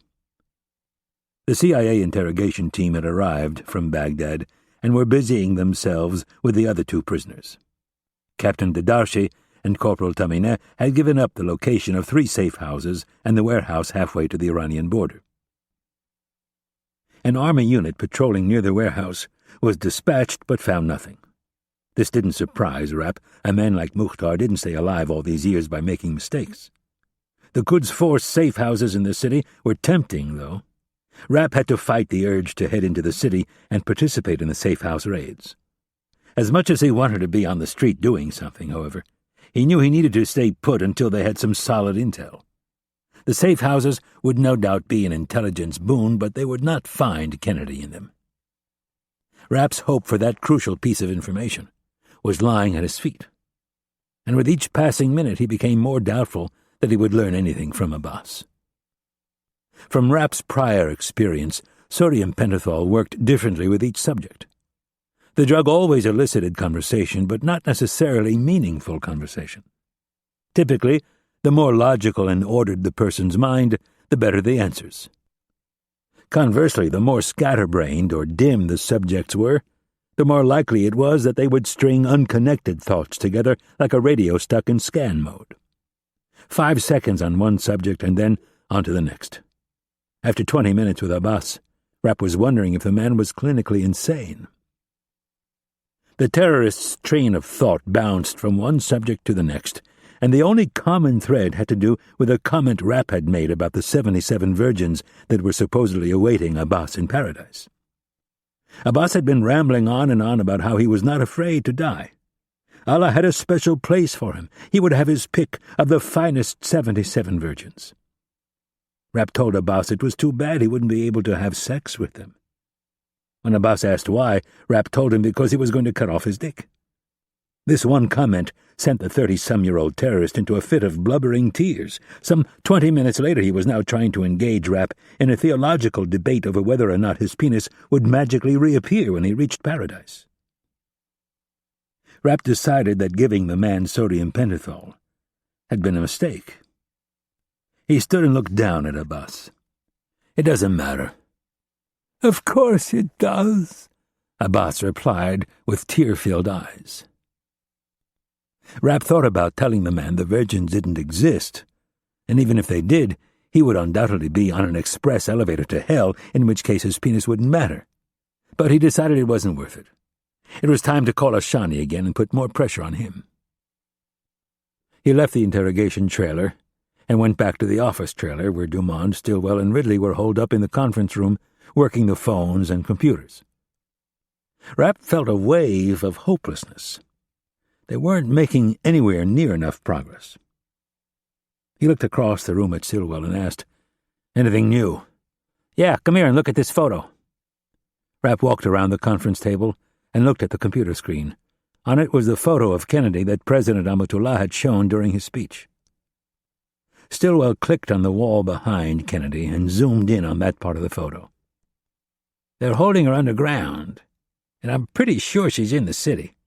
This type of limestone is quarried near the river. You can find it in cellars all over the city, but it's predominantly found in the old section of the West Bank." Rapp studied the photo.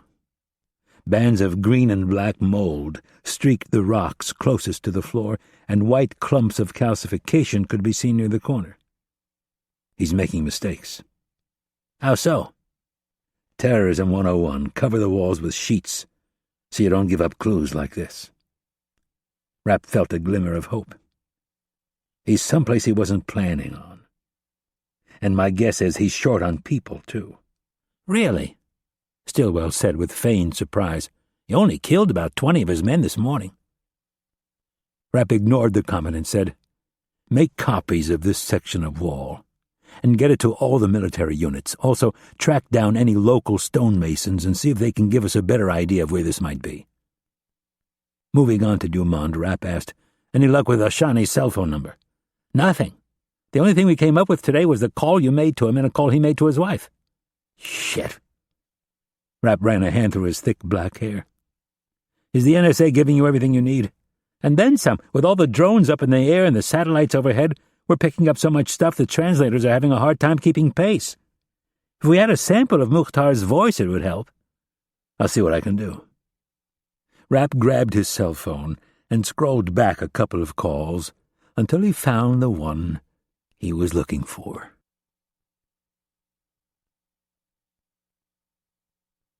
Chapter 58. Tehran, Iran. With the blessing of Amatullah, Ashani had rushed back to the Ministry of Intelligence. He had told Amatullah it was not wise to conduct such a risky operation from the presidential palace. Ashani now sat at his desk, with the piece of paper Amatullah had given him resting squarely in the middle of his leather desk pad. Next to it was a small index card with the number and email address Rapp had given him. Across the room, sitting atop a credenza, a TV replayed the speech of the American president. Ashani watched at first with his usual analytical detachment.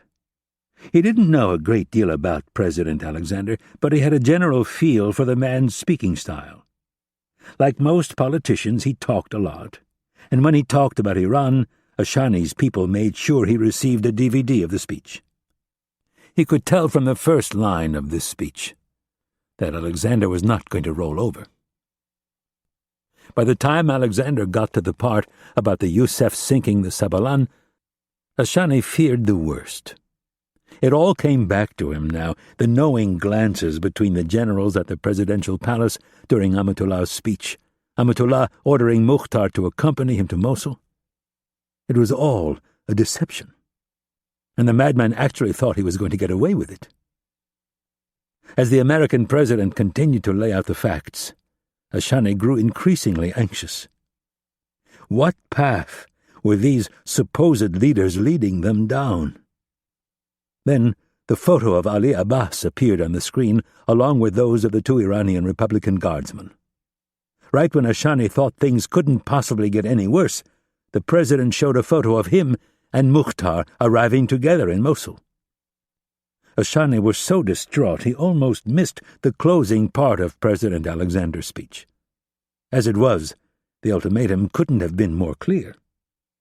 Ashani thought of Alexander's words yet again. I am giving the Iranian government 2 hours and not a minute longer. If Director Kennedy is not released within that time, I will order offensive operations to begin against the Iranian military and the country's leadership. Ashani knew with a discomforting level of certainty that the very office he was sitting in would be decimated by the first wave of cruise missiles. Before he could even attempt to think what his next move would be, his office door burst open. His deputy minister for covert activities wanted to know why he had not been consulted.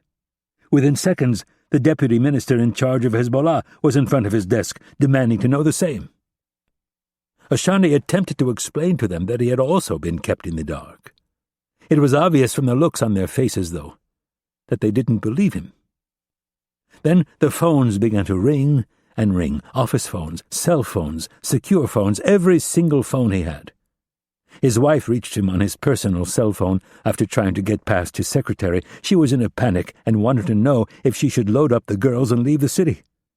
Ashani told her to stay put and tried to reassure her. Before getting off the phone, he promised he would call within the hour. Then he kicked everyone out of his office, told his secretary to hold all calls, and closed and locked the door. After a moment's hesitation, he decided to ring Ayatollah Najjar's private line. For the third time in as many hours, he was told by his assistant that Najjar was unavailable.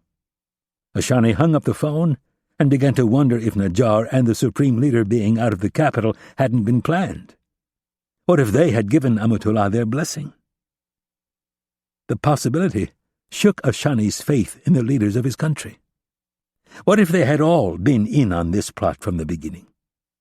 What if they had knowingly sent him to meet Kennedy, knowing full well that she would be kidnapped? Ashani stared down at the list of phone numbers on one piece of paper and Rapp's information on the other. With one phone call, he could defuse the entire situation. If for a second he thought that either Amatullah or Mukhtar possessed the ability to do what was right, he wouldn't even think about passing along this information. But he had his doubts. In the end, Amatullah was likely too much of a narcissist to risk the full might of the U.S. Armed Forces, but he might be able to convince himself that their planes would never find him. In the end, America would never invade. They had neither the troops or the stomach for what would be a very costly battle on both sides. But Mukhtar was an entirely different matter, a true believer with a martyr complex. Mukhtar could not be counted on to turn Kennedy over. Since their close call at Isfahan, the man seemed hell-bent on plunging the region into conflict. He had made it abundantly clear that Iran had not sacrificed enough blood in the war against the Jews and the Americans. Ashani decided Mukhtar could not be trusted. Would he be committing treason, or would it be an act of patriotism? Ashani believed the American president when he said if Kennedy was not returned safely in less than 2 hours, he would declare war. Despite the bravado of the generals and admirals, every Iranian pilot who took to the sky would be downed, and those planes that stayed on the ground would be blown to bits. Every ship and sub foolish enough to try to engage one of the mighty strike groups would be sent to the bottom of the Persian Gulf. It would be recorded as the most lopsided naval engagement perhaps in history. Thousands would die, and that was before the Americans turned their bombs on the civilian leadership. Ashani shook his head at the heartbreaking thought of all the chaos and destruction, the loss of life. And for what? So a group of men could say that they refused to back down. Ashani knew the nonsense had to stop. He picked up the list of numbers that Amatullah had given him, as well as Rapp's information, and moved his chair over to his computer. He quickly composed an email to Rapp, listing all of the numbers, even the 2 that had been used. Afraid he'd lose his nerve, Ashani hit the send key. He then grabbed his satellite phone and dialed Rapp's number. After a few rings, a man answered on the other end. Ashani recognized Rapp's voice. "I just sent you an email. It contains a list of numbers that I was given so I could reach the man you are looking for. Do you understand?" "I think so. The first 2 numbers have already been used. I am going to call the third one in 2 minutes. Is that enough time for you to make the proper arrangements?" "Yes." "Good. There's one more thing." "I'm listening." Ashani glanced nervously at his door, half expecting it to be kicked in at any moment. "I want to be clear that I had nothing to do with this. I am acting on my own right now." "Why?" "Out of respect for our mutual friend, and my hope that we can avoid further bloodshed." "I appreciate that. I'll be waiting for your call." Ashani set the phone down and looked at his watch. He was only halfway there. In 2 minutes' time, there would be no turning back.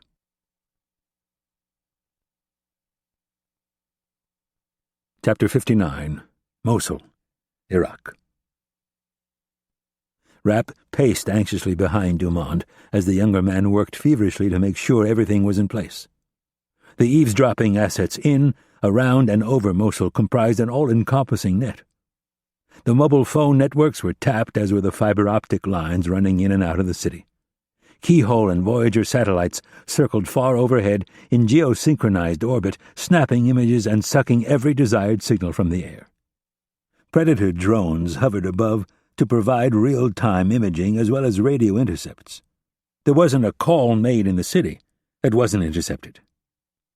The complicated part lay in sifting the valuable calls from the 99.999% of them that were absolutely worthless. To do that normally required the deciphering of the signal and then the translation and analysis of the conversation. The National Security Agency in Fort Meade, Maryland, accomplished this by employing complex voice recognition software and more sheer computing power than any other entity in the world. So much information was collected that the analysts at the NSA were the modern-day equivalent of the prospectors who worked the rivers and streams of the California gold rush. Except in this case, intel intercepts were like produce in a grocery store. Each bit of information came with a best-if-used-by date. Provided that Minister Ashani had really given them the numbers that Mukhtar would use, all of these hurdles could be avoided. Dumond pounded on his keyboard with a final few strokes and then pushed his chair back, removing his headset. He looked over his shoulder at Rapp and said, "It's all set to go. We're at the top of the list on every system. The numbers are programmed in. The second they go active, we'll be able to isolate them." Dumond pointed at the screen on the far left and said, "The 2 numbers that you said were already used, we're mining the records right now to see which towers relay the most recent calls." "What about the 3rd number?" Rapp asked. "If he has the phone turned on, can't we pick it up?" "He doesn't even have to turn it on." "I know," Rapp said, with frustration in his voice. "Now's not the time to get technical with me. Sorry, we're searching for it right now. As you know, it's standard field practice to turn these on sparingly. It greatly reduces the risk of being tagged." "I know, but 10 phones is excessive." "He's probably just switching out SIM cards." "Marcus," Rapp shot him a cautionary look, "I'm well aware of how it works. Can we please focus on what is important and stop talking about semantics?" Dumont nodded quickly and swore at himself for being so stupid. He'd known Rapp for a long time. Had worked with him on a lot of operations. Kennedy was like family to Rapp. The stress of this situation, understandably, had shortened his already short fuse. Dumont pointed at the middle screen, which had a map of the greater Mosul metropolitan area. These red dots represent mobile phone towers. Rapp noted that there was easily more than 100 dots on the screen. "Now, if Mukhtar is using a satellite phone," Dumont continued, "he'll bypass these towers, and the big bird up in space will get him." "Do you have Ashani's voice programmed into recognition software?" "Yep." Dumont pointed at the third screen. "It's all set to go. As soon as he comes online, I'll have verification for you in 10 seconds or less." "And Mukhtar?" "We have no known samples, but we'll be able to use this print and run it against everything we have in the archives." "How long will that take?" "Even if we prioritize it, the search might take weeks. We're talking about a lot of phone calls. There's got to be a way to speed it up. If we get lucky and find a hit, we can narrow the search to a specific time frame and region. That would help."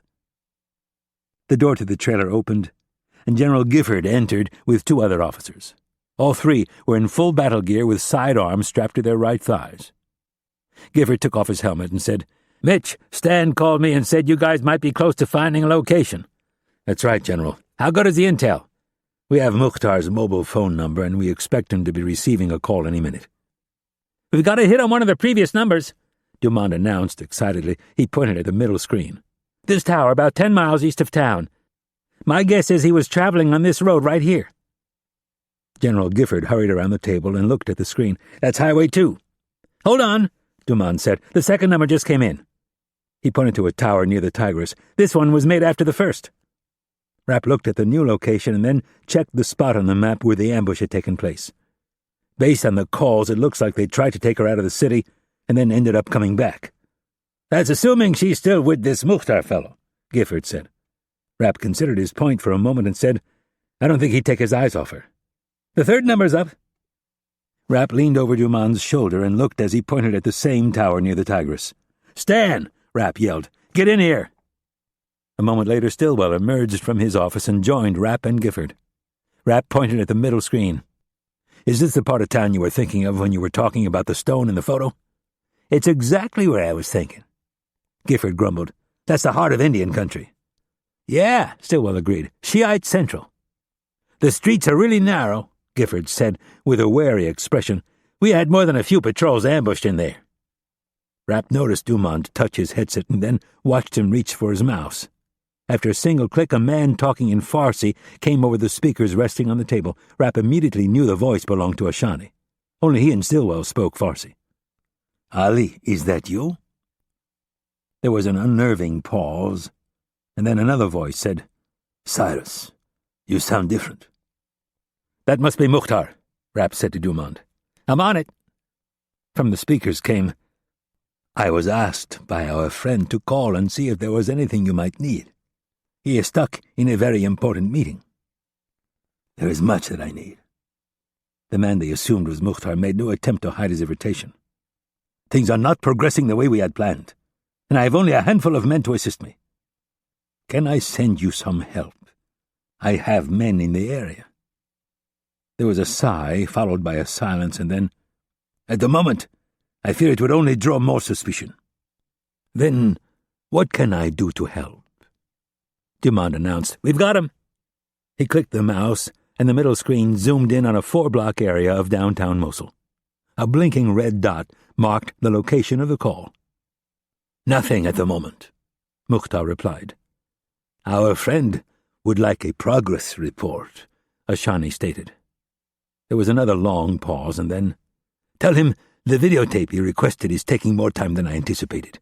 The actress is not cooperating." "What are you going to do?" "I think if I employ some harsher methods, she will perform." Rapp's gut twisted upon hearing the words. He pointed to the screen and asked Stillwell, "Where is that?" "That's the Great Mosque." "Oh, shit," Gifford moaned. "What's the problem?" Rapp asked. "We can't go in there." "What do you mean you can't go in there?" asked an irritated Rapp. "The city would explode in violence." Rapp heard Ashani warning Mukhtar not to harm the actress. The words caused him to put aside what Gifford had just said and focus on Ashani and Mukhtar's conversation. "I have come too far to fail," Mukhtar said. "I will do whatever it takes to succeed. Tell our friend I will have the tape for him within the hour." The call went dead. Rapp immediately told Dumond to get him a live overhead shot from one of the predators. He then turned to Gifford. "You can't go in there, or you won't." "If the president tells me to go in there, I will go in. But I'm telling you, if American military forces surround and enter the holiest mosque in Mosul, we will incite an all-out rebellion in the city and possibly the country." "He's right, Mitch," Stillwell said. Rapp didn't like it, but he knew they were right. "Then we need to go in low profile." "That's fine, but the Great Mosque has some pretty serious security." "Local militia, basically." As Rapp struggled to find a solution, he was reminded of something he saw in Stillwell's office. "How well do your Kurds know this area?" "Like the back of their hands." "All right. Tell them we're moving in 5 minutes, and tell them to bring everything they have."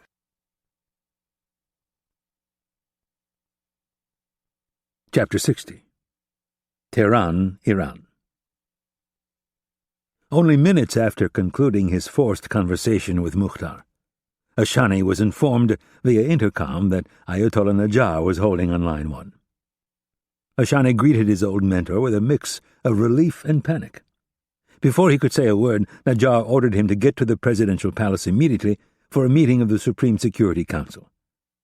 Ashani found his friend's brevity very unsettling, but after a moment he concurred that in the wake of the American president's speech, it could simply be that Najjar was in a rush to get a handle on the situation. 5 minutes later, Ashani was in President Amatullah's conference room with all but a few members of the Security Council. They were all waiting for the arrival of Najjar and, they assumed, the Supreme Leader. While they waited, Ashani paid close attention to Amatullah. At present he was standing in the corner talking with General Zarif and General Soleimani. All 3 men looked worried, but then again, everyone in the room looked worried. Ashani tried yet again to figure out how far-reaching this plot was. Did Ayatollah Najjar and the Supreme Leader know, or were they simply duped? Did they leave the city to distance themselves from any accusations should the plan fail, or did they simply travel to Isfahan to offer aid to the families of those lost? Ashani desperately wanted to believe that Najjar was incapable of such foolish and deceitful behavior. But the man had been avoiding his calls all morning. And if Ashani had to guess why, it was because he was not prepared to answer any difficult questions. Nonetheless, here they were, on the brink of war, and a meaningful discussion of the facts had yet to take place. Something that had to happen if there was any hope of releasing Kennedy before the deadline. Ashani had no doubt Amatullah and his cronies would argue that the Americans were making empty threats, that they would never attack. Ashani was actually listening to General Zarif parroting that very statement to President Amatullah when the door to the room burst open. Ayatollah Najjar strode into the room with 6 large men all wearing either dark blue or black suits. Ashani recognized several of them as belonging to the Supreme Leader's security detail. Ashani expected the Supreme Leader to follow, but instead the last man closed the door and locked it. The already tense mood in the room worsened. Ashani shifted nervously in his seat and felt his throat tighten. Najjar walked straight for President Amatullah and the 2 generals who were still standing in huddled conversation. Najjar adjusted his thick glasses and asked, "Which one of you ordered the sinking of the Sabalan?" Amatullah demurred and said, "I don't know what you are talking." "Lies!" Najjar screamed. "Lies! Lies! Lies! I am sick of the lies!" The entire room was taken aback. But Amatullah quickly rebounded. With a dismissive half-smile, he said, "I can assure you that I am not lying. And I can assure you that the Supreme Leader is certain every word that comes out of your mouth is a lie." Najjar spat back. He turned his glare on the two generals and screamed, "Which one of you came up with the idea to sink the Sabalan?" Amatullah took a half-step forward and said, The Americans did nothing." Najjar snapped. "I know when I'm being lied to. And as much as it pains me, it was brutally obvious that President Alexander was telling the truth. You, on the other hand, have built your entire career out of lying, so I am left with only one conclusion. Now, for the last time, which one of you ordered the sinking of the Sabalan?" Both Amatullah and General Zarif glanced at General Soleimani and took a half-step away. The leader of the Quds force found himself deserted. He looked at his two co-conspirators and shook his head in disgust. With his chin held high, he said, "I am proud of what I have done.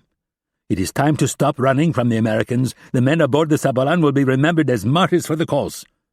And so will you," Najjar said, as he drew a pistol from under his robes.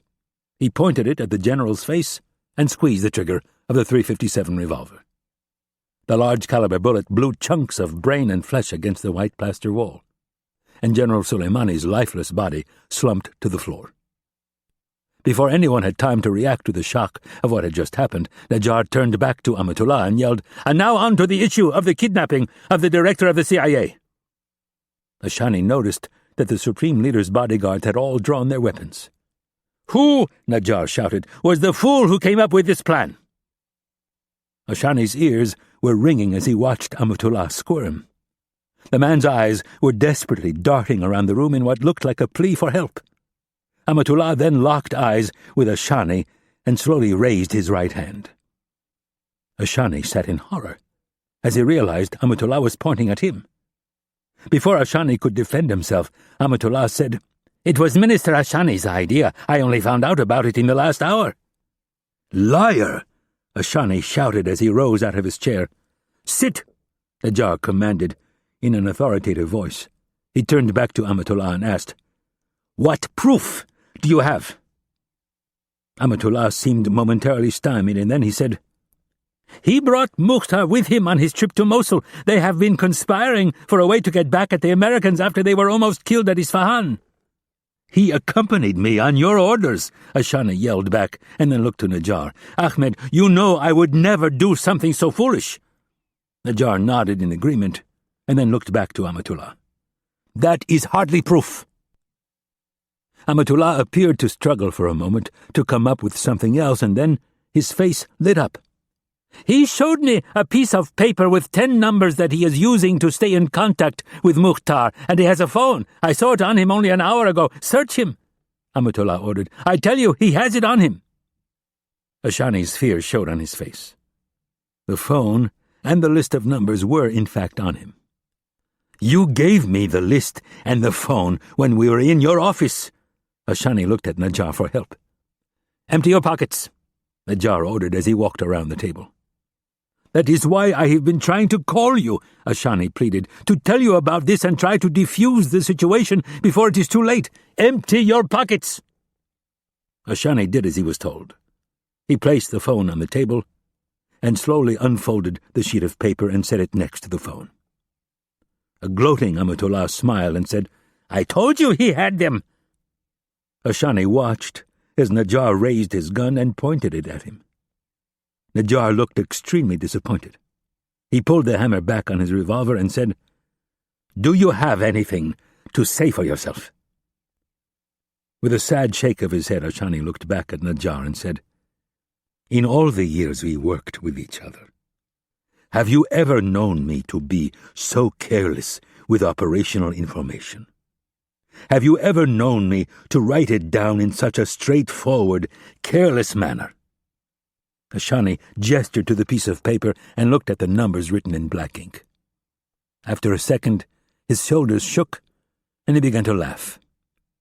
"I fail to see the humor," Najjar said, deadpan with the pistol still pointed at Ashani's head. "I'm sorry," Ashani said, still laughing. "But that isn't my handwriting." He looked up slowly from the paper and pointed across the room at Amatullah. "It is his." Najjar grabbed both the phone and the piece of paper. He walked around the table and handed them to Amatullah. "Call Mukhtar right now, and tell him to release Director Kennedy." Amatullah did not move fast enough, so Najjar pointed his gun at his head and said simply, "I am going to count to 5.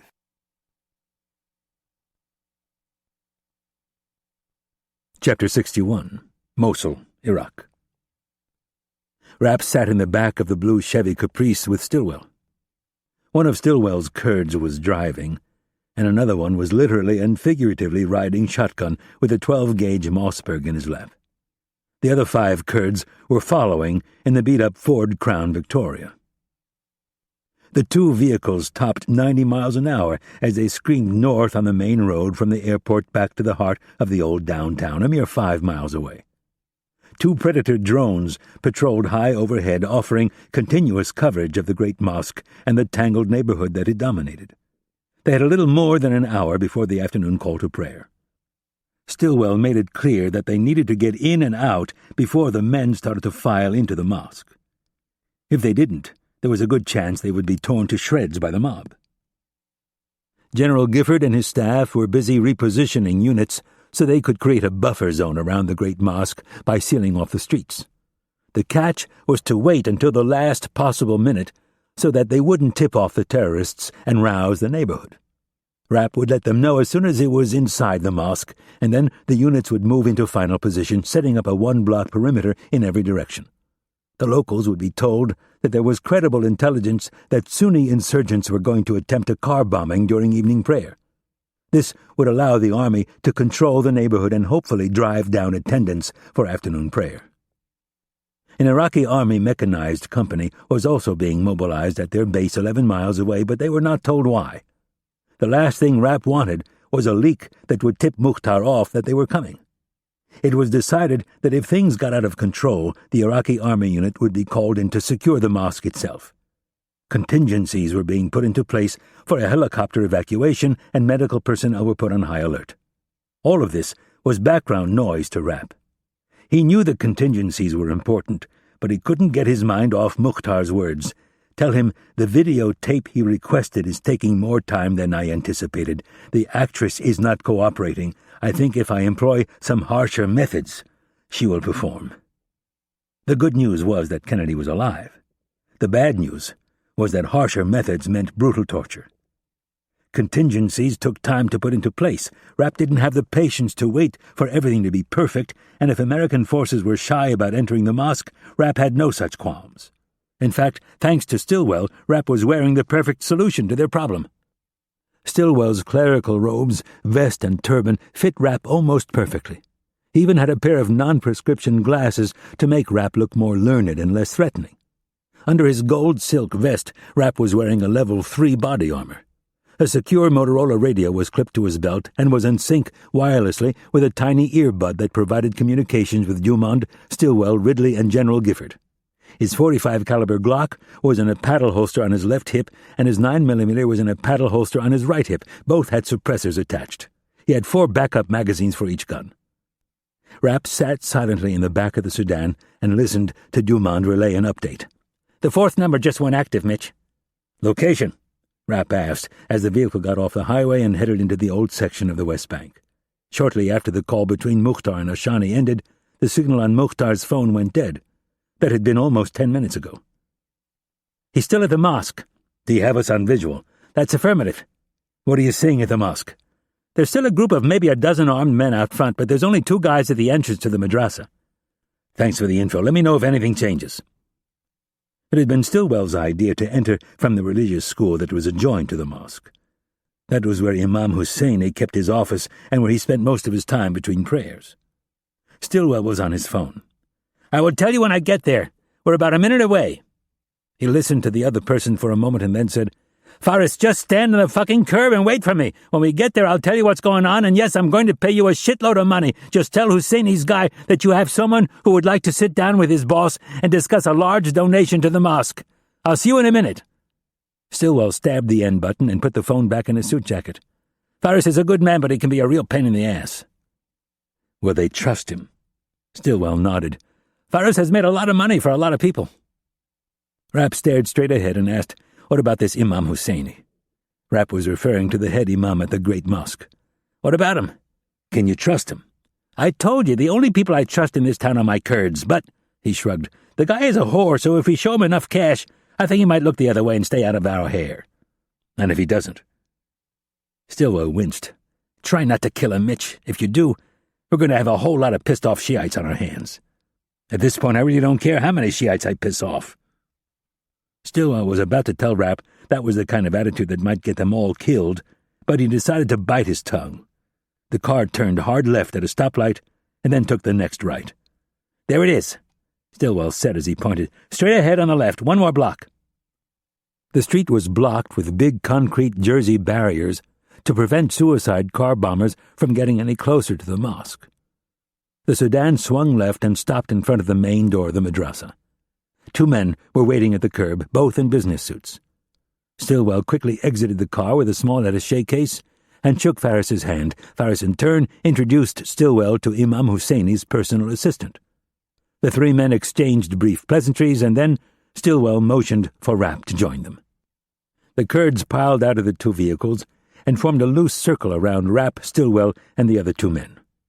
Stillwell lifted the thin attaché case and popped the 2 clasps. He opened the case just enough for the imam's assistant to get a glimpse of the cash. Stillwell moved closer to the man and whispered, "The Supreme Leader would like to show the imam his appreciation." The assistant smiled knowingly and motioned for them to follow. Stillwell had told Rapp how Imam Husseini frequently traveled to Tehran, especially when ethnic conflict flared up within the city.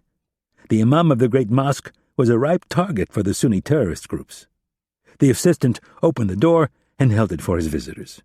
When he saw that the bodyguards were trying to follow, he shot Stillwell an extremely dissatisfied look. Stillwell turned and motioned for the Kurds to stay put. This had been anticipated. If things got hairy inside, he would radio them for backup. Stillwell then handed Faris an envelope stuffed with $100 bills and thanked him for arranging a low-key visit with the imam. Faris turned and left while the other 3 entered the building. The assistant led the way down a wide hallway. Rapp and Stillwell followed a pace behind. Behind the closed doors, students could be heard reciting surahs from the Quran. At the end of the hallway was a stairwell that went down or up a half-flight. Rapp noted a side entrance on his right as they went up the steps and straight ahead to another building that connected the madrasa to the mosque. At the end of the hallway they turned right. Rapp saw a man up ahead, standing guard in front of an office door. Rapp's left hand moved to the hilt of his .45 caliber Glock. His movements were concealed under the black clerical robes. His index finger depressed the release on the holster, and he drew the weapon. His right hand reached over to casually adjust the folds of the robe to make sure the gun was fully concealed. As they drew closer to the office door and the bodyguard, Rapp grew increasingly suspicious.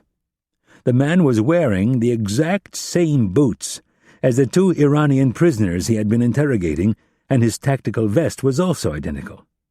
The man was holding a black AK-74 across his chest.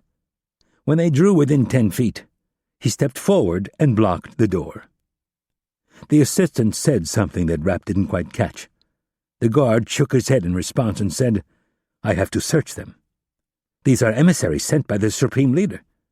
Rapp adopted the haughty attitude imams were known for. The bodyguard was not intimidated. He stepped forward and motioned for Rapp to raise his hands. At that exact moment, Duman's voice came over Rapp's earpiece. "Mitch, we've got a call being made to the new number." Rapp began raising his arms, and in clear, unaccented English replied to Dumond by saying, "Patch it through." The words, spoken not in Arabic or Farsi, but Americanized English, caused the bodyguard to pause for a second as his eyes and ears attempted to reconcile the diverging facts. Rapp pulled the trigger on the silenced .45 caliber Glock. The hollow-tipped bullet hit the man in his bulletproof tactical vest like a sledgehammer. He dropped his rifle as he stumbled backward 2 steps and fell. Rapp swung his cloaked arm around and brought it to bear on the assistant. He grabbed him by the back of the neck and, in Arabic, hissed, "Do what I tell you, and you will not be harmed." Rapp pushed him toward the door, past Stillwell, who was throwing a pair of white plastic flex cuffs on the gasping bodyguard. The assistant opened the door without having to be told, and he and Rapp spilled into the room. The imam was straight ahead, sitting behind his desk, frozen with a pen in one hand and the other draped on top of the desk. Rapp did a quick check to his left and right, and when he put his eyes back on the imam, he saw the grey-bearded man reaching for something under the desk. Rapp took aim and fired, sending a bullet thudding into the top of the heavy wood desk. Splinters flew, and the elderly Husseini jerked backwards, rolling away from the desk in his chair. Rapp raised the pistol up above his head and brought it crashing down on the base of the assistant's neck. The man's legs turned to rubber, and he collapsed to the floor. Rapp rushed around the desk and kicked the side of the imam's leather office chair, sending him rolling across the wood floor and away from whatever it was that he had been reaching for. The chair skidded to a stop against a bookcase. Rapp looked under the desk and found a gun set inside a small shelf. He left it there and moved to the imam while Stillwell dragged the bodyguard into the office and then went back for the rifle. "I've been told you're a reasonable man, and I'm a little short on time, so I'm going to make this quick. I've got a briefcase with 50 grand in it. You tell me where you've stashed Imad Mukhtar and CIA Director Kennedy, and the money's all yours. If you don't, I'm going to start by shooting you in the foot and then the knee, both places that really hurt. So, what's it going to be? The money or a bullet?"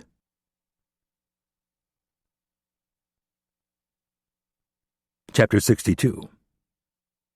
Stillwell closed the office door and slapped flex cuffs on the ankles and wrists of the unconscious assistant. The bodyguard was lying on the floor, writhing in pain from what Rapp guessed was a broken sternum. Rapp pointed at the bodyguard and said to Husseini, "He's with Mukhtar, isn't he?" The imam nodded. Rapp thought of Kennedy's bodyguards all lined up and shot in the head. He then considered how eliminating this problem might motivate Husseini to be a bit more forthright, both in the sense that there would be no witnesses to talk about the deal Husseini had made and by serving as a stark example of how serious the situation was. Rapp extended his wrist, squeezed the trigger, and a heavy bullet spat from the end.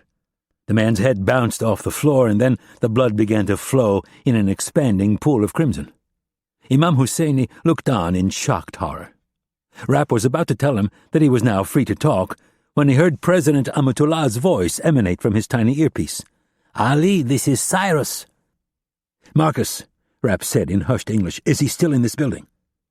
A couple seconds later, Dumont said, "We have his signal isolated to a 4-by-4-meter area in the southwest corner of the mosque." "Stan," Rapp commanded, "show him the cash." "Where are you?" Rapp heard Amatullah ask. "I would rather not say," Mukhtar answered. "Well, there has been a change of plan." "I am close to getting you what you asked for." Rapp could hear the frustration in Mukhtar's voice. "You need to release the hostage," Amatullah said. Rapp literally froze in mid-stride. "Why?" Mukhtar hissed. "Because I am ordering you to." "I do not take orders from you," Rapp noted the anger in Mukhtar's voice. "Well," Amatullah sighed, "the Supreme Leader has decided that she should be released." "Why? Is this because of the ultimatum the American president has given you?" There was a long pause, and then Amatullah said, "Yes." Mukhtar started laughing. Rapp knew instantly there was a problem. He took 2 quick steps and placed the tip of the silencer against Husseini's knee. "Change of plan, we're going to start with the knee. I need a quick answer, 50 grand, or more fucking pain than you've ever imagined in your entire life." The imam looked at the cash, and then the dead man on the floor and said, "I will take the cash." "Good choice, let's go."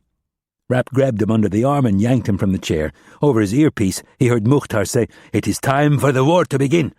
It is time for you arrogant Persians to sacrifice for Allah." "Fuck," Rapp mumbled under his breath as he pulled Husseini toward the door. The imam resisted, saying, "I will tell you where he is. He's in the old catacombs under the mosque." "You will show me," Rapp kept moving, "or I'll fucking blow your head off." Stillwell opened the door, and Rapp rushed through it with the imam. "Stan, grab the back of his robes. If he makes a wrong move, kill him." Rapp drew his silenced 9mm with his now free hand. With the .45 in his left hand, he grabbed the extra fabric from the robe and draped it over the gun so all but the last few inches of the silencer were concealed. In his ear, he could hear Mukhtar droning on about the struggle to cleanse the cradle of Islam of all infidels. "How many men does he have?" Rapp asked Husseini. Husseini straightened his glasses as they hurried around the corner for the stairs. 8, I think." "Are you sure?" "I don't know. I didn't count. Maybe 10. "What about your men?" Stillwell asked. "The ones from the local militia." They are guarding the 3 main entrances to the mosque, but that is normal. We do not like the guns inside if we can avoid it. They do not even know she is here, Husseini added as an afterthought. Rapp felt like asking him, "So you're the only rat bastard who is helping him?" But since Husseini was cooperating, he thought it was best to keep things as positive as the situation would allow. Rapp heard a new voice come over his earpiece. The man was speaking Farsi and was very angry. "Imad," the man barked, "you are to release her unharmed, and you are to do it immediately." As they hit the first-floor landing that led back to the madrasa, Stillwell asked in Arabic, "Do you want me to get the Kurds in here?" "Ayatollah Najjar," Mukhtar said, "knowing your disdain for the CIA, I would have thought you'd approve of my actions." "No," Rapp said to Stillwell's question, "give them an update, but tell them to stay put." Husseini led them down another half-flight of stairs. "The mosque is straight ahead." "Where does he have his men?" Rapp asked Husseini. "Some of them are upstairs sleeping." "Back in the madrasa?" "Yes." "How many?" "I think 3. "And the rest of them?" "He has 2 out front with the militia, and then 2 more guarding the stairs that lead to the catacombs." "And in the catacombs?" "I think 2, maybe more." Counting the man he'd already killed, Rapp had the number at 10, which fit with Husseini's earlier statement. Mukhtar and Ayatollah Najjar were now in a full-fledged argument. Rapp wanted to concentrate on what they were saying, but he needed to gather more information about how Kennedy was being guarded. Husseini was describing for him where she was being kept at the end of a narrow passageway when they entered the mosque. As they traveled across a centuries-old heaved stone floor, another cleric saw them and began walking toward Husseini. "I am going to kill her, and there is nothing you can do to stop me," Rapp heard Mukhtar say. "Keep walking," Rapp whispered to Husseini. "You are going to be greatly rewarded for this. The Supreme Leader wants her released, and Mukhtar has refused." Husseini waved off the younger cleric, and they moved around a series of columns to a long gallery that ran along the south side of the mosque. Much farther down, light streamed into the shadowy space through a series of narrow windows. Rapp got a quick glimpse of a man passing between 2 columns and back into the large open part of the mosque that was covered in prayer rugs. "A little further," Husseini said. "The door is on the right." Rapp could see a single boot resting on the square base of one of the round columns. In his left ear, he could hear Mukhtar and Najjar yelling at each other, and in his right ear, he could hear the echo of someone talking loudly in the mosque. Farther down the gallery, at least 70 feet away, the man who he had glimpsed just a moment earlier walked back between the columns through a patch of sunlight. It wasn't so much that the man was talking on a cell phone, as much as it was the sudden immobility of Husseini that caused everything to click into place for Rapp. Rapp and Mukhtar noted each other at the same moment. Both froze for what was only a fraction of a second but seemed like at least 5. "That is him," Husseini whispered. Rapp was already moving. He saw Mukhtar pull back his suit coat and reach for a radio. Rapp raised the .45 and fired 2 rushed shots as Mukhtar jumped behind one of the large columns. The bullets sailed past and thudded into the next column, sending shards of rock to the floor. 2 steps later, Rapp saw movement on his right. He brought his 9mm up and kept his .45 pointed in the direction of Mukhtar. A man in a tactical vest holding a machine gun came into view. Rapp fired a single shot from the 9mm, striking the man in the head. He could now hear Mukhtar barking commands into a radio. Rapp didn't have to hear the words. He already knew what they would be.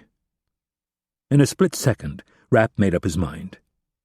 He turned to the right and burst through the doorway as the man he had just shot was coming to a rest on the floor. A second man was sitting on a chair inside the small vestibule. He barely had the chance to open his tired eyes to see what was going on. The 9mm bullet hit him in the center of the forehead. Rapp tossed off his black robes and yelled for Stillwell to stay with Husseini. As he ran into the vestibule, he could hear Mukhtar's voice coming over the radio, clipped to the dead man's tactical vest. While still holding onto his .45, Rapp reached out and snatched the radio with his thumb and forefinger.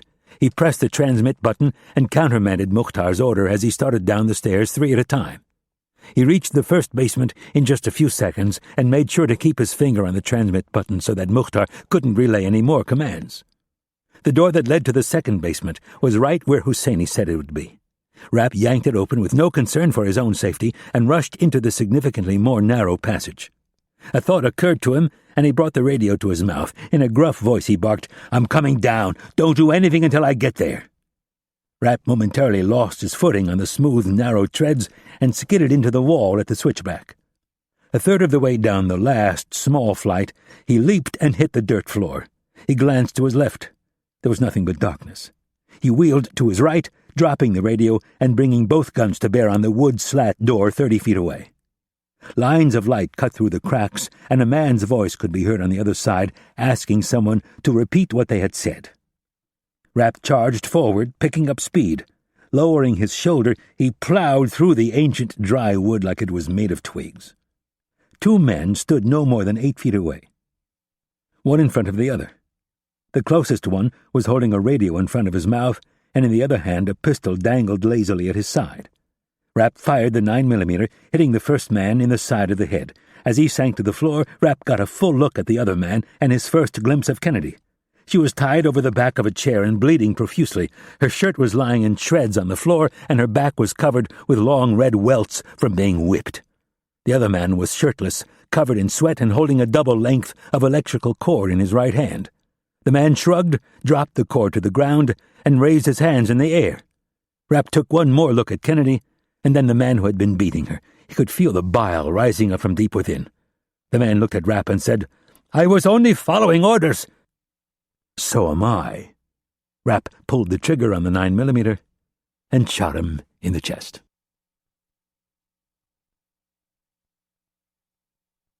Epilogue. Washington, D.C., 1 week later. A Shawnee was driven straight to Langley by Rob Ridley and brought into the old headquarters building via the executive underground parking garage. Before entering the director's private elevator, he'd been roughly searched by 2 of Kennedy's bodyguards, an indignity that he would have not tolerated a week earlier, but now, considering all that had happened, he didn't dare complain.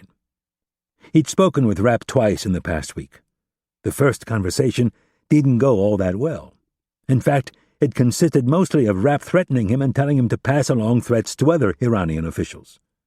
Ashani had learned a great deal about the man in the past week, and nearly all of it was unsettling. He was not someone they could afford to take lightly or ignore. Ashani had discussed the problem with Najjar, who was not pleased to be threatened. His curt response was that they should hire someone to kill the American agent. Ashani, who hated the idea, dissuaded his mentor by explaining that others had tried to do the same thing and had failed. In fact, he added, they are all dead. Ashani used that anecdote to help pitch his proposal. He explained in detail what he proposed to do and how it would both solve a problem and satisfy Rapp. It was the classic killing of 2 birds with 1 stone. With Najjar's blessing, Ashani had called Rapp and told him he would like to sit down and discuss a very important matter. Rapp pressed him for more information, of course, but Ashani just repeated that he was willing to share some very important information with him. Rapp agreed to the meeting but refused to do so anywhere other than Langley. Ashani reluctantly agreed, and now he found himself entering the belly of the beast. As he was escorted through the door by Rob Ridley, he laid eyes on Kennedy for the first time since their meeting in Mosul. She was sitting in a chair next to a couch with an expression that was devoid of emotion. Ashani averted his eyes, feeling an overwhelming sense of shame. He noticed someone approaching from the far end of the large office and turned to see who it was. The man was around 6 feet tall and had longish, wavy black hair and a beard, both with flecks of gray. He was wearing dark slacks and a white dress shirt that clung to his broad shoulders and tapered down to a narrow waist. Ashani knew it was Rapp by the photos in his dossier, but seeing him in person was an entirely different matter. It was like looking at a photo of a lion, as opposed to standing only a few feet away from one of the Creator's most efficient predators. He had expected him to be more rigid, like the former army officers who worked for him, but he wasn't. He had a relaxed, athletic grace in the way he moved. Ashani thought of the threats Rapp had made over the phone, and it sent a shiver down his spine. Rapp pointed at the couch next to Kennedy and said, "You can sit over there." There were no pleasantries, no hellos, or "would you like anything to drink?" Ashani moved around the glass coffee table and sat on the couch. He looked at Kennedy, and with all the sincerity he could muster said, "I am so sorry for what happened to you, and my country offers its sincerest apologies." "Bullshit," Rapp said in a menacing tone. He took up a position on the other side of the coffee table and remained standing. "There's people in your government who are behind the whole thing." Ashani looked up at Rapp and noticed a large-caliber automatic holstered on his left hip. He turned back to Kennedy and said, "He is right. Most of them have been punished. Some have paid with their lives." "What about Amatullah?" "As I have already told you," Ashani said to Rapp, "his term is up in less than a year. He will not be running for office again." Rapp stood there and shook his head in disgust. Ashani found the man very unsettling, so he turned his attention back to Kennedy. In a soft voice he said, "I wish there was a way I could prove to you that I had nothing to do with this crazy plot. I have 4 daughters and a wife. I would never have participated in something like this." "Yeah, you just help fund and train Hezbollah suicide bombers so they can blow themselves up in supermarkets and kill pregnant women."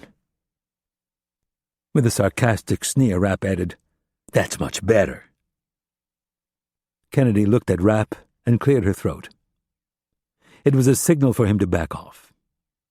She then looked at Ashani and said, "It is my hope that this experience will serve as a lesson that our 2 countries need to open relations. The lack of communications only allows the zealots to advance their ideas." "I agree," Ashani responded. Rapp made a face like he might get sick. "Now, why did you travel all this way?" Kennedy asked in a congenial voice. The short answer: Imad Mukhtar. "What about him?" Rapp said. "He is back in Lebanon." Ashani placed a thick manila envelope on the glass table and slid it toward Kennedy. "I have prepared a dossier for you." Kennedy opened the package and began flipping through the pages. "This is a lot of information." She looked at him with her searching eyes and asked, "Why?" "Because he wants us to clean up his mess," Rapp said. Kennedy held up her hand, signaling to Rapp that she would like him to butt out for a minute. "Why?" "Ayatollah Najjar has asked the senior leadership of Hezbollah to arrest Mukhtar and send him to Tehran. They have assured him that they would put their full resources behind it." "Let me guess," said Rapp, "they're not putting a lot of effort into finding him." "They are putting no effort into finding him. They are putting all their effort into hiding him." "Where?" Rapp asked. "North of Tripoli." "Lebanon?" "Yes." Ashani pointed to the file in Kennedy's hands. "It is all in there, bank records, known associates, etc." "There's a lot more than that in here," Kennedy said. Ashani shrugged sheepishly. Kennedy studied his face for a moment and, in search of a more full answer, repeated her question, "Why?" "Only one other person in my country knows about my trip to see you. That person and I agree that Iran's future would be better served if we were to cut our ties with Hezbollah." "And by giving this to us, you hope to accomplish what?" Ashani thought about his answer carefully and then said, "I think it will help us close a very ugly chapter in our shared history and hopefully give you personally a sense of justice."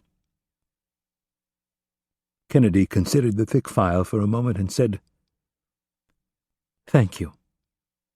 You are welcome. Ashani stood and said, Thank you for taking the time to meet with me. You are welcome. Please excuse my not getting up, but I'm still a bit sore. Rapp escorted Ashani to the door and handed him off to Ridley. He closed the door and walked back to Kennedy, who was staring out the window, lost in thought. Rapp stood there for a moment and then asked, What would you like me to do with Mukhtar? Without looking, Kennedy handed the file over her shoulder to Rapp and said, Kill him.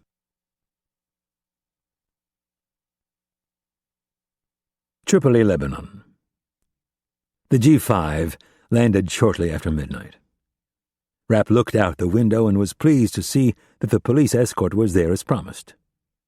It had taken Rapp 3 hours to read the file from cover to cover, and by the time he was finished, he knew exactly what he was going to do. He had his secretary make 2 copies of the file. He sent one to Marcus Dumond with instructions to scan everything into the system so they could begin the collection of intercepts, and the other file went to Kennedy with instructions for it not to be distributed until he gave the okay. The last thing he needed was some gung-ho analyst, or worse, someone from the Justice Department, getting in his way before he had a chance to permanently resolve the outstanding issue. The next thing he did was call a certain Middle Eastern monarch who had a deep fondness and respect for Kennedy. This monarch had called in the aftermath of Kennedy's kidnapping and offered to do anything to help bring Imad Mukhtar to justice. The king also happened to be from the Sunni sect of Islam and despised the Shiite terrorist group Hezbollah. Mukhtar himself had been behind a plot to kill one of the king's brothers. Rapp explained the situation and told the monarch what he would like to do. The monarch did not hesitate to offer his significant assistance, and in fact told Rapp he would like to incur the costs of the operation. This actually became the stickiest part of the conversation.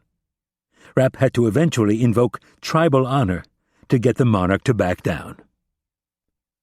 Operations like this were often very tedious and drawn out, usually taking months and sometimes even years. Every so often, though, a shortcut presented itself. The trick was to know when to take it. In this instance, Rapp was influenced by several factors. The first simple fact was that every government and organization, with the exception of Hezbollah, had turned its back on Mukhtar. And according to Ashani's information, there were even a few high-ranking members of Hezbollah who thought it was time for the man to simply disappear. The second reason why Rapp was willing to take the shortcut was because he knew if anything went wrong, the president would have his back. Alexander had told him personally that he wanted Mukhtar's scalp, and he didn't care how long it took. The third and final reason Rapp decided to take the quick route was simple, poetic justice. Rapp looked at his satellite phone and punched in a number from memory. After a few rings, someone answered on the other end and gave Rapp the confirmation he needed. Rapp thanked the person and put the phone back in his pocket. He unbuckled his seat belt and opened the storage closet near the cockpit. After putting on his suit coat, he grabbed a large, heavy, black duffel bag and threw it over his shoulder. On his way past the cockpit, Rapp poked his head in and told the pilots he would likely be back in an hour. Rapp walked down steps and across the rain-slick tarmac. 2 police officers were standing by the squad car, one a detective and the other a patrolman. Rapp shook hands with the detective, who informed him that the chief was waiting for him at the station. Rapp climbed into the back seat and they were off. Where Beirut was a city of mixed religions and sects, Tripoli was predominantly Sunni. They arrived at the station a few minutes later. Rapp lugged the heavy bag up 2 flights of stairs and was shown immediately into the chief's office. Introductions were extremely brief. Neither man wanted to get to know the other. They simply wanted to complete the transaction and go their separate ways. "Is that what I think it is?" the chief asked, pointing at the bag on the floor. Rapp nudged it with his foot. "Sure is. Would you like to take a look?" The chief nodded eagerly. "Before we do that, I want to verify one thing." "What is that?" You spoke to His Majesty directly? Yes. And I assume he told you that I am the last guy you want to double-cross. The chief grinned uncomfortably. Yes, he did. He actually said you are the second to last guy. He is the last guy. Whatever works. Rapp smiled amiably. He bent down and unzipped the bag, revealing 5 tightly shrink-wrapped packets of money. Stepping back, Rapp said, $5 million. Rapp figured it was cheap. The leadership of Al-Qaeda all had price tags of 20+ million on their heads. Mukhtar at $5 million was a bargain. Especially when one took into consideration that based on Ashani's information, they could easily clear that much once they started raiding the Hezbollah accounts they now knew about. If Mukhtar could bribe Sunni cops in Mosul, Rapp saw no problem in offering a cash reward for one of the most wanted terrorists in the world. The chief clapped his hands together and could barely contain his glee. "Ah, this is wonderful." "Yes, it is. Now, may I please see the prisoner?" "Of course. Please follow me." The chief led Rapp down to the first floor. At the back of the station were a series of holding rooms with one-way glass. The chief stopped in front of one and said, "Everything has been arranged, just as you asked." There sat Imad Mukhtar, handcuffed to the metal table. His shoes, belt, watch, money, and cell phone were all on the table in front of him. He had shaved his head in an attempt to disguise himself. It didn't matter, though. Now that they had his voice print and the home where he was staying, it had been easy to find him. "What about the security camera?" Rapp asked. "This one is not working." "All right, you have the key for the handcuffs?" The chief gave it to him. "I will wait right here until you are done." "Thanks." Rapp grabbed a handkerchief, twisted the knob, and entered the 10-by-10-foot interrogation room. Without turning around, Rapp flipped the handkerchief up onto the security camera directly above him. The chief seemed like a nice guy, but there was no reason not to be thorough. He then snapped on a pair of latex gloves. Mukhtar looked up with tired, bloodshot eyes and asked in Arabic, "Are you my lawyer?" Rapp laughed, and as he pulled the curtain across a viewing window, said, "No, I'm your proctologist, you idiot." Hearing the visitor speak Americanized English caused Mukhtar to grow deeply concerned. "Who are you?" "Who I am doesn't matter, Mr. Mukhtar." Rapp circled around him. "I do not know who you are talking about." If all they had to go on were the photos taken in Mosul, there might have been a sliver of doubt. But Ashani had provided them with 16 different quality shots. Those, combined with the voice analysis, guaranteed that the man he was looking at was Imad Mukhtar.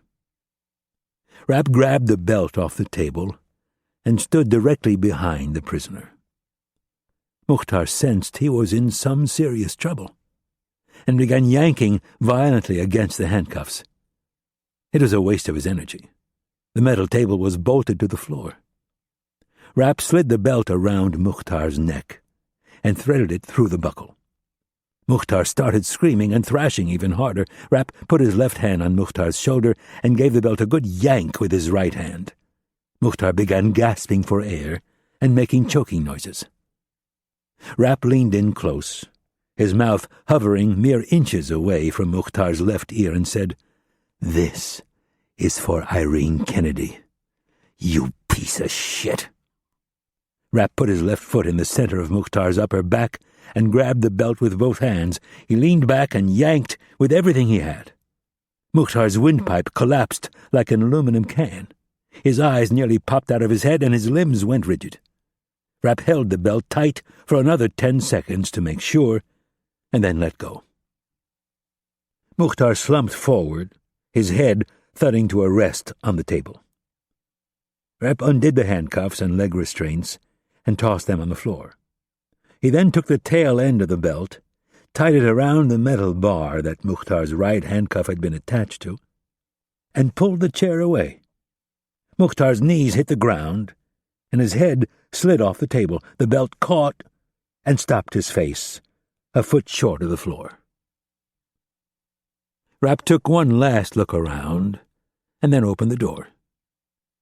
On the way out, he reached up and collected his handkerchief from the security camera and then took off the latex gloves. The chief was waiting. "How did he go?" "Exactly as planned." Rapp thanked the police chief, turned, and walked straight out the front door. Protect and Defend is available in hardcover from Atria. Also available from Simon & Schuster Audio, Act of Treason, and Memorial Day, both by Vince Flynn and read by Armin Schultz.